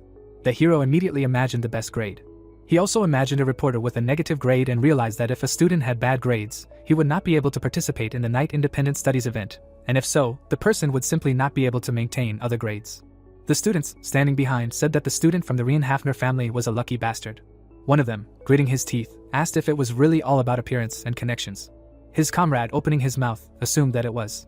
The guy, opening his mouth wide, shouted that this man was an enemy and they could not protect him. The student, coming up from behind, asked if he had not heard the latest rumors. Coming closer, the young man said that he was now the princess's fiancé, and one wrong move by someone from the outside could lead to death. Another man, opening his mouth, asked what would happen if he heard them. The hero, looking away, understood that he could hear everything perfectly well. Immediately after, the protagonist closed his eyes. Having imagined the leader of the group, the knight knew that he could not break relations with them. Looking up, the warrior understood that for him, who was planning to escape from the Reincarnates family, such an opportunity was a lifeline. His gaze was riveted to the tablet with his name. Immediately after, the young man turned around. As he left, the guy thought that on the last day of the 7-day night classes, Paimon would be revived and he would need to stop him. They were standing in this large auditorium. The hero, looking ahead, remembered that he forgot to check who was on that table below him. An image of that table appeared in his mind. The protagonist, bowing his head, thought that this was similar to the drama from his original world. Imagining two students, the knight realized that this was a conflict between an ex-girlfriend and a current one. Clenching his fist, the warrior realized that this was the worst situation, and the worst thing was that nothing bad had even been done on his part. Thalius had a smile on his face. Squinting, she said that she understood the princess. Looking at the ex-boyfriend, the girl noted that perhaps it was rude of her, but this man was really good. The student, opening her mouth, explained that it was completely natural to have such feelings. The princess, smiling, thanked her for understanding. Suddenly, she bowed her head. Penelope's gaze was still fixed on her. Talia, putting her hand on her chest, said that she didn't think she could just back down. The assistant gritted her teeth in anger. Smiling, the student said that her family placed special importance on seizing things. Looking ahead, she added that this even applied to people. Penelope, smiling, wished her luck. Closing her eyes, the girl also noted that she had heard that this was an arranged engagement between families. As she left, Penelope wondered if one of the parties was more serious than expected. The hero looked at this girl. His gaze suddenly turned to the side. A red glow appeared there. Words appeared in front of him about coming to the shelter, because there he would be given the details of the plan. The young man continued to look in that direction. The knight was already there. The leader, sitting somewhere above, called out to him. It was Marin. Opening her mouth, she asked who he was. The partner immediately jumped down. The member of the organization, with her mouth open, asked what he was doing, that there were rumors that his wife was Princess Hero. Looking away, he explained that he also did not quite understand what was going on. Looking at her, the protagonist said that apparently Penelope wanted to use him as a tool to restrain the prince. The interlocutor, frowning, asked if he really thought that he was called here to listen to some obvious story. The guy, with his mouth open, suggested that she move on to discussing the mission. She, with her mouth wide open, shouted that she first needed to know something, because this was help for the leader. Pointing her finger, Marin explained that they could not simply accept someone like him, whose identity had not even been confirmed. The young man, still looking at her, noted that this had already been decided by his superiors, and the leader said that the assessment of newcomers was her direct responsibility. Taking the bow, she also added that she needed to check whether he was suitable for joining the organization. The guy bowed his head. Immediately after, the hero took the weapon in his hand. The knight, holding it in front of him, asked her not to say that she had not been warned. Immediately, the opponent took the arrow in the quiver. The knight's sword was still in front of him. She immediately pulled the bowstring to shoot. Immediately after, the warrior parried it with a swing of the blade. The girl was behind him. The enemy was preparing to shoot again. The guy's mouth opened. Marin, opening her mouth, said that she would be careful with him and asked him not to die here. The arrow was already heading straight for him. Dodging, the guy realized that this man was not bluffing at all. Imagining a certain creature, the hero understood that she was a descendant of a race that had disappeared from legends, the marine race. She was preparing an arrow to attack again when the fighter thought that ancient blood was flowing in her veins and that her water shot was extremely terrifying, since even Luna, the head of the organization, could not completely reflect this attack, and immediately a notification appeared about the activation of the acting master. The young man, jumping back, understood that it would be better not to provoke her. The arrow was right in front of his face. Blocking it with his sword, the guy realized that it was simply impossible to gain her trust with his current abilities. Looking forward, the hero knew that then there would be a high probability that the episode would end in disaster. The warrior stood in front of her. The protagonist, with his mouth open, said that this fight should end with his unconditional victory. A black and purple aura began to appear around him. The girl frowned and said that maybe he had attracted the attention of the leader, but he was still at the very bottom of the ranking table. Looking at him, Marin asked why on earth he was acting like that. Opening her mouth, she said that she needed a clear and concise answer about his relationship with the princess. Water streams began to appear around her after she said that she also needed to know about all those events surrounding his person. Several water columns rose into the air. The enemy, waving his bow, asked if he would claim that all this was really an accident. The young man, holding his sword in front of him, asked if she really just didn't want to believe him and added that in that case there was no point in trying to prove anything. The opponent, preparing an arrow for an attack, said that they would see how much longer he would pretend to be great and powerful. A huge wave appeared right in front of the protagonist. This stream was circling around one place. The guy was right in the center of it. The protagonist, with his mouth slightly open, asked if she really thought such a small trick would work against him. Immediately after, the fighter made a slashing strike with his blade. The water began to disappear. All the liquid immediately turned into steam. The girl was behind him. Preparing the arrow, Marin explained that she had not counted on this at all. Releasing it, the enemy said that she simply needed a small gap. She flew forward. The young man turned to look at her. A huge clock appeared behind him after using the hour of genius skill, which slowed down his perception of time. The projectile in front of his face began to slow down. Dodging it, the guy understood that he did not want to open all the abilities, but in such a situation there was nothing to be done. The arrow flew past the target. The girl, gritting her teeth, could not understand how he managed to dodge, because there were less than 10 meters between them. The hero had already raised the blade above his head. A bright cut appeared in front of him. A black wave went forward. Marin gritted her teeth in surprise. The protagonist was still standing in place. The enemy, appearing behind him, asked who he was.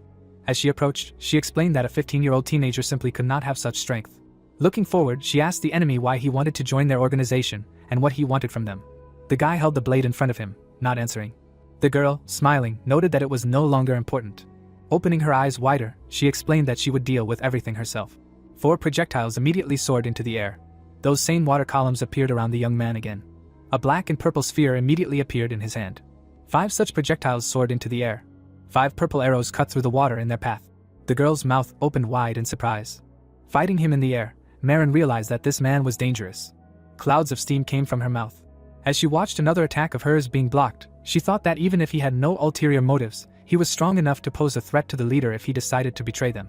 Looking in that direction, she also realized that her enemy wasn't even trying. Her eyes began to glow blue as she tried to figure out why he was doing all this. Because was the man intentionally trying to win her over because she was also a member of the group? The boy raised his sword and asked if her head was burning from the rush of thoughts, since he was already tired from holding back his strength. Marin, standing in front of him, asked how he dared to fool his seniors. Looking away, the leader realized that she couldn't win and assumed that there really was such a big difference between their skills. Clenching her fist, she realized that if she didn't give it her all, then she would definitely lose. After introducing the rest of the organization, the girl also thought that any of the group members could face defeat. With her mouth open, she called out to her opponent. The young man looked away, listening to her words about how she could not recognize him as one of them. Pulling back the bowstring, the archer explained that he was indeed exceptional in skill, but his motives were too unclear for her. Frowning, Marin said that according to the internal protocol of the organization, she recognized him as a dangerous person. The boy, spreading his legs, prepared for her next attack. The arrowhead glowed brightly and the hero realized that this was the water shot, the secret technique of her race, and if this arrow hit him, then death would definitely await him. Looking ahead, the protagonist realized that he could hardly dodge. This powerful arrow had already been released. It was flying straight at him. Suddenly, a certain dagger struck her. The girl's mouth opened in surprise. The projectile bounced off the wall, and a question was heard about what Marin was doing here. Someone, holding out a hand, reminded her that she had simply assigned her a routine joint mission with a newbie. The leader, lowering her hand, asked at what point her ward decided to take the law into her own hands. The hero also turned around, The girl, with her mouth open, called out to the leader. The young man, turning around, greeted the leader. She, standing above, also greeted him. They both looked in her direction. Luna, frowning, explained that if they both did not explain themselves right away, they would be severely punished. Immediately after, the leader jumped down. Having landed, the woman noted that she had given her the task of distracting the students and teachers together with the new member of the organization. The leader, with her mouth open, explained that she did not remember asking her to start a fight here. Marin, looking down, said that it was her fault and added that she simply wanted to make sure of his loyalty to the organization. The leader, standing in front of her, explained that only she had the right to decide such things and that her ward was taking on too much. She had a dagger in her hand. Picking it up, she asked her to look at it and explained that the blade was damaged, despite the fact that it simply changed the trajectory of her attack. Holding it in her hand, the leader said that given the strength of her blow, it could be argued that she intended to kill the newcomer and asked if this was true. Marin looked away. Luna, looking at the young man, noted that she could understand her, because he was clearly hiding a lot. The leader, with her mouth open, explained that such actions on the part of her ward were too much, since the murder of an organization member by another member is permissible only in one case, and the girl should definitely know about it. The ward, looking down, said that this could only happen if a case of betrayal was recorded. The woman, still frowning, explained that she would not allow such a thing to happen again and that this was her first and last warning. Turning around, she also noted that this also applied to the newcomer. Marin was still looking away. The leader, looking at the hero, called out to him. Opening her mouth, she offered him a walk. The young man, looking ahead, accepted her offer. A full moon was visible in the sky. Luna, walking forward, said that she hoped for understanding, since she had to limit herself to a warning in the name of discipline in the order. The guy, bowing his head, replied that there was nothing wrong with that, since he had already heard enough speeches about discipline in his life. The girl looked away, thinking about it. Walking next to her, the protagonist explained that there was nothing wrong with that, since Marin had simply decided that he was not worthy of trust. The interlocutor, slightly opening her mouth, noted that her ward did not usually behave like this, and it would be difficult for her to explain the reasons to him in detail. A smile appeared on her face. The young man looked away when she said that after today he owed her his life. Remembering that shot, the leader said that if the ward shot had hit, they would not be talking now. The guy, also smiling, noted that it sounded extremely creepy. The leader, looking at him, asked if this surprised him, and the protagonist replied that his life had hung by a thread so many times that it had become habitual. Luna, smiling, said that it was too boring and now she understood why the ward did not like him so much. Suddenly she frowned and said something about that shot. The knight, turning his head, asked again. Stopping, the leader said that the reason why Marin was taken into the group was her shot. Imagining this attack, she said that its destructive power was incredible, despite the rather long preparation period. The woman, opening her mouth, explained that the shot was so powerful that even she would not be able to block it completely. The hero, looking at her, realized that his sword would have shattered into many pieces. Imagining this girl, the young man could not understand why Marin did not leave traces during the course of the main story if she had such power. An image of a representative of her race appeared in his head after the interlocutor's words that this girl was her last representative, who had perfectly mastered both archery and the power of water. Looking away, she said that this is why her shots are so powerful. Suddenly, the leader closed her mouth. Squinting, the guy looked at her. Remembering the book, the young man realized that this race was a special species among those who disappeared on the continent, and they were sometimes mentioned during the story, but never had a direct impact on the plot. The knight, raising his hand to his face, explained that if he had to face her again, she simply would not have time to use the arrow. The interlocutor, smiling, called him disobedient. Putting her finger on his forehead, the leader explained that he did not need to think about fighting her at all now. Luna, standing in front of him, asked if he knew how dangerous Marin was when she lost her temper and reminded him of what she had already said and also repeated her words about him really being able to die. The young man put his hand on his head. The protagonist, looking to the side, noted that this place was more spacious than expected. Grinning, the guy realized that one powerful attack could become a pretty strong card that could be used. The woman took a couple of steps forward. The hero turned to her. The knight turned to her, listening to the words about him being really strong. Standing in front of him, the leader explained that he was quite capable of defeating Marin before she could do anything. Looking away, the leader added that the newcomer was also cold-blooded and calculating enough to kill an enemy without hesitation. The guy, smiling, asked why she was complimenting him so much. Frowning, the interlocutor explained that she would have one request for him. Standing in front of him, she began to say something. The woman, with her mouth open, said that if he realized that Marin was about to get out of control during the mission, then he should kill her.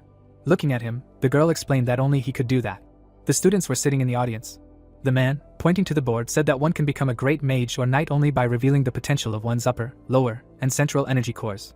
The professor, looking away, also added that talent is important, but only perseverance and training can help them reveal it. The students had their textbooks in front of them. Talia was looking at the boy. Looking back, the boy couldn't understand what they had done wrong, because she could have at least given him a chance to explain. The princess smiled and asked if that man's gaze was burning him. The hero, with his mouth open, asked her not to even start this conversation and thought about how he didn't even want to sit down with her. The girl was standing next to him. With her mouth open, Penelope was saying that since they were engaged and would be sitting separately, the others might suspect something. The protagonist, looking away, realized that this man needed to be able to separate work and his personal life. Covering her mouth with her hand, the princess noted that everything wasn't so bad, because at least Prince Louis wouldn't touch him after the hero had been chosen as her betrothed. The boy, with his mouth open, understood that he had nothing to say. Penelope turned around. Talia immediately looked away. One of the students stood up from his seat. The man was going down. The young man turned to look at her. The girl, opening her mouth, said her name. The knight, looking away, remembered that Yana was the next head of the satyr succubus family. Having imagined her in the future, the fighter knew that they were famous for being able to suck out male energy with their charm skill and were also able to strengthen themselves and others. Immediately after, the hero turned away. The student, opening his mouth, noted that apparently they would have to do self-study every night, and who would have thought that he would have an additional lesson after the main daytime ones. The student, turning her head, explained that there were only 3 lessons left and asked if he could stand it. The guy, looking away, noted that it seemed to him that these lessons would hardly pass. The comrade, turning around, asked what he meant. Suddenly, the chandelier on the ceiling shook. All the students jumped up from their seats, trying to understand what was happening. Immediately, the lamp fell to the floor. The girl, with her mouth open, asked what was going on here. The young man also stood up from his seat. Frowning, the hero realized that this was the beginning of the main scenario episode for suppressing Paimon. Black energy was escaping from somewhere. Rick was standing in front of the crystal. There was a smile on his face. Looking at the demon, the guy shouted that it had finally begun. The warrior, sitting at the table, asked if their mission was to distract the teachers of the academy while the organization destroyed the demonic crystal, and the leader noted that he was a quick learner.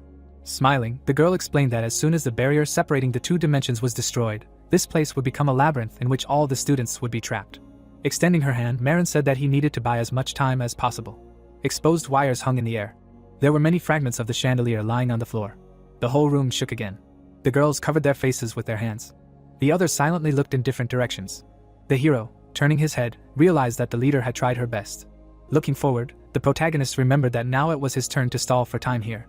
Leon, opening his mouth, explained that it was dangerous for them to stay here. Looking to the side, the student also added that he could feel the activation of 2 spells. The student, opening his mouth, said that the first was a spatial barrier spell that locked them inside and cut them off from the outside world. Raising his hand, the guy also added that the second was a layer-by-layer transformation spell that randomly modified the floors in the building so that they could not get out. The young man, opening his mouth, said that they should first figure out the layer-by-layer transformation spell and realized that he understood everything too quickly. The princess, looking forward, agreed with him, because in the current conditions, it would be impossible to destroy the spatial barrier.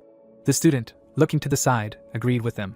She, standing behind, said that it looked like a type of transformation that was often used on buildings. The hero, slightly tilting his head, remembered that this person should not interfere with the events of the main episode at all and could not understand why she suddenly became so active. The protagonist, closing his eyes, assumed that the plot line of her character also began to deviate. The guy, standing in front of them, asked them to listen to him and explained that they first needed to destroy the spell. Then someone asked again. The young man, looking to the side, said that everything was exactly like that, because the purpose of this magic was obvious. Looking at the girl, the knight realized that he was not surprised that she did not understand anything, because thinking like that was not at all about her. Presenting the door with a lock, the fighter said that they could obediently follow their goal or destroy the spell structure and get out anyway. Leon, with his mouth open, noted that there was a high risk that, regardless of their choice, nothing would happen. The hero, putting his hand on his side, said that they first needed to check the condition of the entire building. A group of 3 girls appeared. The second company also appeared after the protagonist said that they should split into 2 teams and check everything.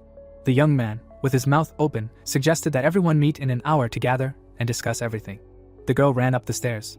Looking ahead, she thought that their newcomer was making smart moves and it was no wonder that he managed to defeat her. Looking at the students, Marin remembered that large-scale magic did not catch him off guard at all, and he also easily gained the trust of those around him. She immediately jumped somewhere. Her feet immediately found themselves on this surface. The organization member, standing on the head of the statue, noted that it was already time to face the second zone of the labyrinth. Grinning, the girl remembered that this place was called the Labyrinth of Dreams and Deception. Remembering how she poured a certain liquid, the archer knew that the illusionary charm, which required the blood of demons, deprived the traveler of common sense, showing them sweet dreams. The girl drew some symbols with her hand. Looking down, Marin understood that even the most sensible students of Eldian would not be able to do this easily.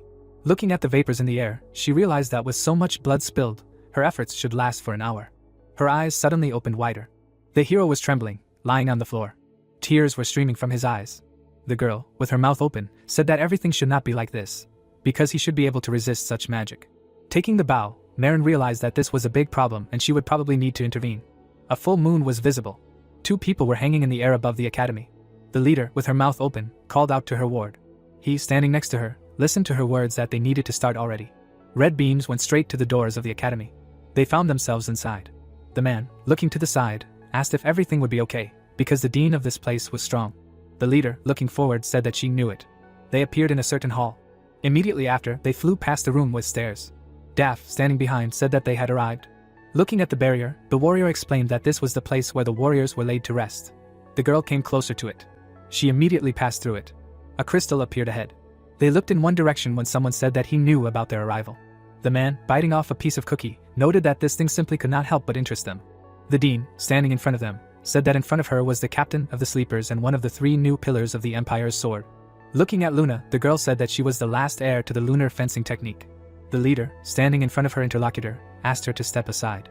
Taking out a blade, the woman explained that this crystal was a threat to the whole world. Nanwan, opening her mouth, asked if the guest knew her answer. The leader's blade began to glow red. She immediately swung it. Her blow hit the floor in front of her. Her enemy was no longer there. The fighter's eyes suddenly opened wider. They looked in one direction when they heard their opponent speak. Several ice arrows were already aimed at them. The girl immediately blocked them with her sword. The dean, appearing behind them, explained that she really loved fighting strong opponents. Smiling, she added that Paimon was the strongest of them. The leader, holding the sword in front of her, asked if that was why the enemy left it, giving her a chance to wake up, to fight again one day and restore her honor. Nanwan, squinting, called the leader a child. Luna's eyes began to glow red after the words that her opponent would die. The dean, smirking, asked why she was going to do this. The girl, frowning, answered that it would be for the sake of the future. She immediately rushed forward. Their weapons collided. The crystal near them began to emit some kind of energy. A man appeared in the reflection. The guy reached out to the stone. Cracks immediately appeared on it. Clear water appeared. Yuchan stood on the shore of the reservoir. The next movement, the young man turned around, wondering if he was here. In an instant, the guy was very surprised. A man appeared in the middle of the water. The fighter was taken aback by what he saw. Stretching his hand forward, the protagonist realized that he needed to go. A moment later, the warrior rushed to the water. Moving further and further, the magician thought about how he could bring that woman back. The wave rose quite high. The blonde froze with his hand outstretched forward. The man stood alone in the middle of the water. Tears flowed from his eyes. The student looked at his hand. The student turned to the bright sun in the distance. The warrior looked into the distance, thinking that he needed to calm down as quickly as possible. Yuchan suddenly woke up. The girl was sitting next to her friend on the ground. Wiping his cheek, the young man asked if he had been crying. Frowning, Talia answered positively, adding that she was really worried about what had happened to him. Putting his hand forward, the boy wondered why he was crying and what he saw in that dream. Remembering the woman on the water, the blonde thought that the memory was blurry. But he remembered the woman. It seemed she was trying to say something. The student looked away. The guys were watching him. Closing his eyes, the interlocutor said that he seemed like a fool and asked to forget about it, because now he needed to move, after which he thought that now was not the time to indulge in such thoughts. Looking at the monsters, the student thought about the second labyrinth. The players stared at the monsters. Talia used her fire power. Leon then used his book. 3 skeletons appeared. The skeletons rushed to attack one of the monsters. This spawn threw one skeleton to the ground. 2 skeletons were nearby. One of the assistants rushed at the enemy. Many skeletons were approaching the enemy from different sides. The necromancer silently watched from the side. The opponent was directed by the power of one of the heroes. The protagonist grinned, thinking that the big guy was not dangerous. The young man turned to his friend. The man stepped on the girl's foot. Standing nearby, the student apologized, saying that it was his mistake, thinking that they also should not forget to keep track of time. The guys were standing next to the monsters.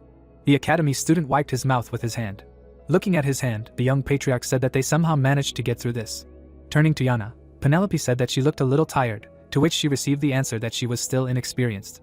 Embarrassed, the mage asked if everything was okay with Yuchan. Closing his eyes, the protagonist replied that everything was fine with him, adding that he should not be compared to such weaklings. Smiling slightly, Eleanor said that less than an hour had passed since he cried and asked if it was too much to pretend to be strong. The princess closed her eyes and said that it was a bit inappropriate to say that to her future husband. The merchant smiled and apologized for her rudeness. Ehaina frowned and wondered what was in store in the third labyrinth. The bodyguard opened her mouth and said that it was a bit worrying since the second one was already difficult. The protagonist grinned and thought that it was finally his turn to get involved. Taking a step, Yuchan thought that the third one was the flower of the labyrinth, namely the boss monster. The blonde man bowed his head slightly. The student smiled and thought that this boss monster was himself. Crystals appeared, with words in the background saying that someone was finally awakening. The stranger extended his hand and called out the name Paimon. A hologram of the protagonist appeared and addressed Rick. Holding a jar in his hands, the servant replied that everything was under control, so there was no need to worry. Smiling, the fighter ordered to make sure that everything was as it should be, because this was his only chance to become a hero. Looking at the hologram, the assistant replied that he understood. The boy, smirking, said that it was stupid. Looking at the open can, the dark-haired one wondered about defeating the revived Paimon alone to restore the fallen honor. The red mixture poured out of the can, while the young man thought that although Paimon was weak immediately after resurrection, it was difficult to fight the demon alone. Throwing the can away, the guy said that it was only to his advantage. The can broke into small pieces. The large crystal began to crack. Pieces of the crystal began to fly in different directions. The Lord's hand appeared. Looking at his hand, the demon introduced himself, saying that he was pleased to meet him. The monster smiled widely. Without moving, the monster said that he was reborn in a very pitiful body. Staring straight ahead, the big guy said that it was probably a miracle that he had come back to life. The boy knelt down in front of the Lord. Looking at his hand, Paimon said that he felt something. As Luna rushed to attack, the demon said that he smelled the familiar scent of people behind the wall. The dean used her power against the student. While Nanwon smiled, the opponent wondered if this was one of the 3 people who sealed me. Without moving, the Lord ordered to speak. Raising his head, Rick answered positively. Lord Paimon became very angry. A clone appeared, along with system notifications that the Moon Shadow artifact effect was activated, while the hero was thinking about the final 3 tasks to pass the labyrinth. While pressing something on the screen, Yuchan thought that in fact, it did not exist in the first place. Smiling, the young man wondered why. Raising the corner of his lips, the guy answered himself that it was because he had already killed it. Remembering the dying boss, the protagonist thought that the reward for the monster was too tempting after all. The dead monster lay on the ground, while a system notification with basic information about the hero appeared. Holding the sword in his hand, the knight thought that the reward for the boss was a random increase in characteristics by 0.3. At the same time, new system notifications appeared with information about characteristics, statistics, skills, and that the player's remaining lifespan was 147 days. Looking at the screen, the fair-haired one thought that thanks to all this, both magical power and health were steadily growing. Pressing something on the screen, the boy thought that getting characteristics was certainly good. Looking somewhere to the side, the student understood that his role as a member of the Sleeping Ones was to delay, not allowing others to leave the labyrinth. Staring at the screen again, the student thought about the method he had come up with. Looking at his clone, the fighter thought about placing a clone modified by the Moon Shadow artifact. The clone went somewhere deep into the room. The young man, pursing his lips, thought that since this was his clone, he, naturally, should be stronger than the boss. The girl, standing opposite, asked where he had been, to which the young man replied that it was none of her business. Crossing his arms over his chest, the guy decided that he would simply lose with them and delay them. The dark-haired one, standing nearby, ordered them to stop. Without expressing any emotions, the hero said that they would not pass from here. Talia, surprised, asked who he was. Frowning, the protagonist thought that he could think and make decisions, but only his clone, based on his own consciousness. Frightened, Yuchan realized that if this conversation dragged on, they might suspect something. Without moving, the boy said that a creature with such sinister magic could not be a human. Frowning, Ichina said that she knew that something was wrong with his face. Clenching her hand into a fist, the heroine asked who he was. Shane, opening his mouth, introduced himself, adding that he happened to be here next to the Eldian when the magic was activated. Presenting her fist to his face, the woman said that he seemed strangely familiar, as if they knew each other. The warrior silently watched the guys. Putting his weapon forward, the student thought that he was talking too much nonsense, saying out loud that, in the end, he was just a monster. Swinging his sword, the fighter said that they should not listen to what he was saying, they should just kill him, thinking that if he continued to talk, they would understand. The interlocutor dodged the blow. Jelly swung his sword again. Both assumed combat readiness. Clutching the sword in his hand, the knight said that it seemed to be quite strong. The girl used magic. A magic ball appeared in front of her. The opponent dodged the other's magic. Smiling, the red-haired girl said that it seemed that her friend's sword had just slowed down. Several skeletons appeared. The friend rushed into battle. The magician dodged the blow again. The dark-haired one decided to attack. Several skeletons were getting closer. The young man rushed forward. The clone swung for a blow. The magic power passed through the skeleton's skull. Talia again headed towards her enemy. The guy once again dodged the blow. The opponent ran for the next blow. The blow hit Shane. Both people felt the fight from the blow. The friend turned to Yuchan. The girls turned around and asked what happened to the protagonist. Grimacing, the warrior replied that everything was fine, realizing that he had overlooked 2 things. Grabbing his side with his hand, the student realized that the clone had taken 50% of his strength. Clutching the sword in his hand, he also realized that this meant that his stats were now reduced by 50%. The man watched the ongoing fight. The clone was wounded in the shoulder. Simultaneously feeling pain in his shoulder, the student realized that he felt pain at the same time as his clone. Frowning, the young man realized that everything was more difficult than he thought. Standing to the side, the warrior wondered if he could hold out until the right time. The woman rushed to attack again. Two people stood next to each other. Luna was very surprised. The monster was standing nearby. Paimon smiled widely. Lunatic silently grimaced in response. Turning to her friend, the captain said that she had ruined everything. Angry, the heroine asked if saving humanity was important to her at all. The girl raised her sword up. A large flow of power appeared. The blonde lowered her sword. Crossing her arms over her chest, Nanwon realized that she had not fought her seriously. The dean silently looked somewhere. Remembering her battle, she thought about the countless times she had tried to destroy the monster. Remembering the shining crystal, the leader thought about the only way to destroy the great demon Duke's magic stone. The girl frowned, realizing that the only way was to defeat the demon when it was reborn. Turning to the monster, the woman thought that she did not expect it to be reborn so quickly, but now, she saw Luna's abilities.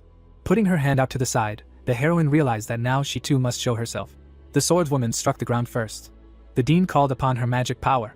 A huge number of icicles appeared in front of the demon. Mooney slammed the ground again. A huge amount of magic power was directed towards the enemy. Lord Paimon smiled widely. The magic power lightly grazed the spawn's shoulder. An explosion occurred instantly. The blonde was very surprised. Nanwon frowned at what she saw. Taking a step forward, the resurrected one asked if all she had was a helpless witch and a puppy. The monster clenched its hands. The monster used its power, shouting that they would die here. An even more powerful explosion occurred. The clone tried to use its power. Talia thrust her weapon forward. The dark-haired one was wounded in the shoulder. The skeletons were getting closer to their target. Shane began to defend himself from the attacks. Holding a book in his hand, the mage said that they should not let go of the one who possessed sinister magic and offered to take care of it properly. Holding his shoulder, the protagonist thought that his double looked strangely excited. Putting his hand forward, the warrior thought that it did not matter, because it should be enough to buy time. Cracks appeared on the floor. Yuchan was very scared. The guys stared at the cracks that appeared. A deep hole appeared. The girl's leg jumped into the hole. Eleanor fell into the pit. The friends ran to the cliff, calling out to the fallen one. Someone ran across the stones. The red-haired girl closed her eyes. In an instant, she opened her eyes again. The young man next to her asked if she was okay. The heroine was embarrassed while in his arms. Without moving, the woman asked why he was doing this for her. The guy ran across the stones to a safe place.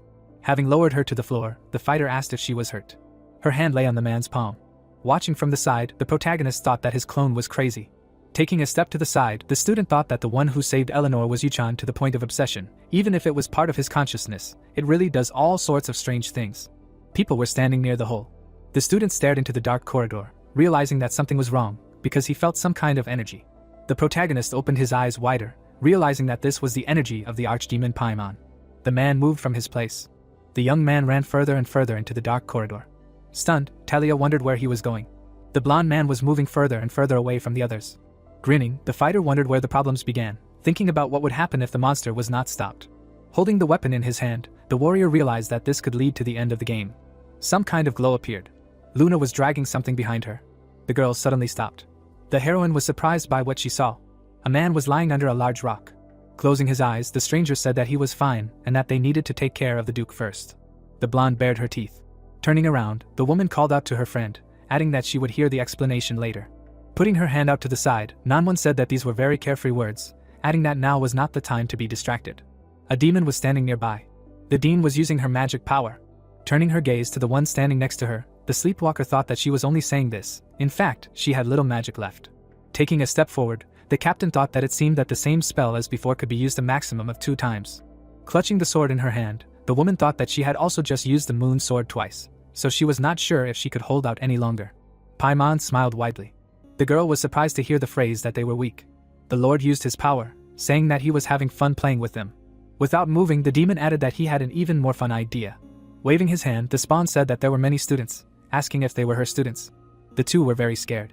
Grinning, Nanwon replied that her mouth had become quite rough while she was not looking, adding that it was very dirty. Using his fire power, the monster ordered them to look closely. Swinging his sword, the monster asked if he saw how weak ordinary people were. Directing his power far ahead, Paimon added that this was why humans could not stand up to demons. Frowning, Luna shouted no. The heroine jumped high to attack. The blonde swung her sword. The Lord extended his hand forward. Luna struck. The tip hit the enemy's horns. The dean also rushed to attack. Nanwon directed her power to the entire area. Moving towards her, the opponent shouted that it was useless. A second later, the enemy was already close. The girl began to cough up blood. The blonde was thrown aside, while she thought about how she couldn't protect people. A memory of many people running through the fire, asking for help. A young girl running in her arms with a child. The girl, sitting on the floor, called for her mom and dad. The mage pressed her hands to her chest. The child cried loudly. Putting her palm out in front of her, the fighter realized that she didn't want to lose anything anymore. Grinning, the heroine thought about the power she was so eager for. The dean landed on the ground. Nanwon slightly bowed her head, realizing that that power couldn't reach the demon. The student rushed back into battle. Crying, the leader realized that it was too late. A purple stream of power appeared. Luna headed to the epicenter of events. Alien forces met together. Another fiery explosion appeared in the distance. Mooney covered her mouth with her hand. The captain turned around, thinking about the attack. Sitting on the ground, the dean asked what was going on. The protagonist, approaching, asked if she had given up again. The mage frowned, hearing the phrase that if she, who had lost her family, lost her students this time. Taking a few more steps, Yuchan added that in that case, she would be left with nothing. Surprised, the blonde asked how he knew. Putting his sword forward, the young man swore an ancient tradition of the black sword. The student clenched the sword with both hands. Freezing, the warrior said that they must kill Paimon. They quickly rushed through the forest. The mask in the protagonist's hands glowed. Yuchan looked at it, and thought that he had managed to get it back. But the young man clenched his teeth, wondering if this was a problem. The player continued to run, cursing through his teeth, and Marin thought that she could not believe in Paimon's awakening. The girl also clenched her teeth, trying to decide what to do. The archer looked down. She knew that the demon was on par with the Luna commander. Realistically, they had no chance. The warrior looked at the younger one's back, thinking about her options. Yuchan turned around when the mentor said that she would do everything to save him, and demanded that he stop thinking about nonsense. The girl looked at the hero in surprise when he added that he would not run away, because a member of the Reinhofer family would never shirk responsibility. The archer's face showed panic, and she reminded him that this was not something they could decide on their own. The protagonist's gaze turned dark when he asked if the mentor would be okay with the Luna commander dying. The warrior's entire body shuddered. The young man continued to run, reminding himself that Marin had the admiration and unwavering faith traits. It must be the feelings she developed for Luna, who saved her and rose to her position on her own. The player stopped when he decided to use every trait of the elder to the fullest. The boy pulled out his sword, and said that he heard that Luna was the one who saved the girl from suffering in the lab. The protagonist turned to the archer, and mentally reminding himself that he was a villain and a scoundrel from the prophetic dream, he asked out loud if she was going to let such a person die. The warrior clenched her teeth and tried to object to Yuchan. Marin came closer to the protagonist and asked what he was proposing. The girl clenched her fists and reminded him that Paimon was someone that even 3 sword masters and a sage could not handle. The youth frowned and asked to shoot the bow. At that moment, a wave of demonic energy covered both of them. The archer panicked. The player frowned at the source and assumed that Paimon had appeared, and if they did not work together, he would be impossible to stop. The warrior's face became tense and asked if Luna had told the boy about the bow. The protagonist looked at Marin with displeasure and stated that there were more important things to focus on right now, and in his mind he realized that she was hesitating, as he had assumed. The girl threw up her hands, exclaiming that Yuchan knew the power of her water shot and saw how destructive it was. The archer gritted her teeth and added that the hero could have died. The young man looked at her, remembering that the warrior had inherited the abilities of the Hainer race. The player abruptly turned around and said that Marin was overestimating himself. He could not die from someone like her. The girl looked at the protagonist in confusion, while he asked to prepare himself, and he himself admitted that even he could not block her bow. The guy squeezed the hilt of the sword, mentally adding that it was necessary to stop the end of this damn game. The archer clenched her teeth and fists. Yuchan waited. Then he grinned and clarified what was wrong with her. The hero's gaze became mocking when he assumed that she had already become attached to him. The warrior's eyes widened. Marin pulled the bowstring and advised the newcomer not to regret it. Streams of water began to gather around the girl, and the young man was surprised by her thoughts that he would regret something like that. The archer took aim and noticed that the player did not give up until the very end. Now she understood why the Luna commander called him an impudent newcomer. The guy grinned and admitted that he personally did not like it very much. At this time, a wave of flame was approaching them through the thicket of the forest. The protagonist directed mana into the blade, while the storm petrel sucked it to the limit. Marin was preparing to attack, counting the seconds. On the count of 3, the arrow was released, and a stream of Yuchan's mana rushed after it straight into the fire. A loud explosion was heard. The girl's water arrow clashed with the demonic flame, but it began to intensify. The protagonist breathed heavily while the sword continued to absorb his mana. The archer's eyes glowed, water continued to collect on the tip of the arrow. The young man clenched his teeth. The projectile was released. The player jumped to the side. With a nervous smile, the guy declared that the mentor was disqualified as an archer. The protagonist glanced back and added that shooting such deadly arrows at his junior was low. And then he jumped away from the stream, cursing out loud. Yuchan landed on his feet. Then he looked into the hole left right in the bushes. The hero sternly looked ahead and asked Yen how long she was going to hide. And clenching his teeth, he asked if the respected daughter of one of the 3 great dark families turned out to be a voyeur. But he heard footsteps, and the girl objected that this was not so. The succubus almost cried, realizing that her surveillance had been noticed. The young man dodged another arrow, and said that he had a request. The player looked back and thought that if he remembered correctly, Yana was on the same level as Paracelsus and Leon. The protagonist looked at the archer, came to the conclusion that the student would be able to control her current one, and asked to use her charm magic to stop this woman. The succubus brought her index fingers together, and said that she understood, because she also did not want to die. The girl's gaze reflected confusion. Yana put her palm on her chest, and said that later the guy should help her restore dark magic. Yuchan winced. The way the succubi restored magic, to be honest, did not delight him. The hero raised his sword, said that he agreed, and asked to start, and he would go stop her. The succubus barely managed to dodge the water arrow. After which, with a smile, she extended her hand, activating her ability. At this time, the young man reached the ruins of the building. He noticed the dean from afar. Nanwan was sitting with her head down. Rushing to the woman, the player remembered the death of her family and friends, mentioned in the character's lore. The guy abruptly slowed down, thinking that the sorceress might seem crazy, but she was a character with the deepest pain. The protagonist squeezed the sword, asked if the dean was going to give up again, and silently decided to support her now. Nanwan turned to the student, who expressed confidence that having lost her family, she would hardly want to lose her students. He turned around and swore to kill Paimon here, hoping in his heart that she hadn't broken down and given up on everything. The woman's eyes widened in surprise when Yuchan asked her to give it her all. The hero frowned when he saw the enemy. Paimon was holding a fireball in his hands. He recognized the one who had changed the trajectory of his attack. The demon looked at the boy and said that he could smell a familiar scent on him. The magic was saturated with deep darkness, and he recognized the sword too. The villain looked at the player with a frown, finally realizing what was happening. Waves of demonic energy covered the guy when the enemy used the negative trait fear on the player. Nanwan and Luna looked at Paimon with a mixture of fear and hatred. The demon narrowed his eyes. He realized that in front of him was the son of Tail. The guy narrowed his eyes in response, his strong mind neutralizing fear. Then he put his weapon forward and made a wide swing. A wave of mana from the mana destroyed the cloud of energy in the hands of the enemy. It was difficult to tell from the demon's face what he was feeling when the protagonist asked what he would do. The protagonist turned to Duke Paimon with a cheeky smile. Yuchan leaned forward and said that he heard that the enemy standing before him was one of the weak demons sealed by his father. The Duke of Hell trembled in anger as the boy added that the head of the family said that even the title was too much for him. Paimon frowned and noticed that the boy was saying interesting things for a mere newbie. The player watched the enemy closely, noticing that he was extremely emotional, as described in the game. The boy's eyes flashed as he decided to use this to his advantage. The demon was shaking until the protagonist was able to read all of his stats. The hero continued to smirk, even realizing that this guy was superior to anyone he had ever met. The hellfire he had just blocked was a straightforward attack that drained life force using fire. And the flame of calamity was a kind of damage over time skill, probabilistic but extremely dangerous. Judgment was a skill in which the demon attacked enemies with a sword made of fire. Yuchan let out a tired sigh, realizing that every skill his opponent had was simply monstrous. The newcomer flinched when he was addressed. The young man looked back at Luna in surprise, who was asking if he knew where he was. He turned his full attention to her, and thought that if Luna and Nanwan were here, defeating Paimon would not be difficult. But only if he had the right items.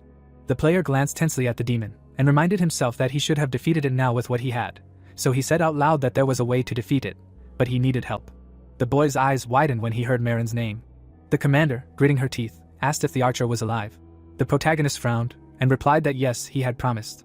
At this time, Paimon summoned his fire sword, and asked how the newcomer dared. And making a wide swing, the demon demanded not to be distracted in his presence. The hero immediately raised his sword to defend himself. He gritted his teeth as a stream of flame hit the blade. The force of the attack threw Yuchan to the wall, and he realized that this is what the judgment skill looked like. The young man rose to his feet. He understood that his plan required Marin. As Luna ran towards the enemy, the player expressed confidence that she would be able to overcome her injury and control her power. Paimon turned around. The commander swung her sword with a battle cry. The Duke of Hell had to block the girl's blow. The blonde gritted her teeth, and expressed hope that the demon had not forgotten about her. Luna continued her series of attacks, and shouted at the impudent newcomer that she trusted him, since it was better than all of them dying here. The guy turned to the dean, and clarified that she could use a large-scale spell 2 more times. The hero looked at Nanwan with a frown and asked to create a barrier around the first sector. Yuchan straightened up and added that no one should get inside. The woman activated the spell and asked if the newcomer had asked her to protect the students. The young man turned away in irritation and suggested that he think as he wanted. The dean stretched her hands forward with a smile and smirked that the student was still not being frank. The player rushed forward when Nanwan rose into the air and remarked that it was even cute. A bright flash of light illuminated the forest. It seemed to pour from all sides. Paimon threw Luna away from himself, shouting that pathetic tricks would not work against him. The demon kicked off the ground with his foot. The villain raised his blade to strike, wondering if the human really thought that he could stall for time against him. The protagonist parried the attack of the flaming blade. A wave like an explosive spread from the opponents. The protagonist chuckled and stated that if this was all the great demon could do, he was not impressed. Paimon increased the pressure, indignant that the youth had blocked a couple of attacks, and was already comparing himself to his father, and tried to use fear on him again. Sparks flew between the blades, and the Duke of Hell added that the boy's father was tens of times stronger. The demon's face distorted with anger when he added that even Theo could not kill him, but only sealed him. The fire flared up stronger, and the villain promised to destroy the newcomer in the blink of an eye. Yuchan began to bend under the pressure, but his strong mind neutralized the fear again. And with a smirk, the youth said that they would only find out by trying. The player's face expressed fighting excitement when the system announced that the Storm Petrel had absorbed his mana to the limit. The guy threw the enemy away with a powerful blow. But then he coughed up blood. At this time, Nanwan finished setting up the barrier. The cells lined up in neat rows and froze. The protagonist wiped the blood from his chin and realized that the barrier was complete. Yuchan followed the edges of the defense and realized that they were almost there. The young man watched as the commander again entered into battle with the demon and thought that they now had only one plan to destroy it. The hero clenched his teeth, mentally begging Marin to get up. He was already at his limit too. But the girl at this time was still standing with the bow launched. Yan's vines surrounded the archer. The succubus extended her palm forward, preparing to charm. The vines began to embrace the girl. All this time, the player thought that even if she was just a secondary character in the game, a creature that was supposed to die and disappear, he did not want her to die. It was even ridiculous to say that he wanted it. The protagonist clenched his blade, and even when the system began to consume his lifespan instead of mana, he thought that Marin had the right to survive. He swung the blade, mentally adding that the archer had the right to fight for her life. Yuchan rushed forward with his sword at the ready. He ran straight at Paimon. The opponents clashed in battle again.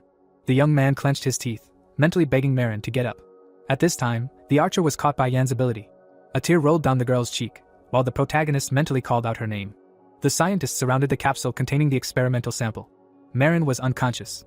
Suddenly, she opened her eyes. The girl realized that her first breath after birth was not a breath of clean fresh air, but something strange, smelling of medicine. The researchers looked at her through the glass. The child looked away. Next to her, capsules with other test subjects lined up in a row. There were bloody instruments on the table, which inspired horror. The scientists who conducted the experiments put the sample on the table. They were the scariest of all. Marin's eyes lit up. Knowledge was downloaded into her head through wires. Binary code flew before her eyes. The girl understood some things right away, even before languages and sciences were implanted in her brain. A haze enveloped the capsule with green liquid. The child came out of it and realized that this laboratory was her home, where she would have to prove her importance. The scientists approached her. In front of her was a chair for experiments. The test subject obediently sat in it and decided that this was the only way she would survive. Marin was lying on the bed when someone called her. The girl stared at the ceiling and thought about the fact that she was given the name H210. The child got up from the bed and answered the elders. The woman took her hand and led her somewhere. The heroes passed by the capsule. The test subject realized that she was one of the subjects who were trying to be instilled with the power of the ancient race. An ugly body was floating in the green liquid. Marin always knew that all her friends were war orphans, whom no one even expected. The man took the tablet in his hands and asked her to try to move the block. The girl smiled, knowing that she had to behave perfectly. The cube in her hands rose into the air. The scientists watched her through the barrier. The child understood that she had to show that she had managed to get used to the blood of the aquatic race better than anyone else. The cubes flew around her in the empty room. The block fell apart. The test subject decided to do everything possible so that the fate of the missing children did not befall her. But one day, someone came to her. The stranger smiled. The woman put her hands in her pockets and said that from that day on, the test subject would live with her. Jay adjusted her glasses and introduced herself. Marin looked away, and after that they moved in together because she had no other choice. The girl narrowed her eyes and realized that she could only do what she was told, like a cow being dragged to slaughter. Picking up a pen, the research assistant asked if the lab was fun, and suggested that the subject had been through a lot. The scientist began running around her, trying to find out what she liked. There were pipes running along the ceiling. Sitting behind her, the researcher stated that H210 was some sort of string of letters and numbers, not a name. While combing the orphan's hair, the woman noticed that it looked like aquamarine and suggested a new name. The child looked away and realized that she did not expect anything, because up until now people had treated her like a monkey in a zoo. The subject looked in the mirror in shock at her new hairstyle. Sunflowers grew in the meadow. Running through the grass, Marin decided that Jay was the only one who treated her like a human being. The research assistant sprayed her with water from a hose. The girl smiled happily, finally feeling like more than just an object. At night, the stars shone above the house. The child asked why she was so nice to her. Lying in bed, the subject explained that everyone thought she was a monster. The scientist's mouth dropped open when her charge called herself a weapon that was only useful on the battlefield. A smile appeared on her face. The researcher stroked the orphan and decided to share something with her too. The woman closed her eyes and told her that she was working there because a member of her family had been taken hostage. Marin frowned and asked if her friend missed him, and she answered in the affirmative. Jay looked down and wondered if the subject would miss her if something happened to her. The girl grabbed her shirt and asked if she really wanted to leave. The research assistant pressed her head to her forehead and explained that this was what family meant. The heroes were lying on a bed next to the windows. The child looked up and asked if her caregiver was kind to her because they were family. The scientist smiled and confirmed this and said that she had another reason to protect her. The researcher covered the subject with a blanket and called her an ordinary child. The woman hugged her and explained that adults should always protect children and that in the future she would also protect her younger ones. The subject snuggled up to her chest, feeling the stability throughout the time spent together. Marin summoned water energy around herself. It became much clearer to her how to use this power. The heroine sat on the blanket. The girl realized that there was no time in her life happier than the carefree days of childhood. They happily read a book. One day, their house was destroyed. A chair fell to the floor. Happy times always end very quickly. The cultists surrounded Jay, wanting to know how much longer they had to wait. The villain pointed at the child and explained that they needed the power of water creatures to increase the power of the imperial family. The research assistant hugged the orphan and asked her colleagues not to call her a creature, because she had a name. The subject shed tears when someone said that this was not a person. The man gritted his teeth angrily and said that this was a weapon that should be used in wartime, like now. The villain grabbed Marin by the arm and ordered her to stand up. The scientist extended her hand and asked him to stop. The cultist slapped her across the face and ordered her to shut up.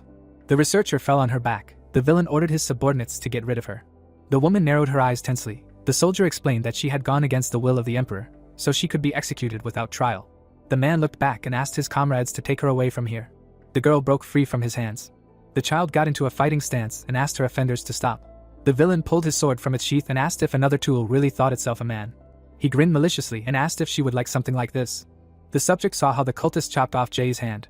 The villain lowered his bloody sword and declared that the thing should behave appropriately. The soldier left a cut on the researcher's cheek and threatened to cut off her other hand. The subject opened her mouth wide and asked how they could do something like that. Surrounded by their ill-wishers, Marin said that the scientist was a human being like them and asked how they could make her suffer. The man frowned menacingly and declared that a weapon should not ask questions. The girl frowned sternly. She looked up and refused to go with them. The child summoned a wave of water energy and called the villains monsters. A whirlwind swirled around her. The researcher raised her hand and asked her charge not to do it. The subject picked up the water bow and pulled the string. A powerful arrow shot forward. The house burned to the ground. Marin lay on the ground, looking up at the sky. Then the girl rose to her feet. Someone approached her with a document in their hands. Luna stepped forward and said that she saw her name on the report. The girl raised her eyebrows and introduced herself. The child's mouth dropped open in fear and wondered who she was. The subject spread her legs wide and asked if the research assistant who was looking after her was okay. The woman frowned sternly and reported that Jay had died. Marine's eyes widened in shock and asked how that was possible. Standing in front of her, the captain said that she had one more unfinished business. The commander looked sternly at the subject and called her a murderer. The girl stared at her in shock. The child raised her eyebrows and said that this couldn't be true. The leader of the lunatics turned away and told her that they were assigned a case involving an attack on an imperial research facility that was kidnapping children and experimenting on them. Standing in the ruins, Luna explained that the case had ended before they had even arrived. A girl had been walking along a path some time ago. Someone had raised a trembling hand and asked her to stop. The scientist began to shake and asked for help. A test subject was lying next to her. Marin closed her eyes, and the researcher asked the stranger to take care of her. The woman frowned and asked if this was the test subject that had fallen into the researcher's hands. Lying by the rubble, Jay declared that her charge was innocent. The girl's hair was bubbling. The research assistant called her a victim who had been forcibly tested, and asked the warrior to take her with her and give her a normal life. The scientist narrowed her eyes and added that she had not killed anyone. The captain looked down tensely. The commander frowned sternly and accused the test subject of causing the deaths of all these people. The child covered her mouth with her hand in horror. The subject clutched her head and remembered the moment when the researcher died from her attack. Waves of water energy crashed down on the villains. Marin released all her power to save Jay, but it didn't work. Enveloped in streams of water, the girl realized that she had turned into the weapon that the research center so stubbornly wanted. The child frowned when the head of the lunatics invited her to her place. Luna looked away and promised to help her take revenge on the emperor who brought all this torment on her. The subject frowned sadly. A black silhouette was reflected in her eyes. Marin remembered that in fairy tales, the devil always offers a sweet fruit when he notices a person's sick soul. A blood moon was shining in the sky. At that moment it was impossible not to agree to it. Lowering the corners of her lips, the girl decided to follow the lunatics and thought that revenge would not bring anything good for her. The child's brows furrowed in determination and she wanted to be part of the organization. At that moment she was driven only by guilt over Jay and the pain of losing her. The girl took a step forward. The woman approached the subject and asked to call her commander. Her words were nothing more than a chance to save her. The captain gave the orphan a stern look and stated that the first rule of being a sleepwalker was to have strong skills and talent. The subject realized that this power did not belong to her at all. The leader put her hand on her shoulder and promised to promote her in rank if she could learn to use her abilities. Marin frowned and realized that she should follow them like a moth follows a light. The girl clenched her fist. The child pursed her lips and decided to do it for Jay. Gusts of wind lifted fallen leaves into the air. The girl lay on the ground. Yana smiled and greeted her. The woman narrowed her eyes and remembered her name. The leader of the sleepers rose to her feet and realized that the magic shot should have hit her. The student raised an eyebrow, and the captain wondered how the child had survived. The student raised her hand, suggesting that her ally didn't understand what was going on, and explained that she had blocked the attack with her power. The succubus looked at the quiver and asked her not to worry about anyone getting hurt. The commander imagined the girl summoning thorny vines, and decided that she had managed to stop the attack with a memory-erasing charm. Looking around, Marin assumed that her comrade had entrusted her to this sorceress, and asked where the knight was. The girl looked at Yen in amazement when she said that the battle was still going on. The woman immediately began to run, and the student warned her that it was very dangerous out there. The leader of the sleepers gritted her teeth. The protagonist stood shoulder to shoulder with Luna. Namwon was floating in the air above the ruined palace. The captain smiled resolutely and dashed forward. Moving through the forest, the commander concluded that the newcomer was fine. Waves of fire enveloped Paimon. Yuchan assumed that the charm effect would still be in effect. Marin continued to run forward. The boy dealt several powerful blows and asked her to shoot her. The girl stopped and asked what it meant.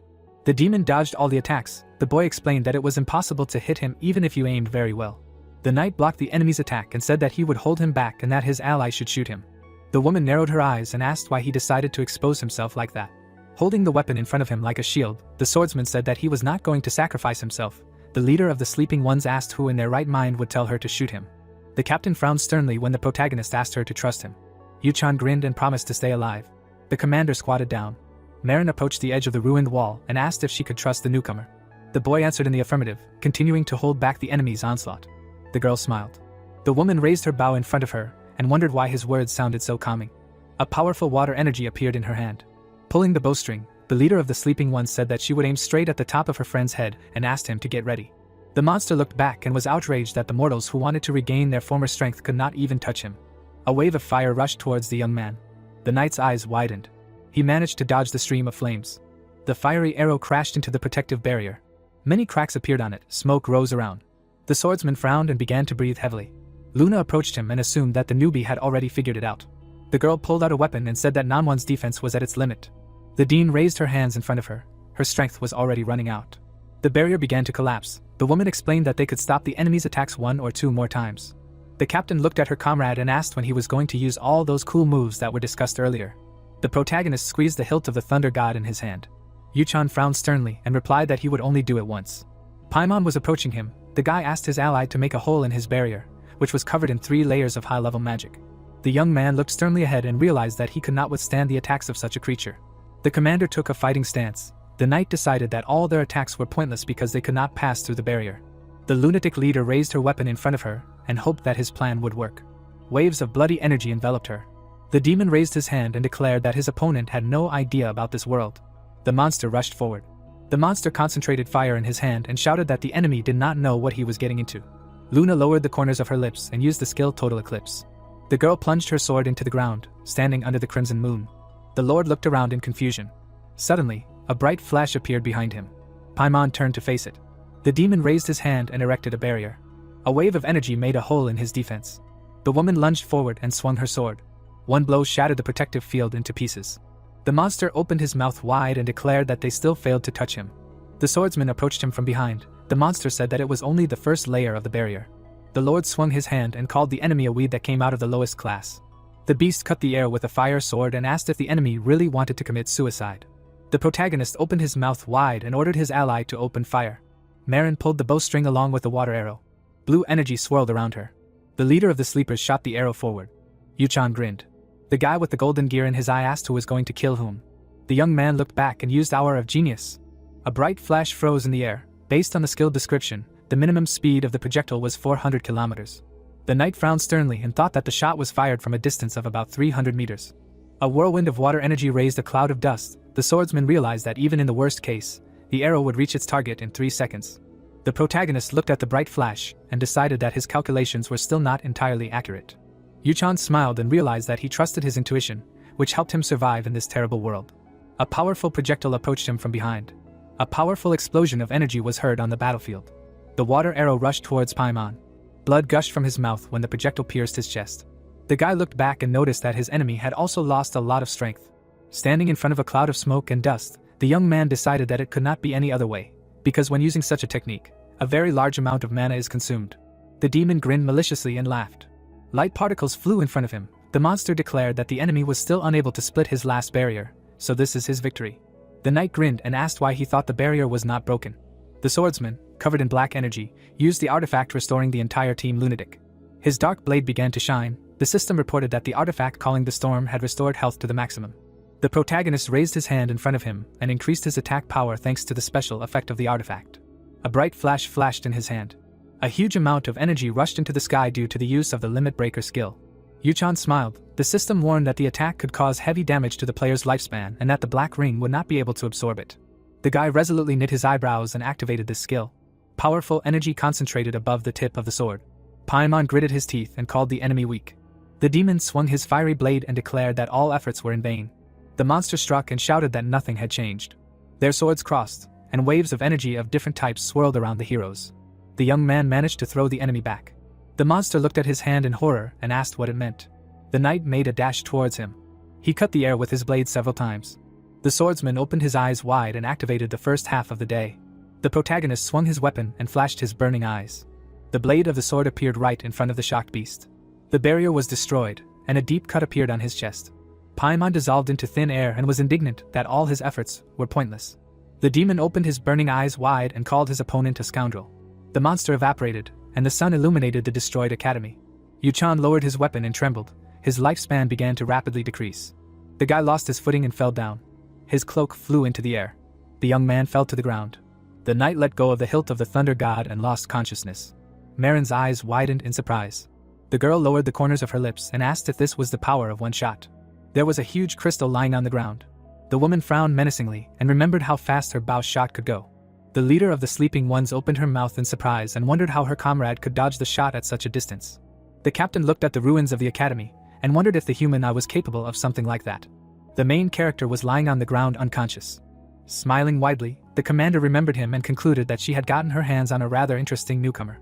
Marin brushed her hair behind her back and thought that his father also had extraordinary abilities. The girl ran forward and wondered why the student never revealed or released his incredible power. In the memory, the guys were whispering behind Yuchan's back. Running through the forest, the woman assumed that he was worried that his suppressive abilities would one day become a big problem for others, and hid his true power behind a loser's mask. Jitri stood next to the guy. The leader of the sleepers understood why the student always walked with a maid. The captain smiled and concluded that the newcomer was not only very attractive, but also very cunning. The sun was shining in the sky. The commander decided that together with him and the lunatic squad, they would be able to overthrow Esteban. The emperor sat on the throne under the state emblem. Marin imagined Penelope praying and wanted to kill her first. Nanwan lowered her gaze. Pieces of red energy rose into the air in front of her. The girl approached the giant crystal. A bloody haze emanated from it.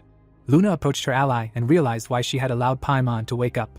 The warrior frowned and concluded that it was all for the sake of destroying the mana crystal. The head of the lunatics narrowed her eyes sternly and asked if that was true. The captain turned away and said that she found it very strange. The child was sitting surrounded by corpses. The commander was surprised that her ally had gone through so much suffering and pain because of the devil, but still allowed him to wake up. Luna looked away and asked what it was, revenge or fooling around. The woman looked down sadly.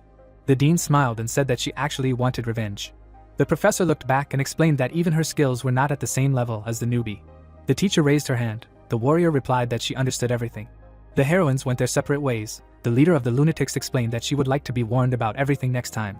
Nanwon waved her hand and asked her not to worry. The captain said that she needed to recover as much strength as possible, and warned that the enemies were going to bring even stronger soldiers. The girl sat down next to the protagonist and promised to take care of him. The commander frowned sternly and said that it was time for her to go. The woman leaned on her hands and looked after her. The dean thoughtfully lowered her gaze. The professor looked at Yuchan and thanked him. An ice barrier shone above their heads. At the same second, it shattered into pieces. The shards swirled in the air under the gusts of wind.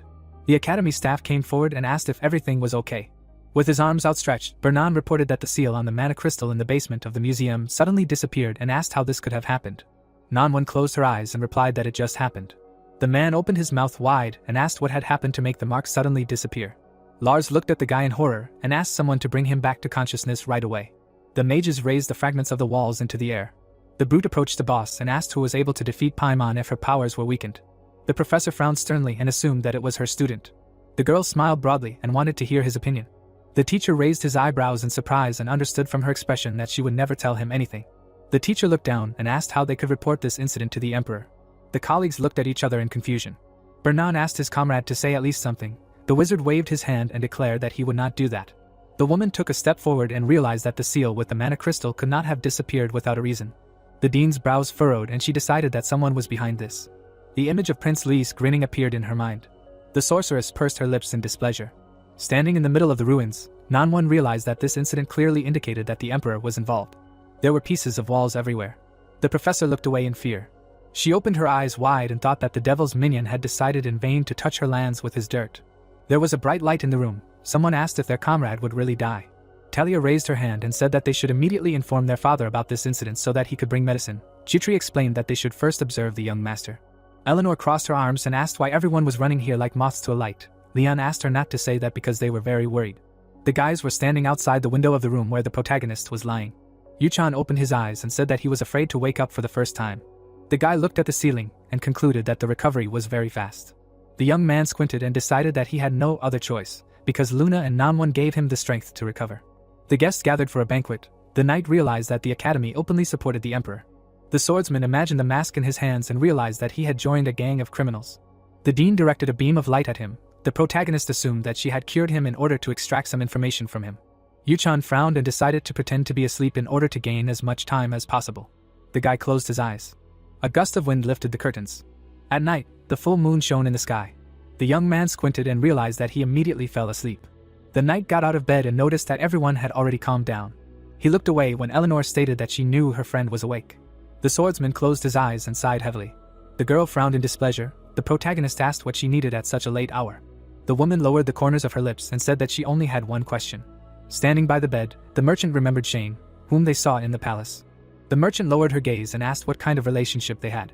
The student cast a stern look at her classmate. Yuchan raised his eyebrows in surprise and imagined the boy's face. The protagonist froze, looking at the girl. He frowned, asking what she wanted to say. The girl leaned over, saying that he understood everything himself. Smiling, she said that when he lies, his pupils dilate and his hands shake a little. Squinting one eye, she said that his voice also becomes calm. The protagonist, seeing how Eleanor closed her eyes, realized that she had lied. Sitting on his bed, he tried to figure out if his acting skills couldn't outplay this lady's genius skills. The boy closed his eyes and said that they had a connection with Shane. The girl, opening her eyes, asked if they were brothers. The boy frowned when Eleanor said that their eyes were very similar. Thinking, the girl said that now she understood everything. It was the brother that the family was hiding, putting him on a chain. Crossing her legs, she said that she heard that in the Rainhafer family there is a child called the hunting dog. It seems that the same situation is with Shane. The protagonist chuckled, mentally saying that no matter how vile the family was, they would not stoop to such a level. Remembering the past fight, the girl said that in fact, from the very beginning it seemed strange to her, because from the first minutes it looked like he did not intend to hurt them. Yuchan, slightly hunched over, asked what she wanted from Shane. The lady, smiling, said that she wanted to repay him. Then she bowed her head, saying that she liked Shane very much. She was thinking of luring him to their temple. The young man, narrowing his eyes, asked if it meant that she was going to forget old grievances and unite. Nodding, Eleanor said that the boy was very talented, so he would be very useful to them. Curling his lips, the protagonist asked if she thought it would be easy for her to steal such a talented warrior from his family. Standing up, Eleanor said to tell her brother to come to them in the main cathedral of Revelin in a week. Winking, she said that it was time for her to go. Jitri, following the master, said that he was very reckless. She had warned him several times already, but this time he did not get it either. The maid parted her lips and said that it seemed like the leader should also remind him separately. The boy interrupted her, telling her not to tell her family. He did not want to get into trouble. The girl looked away, saying that she had already sent them a telegram with the news. She could not do otherwise, because it was her duty as a maid to report on every action of the young master. The protagonist slammed the door, entering his room. He sighed and raised his head, complaining that he had not lay unconscious for a little longer. The boy abruptly opened his eyes, hearing someone else's voice. Yana, approaching the young man, said that he probably already heard, since she was half a demon succubus. Then in order to use dark magic, she needed help. Embarrassed, the girl said that there was only one way. Could he help her with this? Yuchan immediately imagined the girl as a succubus. These creatures were known as demons that come to men in their dreams to steal their souls. Looking at Yana, he mentally said that there was no such thing as the sexual intercourse that people had invented, because Inner Lunatic, a creation of the academy that belonged to a good spirit, could not possibly have inserted such a scene with a succubus here. Frowning, he asked how he could help her. Yana, clasping her fingers, said that it was enough for her to hold her hand for 10 minutes. The young man, surprised, asked if that would be enough. The girl excitedly waved her hands, saying that it would be enough. Remembering how she had run after him, The guy asked why she had chased him then. The succubus tilted her head. Flicking her fingers, she said that they were from similar families of black magic, so she had a few questions. Blushing slightly, she said that the gentleman had changed a lot recently. He used to be different. Taking off his cloak, Yuchan asked what he was like before. The girl shuddered and asked for forgiveness. The protagonist sat down on the bed, telling Yana that she needed to regain her strength first. The succubus sat down carefully next to him. The young man closed his eyes, mentally saying that this girl was too innocent and young, not at all like a succubus. Yana nervously grabbed the young man's hand. Yuchan involuntarily imagined Yana as a succubus. Thanks to one incident, he knew a completely different side of the girl. When the student pressed his hand to her chest, the guy said that she would pump out energy for exactly 10 minutes, no more. Dark mana enveloped the girl's body. The guy squinted, watching her. A weak smile appeared on Yana's face. Standing up, the young man said that the time had come. Now it was time for him to go. Suddenly, the girl grabbed him. Holding his hand, she said that she still needed very, very much. The protagonist immediately called up the system panels, checked her status. At the moment the girl fell into a state of duplicity. Her character changed dramatically.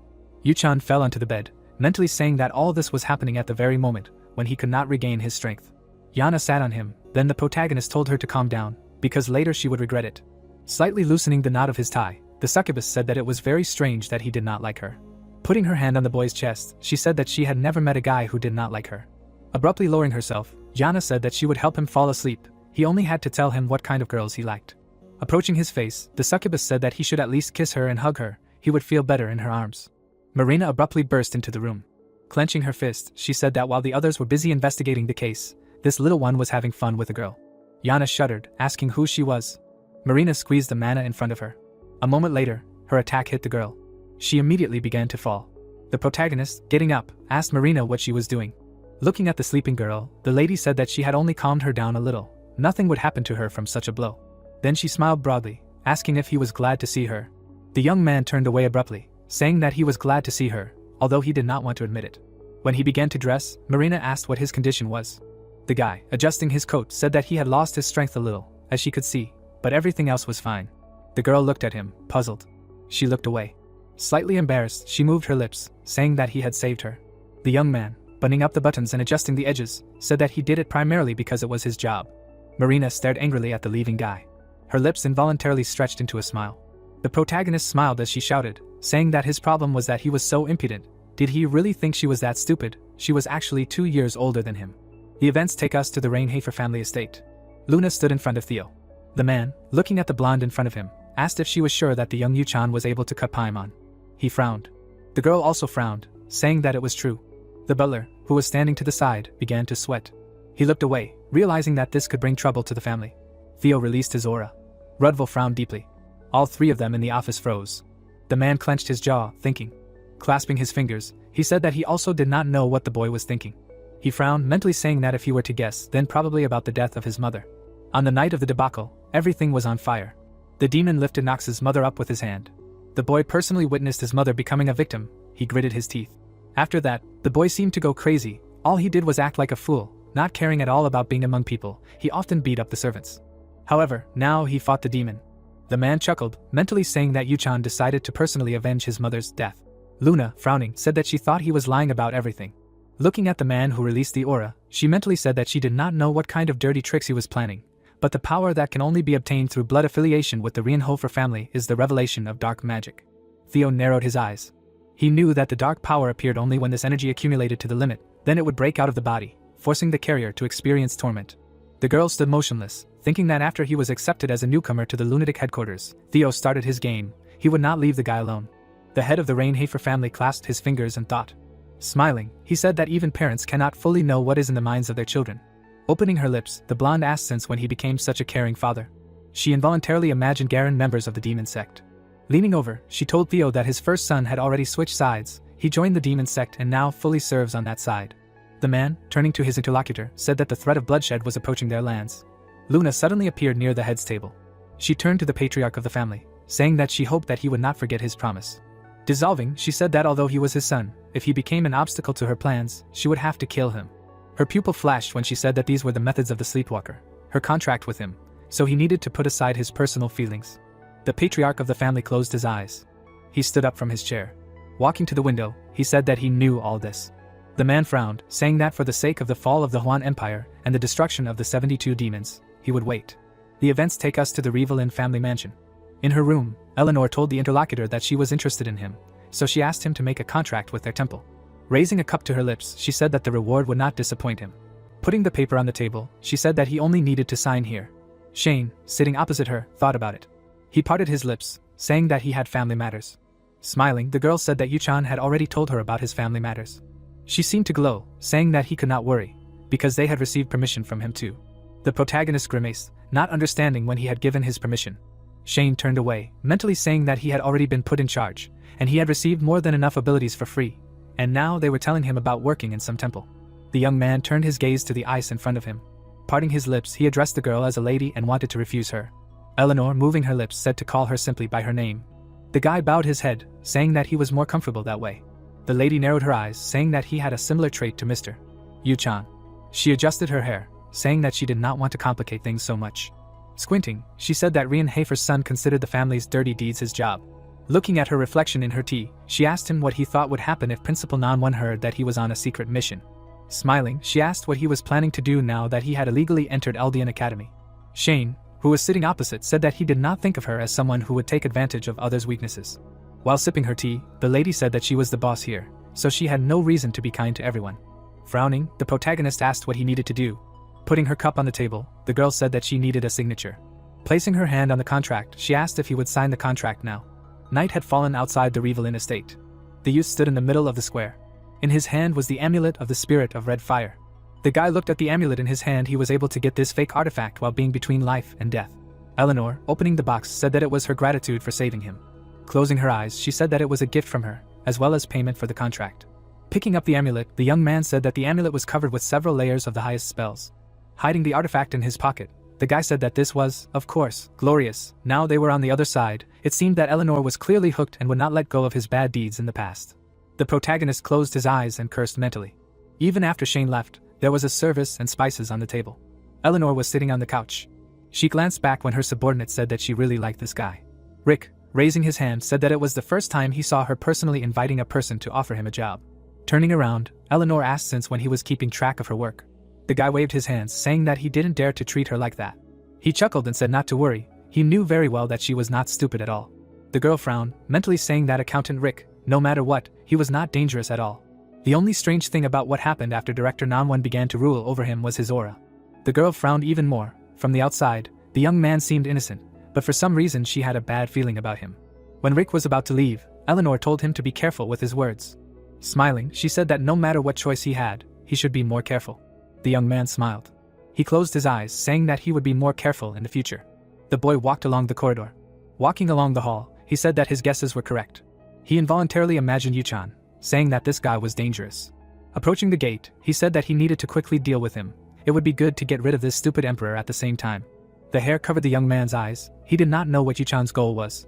Suddenly Rick grinned, saying that this time nothing would work out as he planned, because he was about to be dead. His corpse would remain behind him, lifeless. Nox in the original story died in a battle with demons.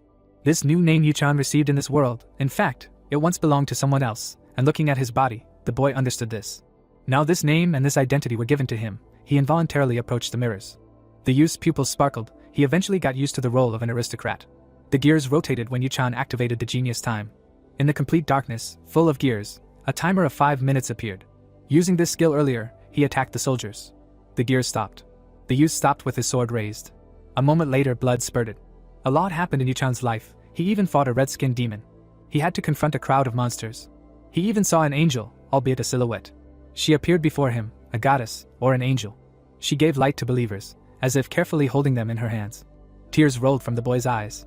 He began to remember the many people who promised to stay by his side. However, the more reliable acquaintances appeared, the more the boy suffered from loneliness. The boy barely opened his eye through the veil of darkness. He found himself in his chair. The boy turned around. Now he was in his room before reincarnation. Looking at the computer, he froze. Standing up, Yuchan tried to understand what this feeling was. He grabbed his head. His eyes twitched. If you think about it for a while, it was all very strange. Something like this happened to a loser who only played video games, sitting alone in a room filled with trash. The boy froze with wide eyes, not knowing who he was. Yuchan grabbed his head. Looking at the computer on the table, he did not understand what connection there was between him and Nox, why he was reincarnated in his body. The boy suddenly fell to the floor. Only he knew that nothing really belonged to him. This made Yuchan grit his teeth. Beads of sweat began to roll down his face. Imagining Noxon himself, he said that because he could not get out of his shadow, he was still torn apart by this pain. His soul seemed to freeze, being in horror. He grabbed the sheet. The bottle of pills fell. His hand dropped, the uncertainty breaking him. Now, in Nox's body, he would accept it. Looking in the mirror, he realized that he, Yu-chan, was still an outcast in this world. Thanks to the connections he had made, he already had friends around him, and he had become a person who was completely different from the Nox he knew. Opening his lips, Theo said that he wanted to ask him something. Frowning, he asked why he had risked his life and killed Paimon himself. Was it all because of his mother? The boy frowned. On the night of the debacle, he had been forced to watch her die. The father, looking at his son, said that after that moment, he began to lose his way. The boy did not move, trying to figure out what Nox would say if he were in his place. Frowning even more, the man said that he was only pretending not to remember, but it was all a lie. The boy jerked his legs sharply. He attacked, asking his father if he had told him that he was hiding his power. The man, turning his gaze to him, said that it was exactly like that. The protagonist stood up, gritting his teeth. He swung his sword, using Ebony Sunset. The name Nox was originally his, and although he was treated as a villain, ridiculed, and destined to die in the end, the boy couldn't help but remember how the maids whispered, mocking him. The butler smirked, assuming that he bribed the professors and blackmailed everyone. Then he passed by without saying anything. Theo reflected the sickle of energy. He smiled, saying that he would show how to use this technique. He swung his sword, using Ebony Sunset. A wave of darkness struck Yu-chan. The youth knelt down. He knew that even though he only had a short time, he must continue this story. The protagonist smirked, activating the genius skill. Standing up, he took a stance, mentally saying that this was why he understood how desperate he was, and if there was one thing he had to overcome, it was the death that was constantly approaching him. He lay on the bed almost the entire time. The guy frowned, realizing everything. The system was asking him to immediately restore his lifespan, otherwise his corpse and the corpse of his maid would lie on the floor. The girl, pointing to the map, said that they were currently in the northeastern region of Chatters. Did he plan to continue moving in this direction? The guy, approaching, said that they would be heading northeast. Christopher, rubbing his chin, said that it was quite dangerous, because the kingdom of Tagilin, which was Rayhafer's enemy, was an even greater threat than the monsters. This kingdom, like its capital, was located in the middle of the desert. Turning around, the protagonist said that this was exactly why they were heading there. The girls' mouths dropped open, clearly amazed. Alina and May turned around when Yu-chan said that he was planning to visit their neighbors, so they should send them a message. Jitri froze, looking at the master's back. He smiled and said that they should inform him that the son of the House of Reinhafer would be visiting. The protagonist crossed his arms as the system informed him that he had 27 days left to live. He bowed his head, asking how things had turned out like this.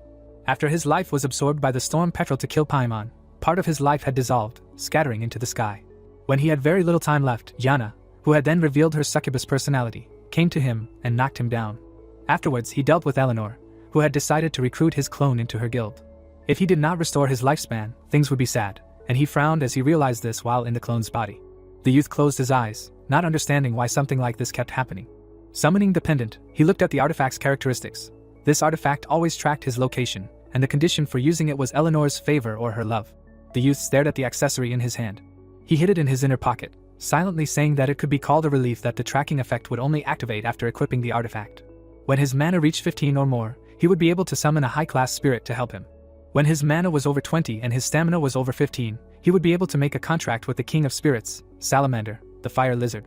Walking over to the suitcases, the boy said that the problem was only in the binding to the owner. His clone would not be able to wear it. Putting on his suit, he said that once he equipped it, it would be revealed that Yu-chan and Shane were the same person. Eleanor had a genius for acting that surpassed his acting skills. Adjusting his suit, the boy said that she could not be fooled by any implausible lies. Taking the suitcase in his hand, he said that the academy would need at least 2 weeks to sort out the situation that had happened. As he approached the door, he said that he should go back and start making plans first. As he walked down the stairs, Yu-chan thought about how long it had been since he had been home. As he got into the carriage, he said that he hadn't seen Ron, May, and Ellen for a long time.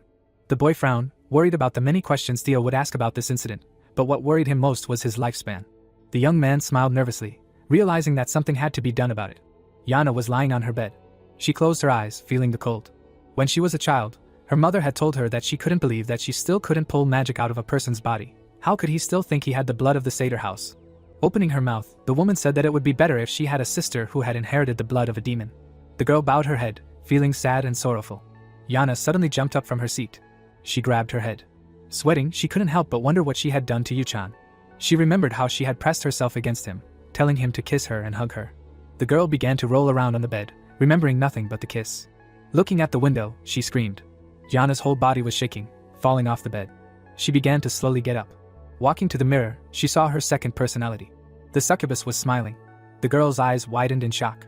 The succubus, releasing her aura, asked if she had finally realized everything. The carriage entered the Rehafer family estate. The butler, meeting the young master, asked if he had been living well. The guy, adjusting his suit, replied by saying that he had lived well, and now he would like to meet the head. Raising his hand, the man said that the patriarch was now in his chambers, he would accompany him. So the guy and the maid followed the butler. The maids standing to the side were whispering. One of them said that many were saying that the young master had become number 1 in the academy. The servants chuckled, saying that the boy probably bribed the teachers or something. The protagonist, ignoring the whispers, walked forward. Standing in front of the patriarch's office, the butler told Yuchan to enter. The door opened. The protagonist immediately felt Theo's aura floating in the office. The youth frowned, mentally saying that Theo was truly a monster, so strong that he couldn't even believe that he dared to contradict him in the past. Opening his lips, the man said his son's name. Sitting at the table, he told his son that he had grown quite a lot. Frowning, Theo said that he was able to maintain his composure even after sensing his presence. Apparently the reports about him were not lying. The boy opened his mouth and said that even if he panicked, he would have confirmed the truth of the reports. Besides, he had already told him that he did not plan to do anything that would harm the family. Theo slightly bowed his head, saying that he heard that he had become the princess's fiancé and was able to defeat Paimon. Yuchan shuddered. His acting skill began to waver. The man sitting at the table told his son that he was hiding a lot from him. The boy looked down and said that he had only made the final attack, he was just lucky. Theo suddenly released his aura and pressure, asking Yuchan if he was trying to deceive him. Standing up, he said that even the vassals of their family said that he deserved to be punished.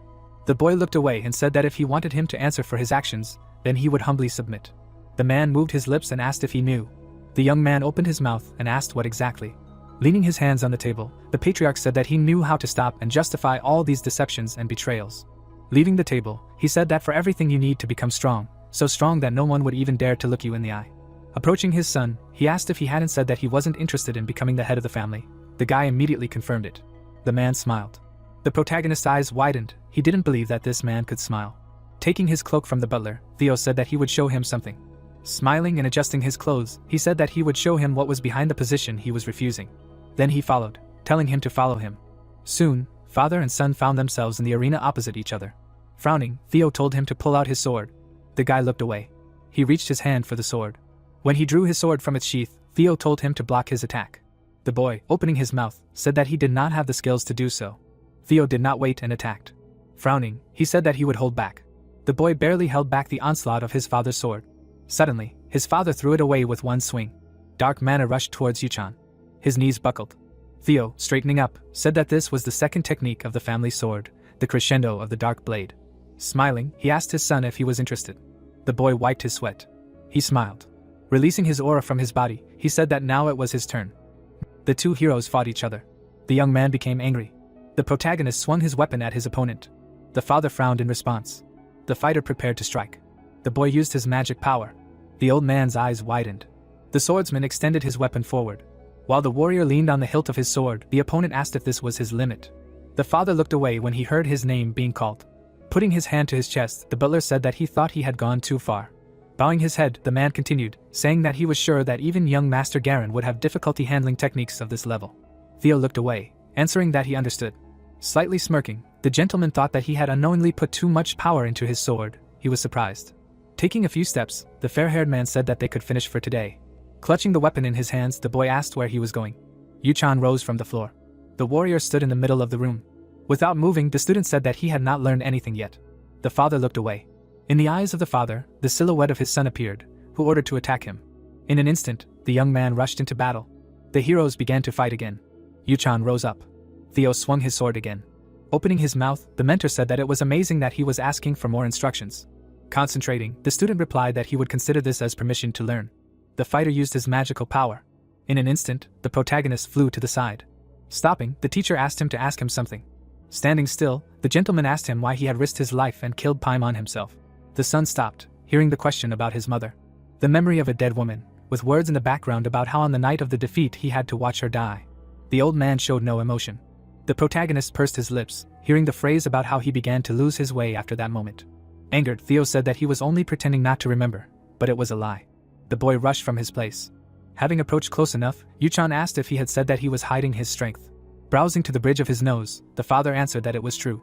In an instant, the son swung his sword. The magician used the spell Ebony Sunset. The blonde man began to defend himself. The man smiled slightly. Having struck, the gentleman said that this is how ebony sunset is used. The boy was suddenly surprised. A second later, a huge stream of magical power threw the hero aside. The younger one was kneeling not far from his father.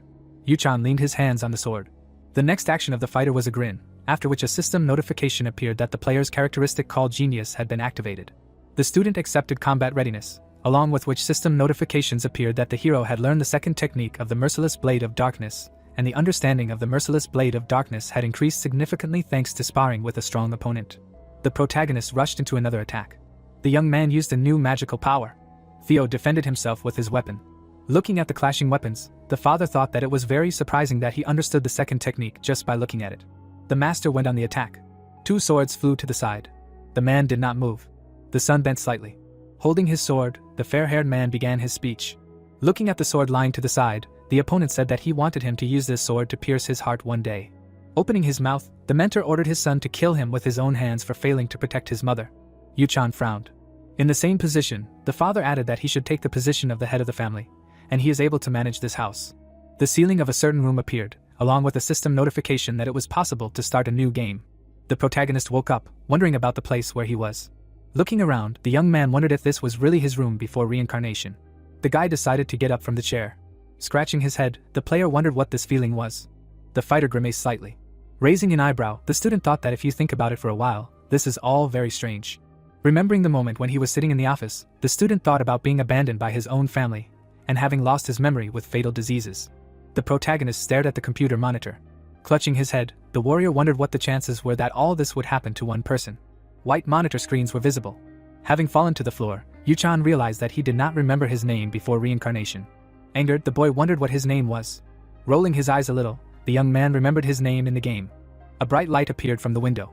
The blonde was lying on the bed. The fighter was silently staring somewhere in front of him. The guy's eyes were wide open. The young man, lying on the bed, could not understand what had happened. Having gotten up, the hero said that he was sure that he had dreamed of something very important. His gaze immediately turned to the side. The assistants were standing there. There was a smile on the alchemist's face. The maid was also smiling. Ron's face was serious.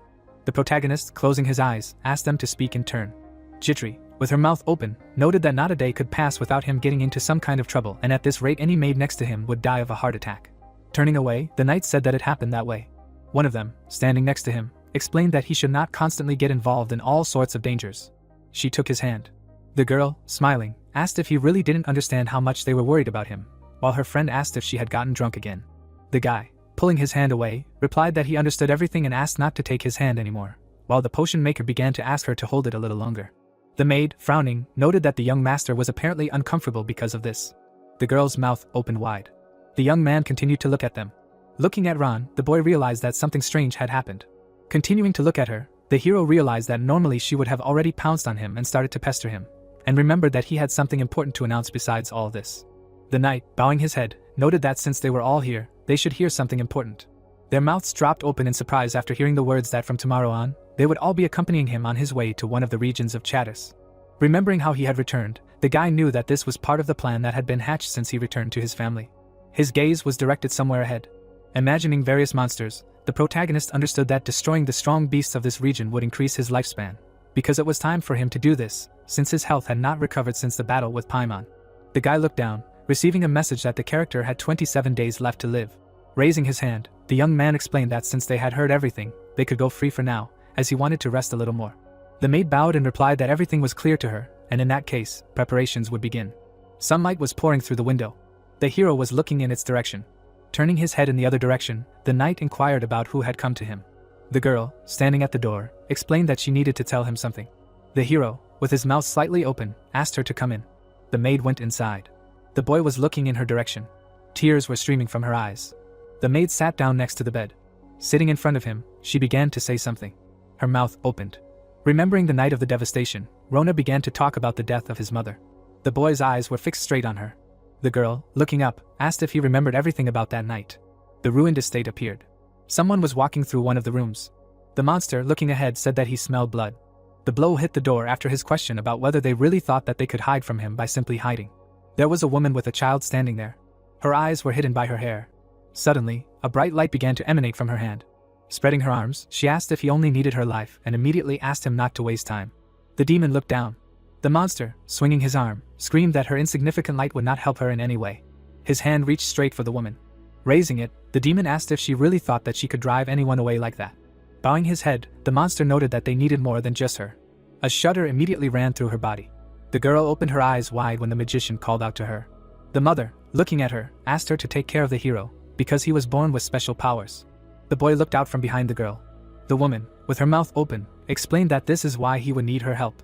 Looking forward, the mage also added that her son's memories would be erased. A golden cross appeared near her hand after she said that even if he became different from the one she knew after losing his memory, she should protect him. The girl looked up. The mother, smiling, said that this was all so that her son could return. The place was filled with bright golden light. Sunlight was still pouring through the window of the room. The girl, sitting in front of the bed, explained that he already knew what happened after that. Imagining how she spoke to the other maids, Rona said that she spread all sorts of rumors. She remembered how he left his brothers and said that it was so that the young man could distance himself from the family's claims to power or the struggle for inheritance as far as possible. She also remembered watching him being held and explained that it was terribly painful for her to do so, but she had to protect him. The girl was standing in a certain room. The maid was crying and saying that it was still the last promise she had given to his mother. A candlestick appeared and she was heard saying that everything was okay now. She opened her mouth and said that since the master had regained his memory, someone like her, who had lied and hidden the truth, had no right to stay near him. Her mouth opened wide after his question about whether he had really said anything about it. The assistant, raising her hands, explained that she could no longer be near him, while the hero said that all of that was in the past. The protagonist, opening his mouth, asked if she knew why he didn't hate her. Looking at her, the young man explained that every night when his body was chained to the bed, she sat next to him and worried. The girl looked at the other two maids. She raised her hand and said something to them, and then the hero said that although she slandered him, she always tried to protect him, mentioning that the master was not a bad person at all. The young man, looking away, explained that he now understood her actions, since he knew that he was not the person she always served and followed. Turning his head, the hero asked her to relax and thought about how he knew firsthand how meaningless rumors often burden the soul the most. Tears began to flow down her cheeks again. The guy looked ahead, thinking about something. The knight, lowering his head, wanted to know how much his father loved his wife and how much his character loved his mother. Looking at Ron, the young man also wanted to know what feelings she had for him. The girl, bowing her head, cried. The hero looked at his reflection. The protagonist, lowering his gaze, tried to understand why his character had become a villain. The boy opened his mouth and started to say something. His father placed his sword on his shoulder as he introduced himself to someone as a member of the respected Reincarnates house. An army of knights appeared and his words were heard that they had received permission from the head of the family to hire soldiers and form an anti-demon squad. The fighter, with his hands on the hilt of his blade, explained that those who wanted to follow him should come to the octagonal training hall in a week at noon to pass the test. The young man, with his mouth slightly open, said that if the participant defeated him or was recognized as a guest, they would be rewarded with silver in the amount of a month's salary. The people looked at the document on the wall. The mouths of several of them were open in surprise. The ceiling of this room appeared. One of them, with his mouth open, asked what all this meant, and his comrade noted that apparently their troublesome young lord was bored again. The man, smiling, noted that it was unlikely that anyone would sign up for this, because it was just nonsense, while the second said that if they paid well, then it was worth a try. The man, spreading his arms, asked if anyone in this place could really beat the young gentleman. Smiling, the man said that even his 4-year-old daughter could handle it. Someone, opening his mouth, noted that everyone in this place was somehow having too much fun. They all turned to look at this man. The guest, standing in front of the others, asked if they should place bets. There was a bag of gold coins on the table. The stranger, raising his hand, explained that he was betting that almost no one could handle this man's test. One of the people, opening his mouth, noted that just by looking at this man, one could tell that he was a spoiled child from a rich family. Smiling, the man also asked if he hadn't heard the rumors about the youngest son of the Reincarnates family. A smirk appeared on the guest's face as well. One of the guests, with his mouth open, asked what funny thing he had heard, and the other explained that they were telling him this because they were worried about him. The man began to smile even wider. The stranger threw his head back and began to laugh loudly.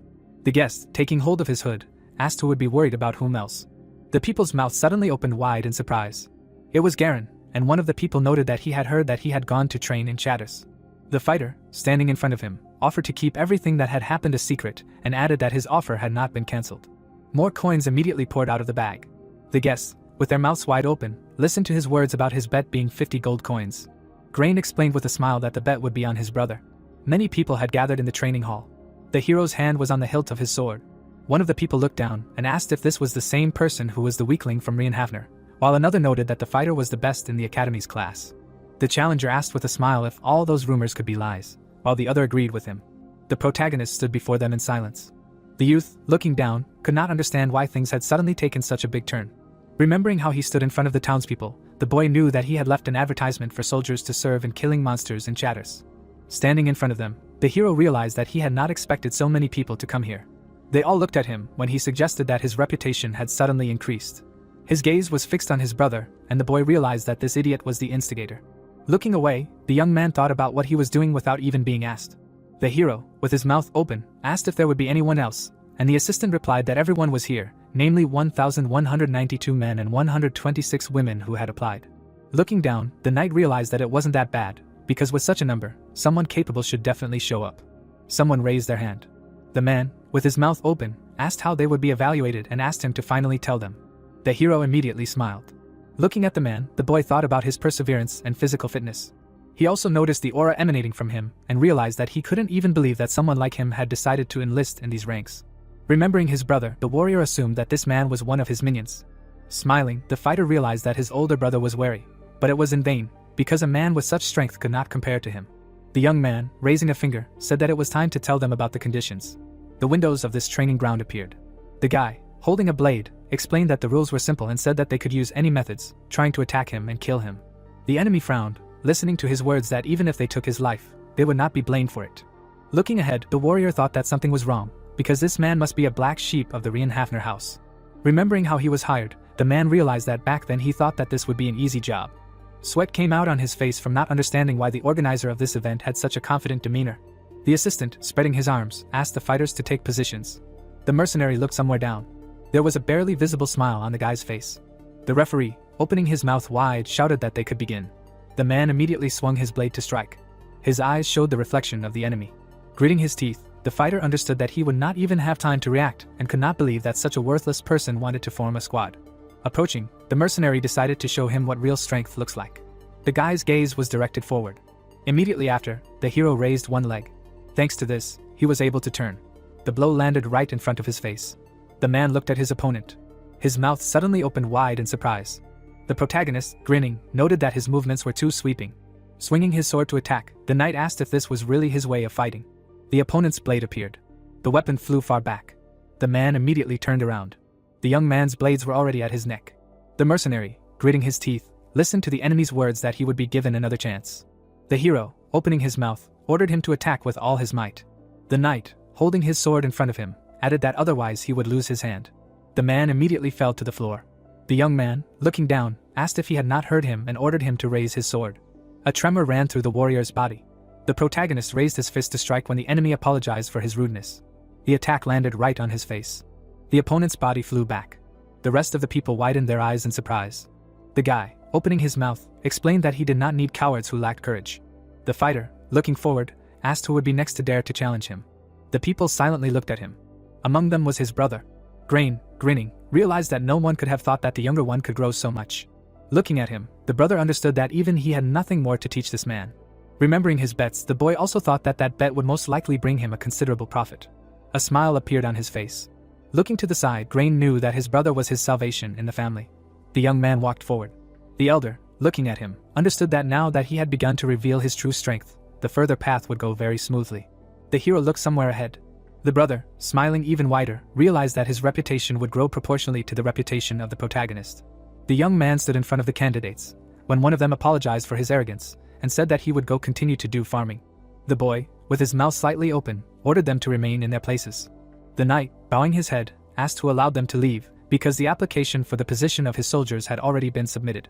Grinning, the fighter explained that if they surrendered, their lives would turn into a living hell. Their mouths dropped open in fear. The fighters' bodies flew to the walls. The guy ran after another warrior.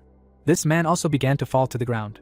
Looking at another one, the hero said that he had passed, and the man asked if it was really not a disgrace on his part. The young man, standing in the middle of the arena, explained that it was all up to him to decide. Grinning, the protagonist asked him not to rejoice in advance. The guy, turning around, added that from now on he would balance on the edge of life and death. The man, looking ahead, noted that it seemed to him that he had made a terrible mistake by coming here. A certain pine forest appeared. They were all going somewhere. The alchemist, smiling, said that she wanted to ask the young gentleman something. The knight, opening his mouth, asked May to help her sober up before asking questions. Her friend, holding the potion to her mouth, asked her to open her mouth, and she said that she did not want to drink it. Her body was covered in a green glow. Looking away, the potion maker asked why the young gentleman needed to return to Chatters, since he had supposedly bought her. The young man, closing his eyes, explained that it was because he had a plan for developing that territory. The sorceress, opening her mouth wide, reminded her that the soil in that place was barren and unsuitable for farming, and added that there were also monsters wandering around there. The guy, without turning around, asked her not to worry, since he already had a plan. The girl, closing her eyes, said that she really liked stubborn people, and the young gentleman was so majestic and attractive to her. The friend, shutting her mouth, said that she had already talked enough for today. The hero rode forward on a horse, thinking about his companions. Remembering Rona, the young man understood that even she, the family maid, went with them. Looking back, the protagonist assumed that perhaps the maid felt guilty because of what happened to her mother. She, suddenly opening her mouth, called out to the horse. Introducing her, the assistant asked about when she would finally get to ride on his wonderful back, and the leader thought that his worries were groundless. Looking back, the guy remembered that hiring soldiers for the murder went quite well, when suddenly the man next to him said that he did not quite understand his intentions regarding Chatters, and added that after the publication of the professor's latest work, much became clear to him. The knight, smiling, noted that the young gentleman definitely deserved the place of the head, since he already had an extremely sharp gaze. The hero turned his head and asked him to put this discussion off until later. The carriages were parked in front of the estate. The father was standing in front of them. The young man, standing next to this man, thought that perhaps Theo was worried about him, and that was why he assigned a bodyguard. Looking at him, the protagonist realized that this man was a knight, whose height exceeded 2 meters, who also had strong skills. Looking back, the hero realized that his talkativeness was sometimes annoying. The girl, with her mouth slightly open, said something. A fortress appeared ahead. May, smiling, noted that a lot had changed since then and that it looked completely different from before. Her friend, with her mouth wide open, exclaimed that all those people here had tried hard. The knight, raising his hand to his face, said that progress was moving slower than expected and suggested that apparently nothing could be done about it, since development here had only just begun. Looking at the leader, Christopher noted that these lands were notorious for their crime and it would be difficult to attract people here. The leader agreed with him and explained that this was why only soldiers came here. Smiling widely, the knight exclaimed that there was a special reason for hiring them back then. The boy, with his mouth slightly open, answered affirmatively and added that they had to do something before reviving this place. Looking forward, the young man began to talk about monsters. After introducing them, the hero explained that they first needed to reduce their number. Looking to the side, the leader thought that the reason was indeed beautiful, but in fact, this was not what he needed. Frowning, the protagonist realized that he first needed to take care of himself, as he received a notification that the character had 27 days left to live, and he should immediately restore his lifespan. Someone was already meeting them in front of the gate. Grain, putting his hand in his pocket, said that, of course, he planned to give everything to Yuchan. Extending his hand, the hero added that this award was received thanks to their one and only young talent. Smiling, the brother said that his decision was the only correct one. The young man pursed his lips and thought about the fact that he was giving him money for his efforts. Looking at his interlocutor, the younger one thought that he had not expected such generosity. This act was too flattering. Closing his eyes, the fighter thought that he had planned to use him anyway and asked how the development of Chatters was going. Making a serious expression on his face, the opponent replied that there were still not very many visitors. While the cart with horses was driving along the road, the man continued to talk about how, after Professor Rass's announcement, some young people were thinking about moving here. Looking at the soil, the guy added that because of the local soil, crops grow rather poorly, local animals are dangerous, and there are no normal roads here. Frowning, the fair-haired man also said that therefore it was difficult to quickly move here, thinking only about the possibility of development. Opening his mouth, the warrior replied that there was no need to worry about it. Looking at the squad, Yuchan added that it was not for nothing that an anti-demon squad was sent here. Smiling instantly, the interlocutor replied that since his younger brother said so, he should trust him. Without moving from his place, Grain asked when they planned to start acting. The journey was quite long, so it was time to rest. Looking at his brother, the protagonist replied that they were going to start acting now. The knights, standing in the same place, wondered if it was really right now. Grinning, the young man said that they were moving out immediately. Part of the room appeared. Crossing his arms over his chest, Theo said that such a trained knight wanted to follow his son. The knight pressed his hand to his chest. Leaning on his arm, the father said that he was already treated well in their family, so he did not need to go anywhere. Looking back, Christopher replied that it was all because he saw the light. The blonde remembered the skills of the young master. The warrior's eyes widened and he saw it as an opportunity to hone his own skills. Grasping the hilt of the sword, the boy added that he wanted to help the young gentleman develop his swordsmanship. Holding the weapon forward, the other man continued that he was doing this not for someone else, but for himself. The man frowned even more. Opening his mouth, the old man began his speech. Recalling the snowy terrain, the father asked if he meant learning the snow paths, the northern sword technique. Browsing, the opponent answered positively. Without expressing any emotion, the gentleman said that his candidacy was approved. Holding his hand forward, Christopher thought about how he had set out on this journey in order to make the young gentleman a better knight, and wondered what he was seeing now. Standing next to the girl, The hero asked if she knew about this, to which he received the answer that the protagonist had recently begun to show interest in magic. While Yu-chan was using his magic, the woman added that she never expected him to succeed so much. Magic symbols appeared above the building. Evil animals were visible. A stream of magical power hit the ground. There was a flock of animals nearby. One of the animals, looking at the sky, screamed. The blonde, surprised, asked how such progress was possible in just a few months. Alina was thinking about the young master. Yu-chan got angry. After killing the monsters, system notifications appeared that he had killed a gnoll, due to which the lifespan was increased by 2 hours. Putting his hand to the side, the fighter wondered why only 2 hours, because gnolls are considered strong mid-level monsters. The young man looked to the side. While the animals died one by one, the mage thought that the stronger the opponent of the owner of the artifact, the more lifespan you can get for killing. Looking at the ground, the player realized that he had become too strong. The blonde waved his hand. A huge magical barrier appeared. A powerful stream of magical power hit the ground, after which a system notification appeared that the character had 14 days left to live. Pursing his lips, the protagonist thought that he had killed a lot, but only received 4 days, so he needed to come up with something. The man looked at the knights. The 2 boys were very surprised. The sorceress took a couple of steps forward. Throwing herself into his arms, Alina said that the young master was incredible. Blushing, Christopher said that he thought that Yu-chan was so talented only in the art of the sword. Who would have thought that his magic skills were excellent, and this was truly amazing. Clenching his fist, the knight added that he was beginning to doubt where the limit of his powers was. The youngest son looked emotionlessly somewhere to the side. Putting his hands on his hips, the young man realized that the others did not yet know that he was good at magic. Standing in the middle of the boys, the guy said that he learned all this from Professor Rass. Remembering the mentor, the fighter said that he was incredibly well-versed in theory. The girls looked back in surprise. Frowning, the player said that if they were not satisfied with something, they could not take his word for it. Closing her eyes, the heroine said that they would discuss this issue later. Pointing her finger at the map, the woman said that they were currently in the northeastern region. Opening her mouth, the green-haired girl asked if they were going to continue moving in this direction, to which she received the answer that they were heading northeast. Putting a fist to his chin, Christopher said that it was dangerous. The hero remembered the strong magical powers of the master. Scratching his head, the knight added that he did not think they would be a problem. A majestic kingdom appeared, with words in the background that Tagelin, who is an enemy of the Rienhofer house, poses an even greater threat than monsters. The magician, without expressing any emotions, replied that this is why they are moving there. The girls were very surprised. 2 more mages watched in silence, when suddenly they heard a phrase about Yu-chan planning to visit the neighbors. Turning away, the protagonist asked to send a message to the neighbors.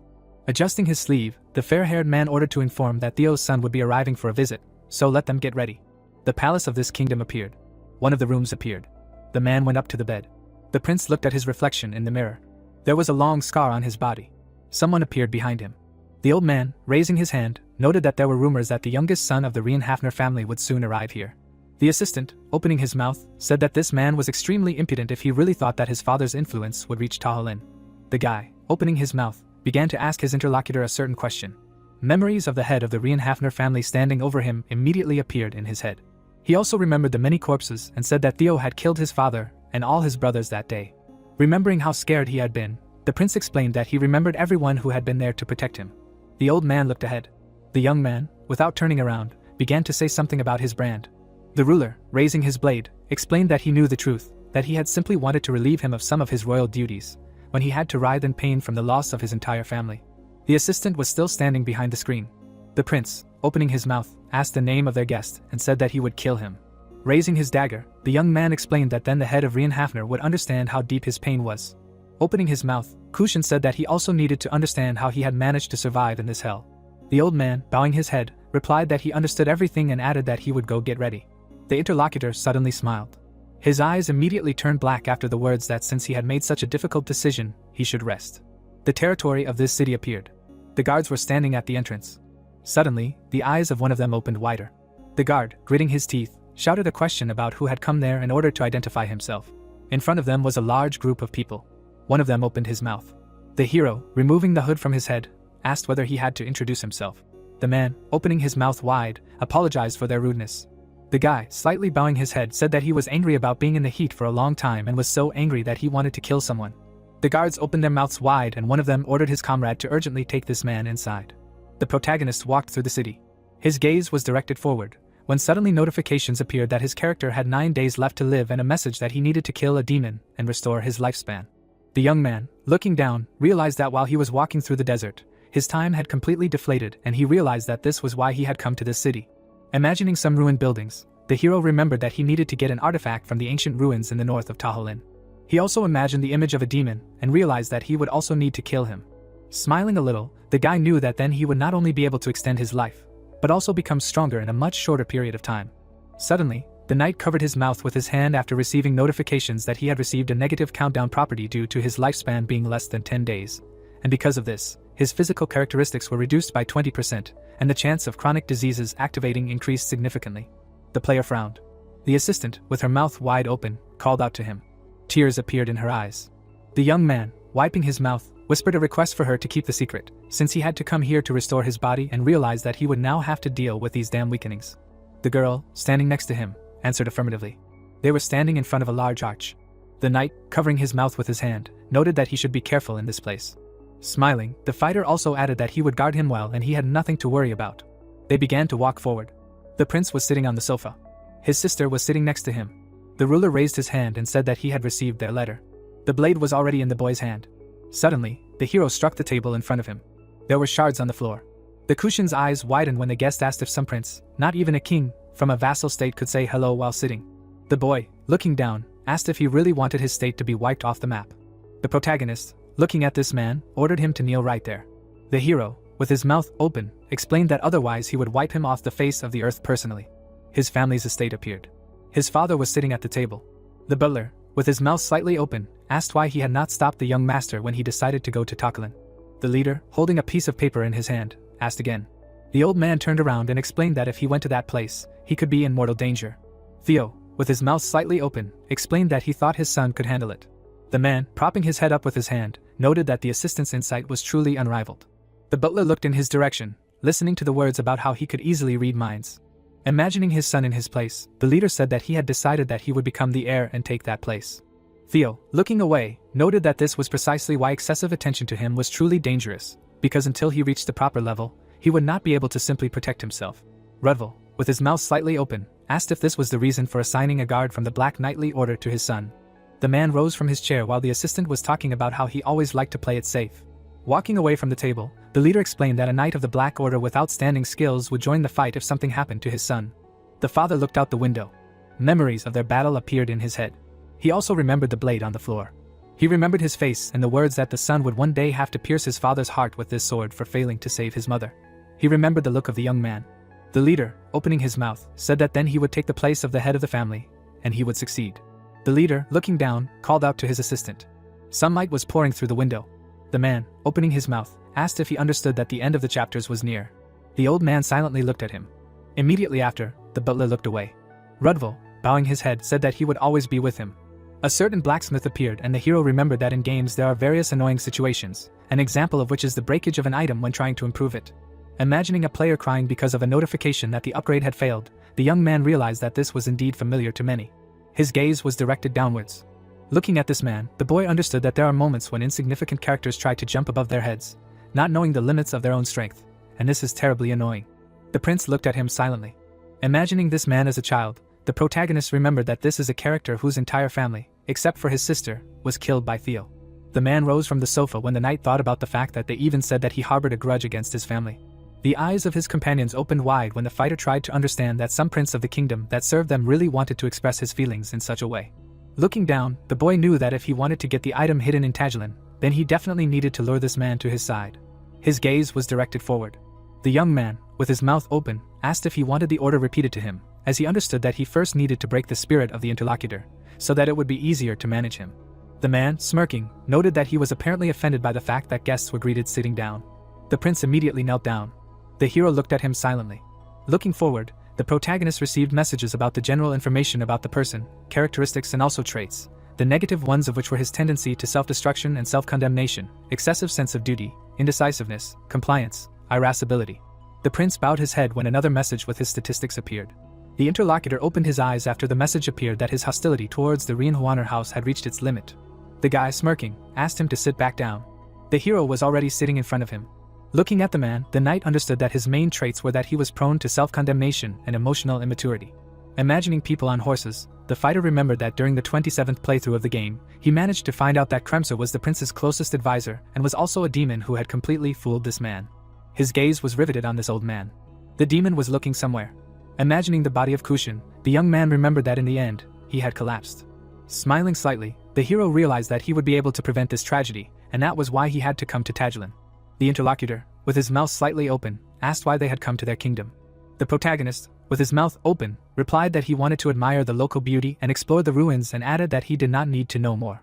The knight, looking ahead, asked him to take care of everything and asked if he understood everything. The prince raised his hand and answered affirmatively. The old man beckoned the girls with a gesture. Turning around, Kushin told them to finish the conversation by giving the young gentleman a tour of the kingdom, and if he needed anything, they should treat such a request with respect. The hero, with his mouth open, asked him to wait. Grinning, the boy explained that he would choose his own guide. The interlocutor's mouth opened wider after the guest said that he needed the girl sitting next to him. The young man, looking at her, offered her to accompany him and show him these lands. The prince, with his mouth open, tried to say something. The protagonist, smiling, asked if he had any problems with this. The interlocutor, looking away, answered negatively and asked her to try hard, accompanying the young gentleman. The girl, looking down, answered affirmatively. Rona, with her mouth open, asked what they should do, since their leader had apparently finally laid his eyes on the girl, while her friend explained that the instructions had said nothing about it. The sorceress's mouth was closed when she said that another girl had appeared next to the young gentleman, while May asked her to be quiet, since she should keep quiet in such a situation. The young man, looking away, thought that this had caused a real commotion. With his mouth slightly open, the hero realized that in their place he would have misunderstood everything too. Someone was standing near his sofa. Imagining a snake around the girl, the protagonist knew that she was under some kind of spell. The knight, sitting on the sofa, turned to his companions. Alina smiled broadly when she was called out. Looking at her, the guy explained that she was coming with him. Looking the other way, the hero said that Christopher was also coming. The assistant, smiling, replied that he understood everything. Beaming with happiness, the comrade said that he had received the task of accompanying the young master, and this touched him to the depths of his soul. Jitri, with her mouth slightly open, asked if he was sure that everything would be alright without her. The guy, looking away, noted that she was being too protective of him. The hero, closing his eyes, said that everything was going according to plan and asked her not to worry. She silently watched him go. They were standing near a certain building. The prince's sister was next to them. The young man, looking away, noted that apparently they had all already figured out who she was. The man, looking at her, answered affirmatively and explained that she was the only sister of Kushin. Christopher, with his mouth open, said that she was widely known for her unrivaled beauty, and the protagonist asked him to get to the point. The knight, looking at her, said that Arya was under the effect of an illusion spell. The fighter looked away and answered affirmatively. The eyes of his companions widened after he said that from that moment on he would have to remove this curse from her. Christopher raised his hand and asked if the young gentleman would be able to do it, since it was clearly the effect of dark magic. The knight glanced away and noted that if something happened to her, all of Tagilin would immediately be alarmed. The guy turned around and asked them to first move away from prying eyes. The buildings of this city appeared. They entered one of them. The girl greeted them with a smile. She smiled broadly. Bowing, the hostess explained that their tavern was not at all suitable for such noble persons. The young man, looking somewhere down, understood that they needed to do 3 things here. Looking at his new companion, the hero knew that they should first remove the curse from her. He also looked at the sorceress, and remembered that they would need to awaken Alina's abilities later. A grin suddenly appeared on his face. The worker's eyes widened after his question about how their preparations for the uprising were going. Suddenly, she quickly rushed forward. There was already a dagger in her hand. Her blade hit something. Christopher blocked her attack. Opening his mouth, the fighter asked where she had pulled out her knife from. The knight, looking at her, noted that apparently she had not been taught etiquette at all. Her gaze turned to the side when someone called out to her. 3 flasks with potions appeared near the sorceress after she said that the enemy should not dare to attack the young master. One of them, standing in front of her, noted that she would do better to listen to them. The hero, opening his mouth, asked if she thought so. Looking at the man, the protagonist knew that this was the point of contact for a special unit called Lisa. The professor, pointing to the board, said that removing a spell was a process of reverse calculation of the formula that makes up the structure of the spell. The man, raising his finger, explained that it was like untangling a ball of thread. Imagining how the man did it, the teacher noted that even so, it could not be called a simple process. The young man, propping his head up with his hand, listened to his words about how it was better not to get involved in this matter without experience, because if the deadline was tight, then it was better for them to turn to experts. The teacher, imagining a creature of a certain race, said that they could turn to the ancient race of elves. The girl was still standing in front of them. The guy, standing behind his comrades, asked them all to lay down their weapons. Christopher, opening his mouth, noted that she had tried to kill him. The protagonist, bowing his head, explained that he wanted to talk to her alone. The knight, looking away, said that if the young master ordered, then everyone should leave. The young man, looking at him, noted that he would also have to leave. The assistant, opening his mouth wide, exclaimed that he was his accompanying knight, and his duty was to protect him. The hero, looking at the magician, added that she could stay, because he would be able to protect her in case of unexpected situations. Night hung over the city. The girl, opening her mouth, asked if they knew who she was. The guy, opening his mouth, answered affirmatively. Her eyes opened wider after his words about the mistress being a representative of a now extinct race. Her hair suddenly began to change color. Her eyes also took on a yellow tint when the guest said that she was a member of the S1 clan and a great spirit caster. The elf, smiling, noted that apparently they really did know everything. Standing in front of them, she said that in that case she simply had no reason to hide. She stared at the guest. The guy opened his mouth, listening to her words about how he was probably a descendant of the Reincarnates family, judging by the color of his eyes and hair. The young man, standing next to the mages, explained that he knew that the owner of the establishment was organizing resistance, and their base was right under the tavern. The elf, looking ahead, asked why they came. The protagonist, looking at his companion, explained that he came to ask to lift the curse from her. Liz, opening her mouth, asked about whether they were really asking her to save the princess when she was planning a coup of the current government. The girl looked somewhere down. The fighter, opening his mouth, noted that her actions could completely destroy Tagilin, because even if successful, the kingdom would fall before the empire. The interlocutor silently looked ahead. The young man raised his hand and noted that such an outcome was not beneficial to either of them, and then the elf asked what they really needed. The rebel, with her mouth slightly open, asked why the Reinhofner house, which had defeated Tagilin's army, needed to lift the curse from the princess. A grin appeared on the hero's face. Immediately after, the hero bowed his head, activating the master of acting. The protagonist, holding out his hand, explained that he knew perfectly well what this kingdom meant to her. The elf, standing in front of him, asked what he was talking about. The young man's gaze was directed somewhere ahead. Liz frowned. A drop of sweat appeared on her face. A certain magical forest appeared. The girl held her hands in front of her.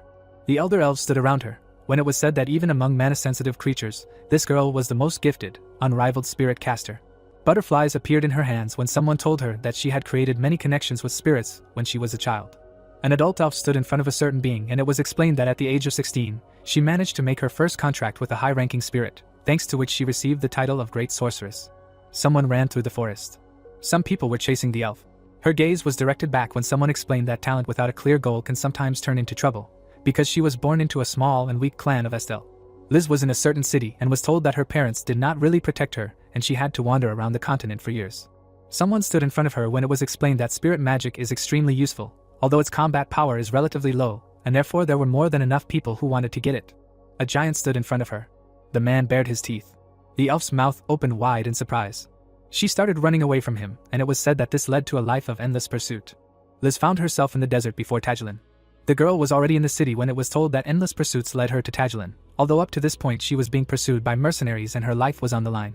Someone extended a hand to her and called her to him for shelter, and it was said that the elf grabbed the first outstretched hand. The woman, smiling, explained that she would say that she ran on. Many children were around them. 2 of these children were peeking around the corner. Orphans were stealing from the counter, and it was said that thanks to Saran, the elf was able to stop and catch her breath, as this man was a natural leader and a symbol of hope for the orphans on the street. The girl looked at her and thought that this man was truly amazing. One of the children was lying on the bed. There was a wet bandage on his forehead. Liz looked at her friend and called out to her. The sorceress, with her mouth slightly open, asked if they really needed to continue stealing, because they really had no other way. The comrade, smiling, explained that their choice was limited, because if they did not do this, the orphans would simply die. The children smiled widely. The friend also smiled, and it was said that this man resorted to theft, crime, and eternal fear of being caught in order to protect disadvantaged children. A barely visible smile also appeared on the elf's face. Some green energy enveloped the wooden fragments on the ground. They rose into the air, and it was explained that the magician began to look for a way to help her comrade and decided to equip the slums with the help of magic and built a small, dilapidated tavern. The girl looked at the sign. There was a smile on her face. The elf was running away somewhere again. Her eyes were wide open. Serene's legs were hanging down, and it was said that her dreams were not destined to come true, because her comrade was hanged on the gallows. Tears flowed from Liz's eyes. Looking at the 3 hanged bodies, she understood that she did not even have time to see the tavern. The young man, with his mouth open, said that the fish rots from the head. The girl lowered her eyes. The hero, introducing the city, explained that an attempt to change something with the help of an uprising would lead to even greater devastation. The hostess, with her mouth slightly open, asked if they knew the reason for the appearance of so many orphans on the streets of this city. With her mouth open, she said that it was all because no one wanted to take the throne. Introducing the highest ranks, Liz said that without the government of the aristocrat, they began to behave outrageously. The girl opened her mouth even wider, shouting that if the ruler had restored order, then all this simply would not have happened. Liz began to squint. Looking down, she explained that then Saran would not have died. The guy, looking forward, answered that she was right. The interlocutor, standing in front of them, asked in what sense this was, because why did they start supporting her? The protagonist, with his mouth slightly open, told her not to let revenge cloud her mind. Her eyes widened at his words about her method being extremely crude, as she should think about how exactly to protect everyone.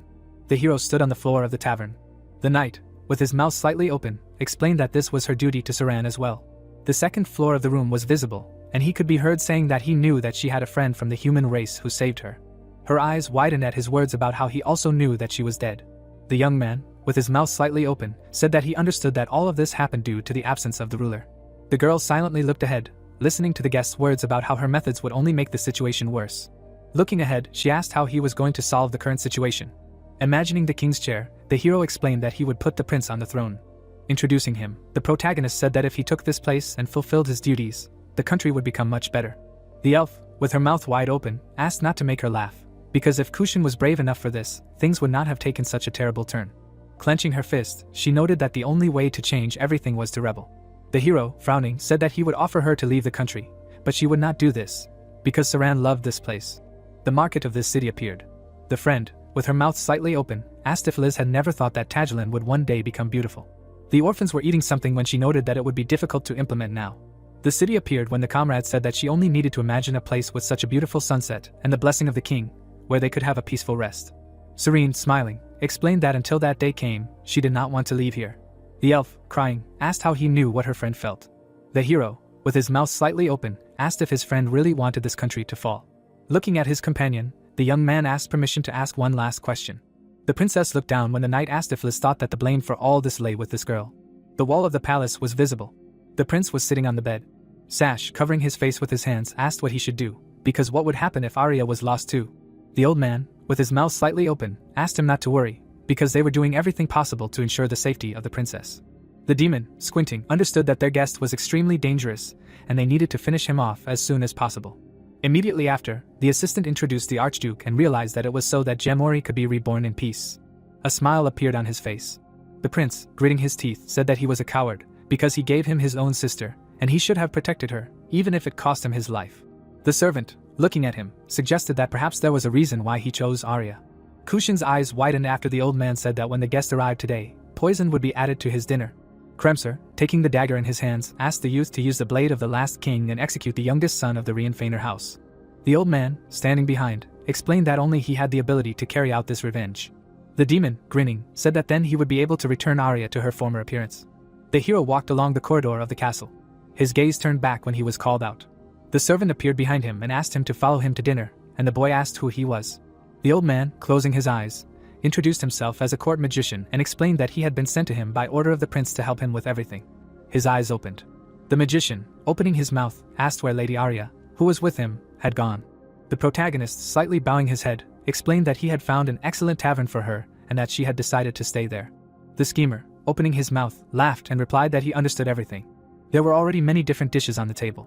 The maids were already sitting in their places. The other assistants were also there. Chitri, smiling, noted that parrots really are wonderful creatures, and then the bird said the same thing. The maid, looking back, said that it was amazing, because the creature was able to repeat every word she said. The maid, with her eyes closed, said that if she had the opportunity, she would like to take one with her, and her friend noted that there were many useful materials and plants that only grow in the desert. Rona, with her mouth slightly open, whispered a question about whether the leader was feeling well, and he answered in the affirmative. The old man, with his mouth open, said that he was glad to hear that they had enjoyed their time in Tajulan.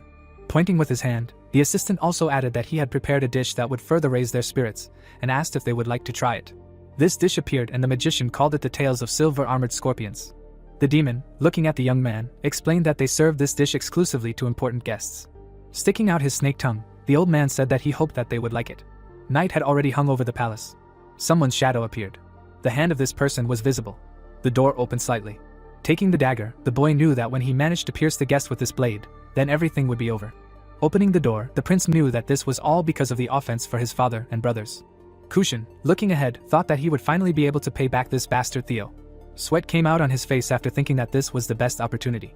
The man was approaching the bed. Standing next to it, the ruler understood that if everything went according to the assistant's plan, then he should have already been paralyzed by poison. Bending down, the prince knew that if he already wanted to finish him off with one blow, then he needed to act right now. Swinging, the young man screamed that he should blame his father for this. The blade was approaching his face. Suddenly, the hero's eyes opened. The protagonist immediately blocked the blow with his hand. A tremor went through the opponent's hand. His eyes immediately opened wider. The prince immediately jumped back. Kushin held the weapon in front of his face. The young man dodged another of his attacks. Immediately after, the fighter swung his fist. This blow hit the opponent's body. The man fell to the floor. The enemy, with his mouth open, asked how this was possible. The hero, grinning, asked how he managed to move after being poisoned. The enemy, frowning, listened to his words about having nothing to explain to the one who tried to kill him. The blade began to appear in the guy's hand. The protagonist, holding the sword in front of him, asked if he agreed with him. The fighter and his assistant walked along the dark streets. The young man stopped and called out to her. A flask with a potion appeared in his hand, and the guy explained that it was the poison of a silver scorpion, and usually it is not fatal, but in combination with certain foods it can kill. The knight, looking at her, said that they wanted to try to poison him with this, and she needed to prepare an antidote in advance. Elena, with her mouth wide open, asked how he knew this. The protagonist, with his mouth slightly open, asked since when she started asking questions and told her to just do what she was told, and realized that he had simply seen this scene in the game hundreds of times. Elena, with her eyes closed, said that dominance in his performance sounded too cool. The young man, looking at her, understood that even if the enemies connected the army, it did not matter. His gaze was directed to the side. There were some people on the roofs behind him, and the guy realized that he was being watched by black swordsmen, who were the elite force of the Reincarnates house. These people looked down when the fighter thought about the fact that his father must have assigned them to him. The corners of his lips rose in a smile after the thought that this even brought tears to his eyes. Imagining these people, the warrior remembered that even in the game their secrecy was at its best. The knight tilted his head slightly, realizing that they could not fool the eyes of someone who had seen them in action dozens of times. Another squad of swordsmen appeared, just as the young man was thinking that even an army would not be a problem with them. The young man, with his mouth open, called his opponent an idiot for trying to kill a descendant of Reincarnates. The prince looked at him. His eyes suddenly widened after the fighter asked if this was really a good revenge for his father. Kushin suddenly frowned. The enemy, rushing to attack, asked how he dared to talk about him so casually. The young man dodged this blow. The young man ducked to dodge the next attack. Then he had to dodge again. The prince, looking away, remembered that he had been informed that the younger Reincarnates was an ordinary empty shell. The ruler, having made another unsuccessful attack, could not understand how he could fence like that. A smile appeared on the young man's face. Holding the blade in front of him, the hero realized that his opponent was, after all, the prince of the kingdom, and his sword skills were at a decent level. The enemy was preparing to attack again when the protagonist thought that this would not be enough for him at all. The enemy's gaze was directed somewhere ahead. The fighter, having pinned him to the ground, understood that he did not even need to use his skills. The enemy hit his back on the floor. The guy's blade was already right in front of his face. The young man, opening his mouth, asked who had advised him to do this. Kushin, looking ahead, answered that he had made this decision himself. The protagonist, grinning, asked if he was really going to hide it until the last minute. Christopher appeared behind him right after the protagonist called him. The knight, smiling broadly, said that he was always on guard and ready to jump into the very hell, but the guy asked him to shut his mouth and teach this man a lesson. The fighter, crouching down near the enemy, apologized to him. Kushin frowned. The guy, looking down, noted that his gaze showed offense. The enemy looked down. The hero, looking at his interlocutor, asked who had let him down, this kingdom and his younger sister. The enemy, still looking down, was silent. The protagonist, holding the blade, said that then he would be asked another question. The young man, opening his mouth, asked if he was doing everything correctly in his place. The prince, opening his mouth wide, asked who his guest was to judge this, because he was born in the greatest noble house and had never known need for anything. The guy, still looking down, noted that it is not necessary to know need in order to understand something. The knight, standing in front of him, asked if the opponent understood why he would not be killed. The fighter, looking somewhere ahead, explained that the fated throne that the opponent occupied still represented a certain value. The Kushin, opening his mouth wide, shouted that this was useless power. The prince, looking up, also shouted that he had never wanted this throne. The hero, closing his eyes, explained that his desire had no effect here, because he was born with this power. Frowning, the protagonist asked who, in his opinion, should take his place. The enemy immediately looked away, trying to say something. The young man, standing in front of him, was talking about him becoming the king of Tajilan. The guy, looking down, noted that if he agreed, he would be told the whole truth. The enemy silently looked down. Looking back, the hero began to talk about a certain first truth. The knight, opening his mouth, said that he had done nothing bad to his sister. The girl's mouth fell open in surprise. The prince, standing up, asked again. The girls were dancing in the center of a certain room. The aristocrat, opening his mouth, asked why the son of the Reincarnates house had come to them in Tajilan. The companion bowed his head and noted that even after digging around they had not been able to find any clues. Another man slammed his fist on the table and exclaimed that this was simply ridiculous, because even if the guest was from a noble family, bringing soldiers here like this was an insult to their country. The old man raised one hand and asked what they could do about it, because this man was the son of that same Theo and they only had the opportunity to watch. Someone smiled and answered negatively and explained that this was a good opportunity for all of them. The aristocrat looked around and asked what the elder meant. The servant closed his eyes and said that the time had come to get rid of the prince, and now was the perfect opportunity to do it. One of them, with his mouth wide open, asked again, while the second noted that the moment was indeed excellent. The man raised his hand and asked if it was too early for them to do it. The elder, standing before them, said that the prince was a disgrace to their nation. The old man, grinning, asked if they could not all see it. One of them, with his mouth slightly open, asked if he meant the moment when Kushin knelt. The man behind him agreed with him. After all, it was a disgrace for the prince to bow to some aristocrat, and the people's discontent had already reached its peak. At that moment, the servant struck the floor with his cane. Kremser, holding out his hand, asked why they did not simply get rid of the prince along with this impudent guest. One of those present, standing at a distance, asked if they would be able to kill the younger Reinhofner. The old man, grinning, explained that he had already poisoned him, since a paralyzing poison had been put into his food, and the prince had undertaken to end his life with his own hands. The nobleman opened his mouth and said that they would then simply pin the death of Theo's son on Kushin and use it as a pretext for war. The elder smiled widely as the others praised him. The silhouettes of these people were visible in the distance. The boy, peeking out from behind the curtain, asked him what he thought about this. Turning around, the hero explained that this was his ugly truth. The prince did not open his mouth. Frowning, the fighter said that this was simply disgusting. Arya was diving under the water, while the traitor's voice asked how she thought His Majesty and the Queen had passed away, or whether she really did not understand why Tagilin had suddenly fallen. The girl's gaze was filled with despair when she was told that it was all because of her worthless older brother. Kremser stretched his hands to Arya, continuing to say that a weakling and a coward did not want to take the throne. The princess began to resist, trying to scream that it was all a lie. But the traitor smirked and began to convince the girl that she just needed to let go of the situation, that it would get easier for her, and that he would figure it out. Images of her family appeared before Arya's eyes, when Kremser promised to leave her in a long and sweet sleep. The princess's face seemed tired. She understood that it was just a deception. But she could not move, she could not even speak. The girl lowered her gaze, deciding that this was the end. Arya shuddered when she suddenly heard someone calling her name. The princess turned around sharply and asked who it was. The girl pressed her fists to her chest, begging the owner of the voice to get her out of here. Light poured through the water, and Arya heard that if she wanted this, he would do so, and that he came here for this very reason. The princess looked at her hands in surprise, feeling how the strength was returning to her body. She looked up, trying to understand what was happening here. At this time, Kushin was kneeling and lamenting that he trusted his servant so much. About politics, morality, the life of the people. Yuchan looked at the prince with contempt and said that it was his own fault that he weakly believed other people's words.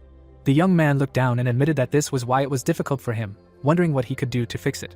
The protagonist looked away and said that this was not a question for him. But then Liz came up to the guys, bringing the princess. Arya smiled and turned to her older brother. Kushin looked up at his sister and said her name in surprise. The prince grabbed the girl by the hands and began to ask if she was okay and how this happened. The young man turned around when he heard from the player that the princess was under Kremser's mental control. Kushin's eyebrows crept up. He did not immediately believe it, but the interlocutor claimed that everything was exactly as he thought. The protagonist, with a face full of hatred, said that the traitor was a demon. The prince grabbed his head and groaned in pain. Yuchan extended his hand to his interlocutor and said that he was also partially under the influence of the villain. The guy could not stand on his feet, but the hero said that after some time he would feel better, and he would even come to an understanding of what he should do. At this point, Kushin's eyes widened. Liz punched him in the face with all her might. The prince froze in shock, and the girl told him that if he did not do it right now, she would personally impale his head on the palace spire. The elf screamed angrily that this was all because of the cowardice of the young man and the tyranny of Kremser. The player looked at the sorceress clenching her teeth, mentally noting that her reaction was quite expected. The protagonist frowned and added to himself that such was the traitor's side story. The court mage Kremser, who was slowly destroying the country by brainwashing the royal family. His true identity was a fearsome demon, and he sought the revival of one of the 72 demons named Gremry. The king and queen of Tagilin fell victim to his spell, rebelling against the royal family. Outraged by this fact, the authorities of Arkheim played into the villain's hands. They ordered Rienhofer to suppress Tagilin's rebellion. In the end, thanks to the ruthlessness of Theo, Rudveld, Christopher and the other Black Knights, King Tagilin and many other inhabitants lost their lives. Yuchan looked down, remembering that when he first discovered this story, he found it quite shocking. While Liz glared at the prince, the young man thought that even their rage and weakness were just consequences of those events. The hero looked up and said that they both suffered from the same thing. The boys looked at the player in surprise when he added that there were no winners or losers in this war. Arya and Kristoff's looks also became surprised when they heard that nothing could be changed, and there was no point in blaming each other either. The young man looked calmly at the assembled group when he said that it was important to at least now understand who was the cause of all their troubles. Liz frowned and exclaimed that there was nothing to understand. Let them look at this indecisive scum of the Kushin. The sorceress's gaze was filled with despair as she shouted that if the prince had even a drop of courage to take the throne, Saran and those children would not have died. The player looked gloomily at the girl and reminded her that nothing could be changed now, they had to move on. The elf looked at the protagonist in surprise when he added that even if the world around was unsightly and miserable, they had to continue living. And behind the image of the young man, Liz saw the image of her lost friend when he called her name. Tears rolled down the sorceress's cheeks. She knew that he was the same as she was. The elf looked at Kushin and knew that he was devastated by the loss of his loved ones, carrying a huge burden, desperately wanting to run and hide, just to not continue living in this nightmare. The prince looked up when his sister addressed him. Arya pressed her hand to her chest, and promised to be by his side this time. The young man looked at the princess with hope, and realized that there was still something left that they had to protect. Kushin smiled and thanked the girl, and at that moment, the player received notifications about receiving full loyalty and fealty. The eyes of both the prince and Liz filled with determination, as they simultaneously decided that they would not run away anymore. The protagonist smiled contentedly, realizing that he had recruited both Kushin and the elf. He knew that they were very useful combat units, and he helped them, as well as Marin. The sorceress closed her eyes, and thanked the hero, thanks to whom her anger found a target. And with a smile she added that he was not at all like the rumor said. The princess also turned to Yuchan, and thanked him for saving her and her brother. The young man grinned and replied that he had only opened their eyes, the rest was up to them. At this time, a warlike crowd had gathered in the palace square. People were waving their fists and demanding the removal of the worthless Kushin prince, welcoming a new era. The player and his friends watched from the wall as the people demanded that Lord Kremser ascend to the throne. The young man grinned and concluded that it was too early to thank him. And without changing his expression, he added that they needed to prepare for battle with the real enemy. The people continued waving their fists. The people with angry faces demanded that the prince and princess be brought here, shouting that they were not fit to rule them. And only one person could save them. Lord Kremser smiled contentedly, hearing his name. The old man squinted, thinking about how long he had waited for this day. He thought back to his impoverished childhood, thinking about how only a few people were given the chance to be born into a noble family, while most would never have a good life. Talent without a family was like barren land, just an insignificant nothing. And then he heard her voice, telling him of his weakness. The demon smiled as she spoke, that she saw the desperate desire in the depths of his eyes. But unfortunately, his background limited him. The boy then looked around as the voice continued, that wandering without the ability to achieve his goals, he would inevitably dissolve into the sands of time. Gremry lifted the scales, noting that it was unfair, opportunities should be equal for everyone, so she was giving Kremser a chance. To rise, the scum would have to do everything possible. Even if it meant walking over others, or selling their souls. The time had finally come to reap the fruits of his desperate struggle. With the great power bestowed upon him by the Gremry Lord, he would not only become important, but would subjugate the entire kingdom. The people asked among themselves if the prince had been captured, but they were looking for him. But he came out to meet them and said that it was not worth it. Kremser raised his eyebrows when he saw Kushin. The youth did not look at the former servant, asking what he was doing. The old man tensed.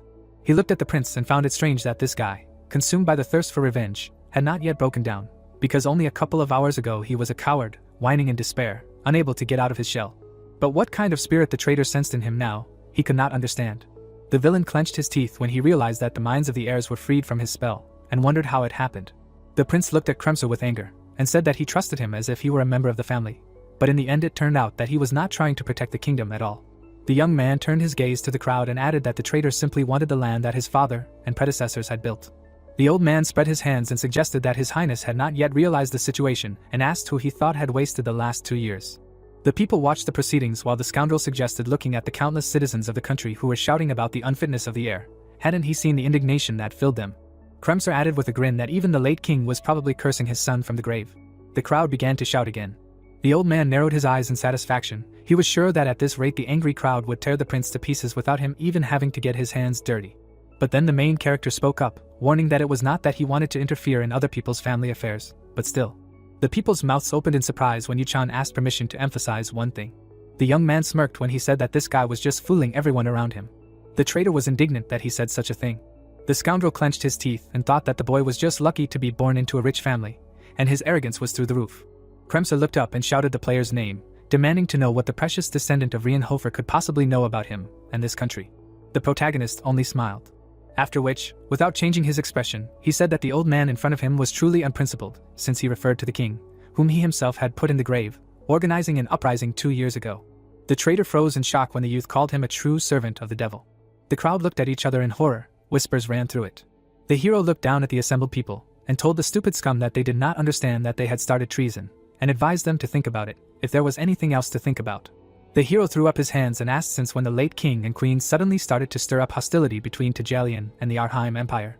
The villain looked around at the indignant people in confusion when Yu-chan reminded him that it all started when that idiot Kremser became the court mage. People in the crowd started to grab their heads in pain when it began to dawn on them, and this broke the spell. Soon, no one could understand why their heads seemed to be about to explode from pain. Kushin clenched his teeth. He remembered that when the mind spell dissipated, his head began to hurt badly, which meant that not only he and his sister were under the influence, but also most of the courtiers. Kremser got angry and shouted that they were trying to fool the people. This was the son of the very tyrant who personally destroyed Tajalian. There was no faith in Rienhofer's words. The old man pointed at the crowd and asked what evidence they had that he was a demon worshipper. For such slander he no longer guaranteed their lives. The young man raised an eyebrow and asked not to make fun of him. He jumped down straight to the crowd. Christopher shouted fearfully to the gentleman that it was dangerous, because there were enemies everywhere. But the player landed on his feet and doubted it. With a calm look, the guy said that it was just the opposite. The guards drew their weapons, but the protagonist said that even if he went down alone, none of these talkative cowards would dare to attack. They were all simply deceived by the sweet words of the scoundrel about untold riches and the opportunity to exploit the people.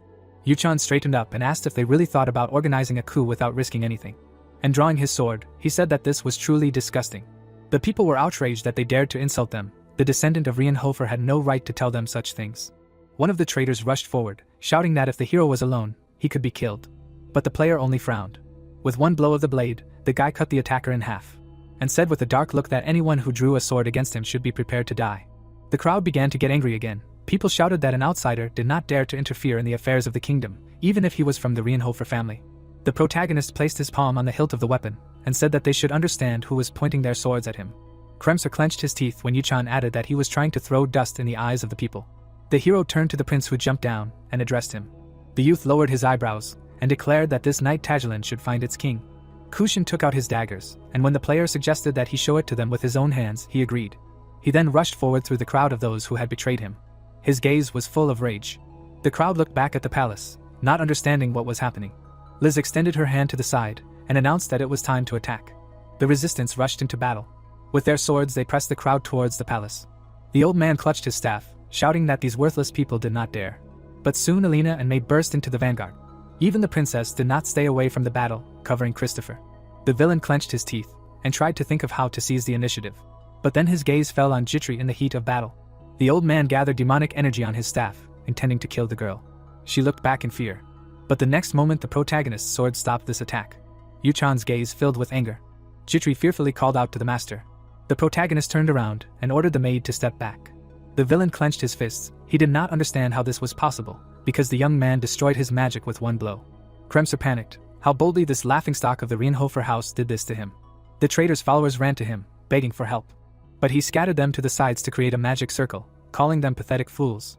The prince was outraged that the old man was attacking even his followers, and Liz noticed that the circle was opening a portal, and shouted that they could not let him escape. Kremser poured magic into the circle with all his might, deciding that if he retreated and regrouped, he could resist them. At that moment, an arrow of mana flew through the air. It crashed right into the seal with a roar, destroying it. The traitor opened his mouth, not understanding why his portal was broken so easily. Yu-chan grinned and asked if this was the signature spell of the court magicians. And dispersing the cloud of mana, he added that it was so pathetic and clumsy. The villain looked at the young man in shock, not believing that he could actually remake his magic circle just by looking at it once, and in such a short period of time. The hero moved forward, explaining that thanks to one professor who had been driving him crazy in magic, all this was a mere trifle.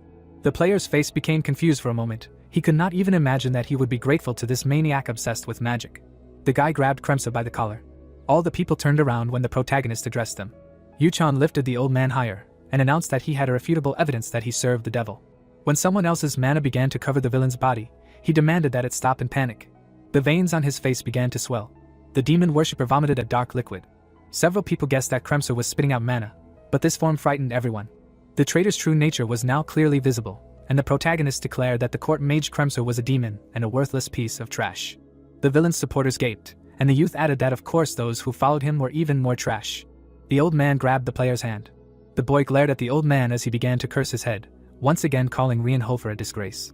Kremser gritted his teeth, and shouted that these worthless insects had no idea who exactly he worshipped. It was none other than Gremry, one of the 72 archdemons. The villain smiled, continuing to say that as a loyal servant of Lord Gremry, when will she realize that such worthless people dared to touch him? The protagonist interrupted this speech, plunging his sword straight into the old man's chest. The traitor panicked, begging him for mercy, promising to give him everything he wanted. Yuchan gripped the hilt of his sword tighter while Kremser listed the wealth, fame, and powers of the archdemon. Then he cut the villain in half, and declared that he did not need it. The traitor's body crumbled to dust right before his eyes. Kushin came closer, surprised by such an end. The hero looked at his friend and explained that Gremory was a devil, and for the overwhelming power of demons, the body and soul forever passed to them to serve after the death of a person. The looks of the traitor's supporters were filled with horror when the young man added that the same fate awaited them, and until they eradicated this infection, dawn for Tagilin was impossible. Kushin and Liz responded with serious looks at the message that they had to suppress the rebellion for now.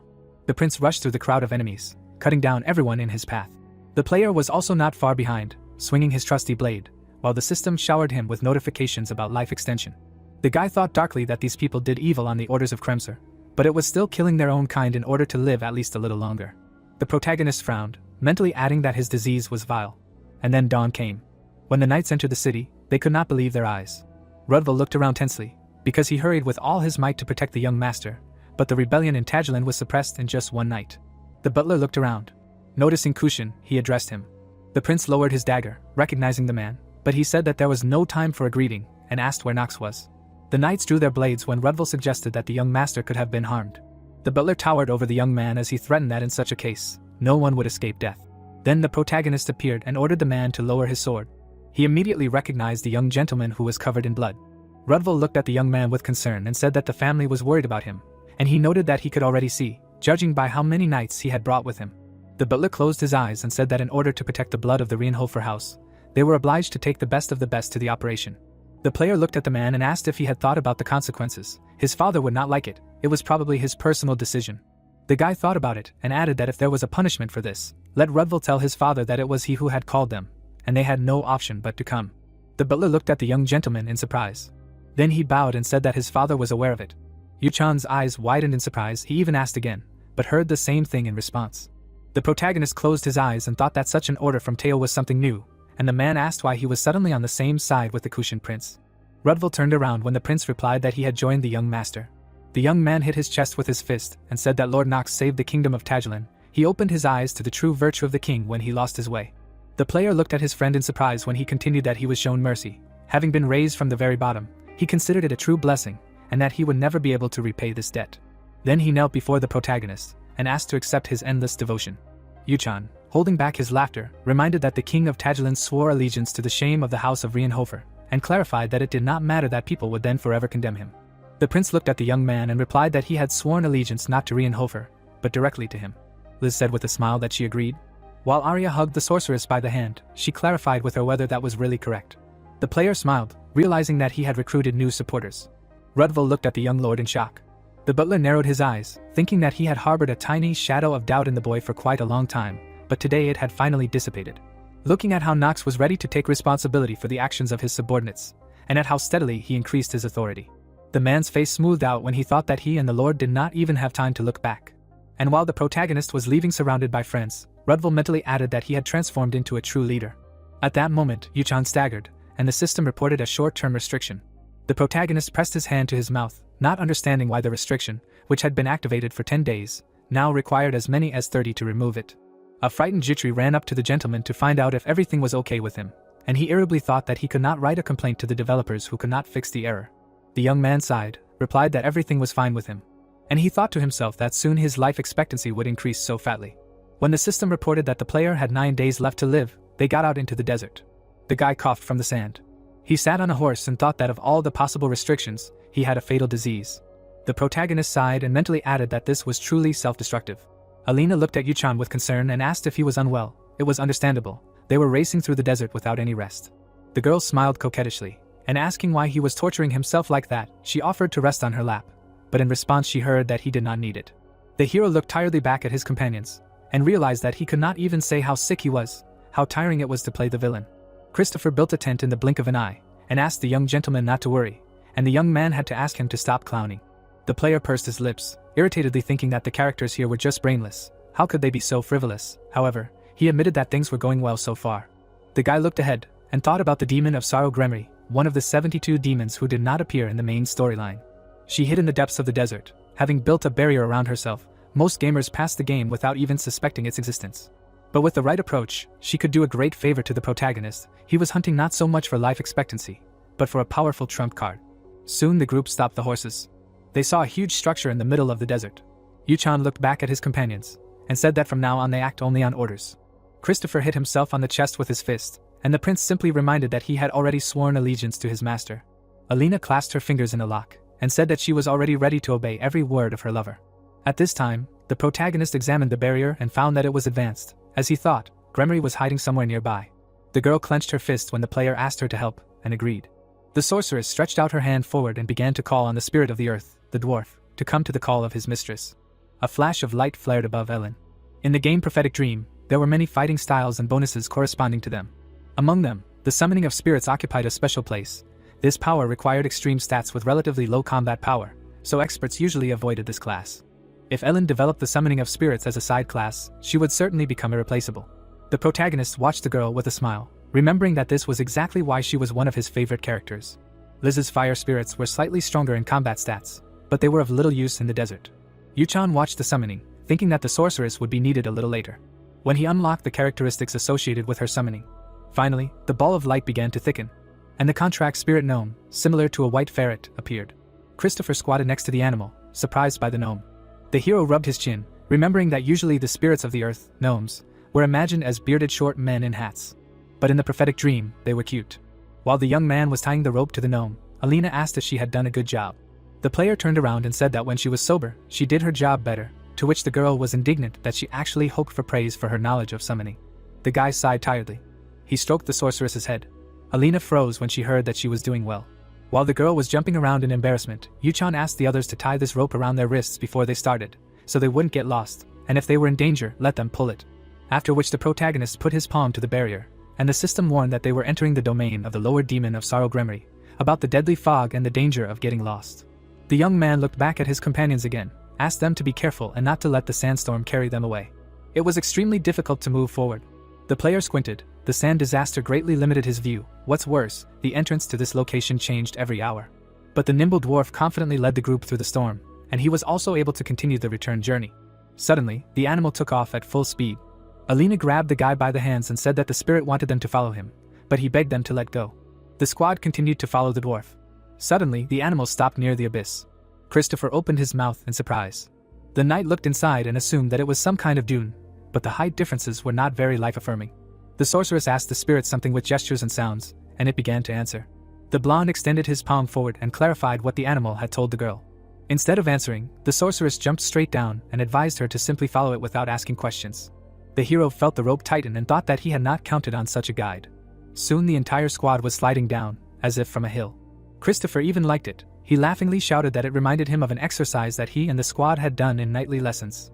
Yuchan winced as the knight told him that he remembered the moment when he was pushed off the cliff. The same goosebumps. He realized that this fool was just being bullied. Suddenly the slide ended, and the adventurers flew down in a free fall. The blonde asked anxiously if they wouldn't crash like that. The protagonist extended his hand and summoned the mana shield that Professor Ras had taught him. A glowing ball surrounded the team. When they managed to land, Yuchan remembered that it was still difficult for him to use this spell in battle. But for moments like this, it was good enough. When the shield disappeared, the guys looked around the cave. Christopher smiled and noticed that these ruins were so vast, and as expected, the master's insight was beyond praise. He was even trembling. Kushin took out his daggers and ordered them to be quiet, because something was approaching. The ground began to shake under the friends' feet, as if many paws were pounding on it, and a giant praying mantis towered over the guys. Everyone drew their weapons, and the player admitted that there were more insect-like monsters than he had expected. The enemies clicked their mandibles.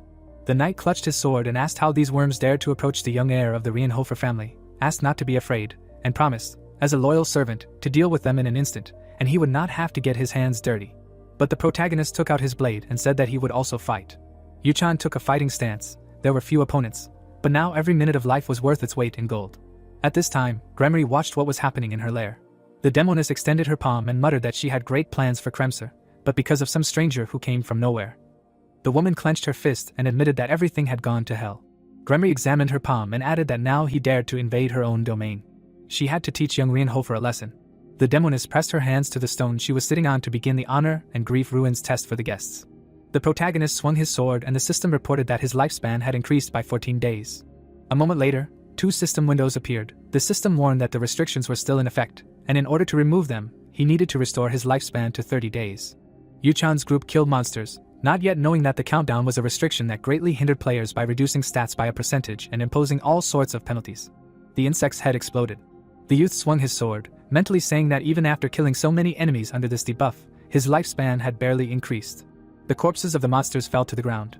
Kushin, standing in front of the group, said that they seemed to have killed everyone. Yuchan, looking at the boys, realized that not only Kushin was a master of the sword, but so was Christopher, although this was expected of a knight. The youth smiled and raised his sword. Icy Sword was a swordsmanship of 9 forms that combined both strength and refinement, and Christopher was a master of swordsmanship using this fighting style. The protagonist glanced at Alina next to him and said that she had worked hard. Her summoning skills had proven indispensable to them. The girl smiled, saying that this meant that her training with Mei had paid off. Yuchan smiled nervously, realizing why the girl had been poisoning and healing her friend all the time, and why she had endured it. Leading them to a huge gate, the girl said that they needed to go here. The guy immediately opened the gate. Inside was a huge statue of a demonic lion. Kushin, frowning, said that there were a lot of monsters here, and grabbing his sword, told the prince to step back. He swung his sword sharply, saying that he was still full of energy for the fight. The lion's limb, which had been unexpectedly destroyed, began to regenerate. A moment later, the demon had completely recovered. The knight looked at his sword in shock, saying that he had clearly seen the sword go right through him. Yuchan waved his hand and told everyone not to move, because most of what they were seeing was not real. Kushin turned around and asked how they could know if what was in front of them was an illusion, a statue, or a real monster. The boy frowned and mentally said that the veteran of the game knew a lot. A newbie would get lost in this labyrinth full of monsters, but using certain tricks, one could easily get through here. The main thing was to ignore mirages, like this lion. Elena, following the gentleman, asked how he was so good at determining the way. The young man turned around and smiled. He knew the trick. The group needed to follow the direction of the skeleton decorations. This was the direct path to the boss room. The protagonist stood in front of the skeletons. He summoned his sword, telling them to prepare for battle, because the monster in this room was real. Yuchan attacked the monster first. It was quite easy to tell if the monster in front of them was real. You had to look at the index fingers sticking out of the skeleton's walls. There were rings there that blazed with mana when the monsters were summoned. The test was designed to blur the boundaries between illusion and reality, gradually cutting off communication with the outside world. The young man flashed past the monsters. The guy smiled. Tricks and deceptions did not work against him. He stretched out his hand to the door, mentally saying that the honor and sorrow test only becomes difficult if you turn the wrong way, but for him it is not relevant, because he is on the right path. The door of the hall opened. The skeleton sitting on the throne said that he no longer needs to hide, because the stupid creatures have safely reached the center. He sharply opened his jaw, ordering the group to fall into eternal sleep. A sandstorm rushed towards the group. The lower parts of the team members' bodies became invisible due to the abundance of sand. The protagonist turned around. All these special effects were just decoration. The system notified him that he saw through the landscape illusions, and he also ignored the poisoning. The youth's eyes widened. He swung his sword, telling the skeleton to stop with its useless tricks and show itself. The creature sitting on the throne froze. The skeleton stood up, saying that it was probably not by chance that he emerged victorious with his Cropsy. Christopher, frowning, asked if this was a demon. The boy confirmed it, saying that this was the archdemon Gremory. The demoness revealed her true form. She was one of the 72 demons, and the cause of the beginning and end of the tragedy that befell Tagilin. Grinning, Gremory said that he was the first person in these ruins who was completely unaffected by illusions, and she was very curious about how that was. The prince grabbed his sword, saying that he would put an end to the lies with which she poisoned the world. The girl, sitting on the throne, said not to make her laugh, for a society in which hierarchy decides so much is doomed to fall from the very beginning. Raising her hand, she said that reality is more cruel than any illusion. On the contrary, she was trying to restore justice. Kushin, angry, shouted, asking why she did it. The protagonist, approaching the throne, said that there is nothing more pointless than asking a demon why he does what he does. Grinning, he said that all demons strive for rebirth in this world.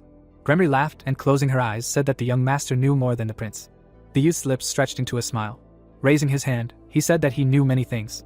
Keeping his hand raised, he said that he even knew that she was sealed by an archangel in the past. The demoness's body trembled slightly. Sitting on her throne, she asked how he knew about this, since he was just an ordinary person.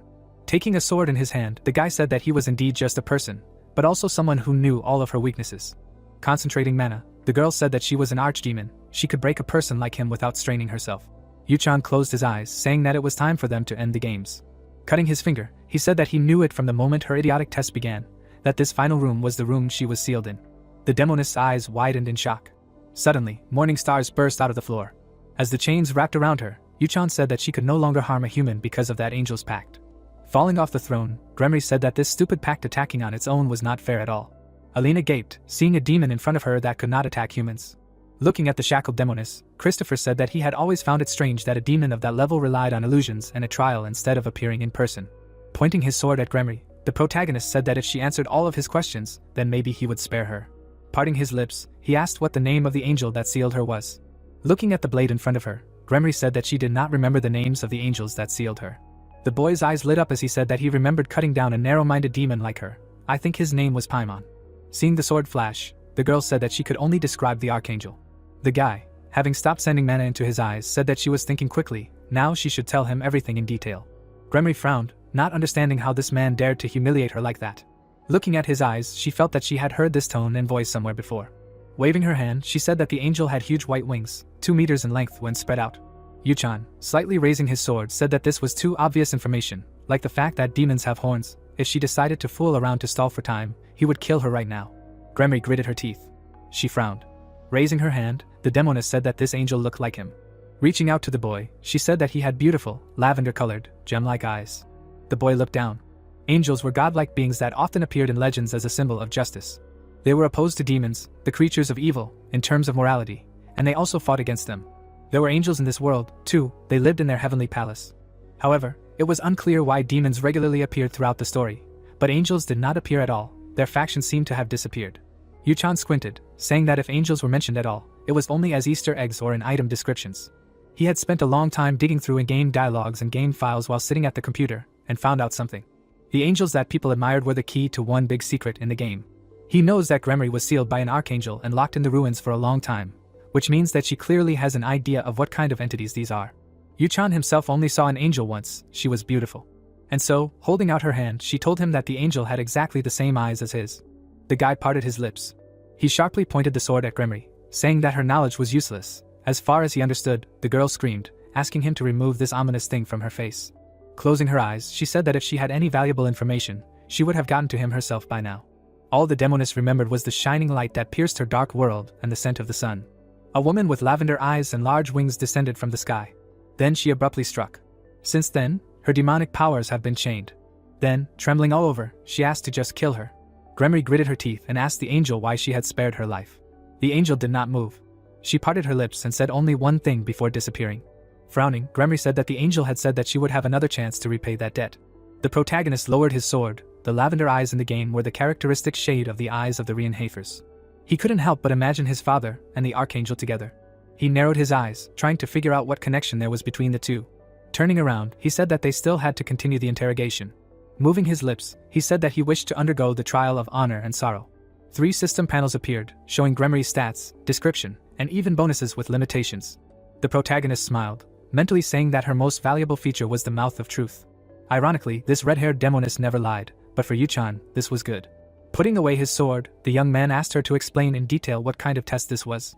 Snapping her fingers, the girl said that the test was quite simple. He only had to answer one question honestly. As soon as he entered that gate, she would ask it.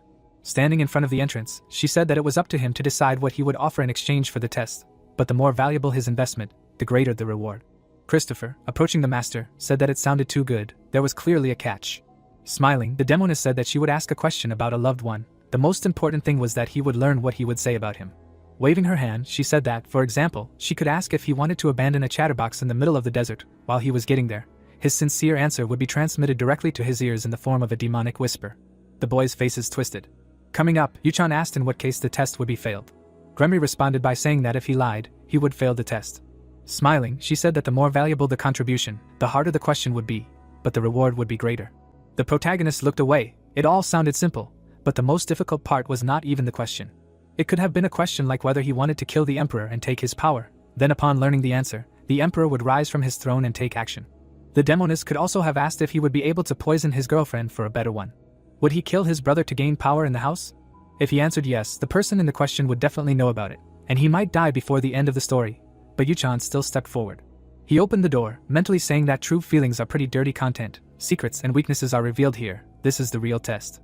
The light dispelled some of the darkness. A true gambler was always ready to take risks. The young man smiled, telling himself that even if this test cost him everything, he was ready to take the risk.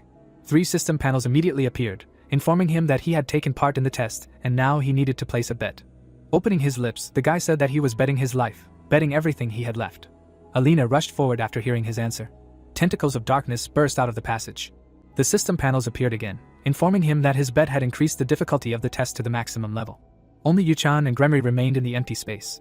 The demoness smiled and said that his bet was higher than she expected. Didn't it frighten him that he could die because of a simple question? The protagonist frowned at her. Turning to her, he said that it was time for her to ask.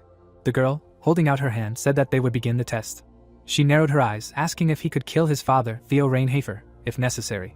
Yuchan's eyes widened in shock. His pupils sparkled. Suddenly, his consciousness became clouded. And yet the young man wondered what kind of question it would be, imagining his acquaintances, thinking that it would be something like whether he could overthrow the imperial family, or whether he really trusted his people. Even if they hated him for his question and turned away, it would mean nothing. After all, he tried to go through history according to the canon for their sake. He was also not the real Nox. He was Yuchan playing the role of this type, which meant he was initially prepared for universal rejection, and that he needed to turn around and leave. The guy frowned. The question was specifically about his father. Remembering his father, he tried to understand what Theo even meant to Nox. This stern man fought with him. He frowned and scolded him for every misdeed. However, he looked at him with care. Even when they crossed blades, he did not look at him with contempt or anger. The protagonist found himself in his subconscious, trying to understand what his father meant to him. Smiling, Gremory said that it was time for him to answer. The guy looked down. This question reminded him of his true goal. He closed his eyes. Yuchan was leaving everyone. He was an outsider in this world and must find his memories and find out why he was dragged here, and also leave this world in the end. The young man stared at his reflection. Opening his lips, he said that he could kill Theo. Even if he was his father, he would kill anyone who stood in his way. Gremory, who was standing in front of him, froze. The darkness around them began to dissipate. Soon, the group members were able to see them. The protagonist turned around. Theo's hand trembled. Rudval, who was standing in front of him, asked if something had happened to him. The patriarch of the family froze, sitting at the table. He frowned deeply. The man did not move in his place. He looked at his hand as the demonic voice spoke to him. Theo released his aura when the demon told him that his son, Nox, would kill him if necessary. Ink flowed out of the pen. The butler, worried, extended his hand, asking if everything was okay, his gaze murderous. Theo closed his eyes, saying that everything was fine. Opening his eyes, he tried to understand why he shuddered, because he knew that this day would come sooner or later. He knew that the secret and the curse that every head of the house goes through would inevitably catch up with him, like his father and grandfather. They would all live in the cemetery. To break the vicious circle and prevent a future tragedy, Nox must kill Theo one day. The father imagined his son's furious gaze. His hand was shaking. Theo knew his fate, so he inadvertently glanced at his son. He turned around, and when he saw his son's growth and ambition, he never ceased to be amazed. The patriarch's pupils reflected his son's silhouette. He did not understand why it was impossible, like other houses, to transfer the title voluntarily without slaughter, why he could not just go out into the hall and transfer the title. Theo closed his eyes again, mentally saying that he lived, ignoring unnecessary emotions for Reinhafer, but it seemed that he had softened, and out loud he suggested to the butler to take a walk. Rudwell followed the master. With his hands behind his back, the patriarch asked him how long he thought he had left to live. He responded by saying that he didn't quite understand. Continuing to walk, Theo said that he had been there himself, so he understood better than anyone. He must have seen how much Nox hated him, the one who didn't protect his mother.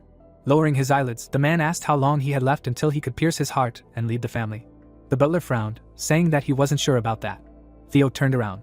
Then Rudval, looking down, said that it might happen sooner than they thought. The man looked at the rain outside the window, expressing understanding. Raising his head and walking to the window, he said that his end was near. Smiling, Gremory said that even she, a demon, couldn't understand such a thing. With her hands behind her back, she asked how a child could be so cold to her parent. The protagonist frowned and said to close his mouth and give the reward. The girl snapped her fingers, saying that he was boring. At that very second, a ceiling mirror appeared. When Yuchan took it in his hands, the demoness told him that it was an incredibly dangerous thing. He should be careful with it. The young man grinned. He called up the system panel. Looking at the effect of the mirror, it turned out that this mirror sealed the defeated enemy, weakening his strength. The girl shuddered with her whole body, asking if he was really going to use this on her. Pointing the mirror at Gremory, the young man said the activator command. The system immediately notified about the use of the artifact. Dark fetters enveloped Gremory's limbs. 3 system windows appeared, notifying Yuchan about receiving 131 days of life thanks to the artifact. Soon the demoness disappeared. Turning to Kushin, the protagonist told him to take the mirror, as she had almost destroyed his kingdom, but would help him hunt demons from now on. The mirror glowed slightly as Gremory began to rant. The boy simply held the mirror up to the sunlight, causing the demoness to curse in pain and anger. Smiling, he told her to shut up, but if she continued, he would fry her. Christopher, frowning, said that the demon was still a dangerous creature. Raising his hand, he said that keeping it could cause big problems. It would be better to get rid of it. Lowering his eyelids, Yuchan said that as long as no one knew, there was nothing to discuss. Alina, smiling, said that everything was fine with her, As long as he was safe, she trusted his every decision unconditionally. The knight suddenly stepped forward, saying that they trusted him as well. The guy looked at the mirror in his hands, mentally saying that although Gremory had almost no strength left, and was useless in battle, she would serve as an excellent compass in the future demon hunt. The ring of black flame squeezes the most life force from demons, not just monsters. Thanks to the Demoness, he had already restored enough. Having decided that it was time for them to return, the group began to walk towards the exit of this castle. The coup in Tagilin was successfully resolved, as was Yuchan's problem with extending his life. Having arrived in the city, the protagonist ordered Kushin, Ari and Liz to focus on stabilizing the situation in the country. After finishing all the affairs, they would all be enrolled in the academy. The trio looked at each other, the girls smiled, rejoicing at the outcome. Alina took the invitation letter in her hand. Wanting to pull Alina and Mei there, Yuchan gave them invitation letters. Only 3 recommendations were allocated for each house, however, as long as there was money, any issue could be resolved, so he could arrange a whole reign of these letters. Kushin, approaching the gentleman, said that he would stay here and wait for further instructions. The young man replied, saying that he would contact him at the first opportunity. The guy smiled nervously. Looking at the endless sands around, he wanted to howl. Sitting in the carriage, the young man wanted to scrape himself off completely upon returning and bury himself in a soft bed. Events transfer us to the Reinhafer estate. The protagonist, entering inside, froze and was taken aback. Talia, standing opposite him, said that they had not seen each other for a long time. The young man, looking at the girl, asked what she was doing here. His eyes widened when he heard a strange voice asking him if he was that same Nox. Going down to the hall, the man said that he made his daughter run. Smiling widely, he said that he had to admit, he was quite handsome, reminded him of the old days. Leifer was the head of the Stylane family, one of the most powerful ducal houses. He was also known as the Knight of the White Flame, the Phoenix Summoner, and he was also the father of Talia, the girl who was engaged to him. The protagonist bowed, asking what brought the head of a noble house to them. The man frowned. Releasing his aura, he said that he wanted to speed up the marriage negotiations. The young man stood up, stunned. The boy's mouth dropped open, realizing that it had been so long that he had forgotten to break off the engagement. When Leifer stood before him, Yuchan said that such a big matter should be discussed with his father, not him. The man responded by saying that he had already talked to his friend, now it was his turn. Opening his mouth, Yuchan said that he thought the engagement was invalid, as the princess had her eye on him. The man smiled widely, telling him to stop prevaricating. His eyes lit up as he asked if he had purposely gotten along with the princess to break off the engagement with his daughter. The boy frowned, feeling the pressure. He had crossed the wrong person. The man in front of him was the strongest knight in society. Looking at Leifer in front of him, he knew that if he said something wrong, he would be dead. He would have to squander all the days of his life he had saved with such difficulty. Besides, he was slightly obsessed with his youngest daughter. Leifer turned around when his daughter called out to him. Talia, walking around him, asked why he was pressuring Yuchan. The father froze, also falling into a stupor. He closed his eyes and laughed, saying that since his daughter said so, he would not do it. Putting his hands on his hips, Yuchan mentally said that he knew something like this would happen after Penelope's antics. Raising his eyelids, he tried to understand why they would even bother with the princess's chosen one. Would it not create unnecessary difficulties? And what was Leifer's motivation? How did he convince Theo in the first place? Talia saw that the guy in front of her was gloomy. She laced her fingers, saying that she only wanted to visit him, but Dad followed her. She had no choice. The protagonist, seeing the man smile at his daughter, saying that he only wanted to see who she was so worried about, realized that she was not lying. Leifer extended his thumb, telling Yuchan to relax. He knew that his business with the princess was a forced measure. His pupils sparkled dangerously when he said that he only came to chat a little. The guy bowed his head, and he just returned, and already a total Armageddon was looming. Talia was nervous, staring at the young man. Rudville wrote a letter in which he told Yuchan that he sent this letter because he had important news. The head of the House of Stylane arrived at the mansion with his daughter Talia. They want to discuss the engagement. Since there were rumors about his breakup, the atmosphere of the conversation was tense. Chitri, standing in front of the master, said that the butler had sent this letter the moment they returned from Tagilin.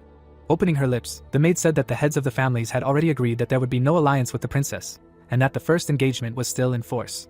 The young man smiled nervously, saying that the princess was against the duke's daughter. And why would she need such trouble? Chitri, moving her lips, said that the Stylane family would not leave this so easily. The young man, looking away, said that she was right. They had to somehow talk Leifer into it. Bowing, the maid said that he should first emphasize that he did not want the engagement to be broken, and that she and the other servants would do everything they could to appease him for him. The protagonist, turning his gaze to her, mentally said that she was a true genius of service. Genius of service was an incredibly rare characteristic that could only be found in a couple of characters in the entire game, and usually in the second half of the story, which makes Chitri a bit of a cheater at this point, along with one old man. If the relationship with the princess was the will of the palace and everything was sealed, then they could justify it. If the queen would get up from her seat and make it official. But there was one problem. He would probably be very angry upon hearing that he was ready to kill him if necessary. The protagonist was shaking at the very thought of meeting his father soon. Rona, throwing up her hands, asked how he could do this. How many ladies had he already seduced? The protagonist, taking the sword in his hand, told the maid that she seemed eager to see hell from the inside. He would take her there, maybe pave the way further. Suddenly, Talia knocked on the door, asking for permission to enter. The guy froze after knocking out Rona. Jitri asked him what he would do. He turned around and said that he would go out, because there was no choice. Stepping towards the door, the young man mentally said that Talia was the only key to getting out of this situation, although he had also prepared a trump card. The young man smiled. This was his trump card. His pretty face should have helped to win the girl over. He went out, slightly frightening the lady. The guy, trying to radiate an aura of beauty, asked what brought her so suddenly. The girl, parting her lips, suggested that they walk and talk. At this time her thoughts were seething. She was struck by Yuchan's beauty. Leifer clenched his fist. The protagonist, noticing the old man, asked Talia if she was sure that they should walk at such a late hour. The father's eyes lit up. The girl, leading the young man, said that she thought it was more romantic this way. Yuchan meanwhile was trying to understand whether one psycho would burn down this entire mansion. The old man gritted his teeth in anger. Soon the couple went out into the courtyard of the mansion. Talia, folding her hands in front of her, said that the moon was very bright today, and the stars were twinkling beautifully. The young man, smiling, agreed with her. Seeing the lady smile, Yuchan mentally said that things were very bad. Although he diligently played the villain, people's perception of Nox began to change lately. The protagonist frowned, realizing that they had overcome only one plot arc, but he was already forced to pay for not breaking unnecessary ties with them in time. The guy, stopping, asked Talia if she really didn't care. When the lady turned around, Yuchan said that since their parents had agreed to keep the engagement, this could entail the wrath of the imperial family. Talia rubbed her chin in thought. Just recently, Theo Leifer was shouting in the room, saying that this was a humiliation of his family, even if it was the will of the princess herself. Clenching his fist, he said that there was not a single objection from the Reinhafers. It was outrageous. The patriarch of the Reinhafer family frowned. His comrade Leifer also frowned, looking at him. Looking at his daughter behind him, he said that they should talk alone. That Talia was in the hallway. She looked at the floor, trying to figure out what they were going to talk about, and they could start to sort it out with swords. The butler approached the girl. Leading her father, he said that their engagement was valid, as promised. The father smiled at his daughter, saying that he told her he would sort this out. Talia hugged her father, saying that from now on she would always tie a scarf for him.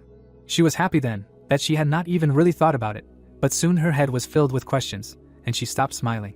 Imagining how they were talking, she did not understand what to do with the princess, what Dad and Lord Theo had agreed on. The protagonist, standing next to the girl, said that the most important thing was not the orders of the palace or the agreements of the families, but only her own will. So what does she want herself? The lady bowed her head, saying that she had not thought about it, because she herself lacked a lot. Looking away, she said that she was not against this marriage. The young man, moving his lips, expressed understanding, but mentally he said that this girl in the game was a walking disaster. This knight in armor kills Nox at the end with a cold, but strangely sad look. They were tragic lovers, obsessed with this connection, but they always turned away from each other. The young man looked at Talia again when she asked him if he had something he should do. Bowing her head, she said that she felt it, judging by how he was straining himself at the academy. He spent his nights in the library or on the training grounds, swinging his sword endlessly. She realized while watching him that he was striving for something with all his heart. She saw his expression.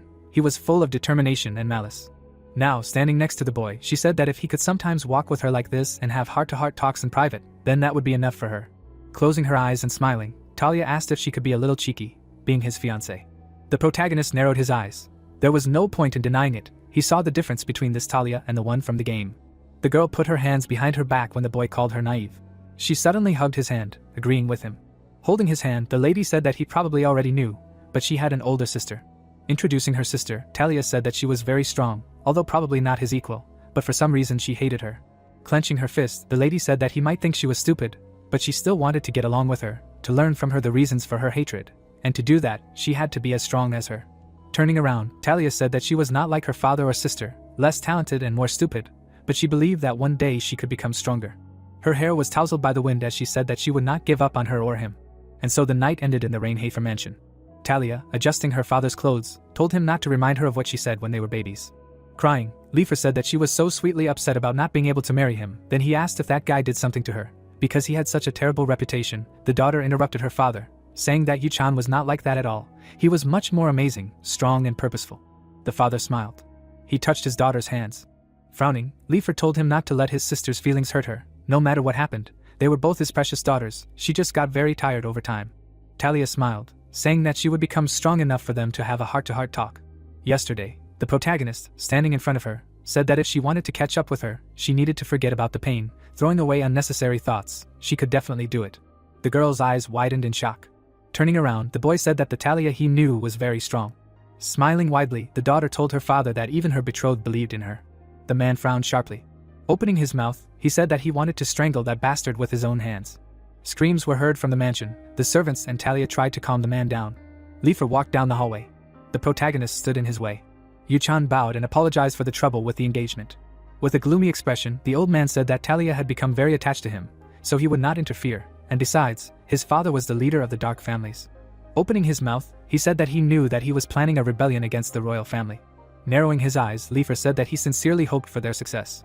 Then he went on to say that if the royal family fell, his daughter would no longer have any rivals. The young man bowed his head and thanked the head of Stylane. Now he realized that when they met, the two heads of the families discussed the uprising. Apparently, the house of Stylane had figured out Theo's plans for the uprising, and the head of the family stood before him. When you come to the church, you can hear many say that the first god was Arden, who created people. Therefore, her sanctuary can be found on the territory of any family estate. At the moment, the wedding of Yu-chan and Talia was taking place. The couple held hands. They had a secret wedding. Standing next to her husband, Talia said that she herself did not know that her father would insist on holding the ceremony. The priest, raising his hand, asked them to exchange sacred symbols in honor of their wedding. The symbol of the vow was a ring filled with mana. It is capable of storing about 10% of the owner's mana. Talia smiled, looking at the ring. Christopher was sincerely happy, seeing how the gentleman put on the ring. He suddenly beamed, saying that seeing his beautiful wedding ceremony filled his heart with emotion. Jitri approached the blonde. She closed her eyes and startled him by whispering something in his ear. The boy turned around and hunched over sadly. The protagonist turned around, trying to understand what had just happened. Rona, crying, said that she knew that the young master would settle down one day, but it was so sad. Her friend, standing next to her, asked if everything would be okay, since this wedding was taking place in secret from everyone, even from the imperial family.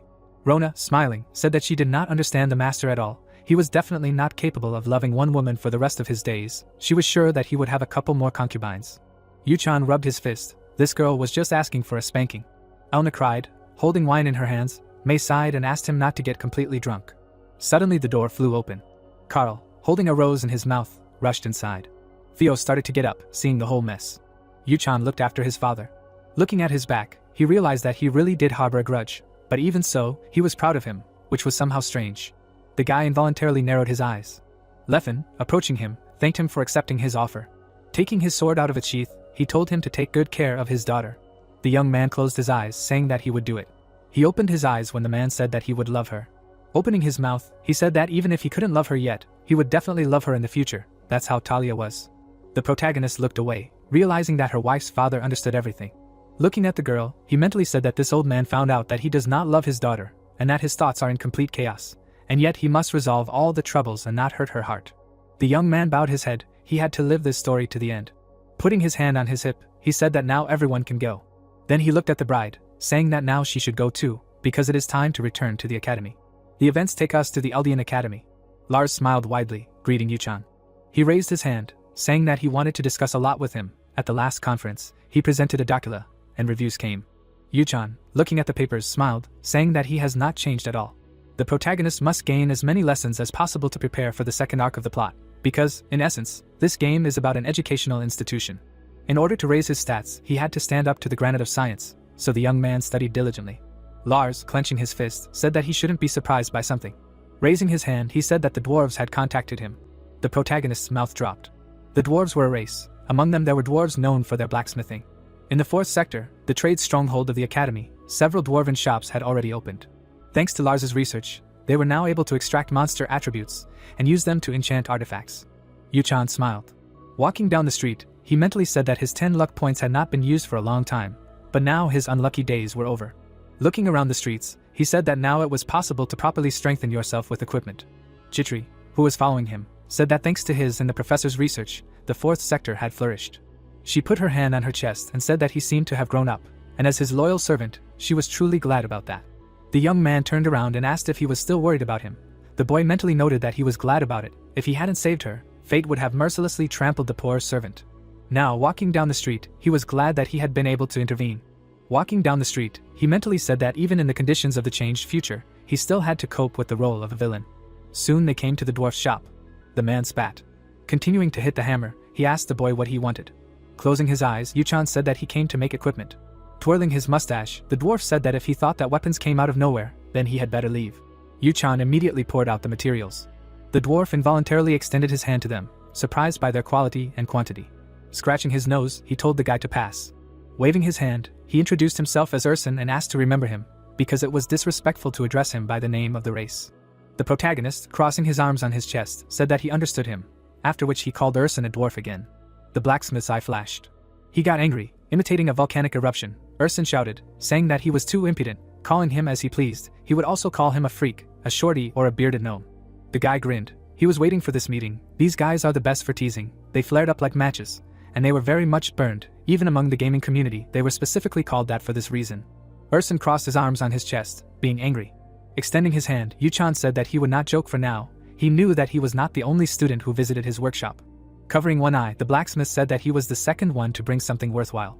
Jitri, smiling, said that in fact, the young master was a polite person. He just liked to joke from time to time. Smiling, the dwarf asked the boy what house he belonged to. Yuchan, turning his gaze to the dwarf, said that he was from the Rainhafer house. The man's eyes widened in horror. He politely asked what he would like to make. The young man standing in front of him asked what caused such a sudden change in behavior. Raising his hand and clearly nervous, Urson said that he always communicated like this. The protagonist lowered his gaze, understanding the reason for the change in behavior. A few years ago, Theo had put an end to the war started by the Dwarven King, when he had completely crushed their army while fighting in the front lines. Urson was a descendant of the former king, and the mere mention of his family name caused a natural reaction in him. Putting the blueprint on the table, Yuchan said that if there were no problems, then they should continue. Will he be able to make such armor for him? The man's mouth dropped open in admiration and shock at the sight of the materials. Yuchan brought him a griffin heart to enhance the wind attribute, 2 feathers to increase agility and speed, and the cores of stone and iron golems to balance durability.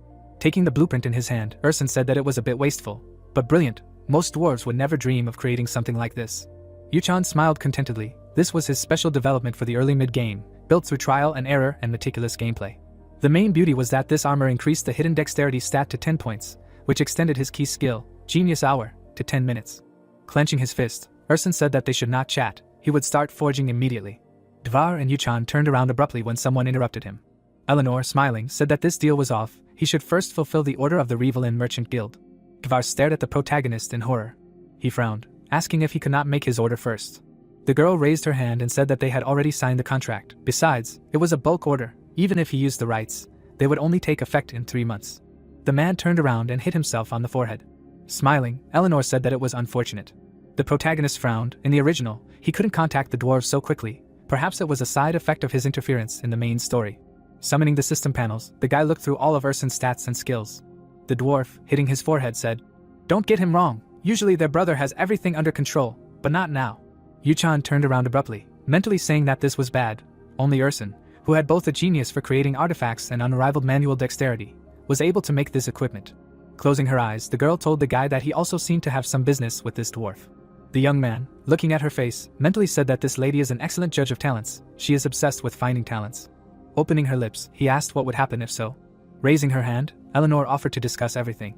Lowering her hand, she said that if the Nox Trading Guild sells them the attributes of monsters from their bins, then she would give him the right to order equipment first. Yuchan was taken aback and frowned, not understanding anything, but a moment later he imagined his second older brother, realizing that this guild was created by him. The guy nodded, mentally saying that judging by her kindness, she only managed to sign the contract, but there was a problem with providing materials. Looking at her, he said that all this looked strange. Most of the materials at the early to mid-game are supplied by Chatters. Considering that he controls this region, Eleanor cannot have enough materials for wholesale production. Most likely, this is all a bluff from the beginning. Turning sharply to the dwarf, Yuchan told Eleanor and the dwarf that they should sit down, as the conversation would be long. The girl's mouth dropped open in shock at the boy calling the dwarf by name. Soon, the 3 participants sat down at the table. The red-haired girl parted her lips and said that she never thought that he would name the guild after himself, and also successfully passed the intricate process of approving trading activities. The young man bowed his head, saying that it happened that way. The girl, turning her gaze, said that founding a trading guild based on the monsters caught by Chatters was a brilliant idea. The protagonist frowned, not understanding why she was deviating from the topic. Putting a hand to her chest, Eleanor said that they were ready to purchase the entire list of attributes of the monsters that they sell, and they will pay accordingly. The guy stared at the lady in front of him. He stared at her, mentally telling her that she was especially meticulous when it came to anything that brought profit. As a child, she was desperate to get her father's attention, and in the end, it turned into a thirst for more. To impress others, she didn't want to go back to being the girl who went to her room alone. In many ways, she was a tragic character. Unfortunately, Nox was part of her trauma, plunging the girl into darkness. Yuchan did not blink, mentally telling her that this was not a reason to sell all his goods to one guild. If one family monopolized the attributes, the others would no longer have enough materials to develop. If his goal was short-term profit, then there was nothing better than signing all the documents and selling everything to Eleanor.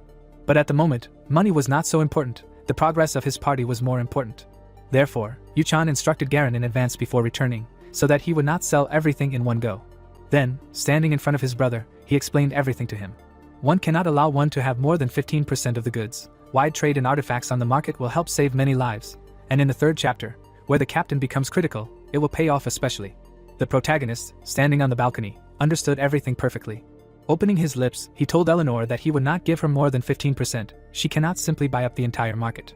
The girl frowned, saying that in fact she was aware of the remaining reserves and chatters, selling the said share should not be a problem. The young man sitting opposite her said that he did not care, because he did everything not for money. Eleanor, thoughtfully, asked if he wanted to say that the development of chatters so far has nothing to do with the thirst for profit. Leaning forward slightly, the guy said that not everything can be bought with money, she still would not understand, at least not now. The red-haired girl pursed her lips. She closed her eyes, saying that she would be frank. Tapping her finger on his fist, she said that he was too different from the man she knew, for she could not even imagine what great goal he was pursuing now. Narrowing her eyes, she asked what he was really after. The boy looked away, saying that she did not need to know. Frowning, Eleanor asked why she did not need to know.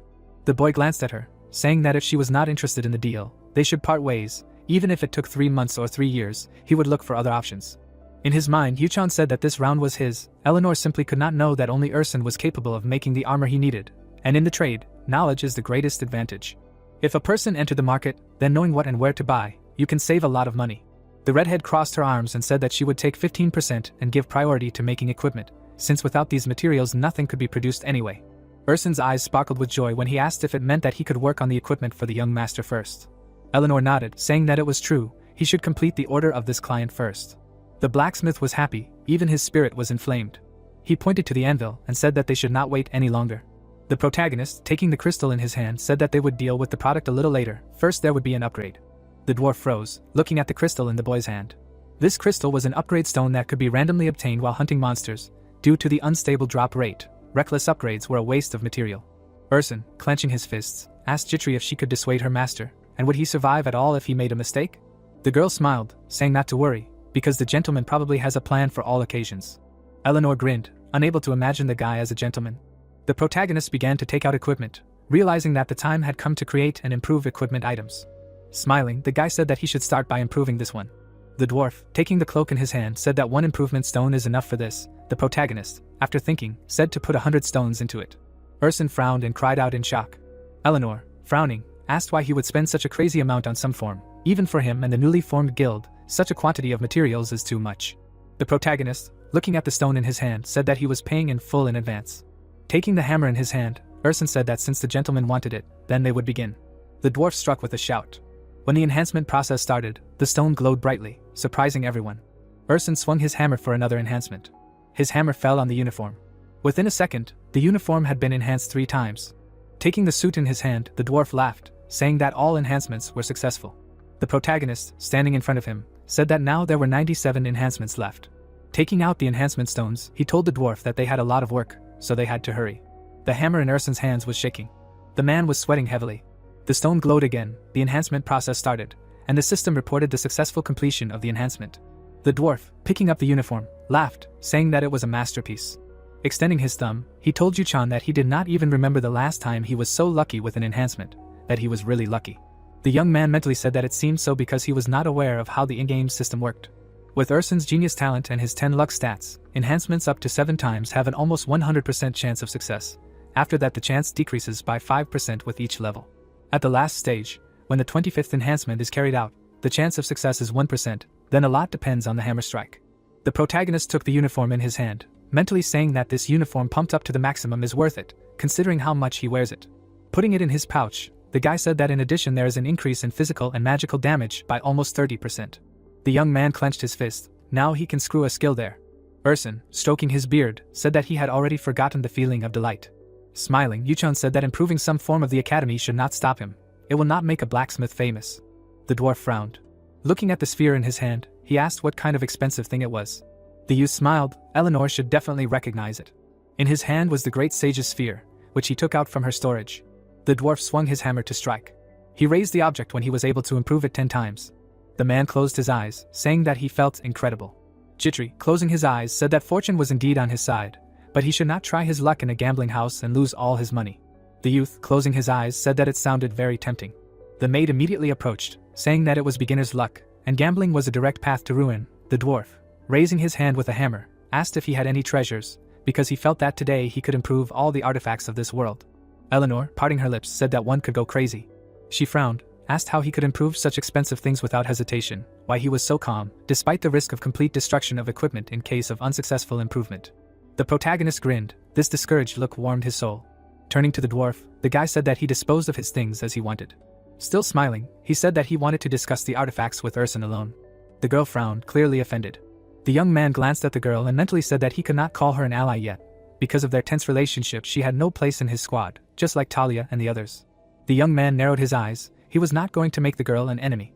The thing is that the Revelin Trading Company is the only one that does not belong to any of the factions, and only takes the side of the winner. Someday he will have to prove his usefulness to lure them to his side. The lady, looking away, said that she was taking her leave, because she herself was not interested in participating in a conversation, the details of which she was not going to be involved in. Jitri, approaching her, asked permission to see her off. She, closing her eyes, said that she did not need to try to butter her up. Adjusting her hair, Eleanor said that she could see through any impure intentions. The protagonist, watching the girl leave, mentally said that it was not surprising. Most likely, Jitri's feigned behavior would only increase her wariness. Thoughtfully, the guy said that the nickname of a money fox suited her after all. Looking away, he told the dwarf that it was time for them to return to their artifacts. The man, smiling broadly, said that he would create a real masterpiece from the materials. Summoning his sword, Yuchan said that he would like to ask for one favor.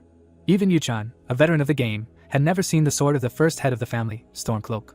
Holding out the sword, he said that this sword was passed down to him by his father. It absorbs the mana of the owner, and then releases it with a double return. Raising the sword, he said that he would like to know as much as possible about it. The dwarf took the sword in his hands. His eyes widened. Looking at the young man in front of him, he asked if he had heard anything about the White Dragon. Hearing a negative answer, he began to tell. A long time ago the White Dragon was still called the ruler of the skies, but now it disappeared without a trace and no one has seen it again. The protagonist stared at Urson. Even after playing the game many times, this was the first time he heard about the White Dragon. Examining the sword in his hand, the blacksmith said that this sword seemed to be forged from its scales. Moreover, judging by the marks, it was forged by one of the distant ancestors of his family. The guy raised his eyebrows, mentally saying that this sword turned out to be much more valuable than he thought. Only a dwarf could handle such material. Frowning and thinking, Urson said that upon closer inspection, the state of the sword is terrible. To damage such a noble weapon, something more than a local conflict is required, perhaps a battle with dragons, and not two, but a whole crowd. The protagonist did not move for a while, looking at the sword. Taking him in his arms, he thanked Urson for the information. Opening his eyes, he mentally said that he must thoroughly understand everything while there is such a chance. Why Theo entrusted him with this sword, who is the first head of the family, and what kind of white dragon. And there is also that angel with lavender eyes that Gremory mentioned. The events take us to the hall of the academy. The instructor, having gathered the students, asked if everyone was here.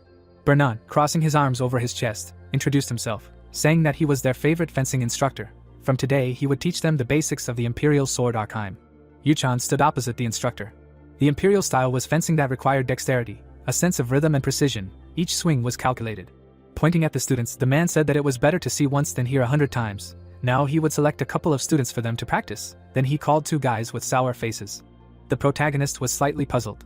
Paracelsus, on the other hand, was open-mouthed. Then, taking a closer look at Talia, Bernan said that she would also demonstrate everything, because among all the scum, at least she looked passable. 3 students stood in front of the professor. He frowned, although he himself called these guys, but they really were formidable. Paracelsus, scratching the back of his head, was a genius swordsman, an icon among the commoners. Talia was the youngest daughter of the Stylane house, whose talent was overshadowed by the glory of her older sister, but the red-haired one still possessed outstanding abilities. The man narrowed his eyes. The last opponent was the heir of one of the 3 great families of darkness, a real genius and the best of the best in the academy, this silver-haired youth. Baring his teeth, he shouted, telling the students to watch carefully so as not to miss a single move. He began to warm up his fist, telling them to attack him all at once. Paracelsus took out his sword along with Talia. Bernan rushed forward. The protagonist blocked his attack. The guy, holding back the professor's onslaught, mentally said that he found it hard to believe that the sword that cuts through the air with such a sound was wooden, although compared to Theo, this was nonsense. Yuchan jumped back. He slid along the floor, saying that he hadn't warmed up for a long time. Releasing mana from his body, he said that he couldn't parry this attack. To be continued.